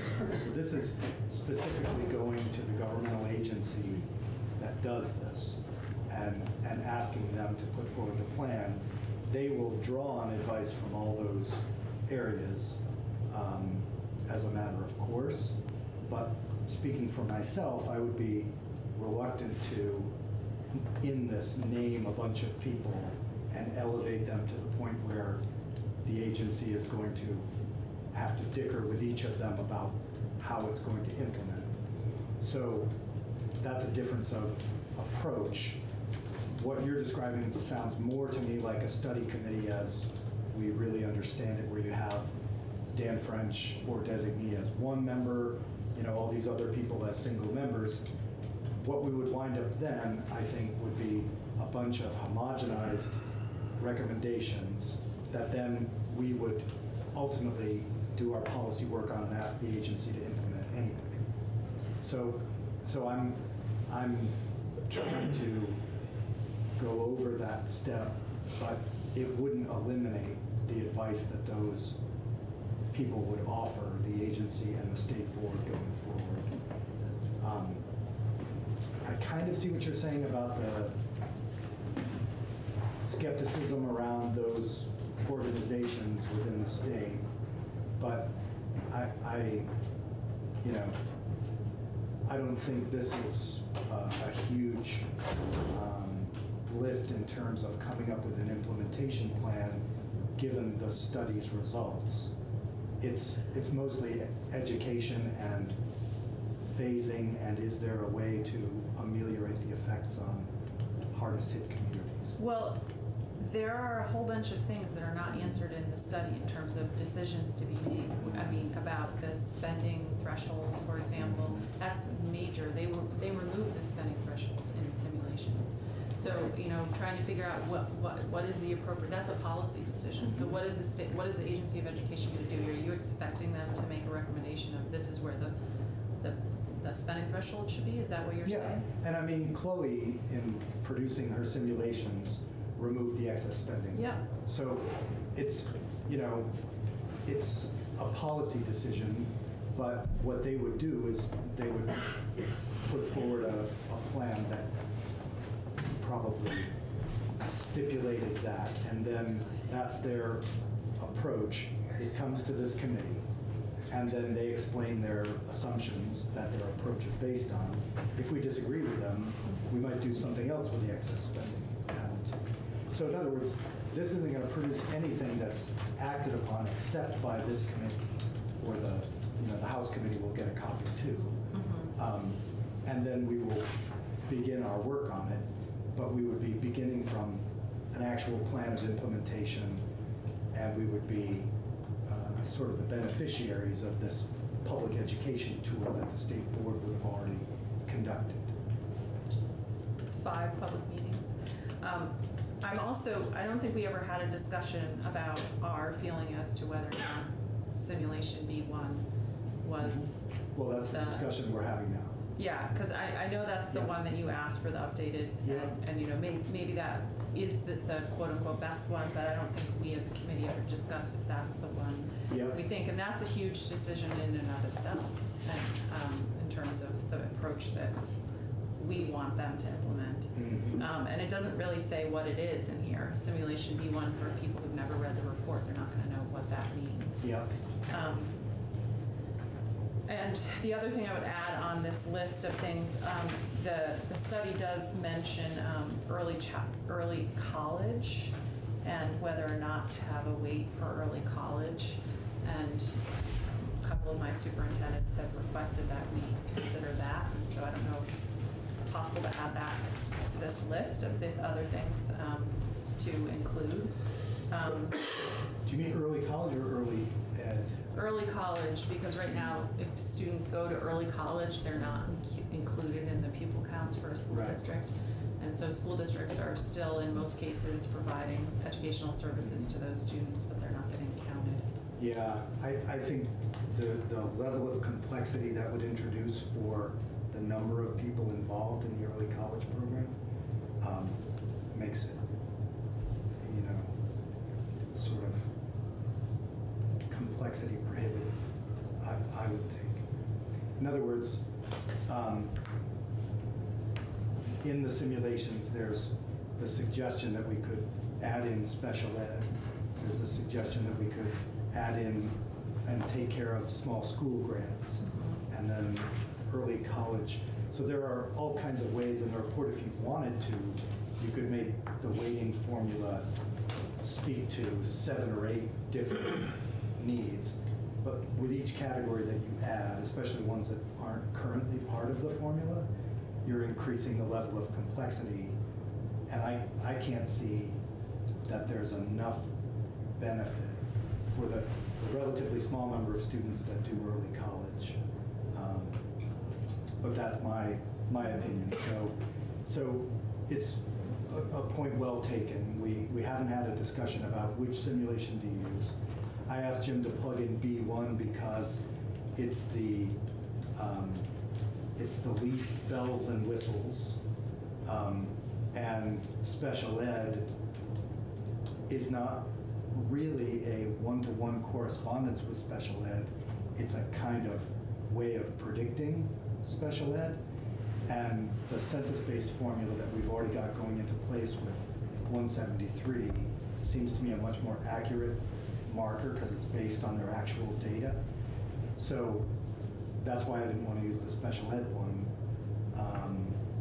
And the small school grant, again, there's only 4 or 5 communities that are getting it now that aren't getting it as a merger support grant. So it doesn't seem like there's a huge need to change the weighting formula in terms of that. So that's why I went with B1, but let's leave that open as to which simulation we use. How do others feel about Ruth's other thought about more organizations at the table? This imagines the agency in a kind of stripped down fashion, creating an implementation and avoiding a study committee to follow the study we just had. So we've asked the agency to implement Act 46 and proficiency-based learning, and same State Board, and I don't think either one of them got rave reviews from our constituents. and this one's going to be a large tax on increase in a lot of towns. So I think you're going to have more fodder for someone like me to come down next year and say, just get rid of the board again, if you can. And Well, in their to be charter. clear, what the board is doing here is essentially a listening tour with a basic explanation of what is. But what happens when they go to the community and the community says, hey, our taxes are going to 52 cents, we're dead set against this, and they still do it. Then they're still going to holler and say, we weren't listened to. No, the board passes that testimony on to the agency, and the agency theoretically uses it to fine tune their implementation.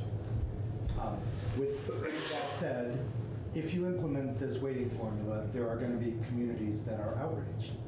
There's no way around it, because historically we've underfunded certain communities, which means that those communities are now enjoying an advantage that. I don't think you've underfunded anybody, but that's a different. Well, I mean, we are getting letters now that are talking about reparations for communities that have been underfunded historically. So this is going to ferment the way that, you know, these other controversial bills sort of bubble along, and we will develop people who will probably, you know, become more outspoken, more involved in the electoral process based around that we didn't do something or that we did do something. So, Jim, thought? I think this is a little premature to do this so soon with everything else in the works. Premature to, because this puts it out a year for the agency to come back with a plan. Right. Do you think there's still things in the works that need to be worked out back home with the school boards, superintendents, parents, taxpayers. This is just going to look like we're going to jump them again on a increase in taxes. I mean, I think that definitely some communities would really appreciate something like this sooner than later. I think there's so much going on right now, they can't digest what's given to them.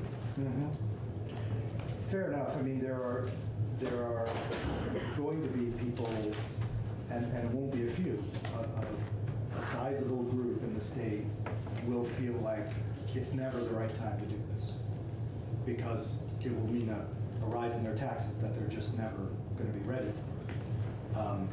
Then there is a larger group, I would say, call it 3/5 of the state, that are going to feel like if we don't do it this year, we're shirking our duties because the report makes it clear that the current formula is inequitable.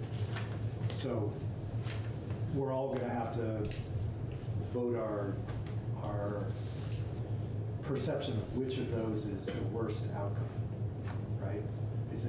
Is it better to, so it sounds like you'd be okay with a few years before we address it. Yeah, a few years out from, this is soon for me. So I mentioned legal risk here, which is that report that APM did, is public, is just a recipe for a lawsuit.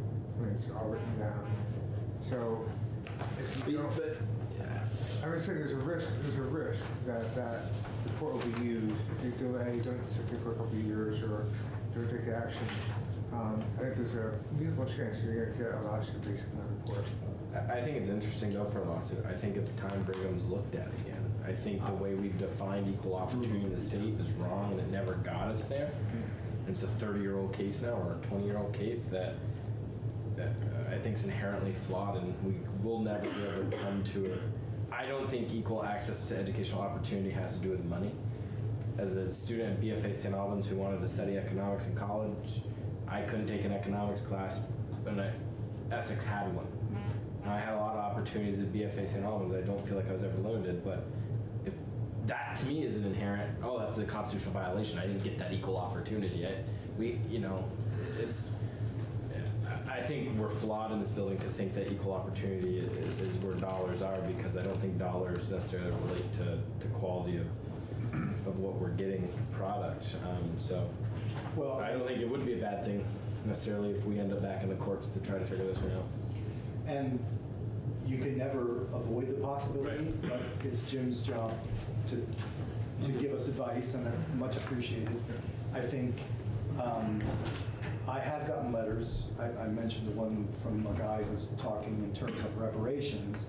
I have gotten, a sequence of letters where people are making it clear that they view this study as authoritative and solving the question of whether their districts have been underfunded, usually rural communities. We all had a letter from VREC, I think they're called, 40 some odd districts or signed on to that, making a similar case. So I guess,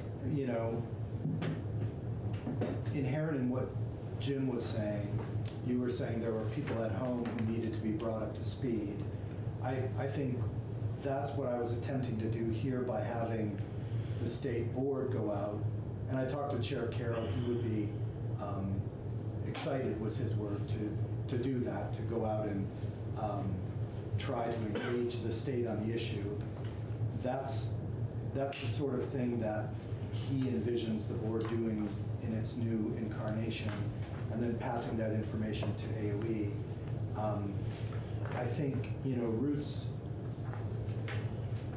concern about us having the policy in front of us, I don't worry about that because this would come immediately to us beginning of January, and then we would operate on it as we would with any bill that we deal with. Yeah, I think a couple things. Yeah. I do think that this is inappropriate based on all the work we just did. It's so riveting about the state board. I think it's an appropriate use of that, and I think that I like that about this, and having them go out and do the public hearings. I think 5 may be too few because they're not going to get to every place, but I like that. What I would like to do is expand the implementation group beyond AOE. I think we got testimony from somebody, I can't remember, Jeff or somebody, Jay, one of the J people in this room, who said, they were concerned about making sure we did this right so that we didn't degrade respect for public education in our state. And I have those concerns too. I think that we're in a sort of fragile period right now after Act 46 and 173 and proficiency-based learning and all the other things that are causing stress out in the field. And I want to make sure that I think we should do this. And even though my districts will not be helped, or they will be neither helped nor harmed, it seems, for the most part, I think it's the right thing to do for education and finance in the state. I just don't want to do it badly and have it further erode trust in public schools. And so that's why I feel like we need to have broader representation in creating an implementation plan. And there are policy decisions that need to be made before you get to the part of the plan where, like, what do you do with these things? The other thing that's not mentioned and that is the reason I requested that we update to 2020 numbers is because the interactions with merged schools versus non-merged schools. And that has a big effect on the school poverty rates and how they're calculated for school districts, and sparsity, and probably maybe to a lesser degree ELL, but certainly poverty rates and sparsity. And I wouldn't want the outcome of this to be punishing schools that went ahead and merged through Act 46, because if they hadn't merged, they would have had a higher poverty level, they would have had a higher sparsity level, and now they're merged into one big district. But that's not punishing them. But being conscious of those interactions and how that will play out in the field, and how that may exacerbate some of the right. But you could as easily say, so in other words, they merged. The reality now is that they partake of economies of scale that are allowing them lots of advantages. So you'd be saying, allow them all those advantages, but then should we? No, I'm not saying we do that. I'm saying we have to be sensitive to that in the field There is huge division Yeah. in my county right now Yeah. about school districts that have merged, and the schools are now pitting against each other, the communities are. And getting this out there to say, oh, well, if we hadn't merged, we would have gotten this big bump in our aid with this. There's gonna be these interactions in the field about all of these various policies piling on top of each other. I don't think it's a reason not to do this. Yeah. But I think it's a reason to do this very carefully and thoughtfully. And I have concerns that the AOE and the State Board of Education will be able to do that. How would you feel about if the language was that they shall create an implementation plan drawing on the advice and study of listed parties, comma, blah, blah, blah? I would like that better. It would make it explicit that they should be interacting with them. What I want to get away from is a situation where we create a committee where AOE is one vote, Jeff Francis is one vote, blah, blah, blah. You're nothing against Jeff Francis, by the way. He's not in the room. Just saying that what you wind up in that case is going back to square one. Half the people in the room maybe, based on their constituencies, not excited about doing it. I think if we want to move forward from the study and be careful, we can hand the authority to AOE, and then we're giving the state board not the authority, but we're assigning them the duty of going out and taking public opinion, passing that to AOE, who retains the authority. So they're putting together the raw materials for the plan, but they would draw on these other people and organizations, but without being inhibited by them. Because, the administration supports this. They support redoing the weighting formula, even though it's politically sensitive. And I think that's a value to us if we want to go forward with it. So I'm hesitant to say, well, I just don't trust the agency involved. I think we can trust that no matter what happens, it's coming back to us. And hopefully they produce something that looks really pretty good for us, and then we can. And I do think legislators can enter the process at any point, going to the meetings, interacting with the state board, going directly to the agency and expressing concerns or ideas. I like that better than study committee too. Yeah, I agree. We don't need study committee too. Okay. I do agree with that. I was thinking more implementation working group, which may be just semantics. I realize that, but just say we are going to do this, and we want you to tell us how you think we should do it. That's what I want to do. But I think having a broader entity doing that than just AOE with the public outreach efforts of the State Board of Education. So maybe in consultation with is a good compromise. Yeah.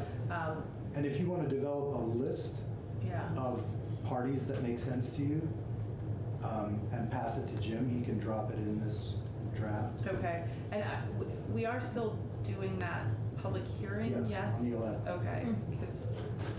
And so we're not going to pass this until after that public hearing? Is that correct? Yeah, so the idea would be not to act on any language until we've heard from you. Okay, that would be great. I would like that. And we'll take a look at this 2 or 3 more times, well, at least once more before the public hearing. So, any thoughts from anybody else? I agree that naming bigger groups to consult with makes some sense. I mean, theoretically, I think it ought to just be the agency's job. Given the track record, it's probably wise. And it'll make explicit what they would probably do anyway, but it'll make sure they do. Okay, does that make sense, Jim? And I just wanted to say, that some districts will actually fare better. I mean, everybody realizes that, right? I mean, there's, Yeah. I mean, they're not, you know. Oh, yeah, talk to you know, Bobby, they'll be he's lower. very, Yeah. Better by 2 pennies to the cost of 52 in some other towns.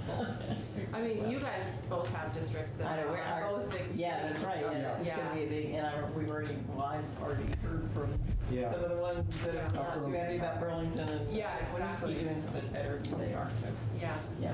okay, so if you want to update this, and then when, on Tuesday, we'll be in Winooski. That's Tuesday when we come back. Right, yeah. So we won't pick it up then, but on Wednesday, we'll pick it up. And then on that Wednesday, assuming that we don't hear anything from AOE or the state board, we'll vote out the state board bill. Yeah. And then tomorrow, we're going to do, what did you say we were going to do, Jean? DBA. Go home. TBA, it says. Go ahead. No, it's, oh, tomorrow? Tomorrow. Oh, tomorrow. What'd you say? To be absent. Friday. Oh, we're doing.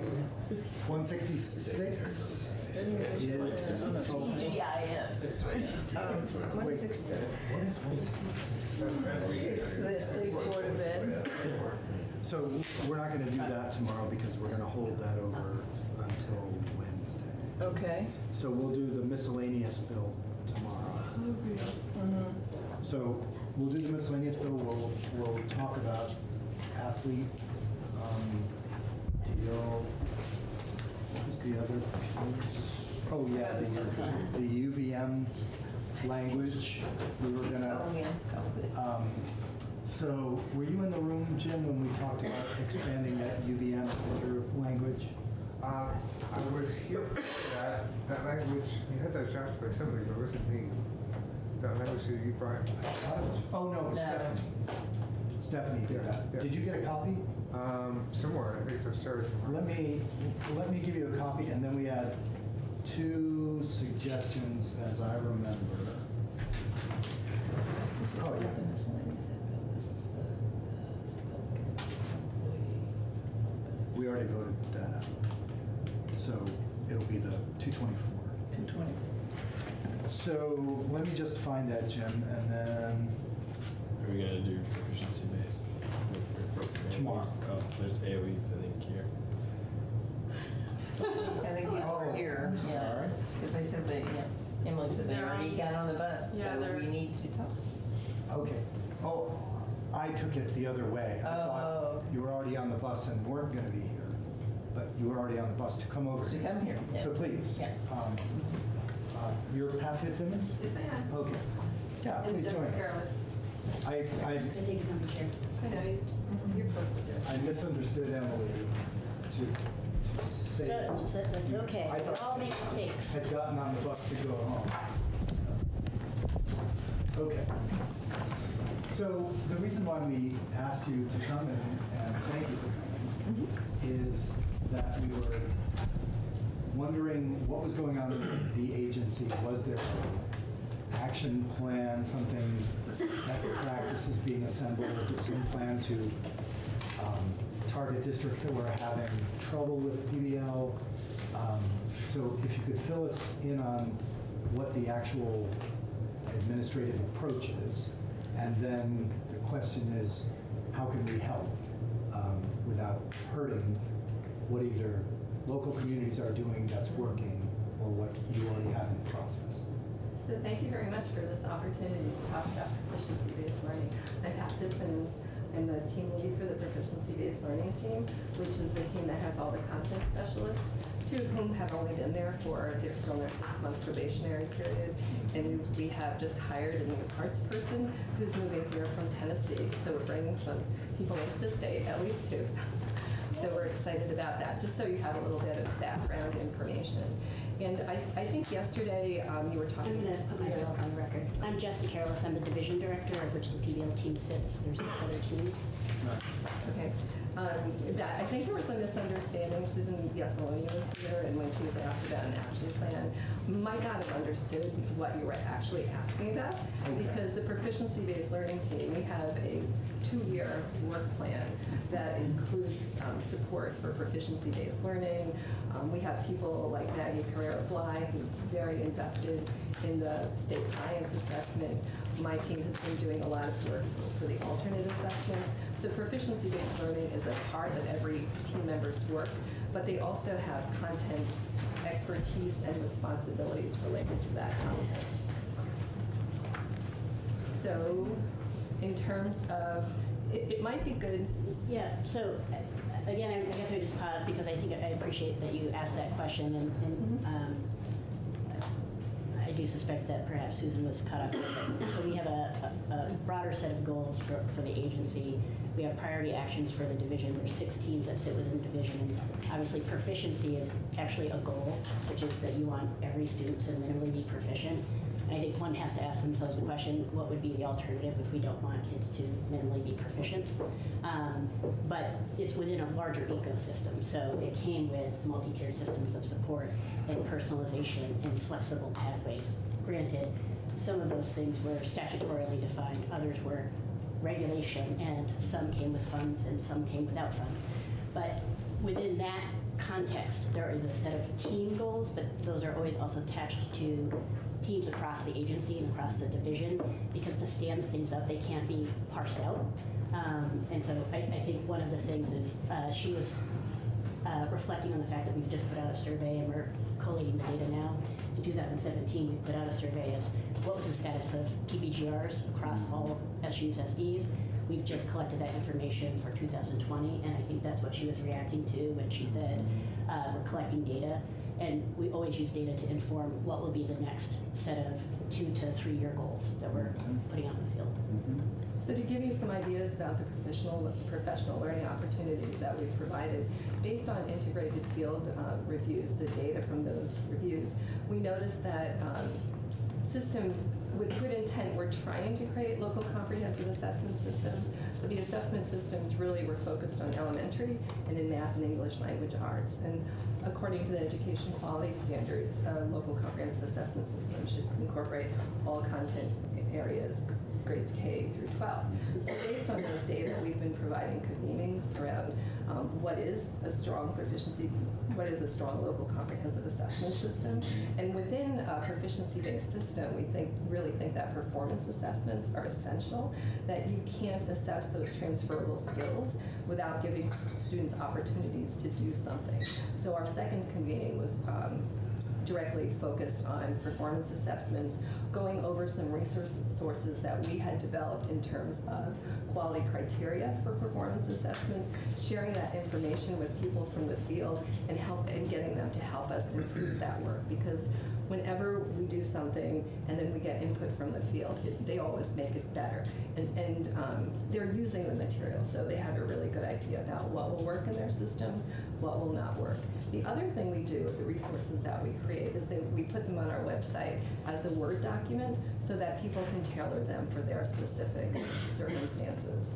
So Can I just ask, when you say a convening, what, in physical terms, what is a convening? Convening, for me, is that idea of pulling people together to make some decisions and problem solve together. And how around? I'm just wondering, who's pulled together where, how often? Our focus was really educational leaders, so curriculum directors, principals, teacher leaders are the roles that are most often represented. That we're trying to think systemically. I love working with teachers, however, a teacher only has one classroom. If I can work with a curriculum director who is working with a supervisory union or district, I have the opportunity to affect a lot more educators and therefore students. And so you pick a location and invite everybody and have a morning? Or? Yeah, so we have multiple types of professional learning. I'm sure you've heard folks come in and talk about network improvement communities. We can perform workshops, there's conferences, there's convenings. Generally, convenings are when we're developing resources for folks and you want to be informed to make sure that what you're developing is of most use to them, the problems that they're trying to solve. And I think you'll see that in the resources. We've organized under headers and provided links so that you can go and take a look at some of those samples. Usually it's the stakeholders who are most impacted, and there often can be multiple stakeholders. So sometimes you might specify, we want a team. So we want someone who is in leadership, someone who is maybe district leadership, building leadership, and then a classroom educator. Sometimes we're focusing on special educators because we're doing something very specific about ensuring that all students can meet proficiency.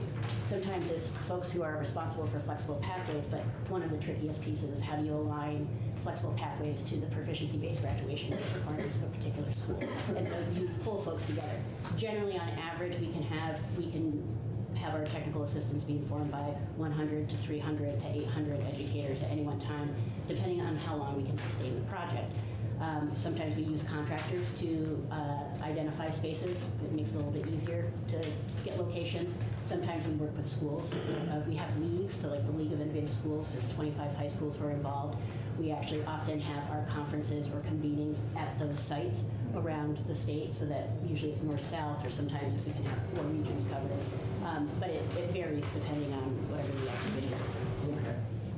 And the third convening actually was the most interesting one for me because it's new work in terms of how do we help students design performance assessments. So if a student is doing a flexible pathway, how do we help them figure out what evidence they're going to collect to demonstrate that they've actually met proficiencies? Excuse me. Sorry. Please continue. All right. Well, and the other thing we do, like we've worked really hard to put this information together, so I look for multiple ways to disseminate it. That I'm currently writing some blogs that will include kind of the stories of those convenings, along with links to all of the resources. We're doing workshops at other conferences related to local comprehensive assessment systems, and we'll be at the Best Institute, week-long institute, once again sharing with educators who haven't participated previously information about assessment systems, because we feel that there are real levers of change. That I was a science person in Barry, and it was always interesting for me to watch teachers and what causes them to really change. And it was when we had performance assessments in science, grade level performance assessments, and we'd get together with the student work, and there would be some variation in terms of what students produced, and the opportunities for teachers to talk to one another about, just how did you manage to make that happen in your classroom? That's incredible. Yeah, she is. But that's when I saw teachers. Because I wasn't always welcome into all classrooms, but once we started doing performance assessments, all teachers want their students to be successful. But that's when I got invited into classrooms where teachers were kind of struggling with teaching science. So so performance assessments, I think, and assessment in general, because assessment drives what happens in classrooms, is really important. So based on the IFR data, as well as knowing that's an important lever of change, that is why we've been providing those opportunities throughout the state. That's just one example of some of the work that we're doing. So I have a question. One of the school districts I represent probably, from what I can put together, had some of the poorest implementation in the state, and they made it or tried to make it clear to the parents that AOE was providing them no support. Yeah. You know how do we answer to that? Are you guys actively reaching out, or are they coming in? How's the relationship working? Are you guys looking for places where you can go and say, hey, it's not working, we need, here's this, or are you just waiting for them to call you and raise their hand when things aren't going well? So there's a mix of things. So the first thing we did is we actually did an audit to see how many folks from St. Albans actually participated in any of the professional learning that we've offered over the last couple of years. I believe there was one person who was not at a district or leadership level. So, and I think that that's important for folks to know. I agree. I don't want to place the blame on you if it's not. Because we love bogeymans. I mean, it's a great way to not take responsibility. I think the agency should sit here and say, certainly we have some responsibility in this, but I would also say that what we've tried to organize, and this is not the full complement of what we provided, is organizing both professional learning that's been provided, the technical assistance that's currently sitting on our website and that's out there, that often what we try to do is make sure that those things are tethered together or tailored to the audience and then direct them to it. One thing that we are currently working on from a structural perspective is we're rebooting our professional learning network.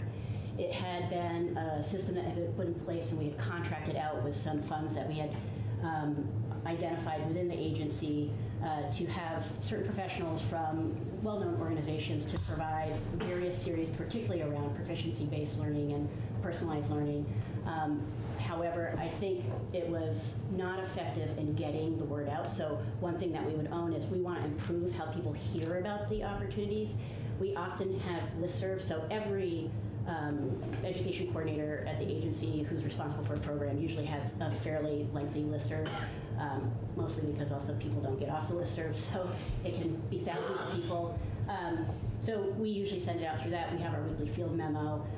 We certainly reach out to some of the professional organizations that have actually been named. We coordinate with them all the time. We worked with them around the Proficiency-Based Learning Symposium that was recently offered, and we certainly provided some support there. But one thing that we'd like to do is we have a digital platform, and as you know, the state is actually overhauling its entire web pages, which also, these are all the things that are hard to quantify and articulate to people where you can have delays. But we're turning over our professional learning network so that we actually have a coding and tagging system so people can put in and search for professional learning based on something that they're interested in, and then also download reports, and that's a way that we can communicate. It will also auto-populate a calendar. So we're working on that, but of course we have 3 communications people, one whom you see every day here, which means that he's not doing communications. So I'm actually working on that, right? But I have 6 teams and responsible for 15 independent grants and et cetera, and 22 contracts. And so you're doing all of this, and I think one of the things is that the sheer volume of what people are contending with. It's absolutely true that our public education system certainly should be honored, should be respected. There has been a distinct lack of civility in the conversation around education in this state. The fact that literally I'm interviewing principals who are coming to the agency to work, and I always ask this question to folks, why the agency, why do you want to do state level work? And to literally have folks say, well, it came down to, I could either be a really good principal or I could be a good spouse and parent. And it's now time that I have to be a good spouse and parent, because literally it's just eating me alive to be out there trying to talk about this, which is why I want to go back to that question. What is the alternative to proficiency? Kindergarten, primary education has always been a proficiency-based system. Can you imagine if we promoted kids who had not received basic numeracy or literacy, right? You don't just say, well, good kid shows up, puts his lunchbox away, C+, move him along, right? You hold him. We actually had multi-age grades, right? We have classrooms in which you're doing K-2 or 1 and 2. We do that because we know that we need folks to have the requisite skills. The problem is that we have turned it into something more complicated than it needs to be.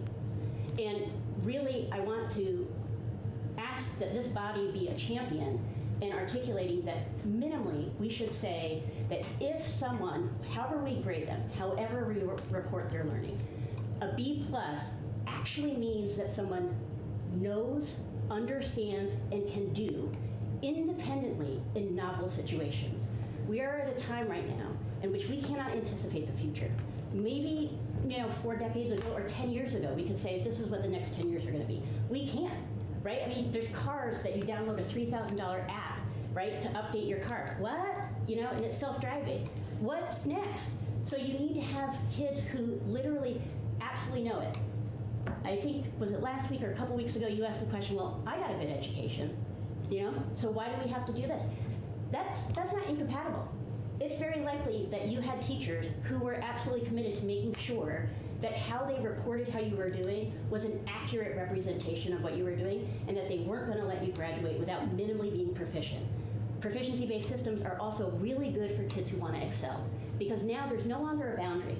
In a traditional system, if you imagine just a circle, you have kids who got pushed out and then couldn't get back in. So we developed a high school completion program and flexible pathways, and we have adult education, and that's all the money going out.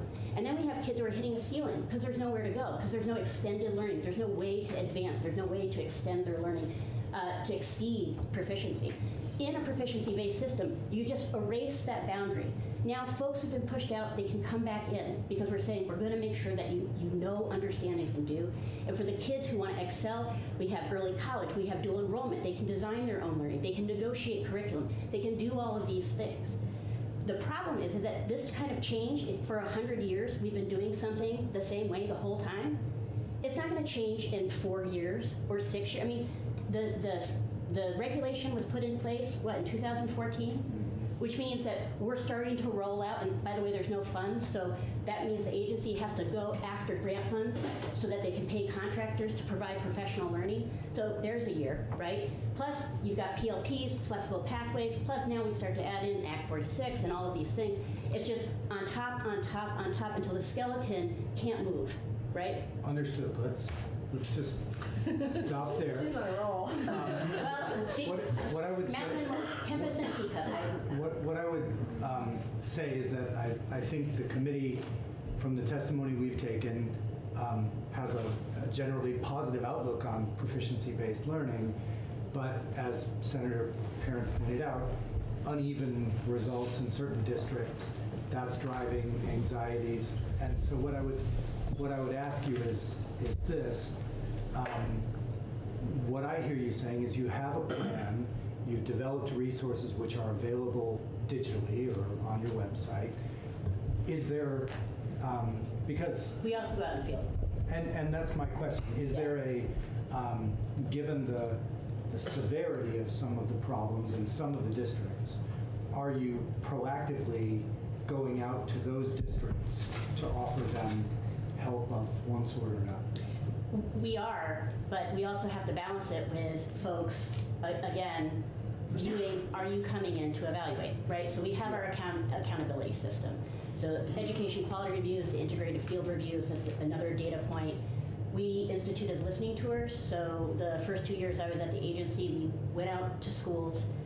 Of course, those schools, if they were interested, someone could say no. We then visited the second year after engaging in collaborative problem solving to say, how can we work you through?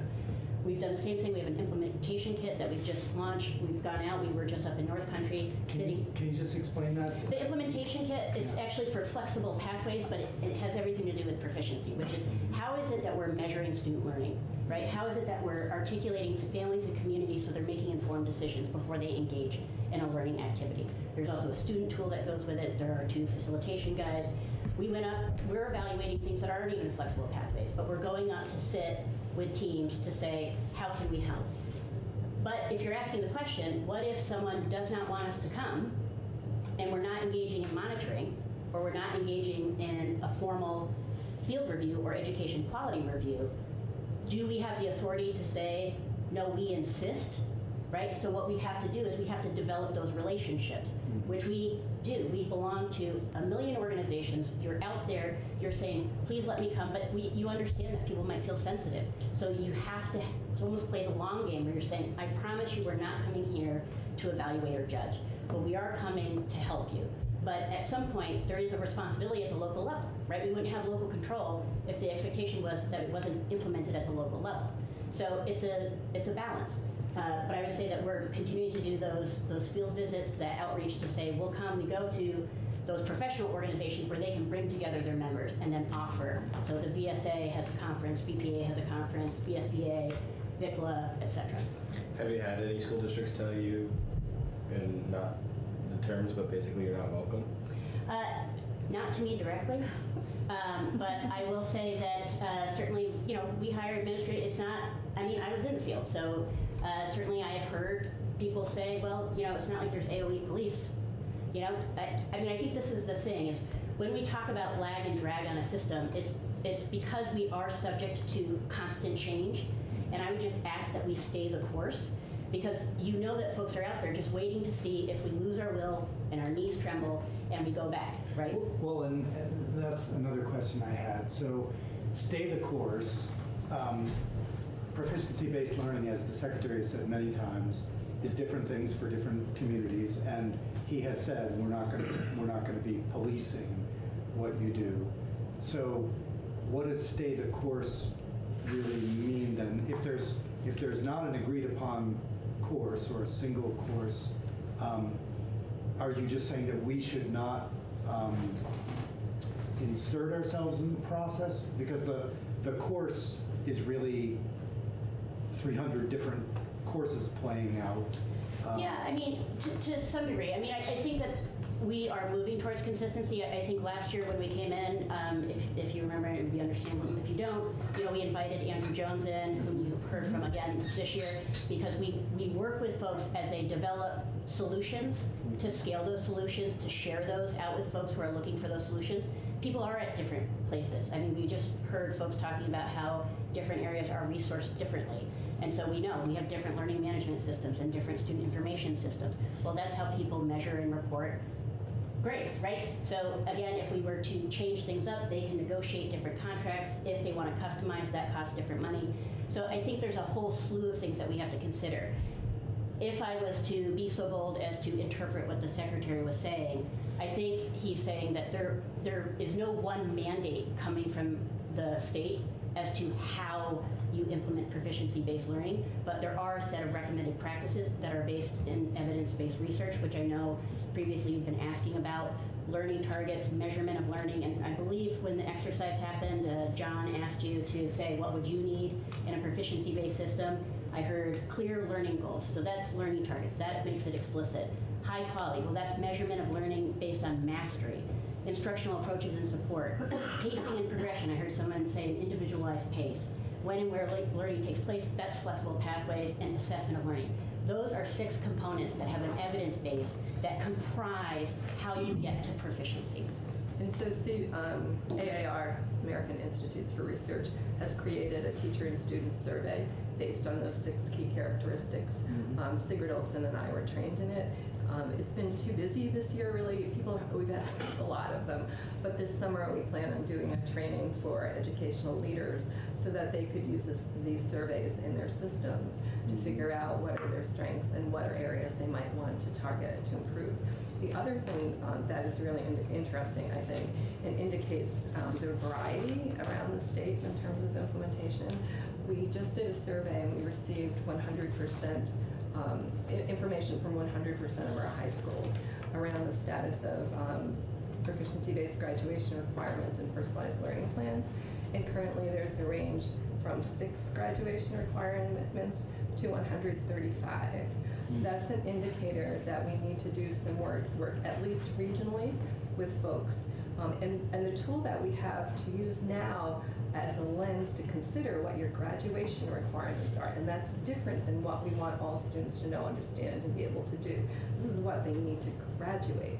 But we've worked with over 300 educators, business folks. Students gave us the best input. Who else? Every group we could manage, parents, community members, to create a Vermont portrait of a graduate. And it has 6 attributes. Under those attributes, we have descriptors and then performance indicators. It looks very different than the original one that the agency created. It was kind of our transferable skills. The transferable skills are woven throughout it. But my favorite one is well-being, and that came from students. And it's only one of 6. It's not the only one. It's one of 6 attributes. And within that, they wanted financial literacy, which I also thought was interesting. So other things like academic proficiency, learner agency are some of the examples. So we can now use that portrait of a graduate to say, here's the goal. Because if teachers can't hit something if they don't know what they're aiming for, here's the goal, here are the attributes. Do our graduation requirements actually enable students to meet this vision of a graduate? So another question, just to cut to the chase. We're trying to decide if we should do something, nothing, or some mildly helpful thing in between. So is there anything that we could do by way of legislative action that would be helpful to what the agency is doing? For instance, is a lack of resources driving the plan rather than what ideally the plan would be? a couple of years ago, we got a Nellie Mae, some funding from Nellie Mae to do the kickoff for the Portrait of a Graduate, as well as the grading research brief for grading practices. And it was really helpful to be able to bring in a national expert. They like us, like the field, I think, likes us. And I think we have something to contribute, but the people who have a national have national expertise and that perspective really bring people to the table. So having some funding where we could have money for larger convenings and bring in national experts, I think would be wonderful. We've kind of, in our testimony, we've kind of isolated the not surprisingly, the notation as the piece that tends to be driving the most, contention, anxiety, et cetera. Would it be possible to arrange a series of convenings on that piece? Yeah, and it's sort of begun with the PBL symposium that happened on the 11th, and hoping to be able to provide for folks different exemplars based on the different systems that they're using, right? They're not all created the same. So Power School, but then if you can afford to actually modify Power School so that you can get what you need. So certainly those kinds of convenings. I think there would be two things. One is that, there's one appropriation for secondary school reform. It's $200,000. When it was first laid out, it was for implementation of Act 77, right? So literally there's been no financial support, and those are grants that go out to the field. And I think that if you have systems right now who are attempting to either develop, refine, or expand upon how their reporting systems, how they actually articulate these things, how they take 130 PBGRs and get it down to something that's a little bit more manageable and realistic, they have to rely on the few in-service days, the few early release days, and that means that usually they're looking to be able to pay their staff to stay to be able to do that work, that additional work. So I think being able to provide funding to the field to really get over the hump and do that work is really important. I do also agree that the agency having the opportunity to hold those convenings, to put that work out there, to facilitate it. We're using a lot of our leagues and networks to do that. The New England Secondary School Consortium, the League of Enabled Schools, those tend to be centered on secondary schools, inclusive of middle school, but generally secondary schools. And really what we're looking at is PK to 12 systems, or whatever, however those systems are organized, because I think we also heard that if you want to have coordination of curriculum, a clear pathway, not disjointed, different sending schools, sending to one district high school, all of them have different pathways, different standards, kids are entering the door at different places. If you want that coordination of curriculum, you have to be able to convene and put out there system-wide supports. I don't know if you feel comfortable doing this, but if you would like to generate language for an appropriations section of our miscellaneous bill that would encapsulate what you just said, I hesitate to try to pass on my understanding of what you said to Jim, because it'll be a game of telephone and won't mean much by the time it gets to him. But if you would send me language via Jeannie, we can take a look at it. I think it would be great to the extent that it's centered around the PBGR, development and evolution and in-service professional development around that piece.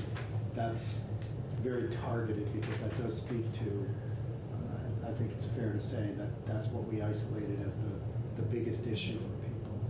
And the transcripts. Yeah. We had some students from the think tank at CBU come talk at the agency a couple years ago, and one student said, with all the changes in technology, how come our transcripts look pretty much the same as they did 30 years ago? And the Mastery Transcript Consortium is doing some really interesting work in terms of creating an electronic platform where you get a quick view of the student, and then you can dig in deeper to find out more, so that admissions officers can do that quick scan that they need to do, but then get additional information. There are, I think, 6 schools that are piloting it this year. And what's interesting about this group is they called every every student who applied to college, they call the admissions officers to check with them what worked with this transcript, what did not work, and they're constantly trying to revise it and improve it so that it is a platform that works for a variety of colleges. And they're going after some of the big universities and having those conversations with them, because if they can make those bigger universities comfortable, they're thinking some of the other colleges will fall behind. I believe they're having a meeting this spring with some of the principals and educators in Vermont to talk to them to find out more about what they need. Yeah, I mean, essentially what you described is a hybrid model where you can get the old traditional grades, but you can also get a richer portrait. Yeah, that's really the key, is how to help districts that didn't make the right call on how to present grades and have. And I don't know how funding plays into that. I haven't checked into what the cost is, and I don't know if it's too expensive for some systems or not. But it's something. Yeah, but I think another focus at the agency right now is also providing assistance to districts so that they know how to actually expend some of their federal dollars. I believe you've probably heard from the secretary that we have a tendency to send a lot of those federal monies back. So by being able to provide really specific guidance about here's the evidence base, this is where it might fit within your title dollars, this is how you can do it. We've been piloting like different courses like EMC Squared, which has been a collaboration with VSC and VSAC. You know, though we were about to send out a memo to say this is how you can support professional learning for your teachers so that they can be trained to deliver that high quality mathematical instruction that's going to lead to proficiency. So I think the more that we can do that, they'll have, because I do think that there's some value in saying that it's not always about funds, but it's about, I mean, there's different kinds of resources, investments, time, support, beyond just financial supports. So, yeah, I heard you just say that you're sending federal dollars back that are going unused, and yet we're talking about a new state appropriation. Is this, if you can use those federal dollars better and put them toward this? So is some a state of them appropriation are necessary? like IDA, so all federal dollars often have very significant and specific restrictions on how they can be used. Also, if we have already funded at the state level, so as an example, dual enrollment, it gets really hard to then say we need federal dollars to do it because we're getting into supplanting versus supplementing. But I think in looking at some of those infrastructural pieces that people might. The other thing that I heard that concerned me, the two other things that I heard that concerned me beyond the sort of notation issue, which I think we all agreed was problematic, was this question of collecting data so that in future years we can have some data that shows that this was useful. I remember that question. You clearly listened to the tapes of us talking. No, I was in the room. I'm sorry. I like to be very undercover. So I would just say that one, which I think, you know, you were talking to Mike Martin and you're talking to John Painter and you're talking to Andrew and Gabe. They were struggling to figure out how they would assess. We would assess the way that we've been assessing all along. We would build into the existing accountability system. And I think last year I came and I read to you from our Common Data Project as part of the New England Secondary School Consortium that as of the 2017 data, which is always a couple years behind because you're talking about cohorts, is that we're leading the New England states when it comes to both 4- and 6-year graduation rates, college persistence rates or completion rates, high school graduation rates, even across certain groups. And what we would be doing is looking at those same metrics. That's the concern, right? If we want to reduce the dropout rate, which we have since 2013 by 1.5%, if we want to increase college persistence rates, but also around those historically marginalized groups, we would be looking at those same things. So we'd be using our accountability system. We would be leveraging that. We wouldn't create another inefficiency by having another set of measures. Okay. I mean, the question originally came up, and I don't know if you were in the hearing with the Education Commission of the states, and I asked them about national data. I was not there for that. They were like, oh yeah, that does not exist. It was wholly unsatisfying. Yes. But my other question was, and you mentioned this in your comments, but for students who are at or exceeds proficiency, we did get testimony from students themselves saying that, you know, they felt like it was just, oh, you're proficient and that's good enough. And so I'm wondering if you have any professional development or resources for educators for those specific students who may be already at that level, that they can then help those students to exceed proficiency and go beyond what is the. So, absolutely, and I would say, again, that professional development isn't necessarily going to look different for anyone else, because you're going to be getting to those 6 fundamentals of how do you implement a high-quality proficiency-based system. You know, I hate to say it, and I hate to say it on record, but across all jobs and careers, you can have folks who aren't necessarily excelling, right? So I'm not sure if it's proficiency that resulted in someone saying good enough, right? How do we know that that's someone who wasn't saying good enough prior to us implementing proficiency? That is absolutely fair. So what we really want to do is be making sure that we are investing and continuing to build out our education quality reviews and our accountability systems, and providing support to district and building leaders who are the folks who are responsible for evaluating teachers, and making sure that based on those evaluations, they're using CIP funds to invest in needs-based professional learning to make sure that those teachers are getting what they need so that they can give students what they need. But certainly we, as an example, would be the Flexible Pathways Implementation Kit, again, which is what we've been doing is letting kids engage in flexible pathways, but we're not actually attending to how is that leading to proficiency? How is that expanding upon and providing that extended learning opportunity? So but I think providing the whole templates and tools like that for them to create profiles and to think that through, and to put an action plan into saying, if I can't say yes to this question, how am I going to get to yes? But I think just that statement alone of how is this leading to proficiency is what bugged a lot of the students. They want to, how is this leading to excellence? And what the students are hearing when they're hearing proficiency-based learning is that proficiency is enough, that we're not expecting them to go beyond that. So I think a lot of it is about the messaging, and I'm hearing it in the way that you're both talking about it. It's about proficiency, it's not about excellence. And that's really... Proficient really means, it's not perfectly synonymous with excellence, but proficient means like very good at something. It's not creating a balance. In your annual job review, if you had not meeting expectations, proficient, and then exceeding expectations, it's kind of like meeting expectations. It's like that's what we want for all children. We want all children to be proficient, but we want anyone who can to excel, and that's why when we created the scoring criteria for transferable skills, in that exceeding column, we had a description or put something like what the student comes up with. They might come up with something we never thought of. So it's actually on the student's plate, not the teacher, to say, I have a great idea and I want to try this. I want to go above and beyond. And if that's not happening in classrooms, that's a problem with instructional practices, not with proficiency-based learning. So we have to be careful about when is proficiency-based learning at fault, and when are some of the instructional practices not allowing students to excel. I think I take your point, because quite frankly, within our division, we actually refer to this as student-centered learning, and proficiency progressions are just one component of student-centered learning. Flexible pathways, learner profiles, high-quality assessment, student agency, all of that goes into it, which allows for that. And if you want someone to be agentic, to be able to think independently, apply their learning in novel situations, they minimally have to be proficient. But if we don't actually evaluate for proficiency and have some clear target for that, then how do we even know if they're exceeding it? And I'm not sure if that's always clear to students either. Right?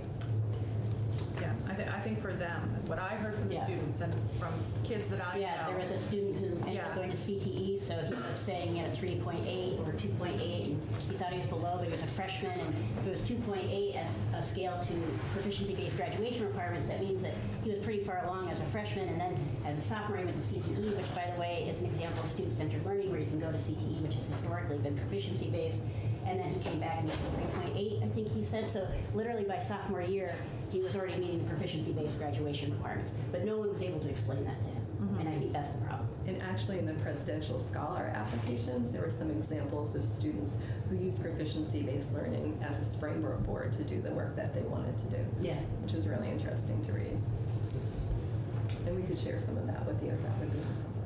Well, I really appreciate the time. As I say, if you wouldn't mind generating language for us that we could, massage into something that we can drop into our bill. I think our intention is to, at this point, do as little as possible in the mandatory sense and not enter into creating any more requirements for anybody. But it does seem that money might help in a certain targeted spot, and might attract people who were otherwise saying, leave us alone, we'll do it on our own. So thank you for coming over. Thank you. Appreciate it. Thank you so much for this opportunity. Absolutely. And thank you for your support and not making the field go in a different direction, because they're working extremely hard. Yeah. And did you want extra copies or no? They have one for, They did, but I'll leave them. for, well, I mean, just a set. You don't want all of these? That's right. You don't want to take them home and feed them in the glass? Okay, committee, we are done for today.